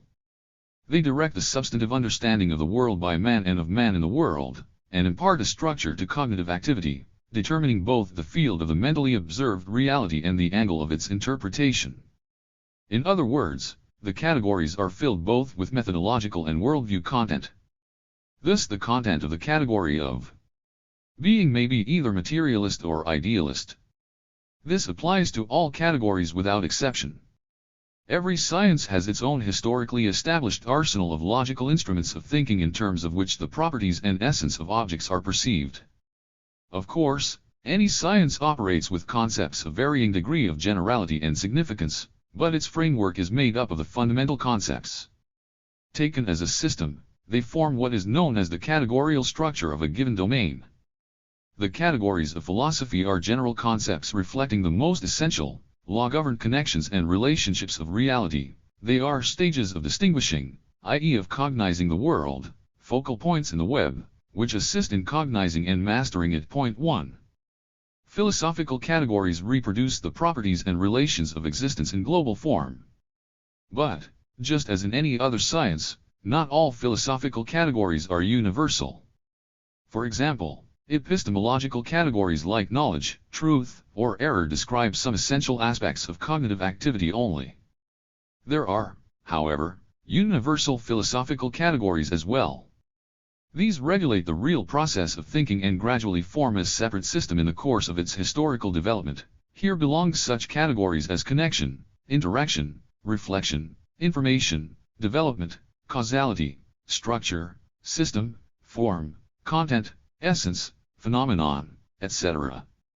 In all the transformations of both concrete scientific and philosophical knowledge, it is the system of categories that proves the most stable element, although it, too, undergoes definite changes, being subject to the principle of development. Our present-day notions of the content of such fundamental categories as matter or consciousness differ significantly from their perception, say, in the philosophy of the early modern times, and even more from that of antiquity. Characteristic of philosophical categories is the fact that, accumulating, as it were, the results of the development of the specialized sciences, they embody the worldview and methodological elements in scientific thought. The categories of philosophy are interconnected in such a way that each of them can only be perceived as an element of the overall system. Thus the material and spiritual reality cannot be understood in terms of the category of matter only, without recourse to the categories of motion, development, space, time, and many others. Otherwise we would be unable to go beyond a mere statement of reality in its totality. What we have to do is employ the entire system of philosophical categories and concepts in which one element is characterized in terms of others, in unity with the others, now merging in one whole, now splitting apart. The order of philosophical categories in the system is based on the growing complexity of objective connections and the movement of knowledge from the simple to the complex. For a deeper consideration of a given problem, a person has every right to select a certain unit of the categorical system, bearing in mind at the same time that the system of philosophical categories is an organic whole in which no link can be separated from the rest without damage to true knowledge. High relationship between the categories and the basic laws of dialectics. It should be stated from the outset that the basic laws of dialectics implement the links between and interaction of the categories. Moreover, they are themselves expanded categories. Even the concept of law is a category. All that is on the one hand. And on the other, some categories are in themselves also laws. Thus the category of causality is a universal law of the world. In this case, the law/category expresses in effect a fundamental philosophical principle. Reflecting as they do the objective dialectics of reality, the categories and laws of dialectics, cognized by man, act as a universal method of the cognition and transformation of reality. As the history of knowledge begins with the identification of some general element in nature in keeping with the abstraction-forming activity of thinking, knowledge is at first molded as general concepts and categories which form the basis for certain principles of both being and thinking itself. Subsequently, cognizing thought endeavors to formulate, with the aid of well-developed instruments of cognition, the categories and principles, and on the basis of an increasingly varied empirical data, fundamental propositions introducing order into our knowledge of the world, propositions known as laws. Our presentation of the categories and laws of dialectics is determined by this historically evolved course of knowledge. 2. Essence and phenomenon. Why concepts of essence and phenomenon? The development of knowledge is a constant movement of thought from the superficial and observable, from that which appears to us, towards that which is deep-lying and hidden towards essence. Essence assumes true 154. Validity only through definite forms of self-manifestation. For example, just as leaves, flowers, branches, and fruit express in their outward appearance the essence of plants, so do ethical, political, philosophical, scientific, and aesthetic ideas express the essence of a definite social system.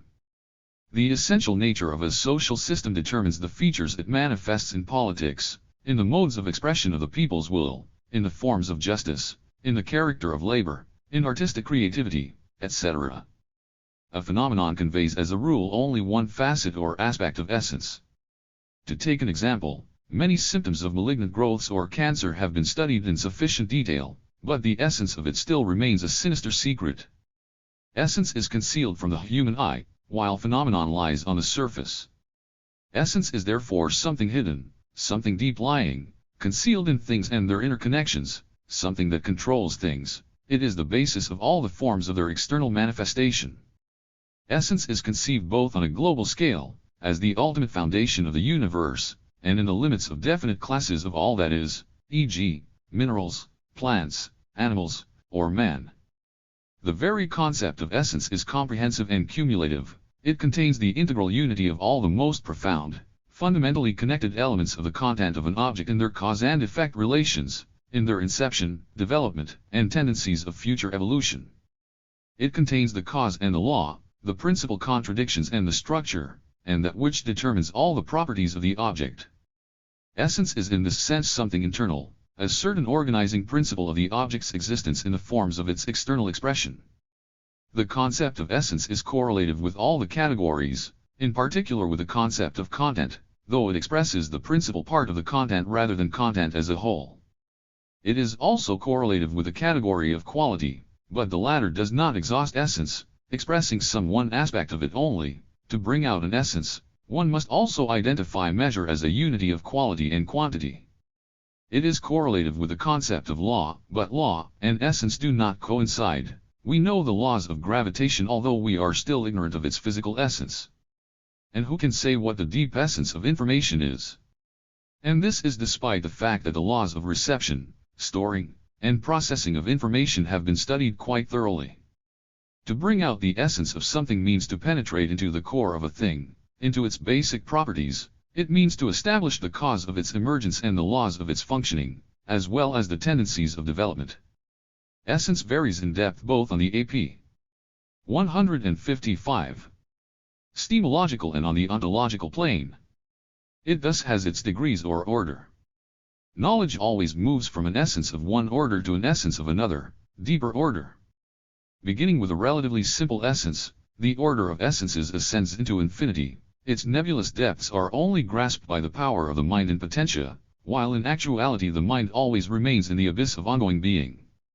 What contemporary science knows of essence is only a definite order, one in a series, of its manifestness to mankind's collective reason. Assuming that the universe is infinite, the orders of essence may be said to be unlimited. That is why when we say that we have grasped the essence, it is mostly a metaphor implying that we have merely caught at the edge of essence in its full extent. It should also be stressed that essence is always concrete, there are no essences in general. In reality, essence is inextricably connected with the forms of its manifestation. This surplus value appropriated by the capitalist manifests itself in the form of profit. No one can perceive it outside this form. What is phenomenon? Phenomenon is a manifestation of essence. If essence is something general, phenomenon is something individual, expressing only one element of essence. If essence is something profound, phenomenon is external, richer, and more colorful. If essence is something stable and necessary, phenomenon is transient, changeable, and accidental. In a word, phenomenon is the way in which essence outwardly manifests itself in interaction with all that is not essence, including our sense organs. Philosophical controversy on the dialectics of essence and phenomenon. Before Kant, the dialectics of essence and phenomenon was practically identified with the idea-matter relationship. Early philosophers already saw essence as the foundation of all things in the world, as the source and starting point of all concrete diversity. According to Plato, essence is identical with idea, or eidos, and irreducible to the corporeal, sensually perceived forms of being. It is a certain primordial model of all that emerges and is. According to Aristotle, the essence of a thing is form endowed with a certain activeness, a principle animating inert matter in combination with which all things are formed. The famous argument between the realists and the nominalists on the form of the existence of general concepts or universals marked the beginning of the separation of the categories of essence and phenomenon from those of idea and matter. In the nominalists' view, only individual things, a partial analog of phenomenon, had 156 real existence, while the general, or the essence, was declared to be a result of the mental process of generalization of individual things. For the realists, on the contrary, the general had existence either regardless of individual things or phenomena, and that was a step towards idealism, or as their inner element. Kant made the problem even more acute when he introduced the concept of thing in itself, or essence, which he purported to prove to be incognizable and opposed to the phenomena of the objective world proper, accessible to sense perception but concealing their true essence from the human mind. Kant finally separated the problem of essence and phenomenon from that of idea, spirit, and matter. Since Kant, essence has been thought of as the object's qualitative specifics independent of the features of the subject and concealed from direct observation in view of the conventional nature of reflection mechanisms characteristic of the human sense organs and thinking. In order to get access to the world of essences, man must learn to decode the world of phenomena given him in his sensations. Phenomenon covers the directly observable properties of an object whose vision depends on the structure and functioning of the knowing subject's sense organs, while essence is the object's qualitative specificity determining its image, one that may be concealed behind the directly observed manifestations requiring adequate interpretation. Thus the green color of grass is its property at the level of phenomena, while the essential characteristic of grass is its objective physical ability to reflect the rays of light in such a way that the human eye perceives grass precisely as green. In accordance with the same objectively essential specificity of reflection of light rays, grass is seen not as green but, say, as gray, to use a conventional designation, by a dog, as animals have a differently constructed visual apparatus. Both essence and phenomenon exist objectively, both are attributes of the object, but phenomenon is a function of two magnitudes, object and its givenness to subject, whereas essence is the object's properly objective quality. This dependence of phenomenon on the properties of the subject himself is reflected in the theory of relativity and quantum physics, where the observer's position and the state of apparatus at the start of the experiment are taken into account in the givens of the experiment and even in the mathematical formulas reflecting physical laws. When the problem of essence and phenomenon was separated from that of spirit and matter, the philosophical controversy around these categories did not cease, but its content was now different. 157. Having finally set apart the categories of essence and phenomenon, Kant raised this issue: can the human mind break through the screen of phenomena to the object's essence? In other words, how can man cognize the objective world? Different solutions of this question were offered. Thus Hegel recognized the possibility of knowing the essence, which he saw as an expression of the absolute idea generating the world of phenomena in the process of its self-development. Agnostics, on the contrary, regarded the world as unknowable, taking Kant's opposition of essence and phenomenon to be an absolute, and thereby ignoring the objective link between phenomenon and essence. The solution of this question thus turns on the dialectics of essence and phenomenon. The view of essence as knowable entails the interpretation of phenomenon not only as a consequence of the subject's properties but also as a consequence or manifestation of the essence itself. In our example, the color of grass, or the perception of its specific color spectrum, depends on the structure of the eye, but the fact itself that the physical nature of the reflection of light rays can be expressed in physical magnitudes depends on the object's essence. The fact that we see grass as something green depends on the structure of our eye, but the very fact that we see grass, which would be impossible in the case of, say, microcosmic objects, and, most importantly, that we see not only green grass but also blue skies, brown earth, and various shades of green in the plant world, all this enables us to identify a common basis in all visible things, and to penetrate into the objective physical essence of light processes. The physical nature of color formation has been sufficiently studied by science, which can even identify the chemical composition of stars from their color. In the system of dialectical materialism, the categories of essence and phenomenon are regarded as universal objective characteristics of object reality.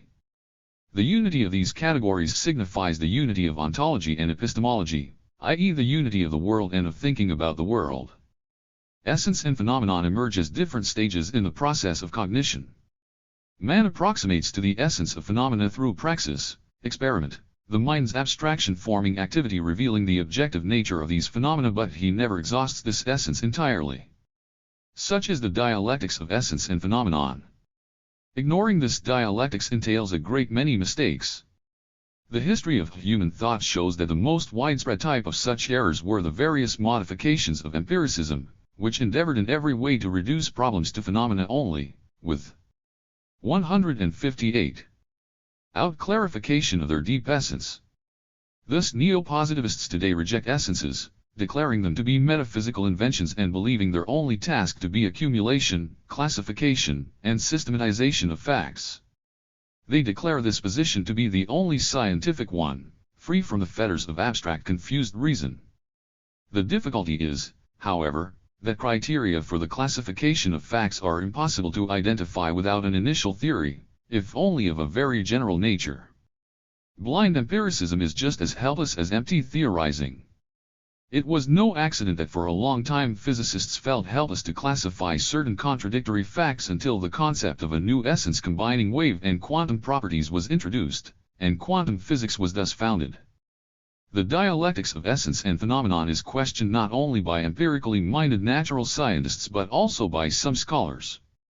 Thus phenomenologists doubt if it is necessary to distinguish in each person his or her generic essence while ignoring the individual qualities which are, after all, the most valuable elements about us. They are right here. It is true that individuality is the most valuable thing about a person, but it is not true that individuality is merely a phenomenon and not essence. The meaning of history lies precisely in the fact that each human being's personal, particular qualities are not accidental, and individual in this sense, but essential. It is clear from this that the question of the relationship between essence and phenomenon, on the one hand, and the concept of the individual, on the other, is particularly acute in the humanities. But the natural and quite justifiable fear of spiritual uniformity must not lead to rejection of essence. The individual is also essential. Thus Shakespeare and Dostoevsky are unique, and they occupy a special essential place in the history of culture.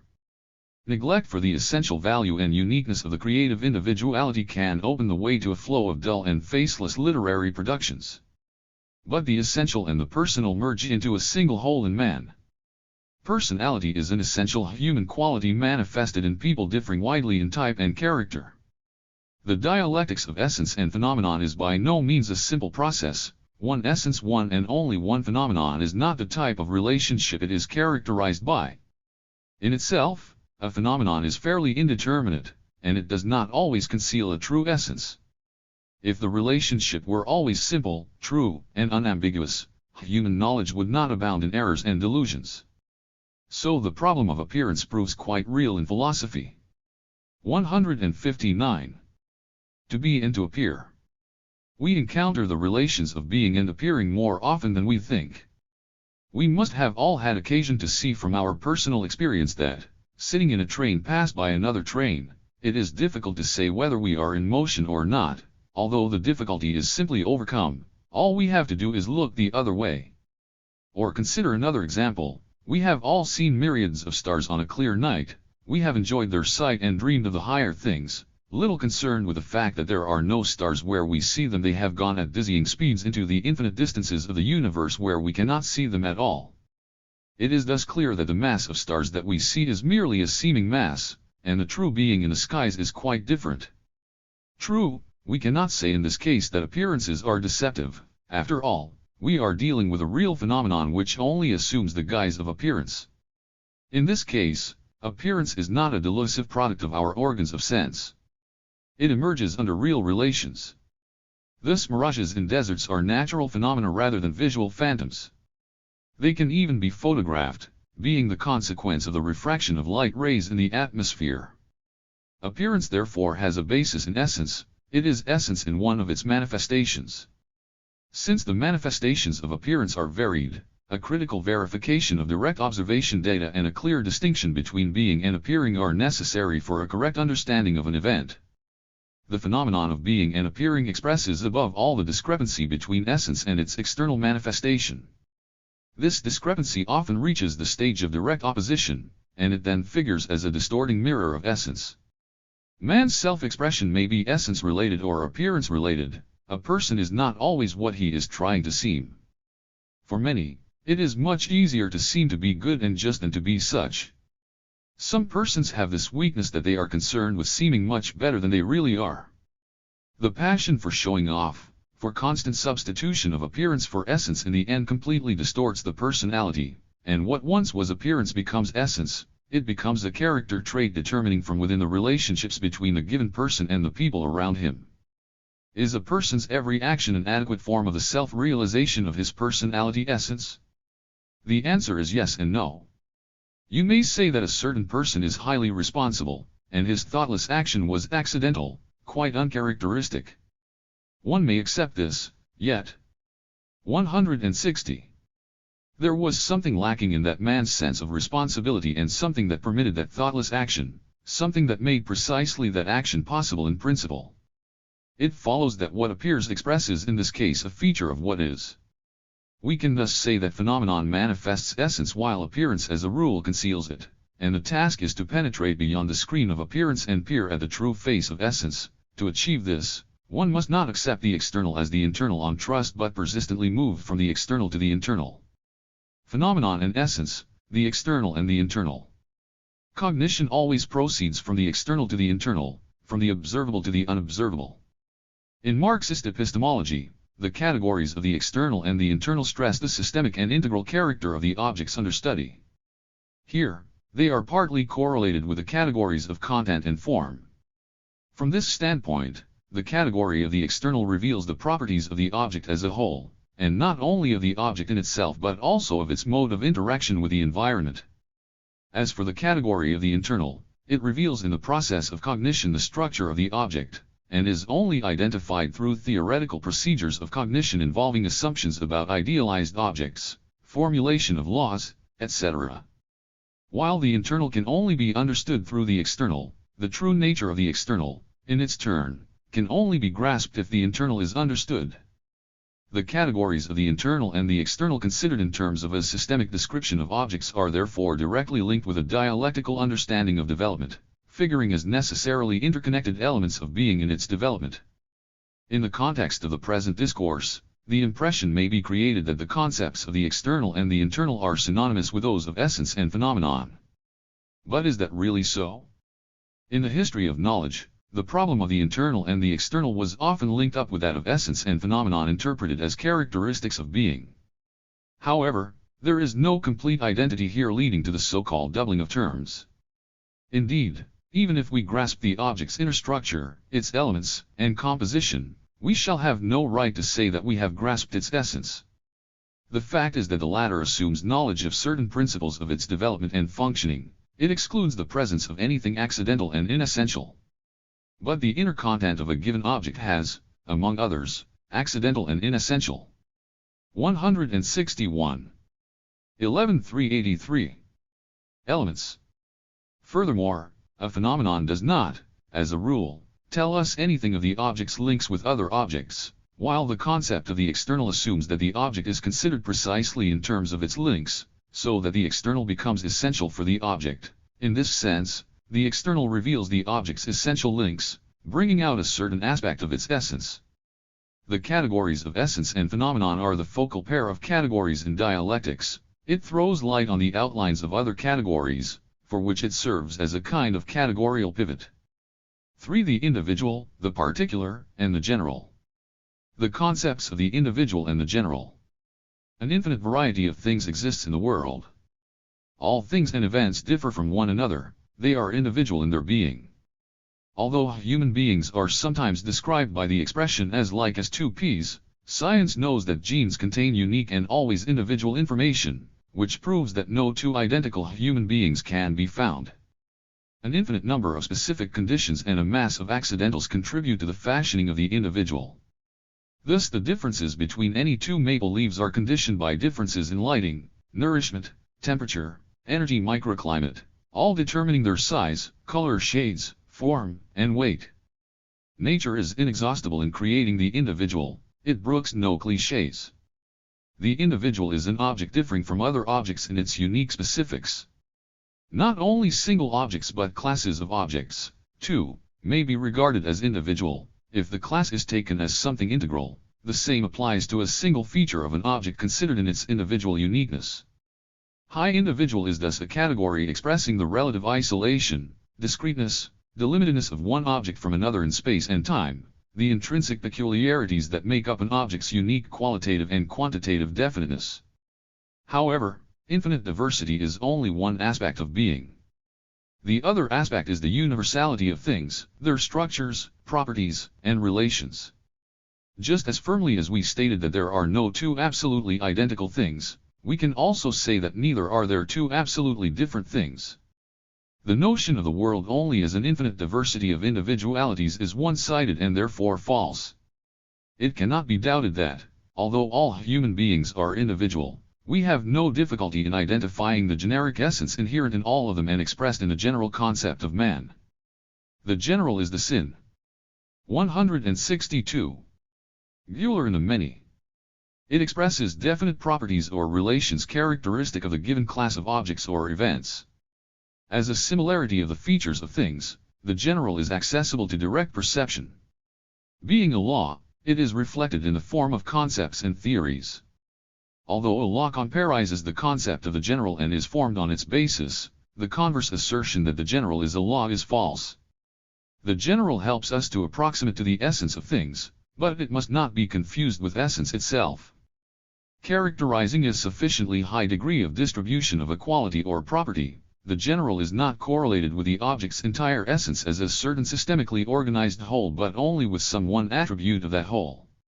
It should also be borne in mind that an object's general features may be both essential and inessential. The external features of objects are, as a rule, inessential. For example, man is the only creature in the world that has a soft earlobe. Only man, and no one else, has this feature, and yet it is not essential for him. It does not express his human essence.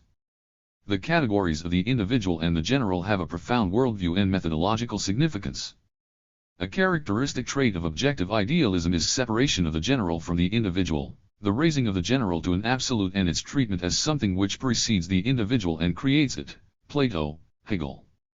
On the other hand, the view of reality as a mass of individualities independent of one another is characteristic of narrow empiricism, which regards the individual as a basic category, and the general as a mere derivative abstraction. Underlying the medieval controversy between the nominalists and the realists was the same tendency to separate and oppose to one another the individual and the general. A sharp contradistinction between the individual and the general in various systems of idealism is linked with an antithesis, just as sharp, between the categories of essence and phenomenon. In objective idealist systems, the general is identified with essence. In systems of subjective idealism, on the contrary, the individual, identified with phenomenon, assumes the form of essence, and essence is thus identified with phenomenon. It is reduced to mere existence. Dialectical materialism insists on the objectiveness and unity of the individual and the general. So wherein lies their dialectics? The dialectics of the individual and the general. Instead of dry theorizing, let us start with the concrete. We know that information recorded in molecular structures of the cellular nucleus constitutes 163 a general program in accordance with which the individual organism develops and hereditary properties are passed on from one generation to another. Man's generic essence in the groundwork of heredity is transmitted from generation to generation and in unity with all the natural and social conditions creates individuality. On this groundwork, common to all descendants, each of them builds his own special and unique pattern. The individual is dominated by the general, which ruthlessly forces the individual to perish, one after another, as something transient. In the name of preserving the general as something stable, the individual dies, but the species lives on. But why is the general intrinsically tied to the individual? The simple reason is that, because of the discreteness of the world, the general does not exist, and is not given to us, other than through the individual.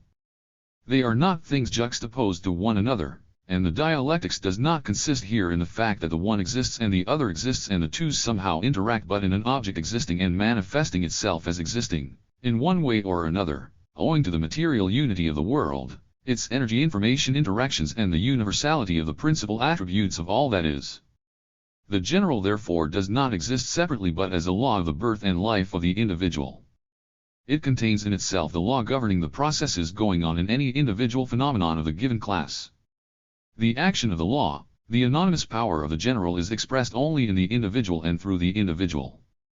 Just as the individual is impossible without the general, so is the general impossible without the individual, which serves as the premise and the substratum of the general. If we recognize, however, that the dialectics of the individual and the general is universal and the general is manifested only in the individual, that means that all the existing individualities are indistinguishable. It has been said above, though, and it is an empirically observable fact, that there are no two absolutely identical things, and they are distinguishable in some aspects even when there is nearly complete similarity. This difference in individualities is embodied in the category of the particular. The particular signifies the measure and mode of combining the general and the individual in a single phenomenon. It is conceived as the specificity of the realization of the general, a specificity characteristic of the given object. No cognitive or practical activity is possible without correct account being taken of the dialectics of the individual, the particular, and the general. To understand separate phenomena, it is necessary 164. To extract them from the general connectedness and to consider them analytically. Science deals above all with generalizations and operates with general concepts, which enables it to establish laws and thus arm practice with predictions. Practical success, however, does not merely require knowledge of the general but also a full account of the individual and the particular. Creative thought permits of no clichés that would be applicable everywhere without regard for the individual peculiarities. The particular is richer than the general. Of course, when we define the average velocity of gas molecules, we are not interested in the behavior of each separate molecule. Their impersonality does not discourage anyone. In medicine, though, the situation is quite different. The doctor must treat not just man in general but a concrete person with unique individual features that are highly important for the matter in hand. One and the same disease in different patients will require certain modifications in the general method of treatment. Two paths are possible in the cognition of that which exists. One is through abstraction from the individual and the accidental towards the formation of general concepts and theories reflecting the essential, and the other is the opposite way through finding the most characteristic individual events which, despite all their uniqueness, directly, as it were, represent the general and law-governed. These are typical individualities.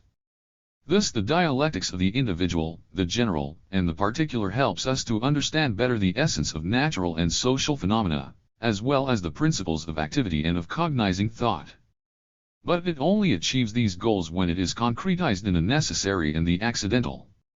For necessity and chance. Tidy concepts of the necessary and the accidental. Historically, the categories of necessity and chance emerged as a consequence of meditation on the human fate, on divine providence *, the freedom of the will, on the predestination or spontaneous character of a human being. These categories became free of this primarily ethical interpretation mostly in connection with the achievements of natural scientific knowledge in the modern times. After a fairly long epoch of the dominance of Laplacian determinism and other forms of metaphysics, during which the various interpretations of necessity were in fact predominant, further development of the exact sciences, in particular of the probability theory, gave a new impetus to a 165. Deeper understanding of the categories of necessity and chance. These categories acquired a dialectical flexibility in the philosophy of Hegel, and were given consistent scientific substantiation in dialectical materialism. Now, what is the meaning of these categories? Can something that exists be non-existent, and could something have happened that did not in fact happen?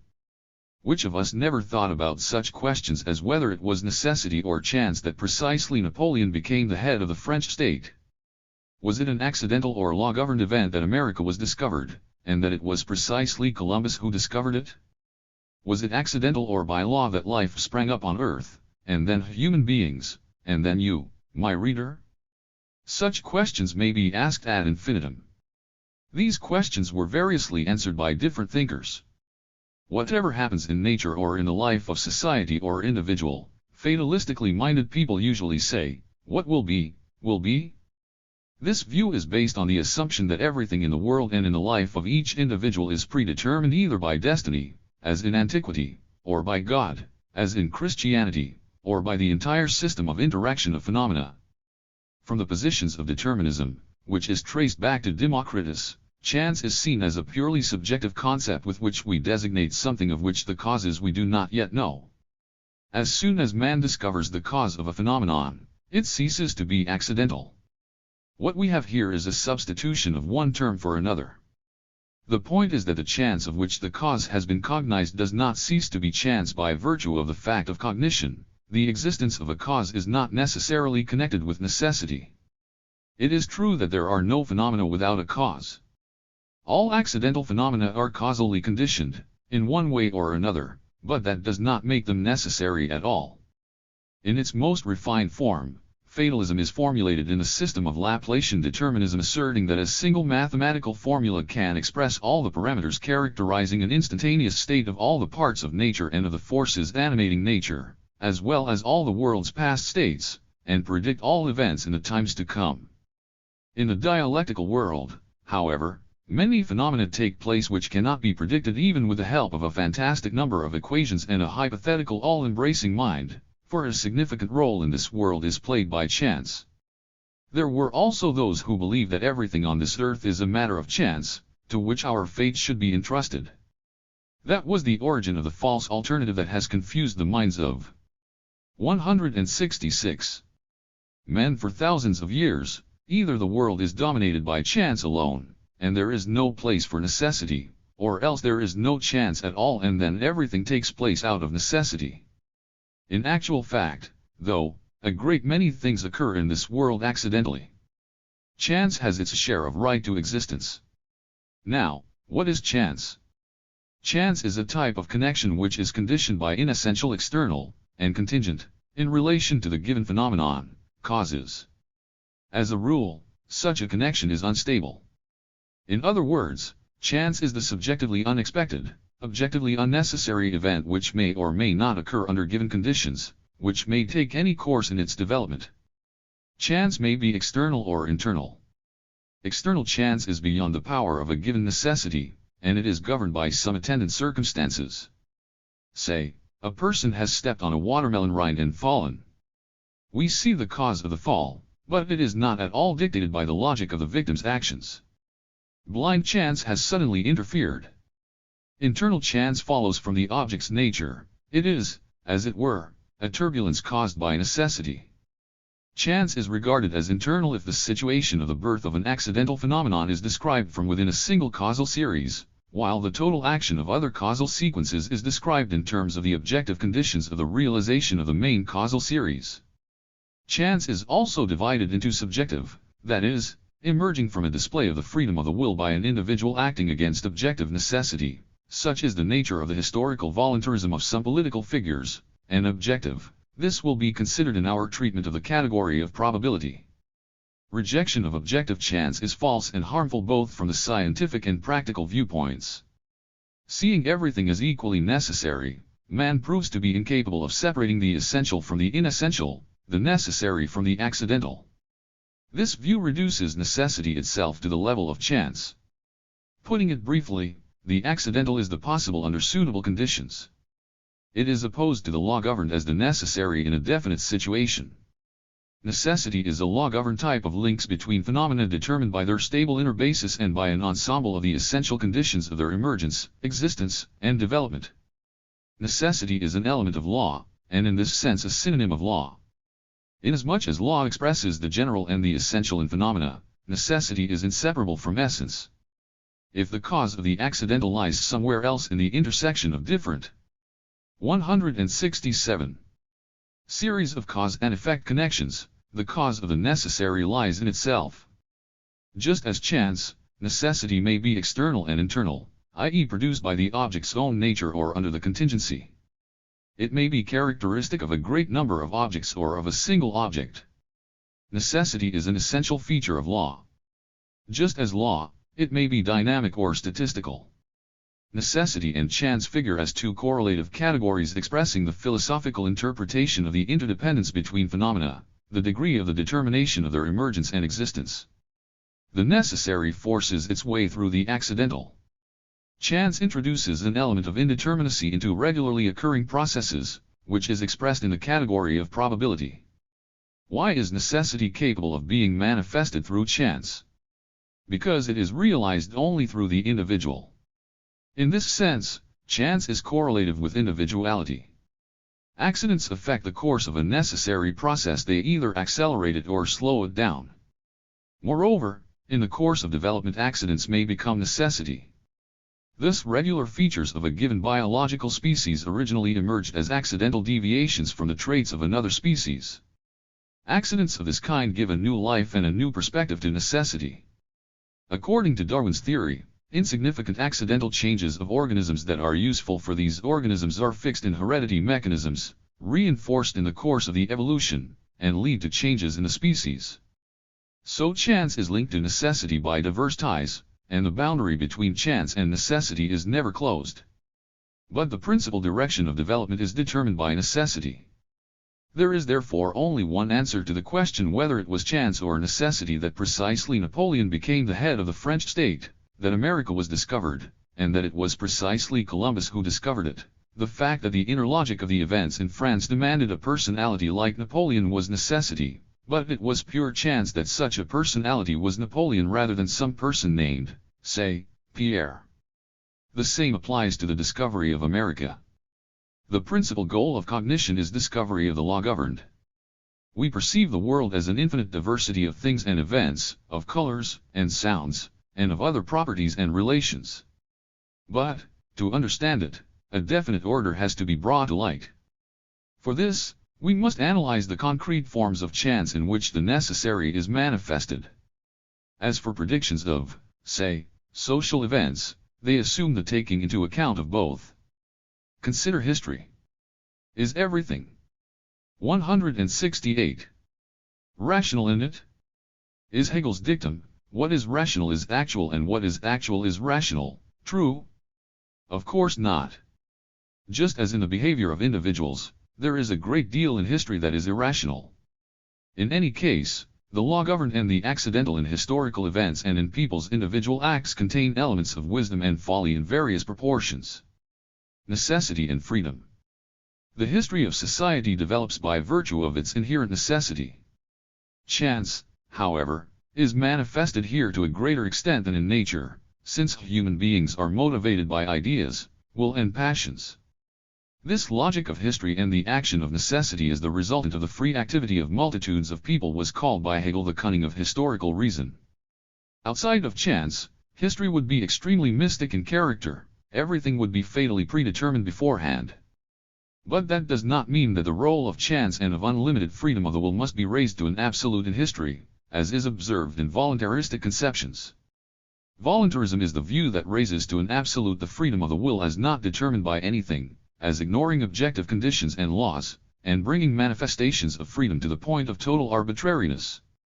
While voluntarism lifts the inner aspect of freedom to the point of arbitrariness, fatalism regards each human act as an inevitable realization of some initial predestination excluding any free choice. However, the view of man as an active creative being rules out a purely mechanistic interpretation of absolute dependence of his actions on external circumstances as accepted, say, by Hobbes or Holbach. They asserted that our life is an orbit along which we must follow due to an implacable concatenation of external forces, without being able to depart from that orbit by as much as an inch. If man acted under the impact of external forces only, his lot would inevitably be that of Buridan's ass which, having no objective grounds for choosing one out of two absolutely identical piles of hay, failed to choose either and died of hunger. This interpretation of the freedom of the will, or rather of a lack of such freedom, degrading man as an active and creatively self-determined personality, relieves him of responsibility for any act, including a criminal one, on the one hand, and on the other, makes it impossible to appreciate his merits. If everything is predetermined, wherein lies the guilt of sinners and the merit of righteous men? This is a profound moral problem that has tormented thinking mankind for ages. As a rule, adherents of the fatalistic view of the freedom of the will confuse predestination 169 with determination, interpreting the latter in the sense of the former. In reality, all man's actions are determined, but there is nothing predestined about them. The metaphysical position makes it impossible to overcome the artificial opposition of the subject of freedom to the objective conditions of his activity. Marxism proceeds from the assumption that through his activity the subject participates in the determination of events. The law-governed course of historical events is realized through people's will and conscious actions rather than outside him. A correct understanding of determination rules out a purely mechanical, one-sided dependence of man's actions on external influences upon him. This dependence is mediated by man's nature, his total experience, interests, and character of value orientations. What is, generally speaking, the freedom of the will? The freedom of the will is man's ability to take decisions and perform actions in accordance with his interests, goals, evaluations, and ideals, expressed in his selective activity based on his knowledge of the objective properties and relations of things, law-governed links between phenomena and events of the objective world. Each of man's free actions is a fusion of freedom and necessity. It follows from this that the freedom of an individual, a collective, a class or society as a whole does not consist in an illusory independence from objective laws but in the ability to choose or take decisions on the basis of a sound knowledge of the circumstances. The freedom of the will is a necessary condition of any goal-directed conscious activity whose subject is inherently endowed with a sense of responsibility. Responsibility assumes, on the one hand, an awareness of what must be, and on the other, the possibility of a free choice of the ways of its realization. Further, that means that freedom is not abstract but historically concrete and relative. According to Engels, freedom is man's generic feature and a product of historical development. The first men who separated themselves from the animal kingdom were in all essentials as unfree as the animals themselves, but each step forward in the field of culture was a step towards freedom. 1. Freedom is a specifically human mode of existence. The measure of freedom as man's creative self-realization is determined by the level of development of productive forces and social relations, and also by the degree of knowledge and mastery of natural and social laws. The extent of human freedom has become a 170 measure of social progress. While progress itself depends on the degree of freedom people have in their activity, the individual as such commands a certain measure of real freedom manifested in the freedom of choice out of the series of possibilities offered by society. The measure of citizens' freedom characterizes both the level of society's development and its moral health. A retrospective view of the history of society shows that its progress is accompanied by a steady growth in the scope of individual freedom and, as a consequence, of the freedom of society as a whole. For the free development of each is the condition for the free development of all. 1. So how is freedom correlated with necessity? The dialectics of freedom and necessity in history is such that, on the one hand, freedom is present in necessity, i.e. necessity is realized only through freedom in the form of an endless chain of people's free choices which, having once begun, has led to the given social state. That means that necessity is not only realized but also created in the historical process. On the other hand, necessity itself is contained in freedom in the form of objectively given historical circumstances, of the objective conditions of people's activity. In this sense, freedom is a recognized necessity, but this recognition means not just knowledge but also an ability to apply that knowledge in practice, contributing thereby to the overall progressive direction of the historical process. The practical realization of historical necessity is possible on the basis of its scientific philosophical knowledge. Society today is called upon to ensure the objective conditions for the achievement of people's real freedom. Freedom is the basis of a humane society, it is the inmost meaning of society as such. Society and its members must not be mutually alienated, society must not appear as a force external in relation to its members and oppressing them, which is characteristic of closed social systems that cannot stand the fresh wind of freedom. An expression of such alienated societies is a system of bureaucracy. It is a wasting disease which destroys freedom and distorts the individual.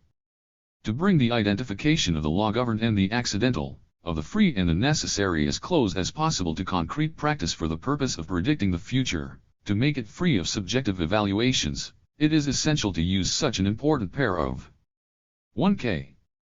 Marx and F. Engels, Manifesto of the Communist Party, in K. Marx, F. Engels, Collected Works, Volume 6, Progress Publishers, Moscow, 1976, p. 506. 171. Dialectical categories as possibility and reality, for necessity, chance, and freedom are different modes of the transformation of the possible into the real, man realizing his freedom to the extent of his possibilities. 5. Possibility, reality, and probability. The concepts of possibility and reality. Reality is recorded by everyday consciousness as something existing at the given moment, i.e. in the present. And the present is interpreted as the real, as something that exists, rather than as something that is only becoming, that is in the process or on the path from the possible to the real. The possible is in this case placed somewhere outside the present and, consequently, outside the real. It does not, as it were, exist really, it is only conceived. At the level of everyday consciousness, such an understanding of the possible and the real may be quite sufficient, without doubt. But the scientific or philosophical consciousness does not wish to be satisfied by this level of understanding. The real is much broader than simply the present, than the naked factuality of being. Reality is not only that which has become or is, which has taken place, but also that which is contained in what exists as a possibility of its transformation into something different. Reality is therefore loaded, as it were, not only with the present but also with the past, having realized the past possibilities. However, it is even more loaded with the future, with those diverse processes of unfolding the countless potentialities of what exists without which life, motion, development are in general impossible. In other words, the real is the unity of the possible and the actual, of that which has become and that which is becoming and, consequently, of that which is dying. With the aid of the categories of the possible and the real, thought comprehends the fact that matter is active, that it continually acquires more and more new forms of existence, passing from one form or state into others, and that it conceals an infinite number of different potentials. Possibility is not so much a special property of the non-existent, it is not so much the conceivable as a reality existing in a particular way. Being in possibility is not a fictitious or false being but an independent and extremely important sphere of reality. Its storeroom contains everything that is fated to happen as well as everything that will never happen, and this lends the present a special meaning which does not at all follow from its naked fac. 172. Duality. Possibility is the future in the present, something which does not exist as a given qualitative definiteness but which may appear and exist, which may become a reality under definite conditions. The material world is like an endless field planted with the seeds of different possibilities which are not brought from the outside by some external forces but come into being and exist in the field itself, expressing the self-motion and self-development of reality. The category of the real thus covers and embraces all the possibilities, since the latter have no other place to be except in reality. Stressing the unity of possibility and reality, the incorporation of the former in the latter, we must, however, bear in mind that they are not just different but even antithetical. The possibility of something is far from being factual reality, and it may well happen that it will never be such. It is a beginning which includes a program of that which does not yet exist embedded in something which already exists. Thus a seed is a kind of focus of a plant, its information concentrate, but no one takes a seed for a plant, no one sits down in the shade of an acorn. Although the latter contains more than a whole oak, it contains a series of past oaks and a series of future ones. 1. The category of possibility expresses the fact that the existence of a phenomenon has begun but has not yet acquired an accomplished form, that it is causally conditioned but has not yet received real implementation. Reality in the broad dialectical sense covers the possible, the process of creating the new, and its being, i.e. the creative sum total of the action of all the real forces of the world. It is nature and world history, man and his reason, material and non-material culture, the unity of essence and phenomenon, of the internal and the external, of the necessary and the accidental, of the individual and the general, of cause and effect, of the potentials, of what is becoming and what has become. It is the whole world surrounding us, in all its colorful diversity. To the extent to which it has been consciously interpreted by man, reality is expressed in a total system of concepts, ideas, and images of science, philosophy and culture as a whole, a system equally reflecting both the factually real and the possible. In the narrow categorical sense related only to the mutual opposition between the real and the possible, the real is interpreted as a realized possibility, something which has directly become something living and active. In relation to the possible as potential, the real is a realized possibility and the basis for the forms of existence of new possibilities. It follows that reality is immeasurably richer than possibility, since it embraces not only all kinds and stages of its realization, but also all the results of the process. Possibility is a tendency or rather latent tendencies of the development of existing reality. If reality is the past in the present, possibility is the future in the present. Reality is the world of realized possibilities and the world of potential possibilities, and between them lies the process of the transformation of potentialities into actual reality.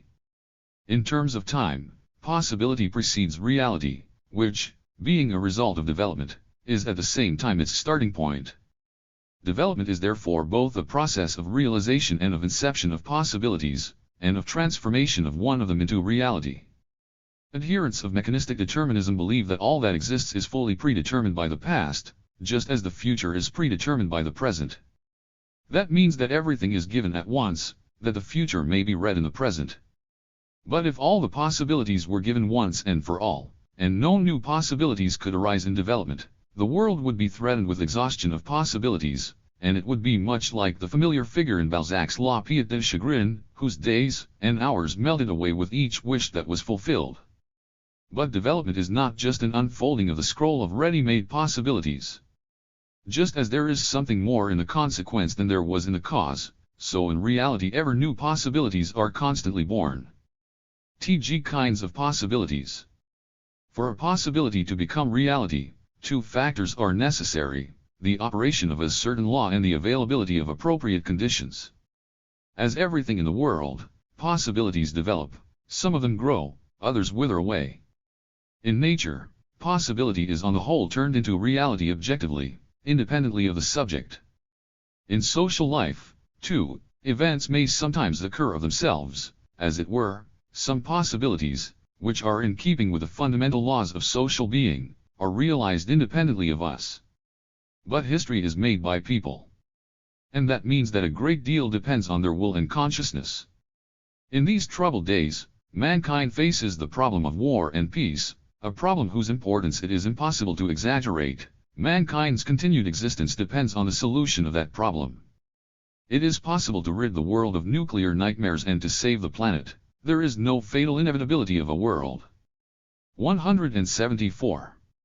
War. This possibility is an act of real force, and all the conditions exist for this possibility becoming factual reality. The rise of mass democratic and anti-war movements has significantly expanded and strengthened the vast potential of reason and goodwill. The most essential characteristic of possibility is the measure of its potential. Depending on the force of necessity underlying them, possibilities may be promising, they may hold little promise, or no promise at all, being mere formalities. A real or promising possibility is a law-governed tendency in the object's development connected with an objective necessity. A possibility of little promise is an inessential tendency in the object's development which becomes a reality only under a definite contingency. It is, as it were, a possibility suspended in the air. A formal possibility differs from impossibility, from that which is fundamentally impossible, which cannot be realized under any conditions. It is impossible, for instance, to meet Socrates in the street. We can only speak of a possibility when the real existence of that whose possibility is asserted by us does not contain anything impossible. A vast mass of formal possibilities is never transformed into reality because they are governed by chance, not necessity. At the same time, a quite real possibility may be wasted or unrealized in view of some circumstances. It then becomes a formal possibility. But a formal possibility can also become a real one. For example, the possibility of man's flight in space was only recently formal, but now it has become a reality. Or consider the transplantation of the organs of the human body. Would it have been possible in the times of Hippocrates? Before it becomes a reality, a formal possibility must turn into a real one. In the presence of antithetic determining factors and polar possibilities, a given real possibility may be reduced to zero. It sometimes also happens that possibilities cancel each other out. A scientific understanding of the correlation between possibility and reality differs from the fatalistic notion, which identifies possibility with necessity. A real possibility is not seen as an inevitability but as a process that presupposes the influence of chance, deviations, and the struggle of opposing forces. Not everything that is necessary is possible precisely at the given moment. The idea of probability. The concept of probability occupies a special place in the complex tangle of links between necessity and chance, which, as we know already, are different modes of the transformation of the possible into the real and thus a kind of measure for the possibility of the occurrence of a given event. This concept is 175. linked with statistical laws of being as opposed to its dynamic laws covered by the concept of necessity. The concept of probability, familiar from antiquity, attracted a close attention of various thinkers in the 17th century, and it was first used in the theory of gambling to calculate the degree of probability of certain moves in a game. Until the end of the 19th century, scientists were mostly concerned with the mathematical aspects of statistical processes. Later, researchers became more and more concerned with the concrete implementation of statistical probabilistic laws in various spheres of life, first in the world of social events, disease statistics, crime statistics, etc., and later in the natural sciences. The most triumphant achievement of probabilistic methods was the founding of quantum physics, in which the idea of probability reached to the inmost essence of being. So, what is probability? Probability is a measure of objective possibility, a degree of possible realization of a given event in given conditions and under a given law. It characterizes the degree to which a certain possibility is grounded, the measure of its ability to become reality, the degree of its closeness to realization, the correlation of favorable and negative factors. Probability indicates the degree to which a certain event is possible or in general impossible. The probability of some possibility is a number in the interval between 0 and 1. Between these two extreme poles lies a scale of various degrees of probability. A certain scholar carried out the following experiment. He tossed a coin 24,000 times, and recorded 12,012 cases of heads and 11,988 of tails. It is said in such cases that the probability of a coin falling heads or tails up equals 0.5. Probability is thus a property of multitudes of events. For a small number of tosses, and still less for a single toss, it is impossible to predict the result. Chance reigns here completely. Its power, though, is limited by a statistical law. When the number of tosses reaches a sufficiently high value, both possibilities are realized with identical necessity. The coin is symmetrical, and that is the main cause of equally probable result. If the probability of an event is infinitesimal, we ignore it, thus we can sit and listen to a lecture without fear that a meteorite will fall on our head. A 100% probability is necessity. The absence of any probability is complete unlikelihood and even impossibility of events. Probability relations have two aspects: the internal, connected with the object's structure. In the example cited above, it is the symmetric structure of the coin, and the external, connected with the frequency of the event, in our example, the number of tosses. The 176. Objective link between the internal and the external aspect of probability is expressed in the law of large numbers, which states that the total effect of a large number of accidental factors leads, under certain very general conditions, to a result virtually independent of chance. Each event is the resultant of necessary and accidental causes. The law of large numbers acts as the law of stable causes overcoming the influence of accidental causes.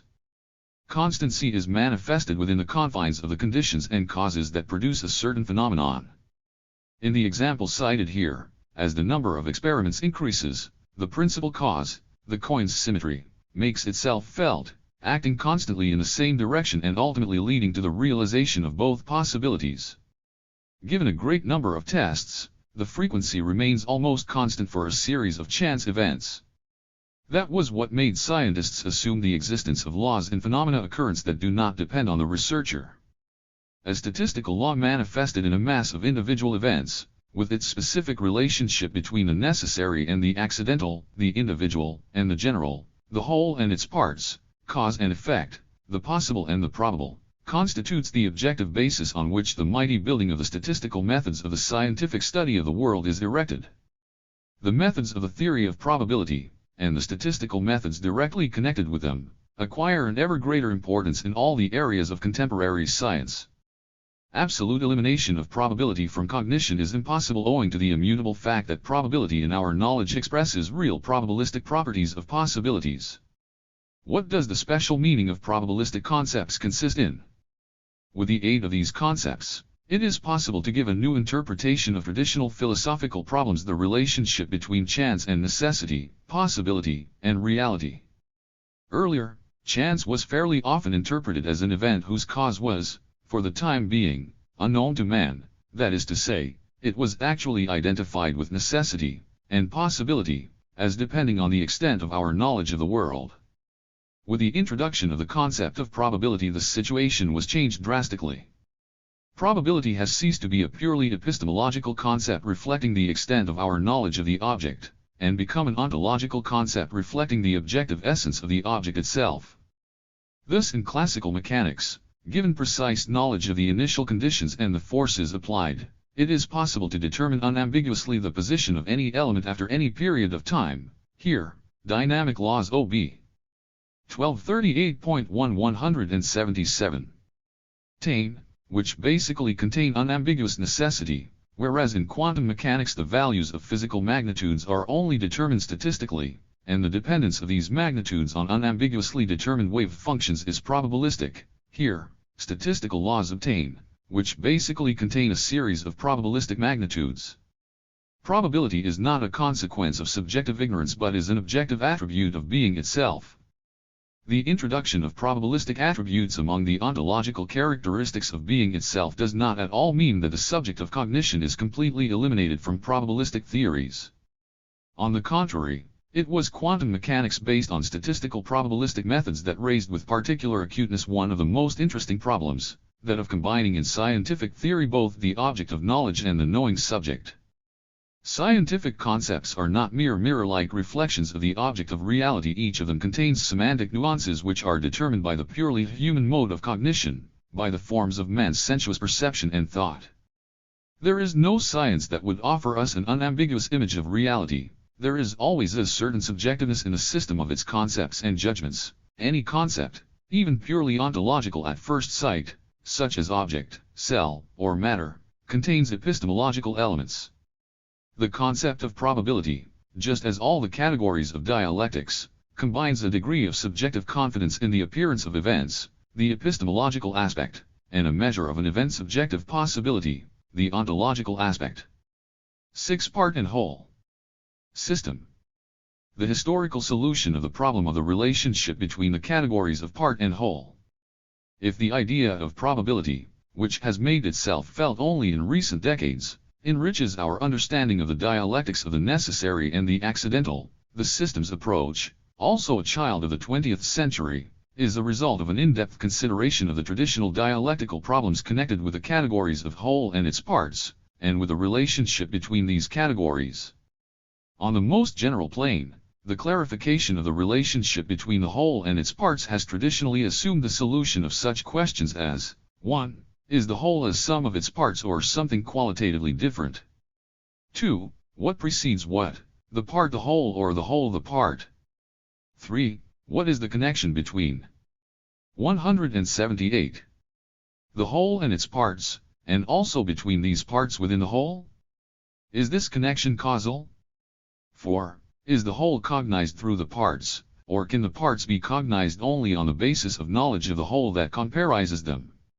Until the recent spreading of the systems approach, all these fundamental questions were solved either on the mechanical summative approach or on the idealistic integrative approach.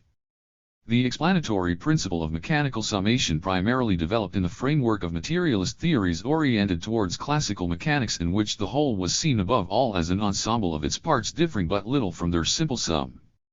To know the whole meant to know the parts of the whole. This answer to the first and the fourth of the above questions unambiguously entail corresponding answers to the two others. Parts were regarded as preceding the whole, and the whole was therefore understood as causally conditioned by its parts. The idealistic integrative principle of explanation, which goes back to Socrates and Plato, insisted, on the contrary, on the priority of the whole. The whole was seen not as a sum of its parts but as a unity qualitatively different from the sum which precedes its parts. The idealist basis of this version is obvious here, and is in no causal dependence on them.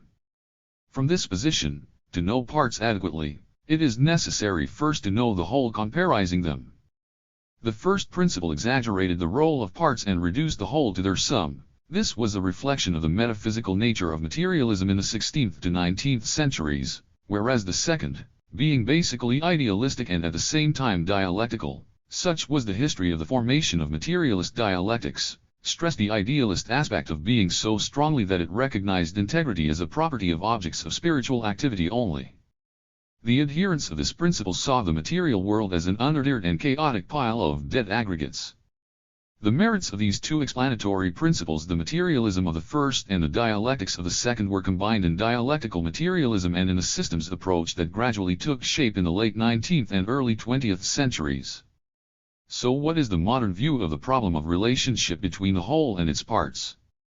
The dialectics of the whole and its parts. Let us try to answer the four questions raised in the above from dialectical materialist positions. 12*179. Question 1. How are the part and the whole related to each other? The whole is a unity of its parts that has new qualities not deducible from the parts constituting it. Let us consider a molecule of water. That is an example of a relatively simple system. By itself, hydrogen, of which two atoms form part of this system, burns, and oxygen, of which one atom forms part of the system, boosts combustion. But the system consisting of these elements has brought to life quite a different, integrative property. Water extinguishes fire. The atoms of all the chemical elements, forming molecules, and becoming elements of such systems as the organs and other structures of the organism of man, acquire new integrative, that is, dependent on the whole that comprises them, properties which raise the structural organization of matter to a different level. It was Socrates who noticed that the face integrates its parts: the lips, the mouth, the nose, the eyes, the ears, the chin, the cheeks into a single whole. However different the form and function of all the parts of the face might be, and however similar they might be, in themselves they do not yet form a face. A face is something integral, something whole. It cannot be divided into or reduced to those parts of which it consists without losing its qualitative definiteness as a face. It unites the parts, it comprises all of them and forms a unique whole with new integrative properties. In bisexual biological species, no one separate creature can produce offspring without the participation of an individual of the opposite sex, and that offspring is not a mere sum of previously disjoint properties but a consequence of their integral combination. Thus the whole is an entity that is not reducible to a mere sum of its constituents. So what is the relationship between whole and its parts? The whole is more stable than its parts. In relation to them, it functions as a kind of frame with a rather great relative stability. However, the whole is not eternal, either. Being an expression of relative stability of existence, it is not at the same time an absolutely immutable entity. The principle of development contains precisely the idea of qualitative shifts in stable integral structures, whereas the fluidity of the parts of a whole, their material instability and constant changes in their substantive composition are not attributes of development but merely indications of changes taking place in nature. Thus the constant changeability of the material composition of one and the same individual within a biological species, i.e. the successive replacement of some parts of a whole, does not lead to biological development, whereas the emergence of a new type of organ. 180. Ism through adaptation processes and various mutations, i.e. a change of the whole, is an indication of development expressed in the emergence of a new biological species. Is any agglomeration of phenomena something integral? It is not. Where no integrative quality is born, there is no whole, rather, there is an unordered and accidental sum of objects united by spatial juxtaposition only, a pile of stones, a crowd of people in the street. In really integral groups of phenomena there is a gradation of the degrees of integrity of its own, coinciding with the levels of structural organization of matter, with forms of its motion. Thus there is the mechanical type of integrity, as illustrated by any machine, such as clockwork. It is not just an unordered sum of parts, we have here a definite principle, and the mechanism works precisely according to this principle, to which the work of all its parts is subordinated. The mechanical type of integrity comprises all the natural systems whose principles are studied by mechanics, e.g., the movement of planets around the sun. Higher types of integrity are complex physical structures, such as atoms, molecules, or crystals, as well as chemical, geological, biological and, finally, social and spiritual structures. In such high types of integrity, each part absorbs, as it were, the aroma of the real whole, the whole permeates its parts, it is present in them, in their substance, energy, and information. Thus a joke is tragically colored in a tragic context. Here, the whole affects the part in a meaningful way. In different speech contexts, one and the same word changes its meaning. The concept of part thus expresses an object not by itself but only in its relation to the whole of which it is a composing element and in which it realizes its potential. Yet another characteristic feature of the higher forms of integrity is self-development and self-reproduction of the parts. The parts of the whole, if separated from it, not just lose some of their essential properties but cannot in general exist in a given qualitative definiteness. The head is only a head because it is capable of thinking. And it can only think as part not just of the organism, but also of society, its history, and culture. An organic whole is not formed through uniting the available parts, like the organs which were believed to be floating in the air by Empedocles: heads, eyes, ears, hands, legs, hair, hearts, etc. An organic whole is born and dies together with its parts, taking shape as an integral whole divided within itself into parts. Thus extremely complex chemical combinations forming the basis of life, the proteins, and the nucleic acids, have taken shape as constituent parts of living systems and cannot 181. Exist outside them in inorganic nature. The normal functioning of living systems requires chemical integrity of the constituent combinations. For example, disruptions in the DNA structure lead to genetic consequences ranging from mutations producing terrible deformities to the death of the organism. The highest form of expression of integrity is society in its history. The general laws of the social whole determine the essence of any of its parts and the direction of its development. A part behaves in accordance with the essence of the whole, and this behavior is determined by the entire system of the effective social norms, legal, moral and others. It is clear from this that the question of what precedes what, whether the part precedes the whole or vice versa, was metaphysical in its very essence, as was noted already by Hegel. The question of precedence can only arise if the whole is interpreted idealistically as something preceding the origin of matter in general, as its source and/or prototype. If the categories of part and whole are equally interpreted ontologically as attributes of being itself, neither the parts, as parts of the given whole, pre-exist the whole nor the whole pre-exists its parts, nor both exist outside each other. The categories of whole and part are thus correlative, they only have meaning in correlation with each other, and this correlation is in the nature of simultaneity, which cancels the question of precedence of either the parts or the whole. This correlative nature of the categories of part and whole, which stresses their simultaneity, also prompts the answer to the third of the questions formulated above on the character of the connection between the whole and its parts, and also between these parts within the whole. Does this connection have a causal character? Does the nature of the whole follow from the nature of the parts, as we observe in causal genetic dependence? It is a well-known fact that systems function on the principle of symmetric interdependence, which is called in science the principle of functional correlation. Not one part can change without other parts also being changed, and this change is synchronic in character. The feedback obtaining in a systemic whole ensures the stability of the whole within a given qualitative definiteness.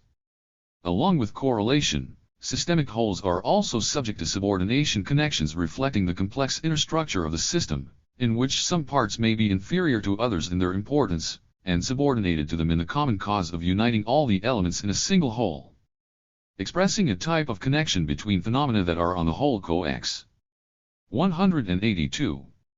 Istant, correlation, and subordination do not at all negate the principle of determinism, and causal genetic determinism in particular, which in this case appears as mediated by other systems principles, in view of which its action can be expressed in the form of correlative dependences, which conceal the causal connection.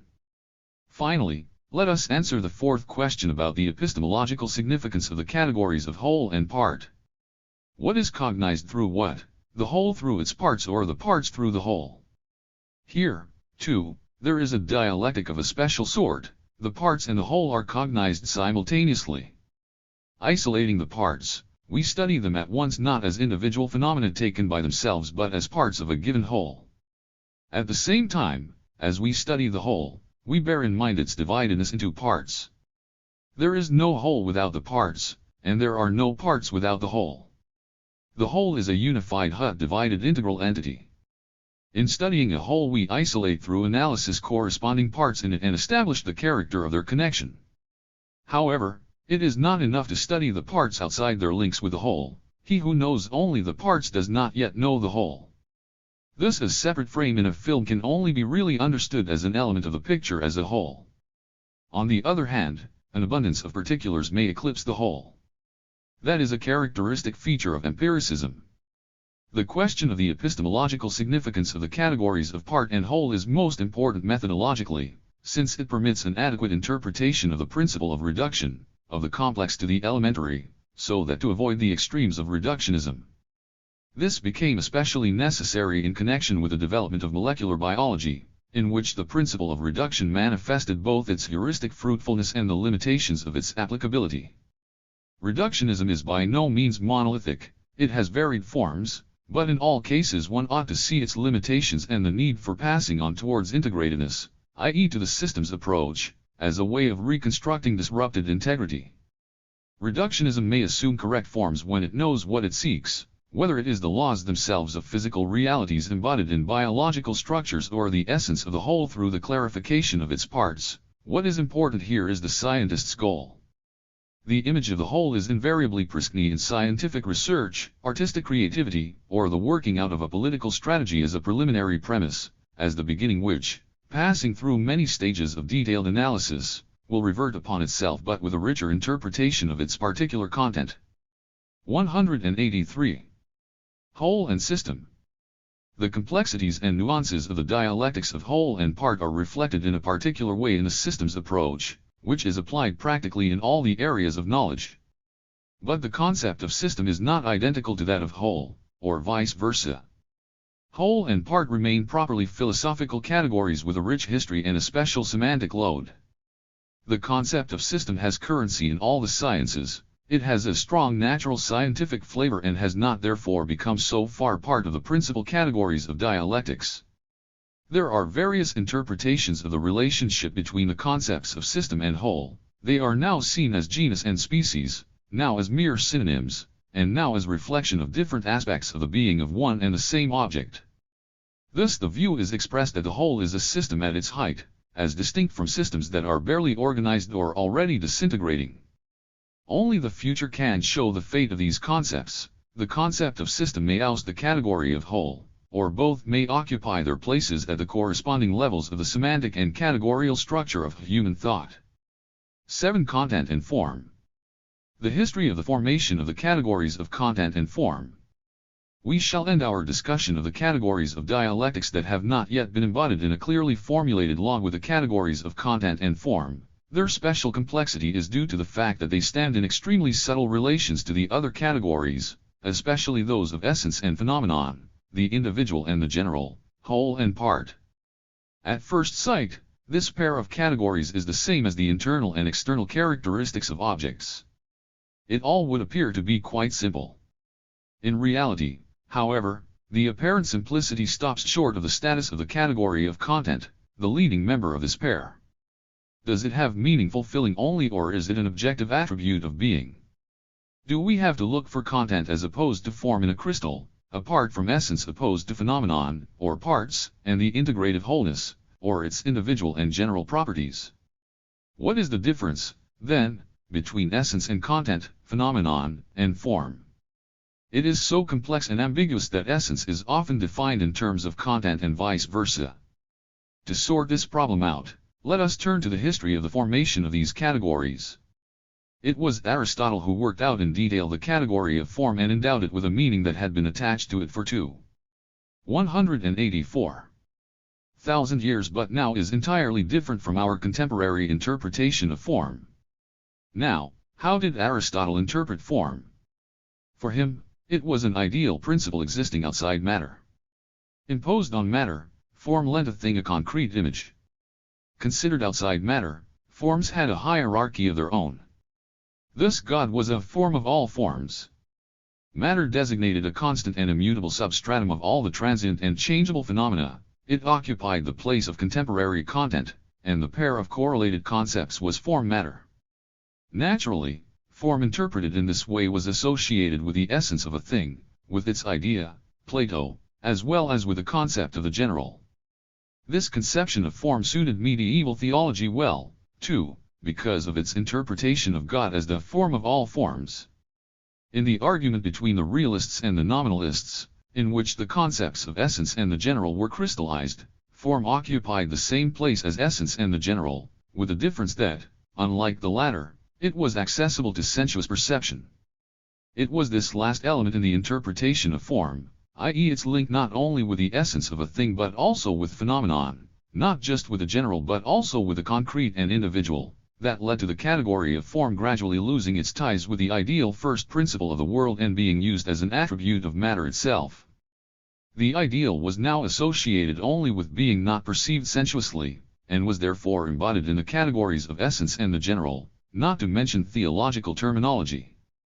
Things came to be thought of as possessing form by themselves, and this form no longer coincided with the idea or essence of a thing.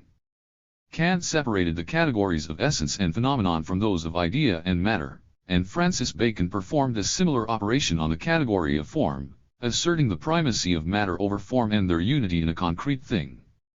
While the essence of a thing, even perceived materialistically, was seen as concealed from sensuous perception, the form of a thing was in this sense coming closer to phenomenon, losing the status of the essence of the thing, of its meaningful content. In this way the category of form, ceasing to be the ideal first principle of the world, a universal meaningfully organizing principle, became an attribute of substantively organized matter. A new correlative category was therefore needed which would take the vacant place and designate the object's essence. The category of matter was apparently unfit for this role. 185. The category of matter, apportioned a strictly defined position vis-a-vis that of idea, gradually disappeared from the system of categories connected with the concept of form, giving place to the evolving category of content. Kant introduced the categories of form and content to describe the process of thinking. What we think about is content, and the way we think and speak of it is form. Hegel, in his turn, asserted the category of content as eliminating the antithesis of form and matter. According to Hegel, content embraces both the material of a thing and its form. In reflecting the objective world, we do not see the material substratum of a thing separately from its form, they are both given to us from the outset in their unity, which is precisely what is called content. But both Kant and Hegel saw the category of content as a purely epistemological concept and not as an objective characteristic of being. Yet purely epistemological, just as purely ontological, categories are an impossibility. In each of them a synthesis of both is inevitable, although attention may of course be focused either on the one or on the other. In the category of content, the epistemological element apparently prevails, but its ontological status must also be clearly defined. Such a deeper understanding of the category of content was achieved in dialectical materialism. T-Phi concepts of content and form. Accepting the extreme importance of the epistemological antithesis of the concepts of content and form, dialectical materialism also revealed their ontological status. Content is not seen here as a formless material substratum, as in antiquity and the Middle Ages, or an epistemological concept eliminating the difference between the material of a thing and its form, but as the inner processes, inherent in the thing, which on the one hand organize the mutual relations of the elements forming the substratum and therefore have a direct bearing on the essence of the thing, and on the other are expressed, in their totality, in the thing's visible shape. The content of an object is very concrete, it embraces the entire ensemble of its elements, i.e. the material, energy, information, statistical, and dynamic elements, as well as all the real connections and relations within the framework of that object. In complex objects, content is many-sided, effectually passing into infinity, for the properties of the object pertaining to its content are infinite. They are variously manifested depending on the other objects with which the given one interacts.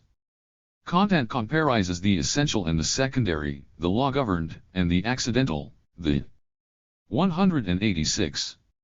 Possible and the real, the external, and the internal, the old and the new. So how is content to be defined in view of all this? Content is the identity of all the elements and moments of the whole with the whole itself. It is the composition of all the elements of the object in their qualitative definiteness, interaction, and functioning, the unity of the object's properties, processes, relations, contradictions and trends of development. It is not all that the object contains that constitutes its content.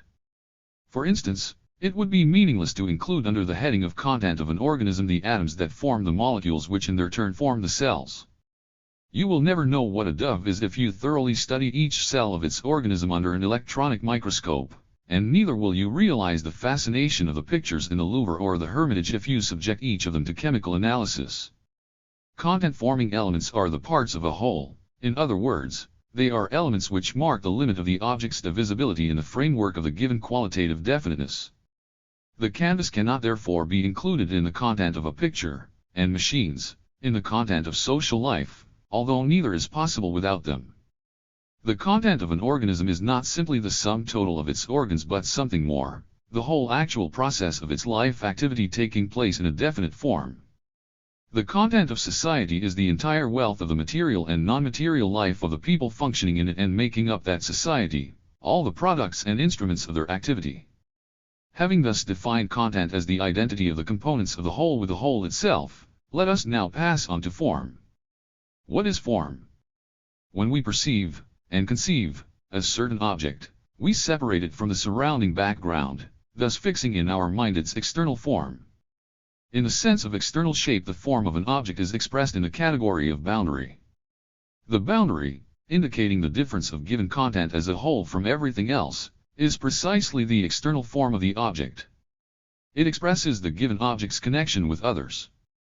Besides, the category of form is also used in the sense of mode of content's expression and existence. Here we are dealing with internal rather than external form. Internal form is connected with the object's qualitative definiteness, the latter being interpreted here not as a material substratum, stone, metal, wood, etc., but as a certain meaningful formedness pointing to a mode of operation involving the object and determining the mode of its perception and incorporation in a system of a given intellectual and practical sphere. 187. Internal form is sometimes interpreted in such a way that it coincides with structure. In a certain sense, structure is inner organization, but the description, or rather definition/description, given above shows clearly, we hope, that the concepts of form and structure cannot be regarded as identical. If we consider the above definition of content and interpretation of internal form, we shall notice precisely at this point that these concepts are almost identical, so that form indeed emerges as a mode of expression of content identical with it. The fact that the one is manifested in and through the other actually brings us into the sphere of dialectical interconnection of these concepts. The dialectics of content and form. Form and content are different poles of one and the same entity, and not component parts. Their unity is revealed in the fact that a given content is arrayed in a definite form. In zero gravity, for instance, a liquid left to itself takes the form of a ball, the most advantageous relation between a body's surface and volume. Processes of life of qualitatively different content gave rise to a great many extremely complex forms of plants and animals. The content of biochemical, energy and information processes comes to life as a well-proportioned organism only when it assumes a definite form. The way something is organized depends on what is organized. Form is determined by content itself, not by some extraneous force. Each form disappears along with its content, to which it corresponds and from which it originates. The dialectics of form and content assumes their relative independence, with content being in a dominant position. Abstraction of form from content can never be absolute, for there are no pure forms indifferent to content. Each change in form is a reflection of transformations in content, in the object's inner links. Unfolding in time, this process is implemented through a contradiction expressed in form lagging behind content, i.e. in the existence of a state of the system in which a new content does not have an adequate new form, retaining instead an old one associated with a content that has already outlived its usefulness. The contradiction is expressed here in the difference in the orientation of these elements of an integral whole, and is always resolved through the breaking down of the old form and the emergence of a new one. Both nature and society are dominated by the principle of given content rejecting form that no longer corresponds to it, and of given form rejecting content that no 188 longer suits it. This is a mutual process, and it is observed in anything that develops through the struggle of its sides, as graphically illustrated by obsolete modes of thought, dogmas, clichés, and stereotypes inherent both in everyday and scientific thinking, lagging behind content, behind the motion of real life.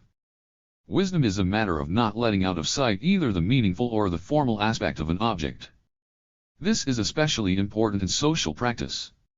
An inability to balance on the crest of the wave of the dialectics of form and content is in this area fraught with the danger of extremely negative consequences.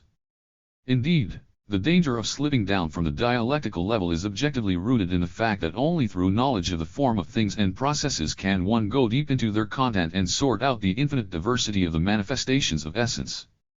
That is why form is often taken for the essence. The metaphysical gap between form and content produces, for instance, such a distorted form of organization in the sphere of management as bureaucratism. Form must not be raised to an absolute, that is clear, but it is just as unjustified to ignore it. A bad organizational form may discredit even the most brilliant of ideas. 8. Quality, quantity, and measure. T.g. concepts of quality, property, and state. Let us ask ourselves this question: is a given thing different from some other thing in some respect? If we think that a given thing is no different from any other, it is impossible to speak of our knowledge of that thing. If we know what a given thing is, then it is something for us, and if it is something, that means that it is the sum total of certain properties. A vase is something made of glass.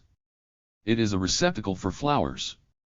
As such, it has color, form, and the texture of the material of which it is made. The sum total of all these properties of the vase is its quality. Clearly, if we do not perceive this thing as something integral, we shall be unable to distinguish a vase, say, from a rose, or a table from a chair. Yet we fully understand what a vase is, what its structure and purpose are. Therefore, if we really know something as a vase, we have a knowledge of its quality, its definiteness, and separation from the surrounding background. The quality of a thing points to a totality of its properties, its composition and structure, its functional purpose both in interaction with other things and with a knowing subject. In other words, the quality of a thing is something essential for its knowledge, for its practical application and 189. Manufacture. It is the aspect that permits the differentiation of one thing from another, and thus the identification, opposition, comparison, combination, division, and generally construction of things not only in being, in practice, but also in consciousness.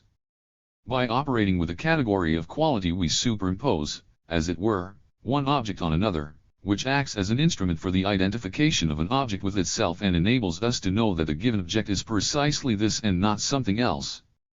Here, the previously unknown object appears as a known one. A flying object is recognized as a bird, and not just a bird but a dove, and not just a dove but a dove of a certain sort. The quality of an object is revealed in the totality of its structurally ordered properties. From the epistemological standpoint, a property is a primary, further indivisible structure correlated with just as elementary cognitive phenomenon of sensation, and in more complex cases, with concept, if it is inaccessible to the subject's capacity for sensation.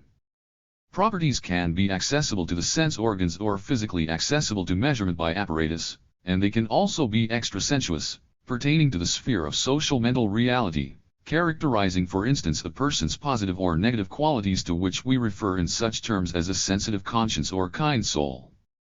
They are known through interaction of objects with one another and with a subject. A property is thus a way of manifestation of the object's definite aspect in relation to other objects with which it interacts. A property is precisely that through which something manifests its specific being in relation to something else.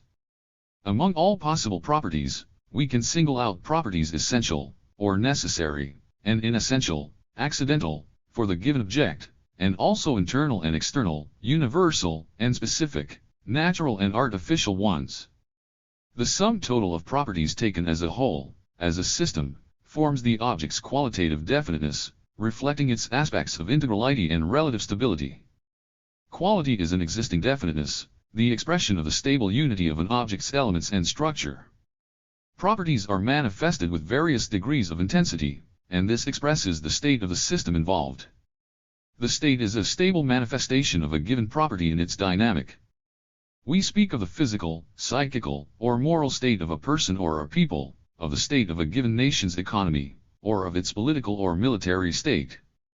The object's other properties are addressed to the outside, while its state is turned towards its inner structure. Properties, states, functions, and connections are an object's qualitative features. 190. Having established what property and state are, we can tackle a fuller definition of the quality of an object. Quality is an integral description of the functional unity of an object's essential properties, its internal and external definite/less, its relative stability. The mode of manifestation of the quality of a given object and its impact on another object essentially depends on the latter's 7s qualitative state. Thus, a spark falling on a gunpowder store is much more dangerous than the same spark falling on damp ground. The organs of a plant with their different properties take different positions in response to an identical environmental factor, say light. The tops of the shoots curve towards light while the leaves take up a position perpendicular to the direction of the rays. But the mode of manifestation of the quality of a given object also depends on the conditions of interaction with other objects. Consider the interaction between earth and water. Under definite temperatures, water seeps into the earth as rain, while under higher temperatures it evaporates from the earth's surface. Under certain conditions, the interacting objects themselves change their qualitative state. Properties do not just manifest themselves, they may also be modified and even shaped in these relations. Any property or quality of an object interacting with other objects is relative. Steel is hard in relation to wood but soft in relation to a diamond. Any of the object's qualitative states is relative. A given qualitative state may disappear under different conditions, but it only disappears by being transformed into another. Possessing an ensemble of properties which constitute its quality, an object manifests different aspects of that quality in different contexts. For example, the doctor, the lawyer, the writer, the sociologist, the anatomist, the psychologist all observe different qualitative facets of the human being.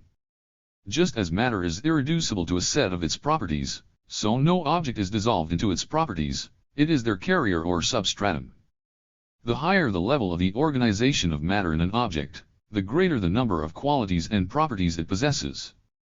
THI concept of quantity. Every group of homogeneous objects is a set. If the set is finite, it can be counted. Suppose we have a herd of 100 cows. In order to see a separate cow as one, we must ignore all the qualitative peculiarities of every animal.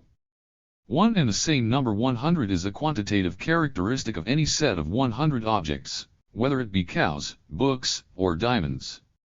One may subject to quantitative comparison both qualitatively homogeneous things and those that differ qualitatively in one respect but are similar in others, say 191. In weight, hardness, or in terms of division of an object into parts. Thus a quantity is a set if it can be counted, and a magnitude if it can be measured. Quantity expresses the external, formal relationship between objects, their parts, properties, and connections, number, magnitude, volume, set, class, or degree of manifestation of a given property. The concepts of number, magnitude, figure, etc., are aspects or elements of the category of quantity. In order to establish an object's quantitative definiteness, we compare its constituent elements' spatial extent, rate of change, degree of development with a definite standard as a unit of computation and measurement. The greater the complexity of a phenomenon, the more difficult it is to study it in terms of quantitative methods. It is far from easy to count and measure, say, phenomena in the sphere of morality, politics, or aesthetic perception. It is no accident therefore that knowledge of quality precedes that of quantitative relations. An understanding of the quantitative aspect of a system is a step towards a deeper knowledge of the whole system. Before counting, one must know what one is going to count. Science moves from general qualitative evaluations and descriptions of phenomena towards the establishment of exact quantitative laws. The basis of quantitative thinking is the objective discreteness of things and processes. Quantity is expressed by number, which contains two basic meanings: the measure of generality, of membership in the same order of discrete elements juxtaposed with one another, and of the dividedness, real or putative, of an object, of its properties and relations, into homogeneous elements relatively independent of its quality. The number 5 expressing, for instance, a set of 5 persons, is not something fused and indivisible, not just an instance of oneness, but a specifically divisible unity of qualitatively homogeneous RVC units. Any number is a relatively independent, integral assembly of a certain set, or a divisible unity of quantity.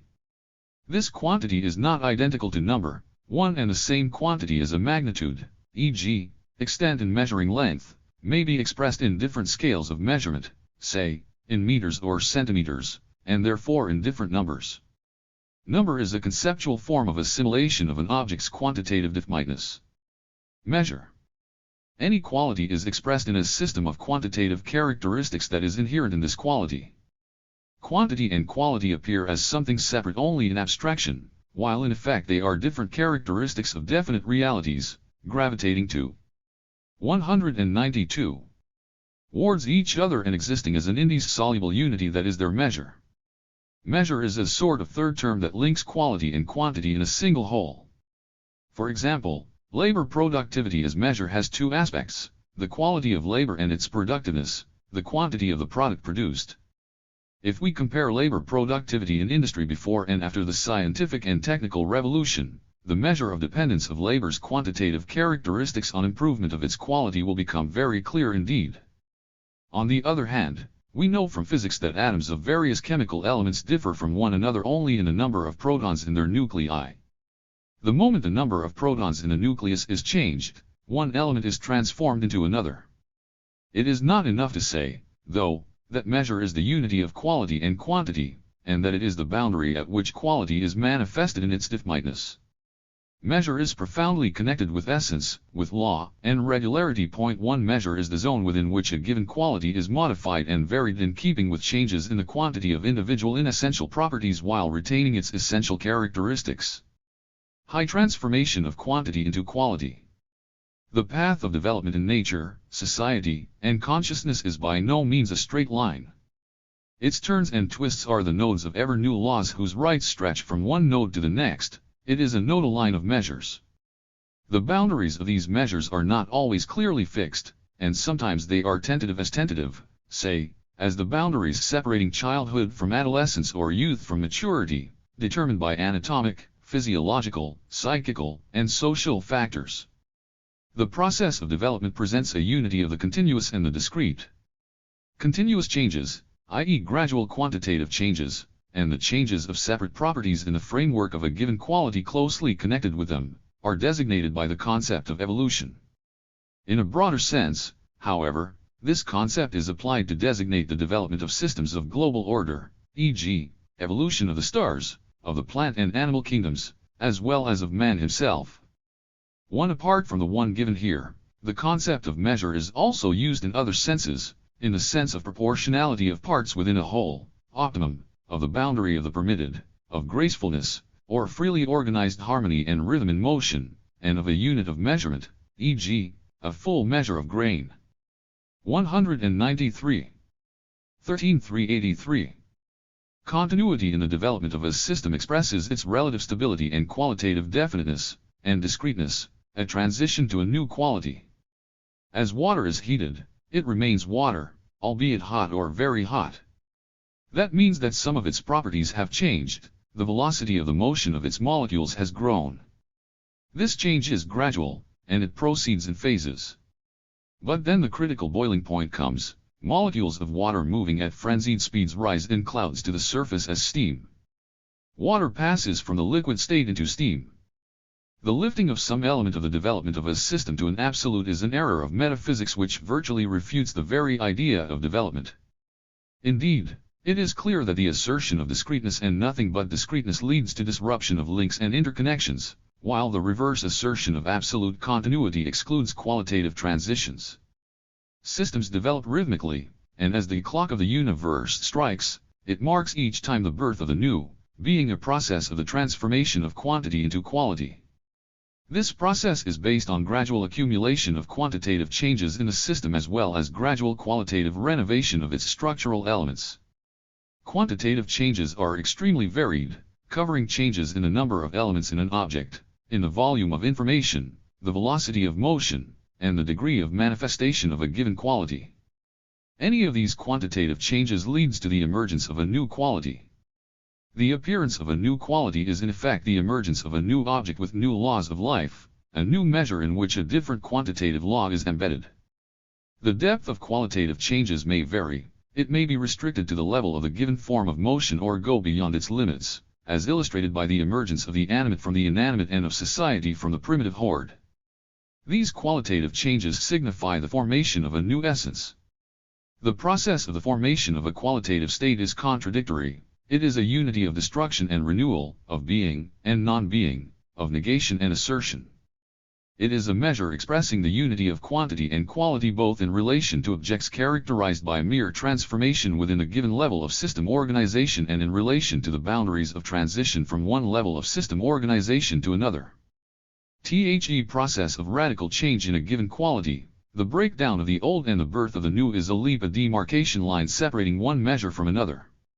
There are different types of leaps determined both by the nature of the developing system and 194.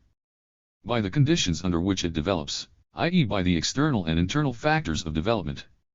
Examples of gradual leaps, or leaps extended in time, in the development of objective reality are the emergence of life on Earth, the origin of man and his consciousness, the formation of new species of animals and plants, the replacement of one socio-economic formation by another, the great landmarks in the development of science, art, etc.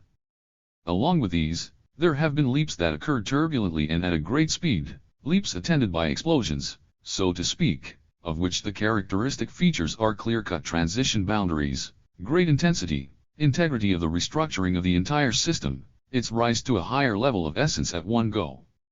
What happened in the universe during the Big Bang may be a good illustration of such a leap. In microprocesses, such a leap may take up a billionth of a second. There are thus two types of leap, gradual leaps and instantaneous leaps, the division resting on the time factor of their realization.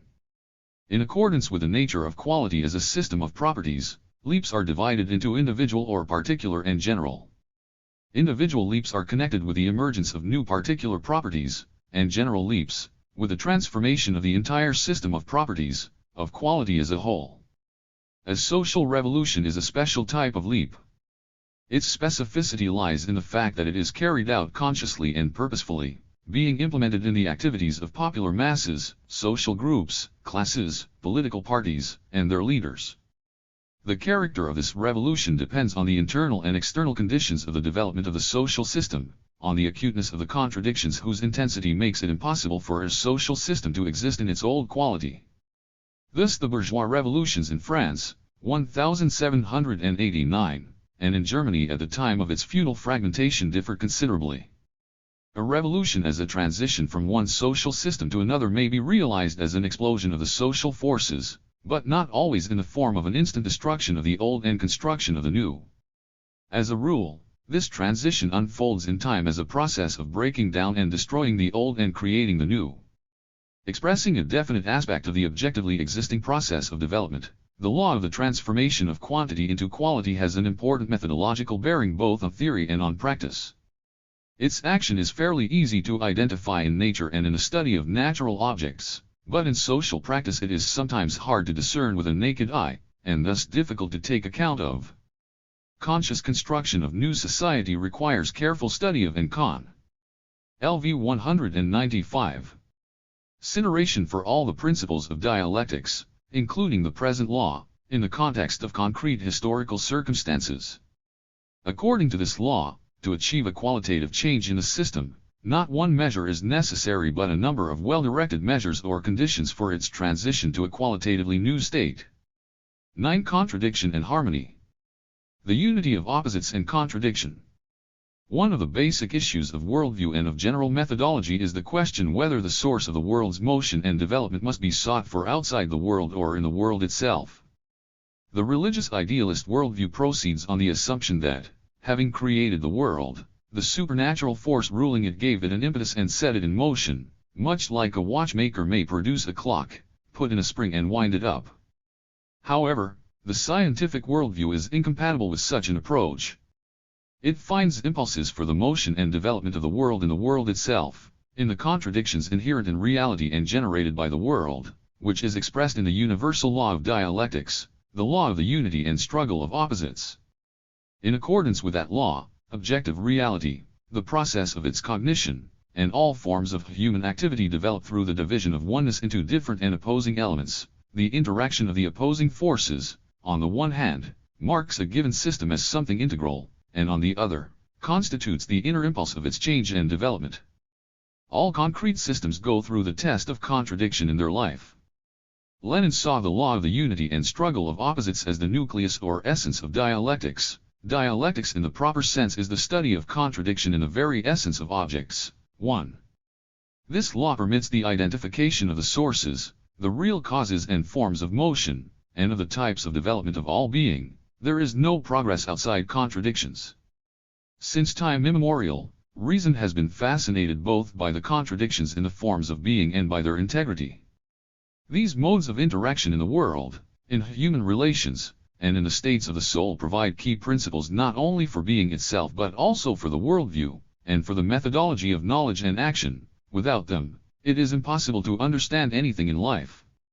We argue, we refute, and defend things. And we do it not only in argument with others but also with ourselves, with one's alter ego. Contradiction is a definite type of interaction between different and opposing sides, properties, and tendencies within a given system or between systems, a process of confrontation between opposing tendencies and forces. The extreme case of contradiction is conflict.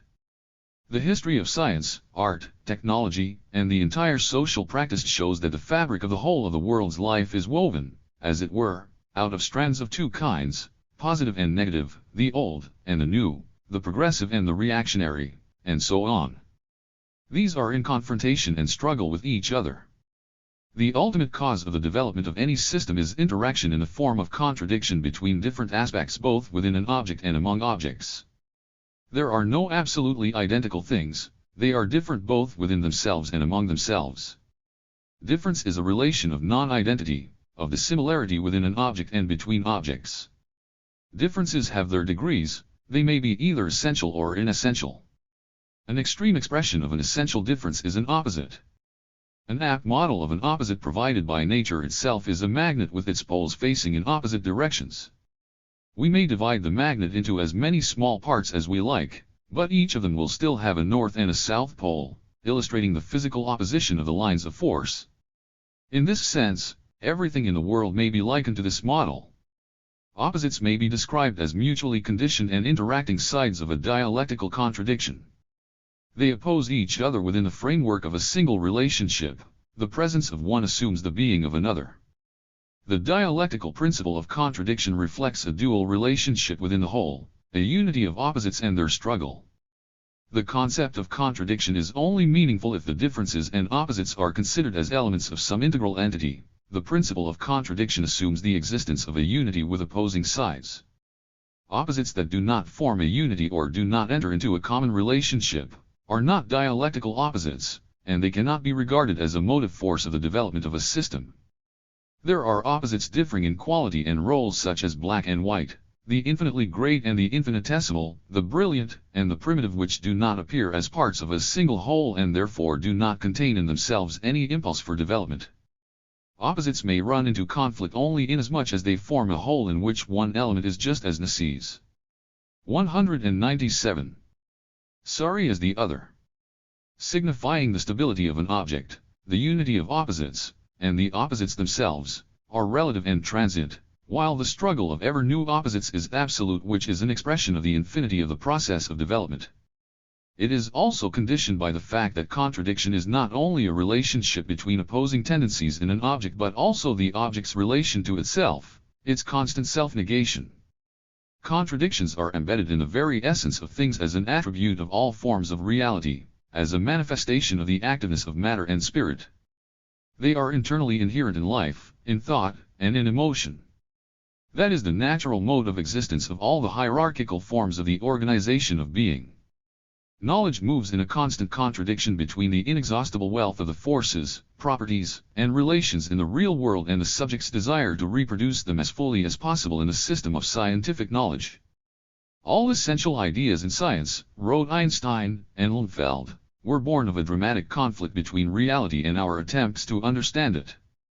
Dialectical contradiction in thought is not a contradiction in one's reasoning or absence of logic, it is interaction of conflicting positions, viewpoints, and notions. The recommendations of formal logic, including the rule against elementary contradictions in one's reasoning and against frivolous dancing from one assertion to another without any objective or logical grounds, help to elucidate the real contradictions rather than obscure them. In dialectics, it is not contradictions in man's reasoning that are at issue, although such contradictions may arise spontaneously in any intellectual quest, when mental associations go in a whirlwind round some idea, but contradictions in the object itself and reflection of these contradictions in thinking, where they are consciously fixed and resolved. A specific form of the existence of dialectical contradictions in cognition are antinomies, or theoretical reproductions of contradictions in scientific theories. The most fruitful way of resolving antinomies is overstepping the limits of their metaphysical opposition. The metaphysical method of thinking discerns in opposites only the mere fact of difference, leaving their interaction in a shadow, discovery of their common basis, clarification of the transition from one opposite to the other, identification of the mediating links of this transition and, finally, establishment of the resultant consequence to which the struggle of opposites reflected in them must lead. 198. The principal types of contradictions. The character of contradictions depends on the specifics of the opposites and on the conditions under which their interaction unfolds. This interaction is a relationship between tendencies that are either incompatible and hostile or mutually complementary and enriching. Hence the diversity of the types of contradictions. Some of them lead to harmony, others, to disharmony. There are also internal and external, principal and subsidiary, antagonistic and non-antagonistic contradictions. Interaction between the opposite sides within a given system, e.g., a given species of animals, intraspecific struggle, a separate organism or society, is characteristic of internal contradictions, which express the state of a system as a definite whole. Each system exists, of course, in the framework of hierarchically more complex wholes, but internal contradictions refer precisely to concrete systems rather than the world as a whole. It is then obvious that external contradictions are the interaction of opposites pertaining to different systems, e.g., to society and nature, the organism and the environment. It is clear, of course, that the concepts of external and internal are relative.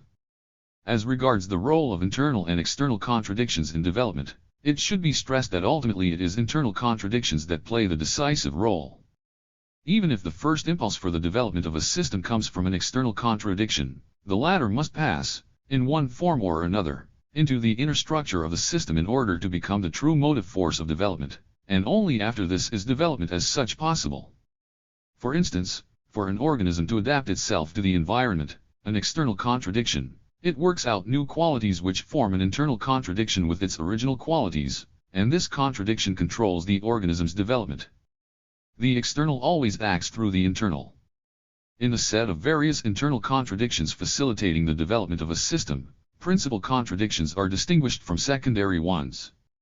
A principal contradiction of a given system is above all an essential contradiction. It is linked with forms of interaction of opposites lying at the very base of this system and constituting its structure. For example, from the very inception of society, the source of its development has been the contradiction between production and consumption, or needs, or interests. Every day people have to drink, eat, dress, and have a roof over their heads. For that, though, all this must be produced. Production gives rise to fresh needs, which 199 stimulates people to introduce improvements in production. The contradiction is resolved through labor and distribution of wealth. It is not eliminated but reproduced every day and every hour, being connected with the essence of the social form of motion. In different social systems, however, the principal contradiction may appear either as antagonistic or non-antagonistic. Antagonistic contradictions involve interaction between implacably hostile forces, classes, social groups, etc. In society, they usually grow in acuteness until they reach the scale of a full-blown conflict. As socio-political revolution, they may be resolved through armed struggle or, sometimes, by peaceful means. Along with antagonistic contradictions and generally situations of acute conflict, there are also non-antagonistic contradictions. These contradictions involve interaction between social groups whose interests and goals basically coincide. Let us take, for example, a socialist society. The perfection of socialist society involves constant struggle of the new against the old. Not only constructive forces are in action here but also negative and sluggish ones, those that impede progress.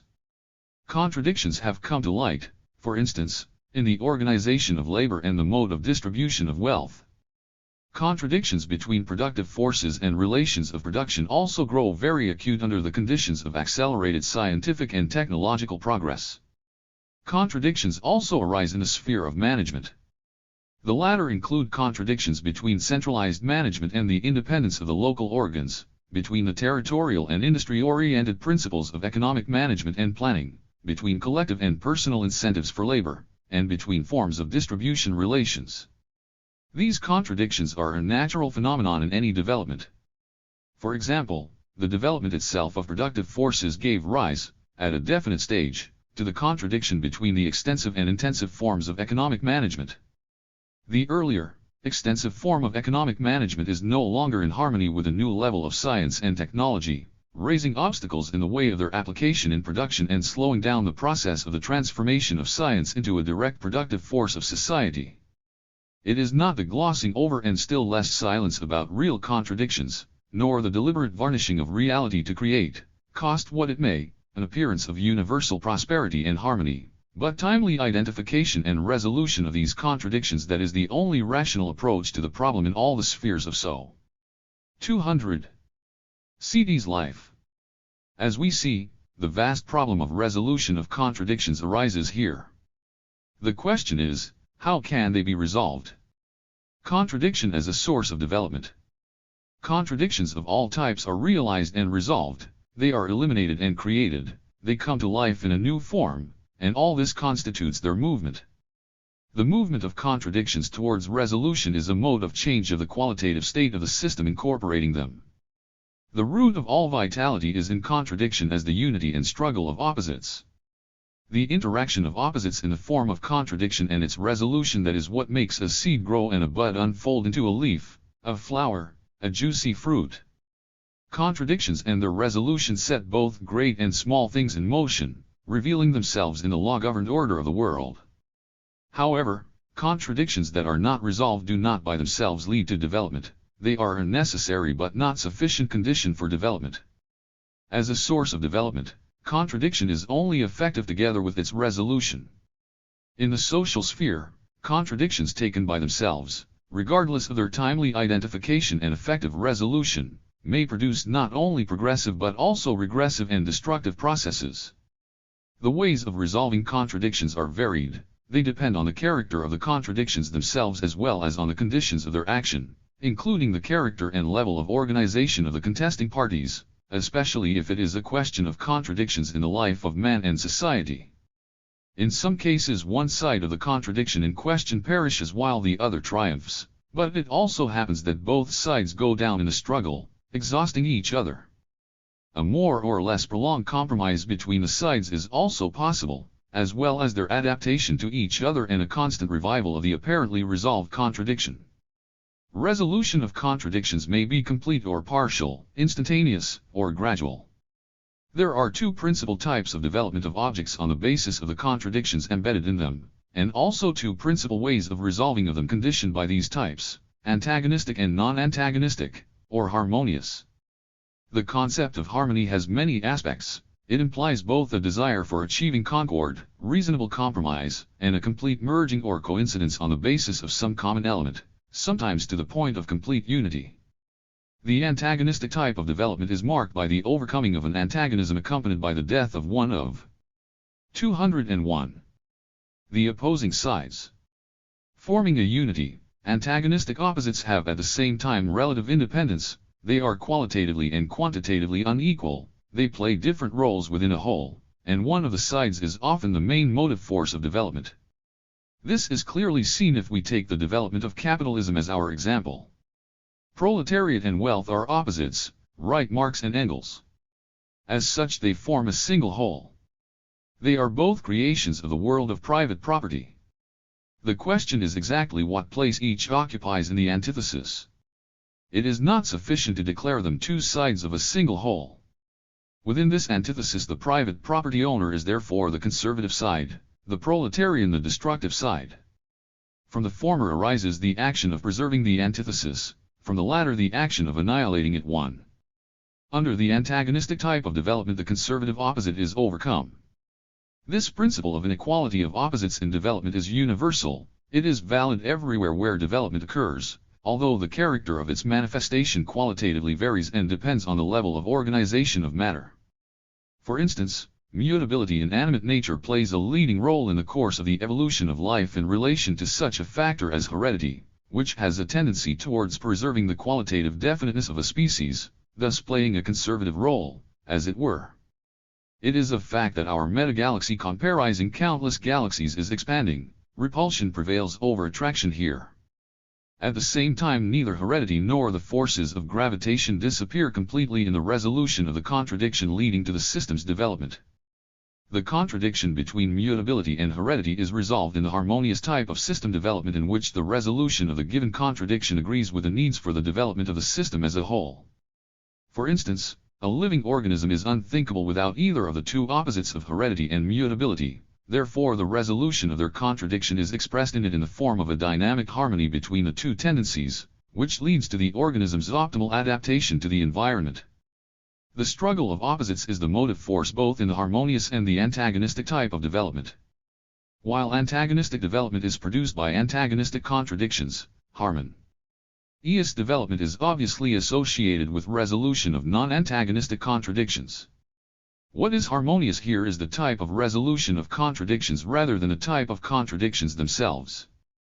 Harmony is an active dynamic state of a system at the moment of resolution of non-antagonistic contradictions but not at the initial moment of confrontation between opposites which have not yet joined the struggle. In its Marxist acceptation, the principle of harmony reflects the dialectics of becoming rather than being that has already become. The law of the unity and struggle of opposites, which is the nucleus of dialectics, is not only of great theoretical but also of vast practical and even practically political significance.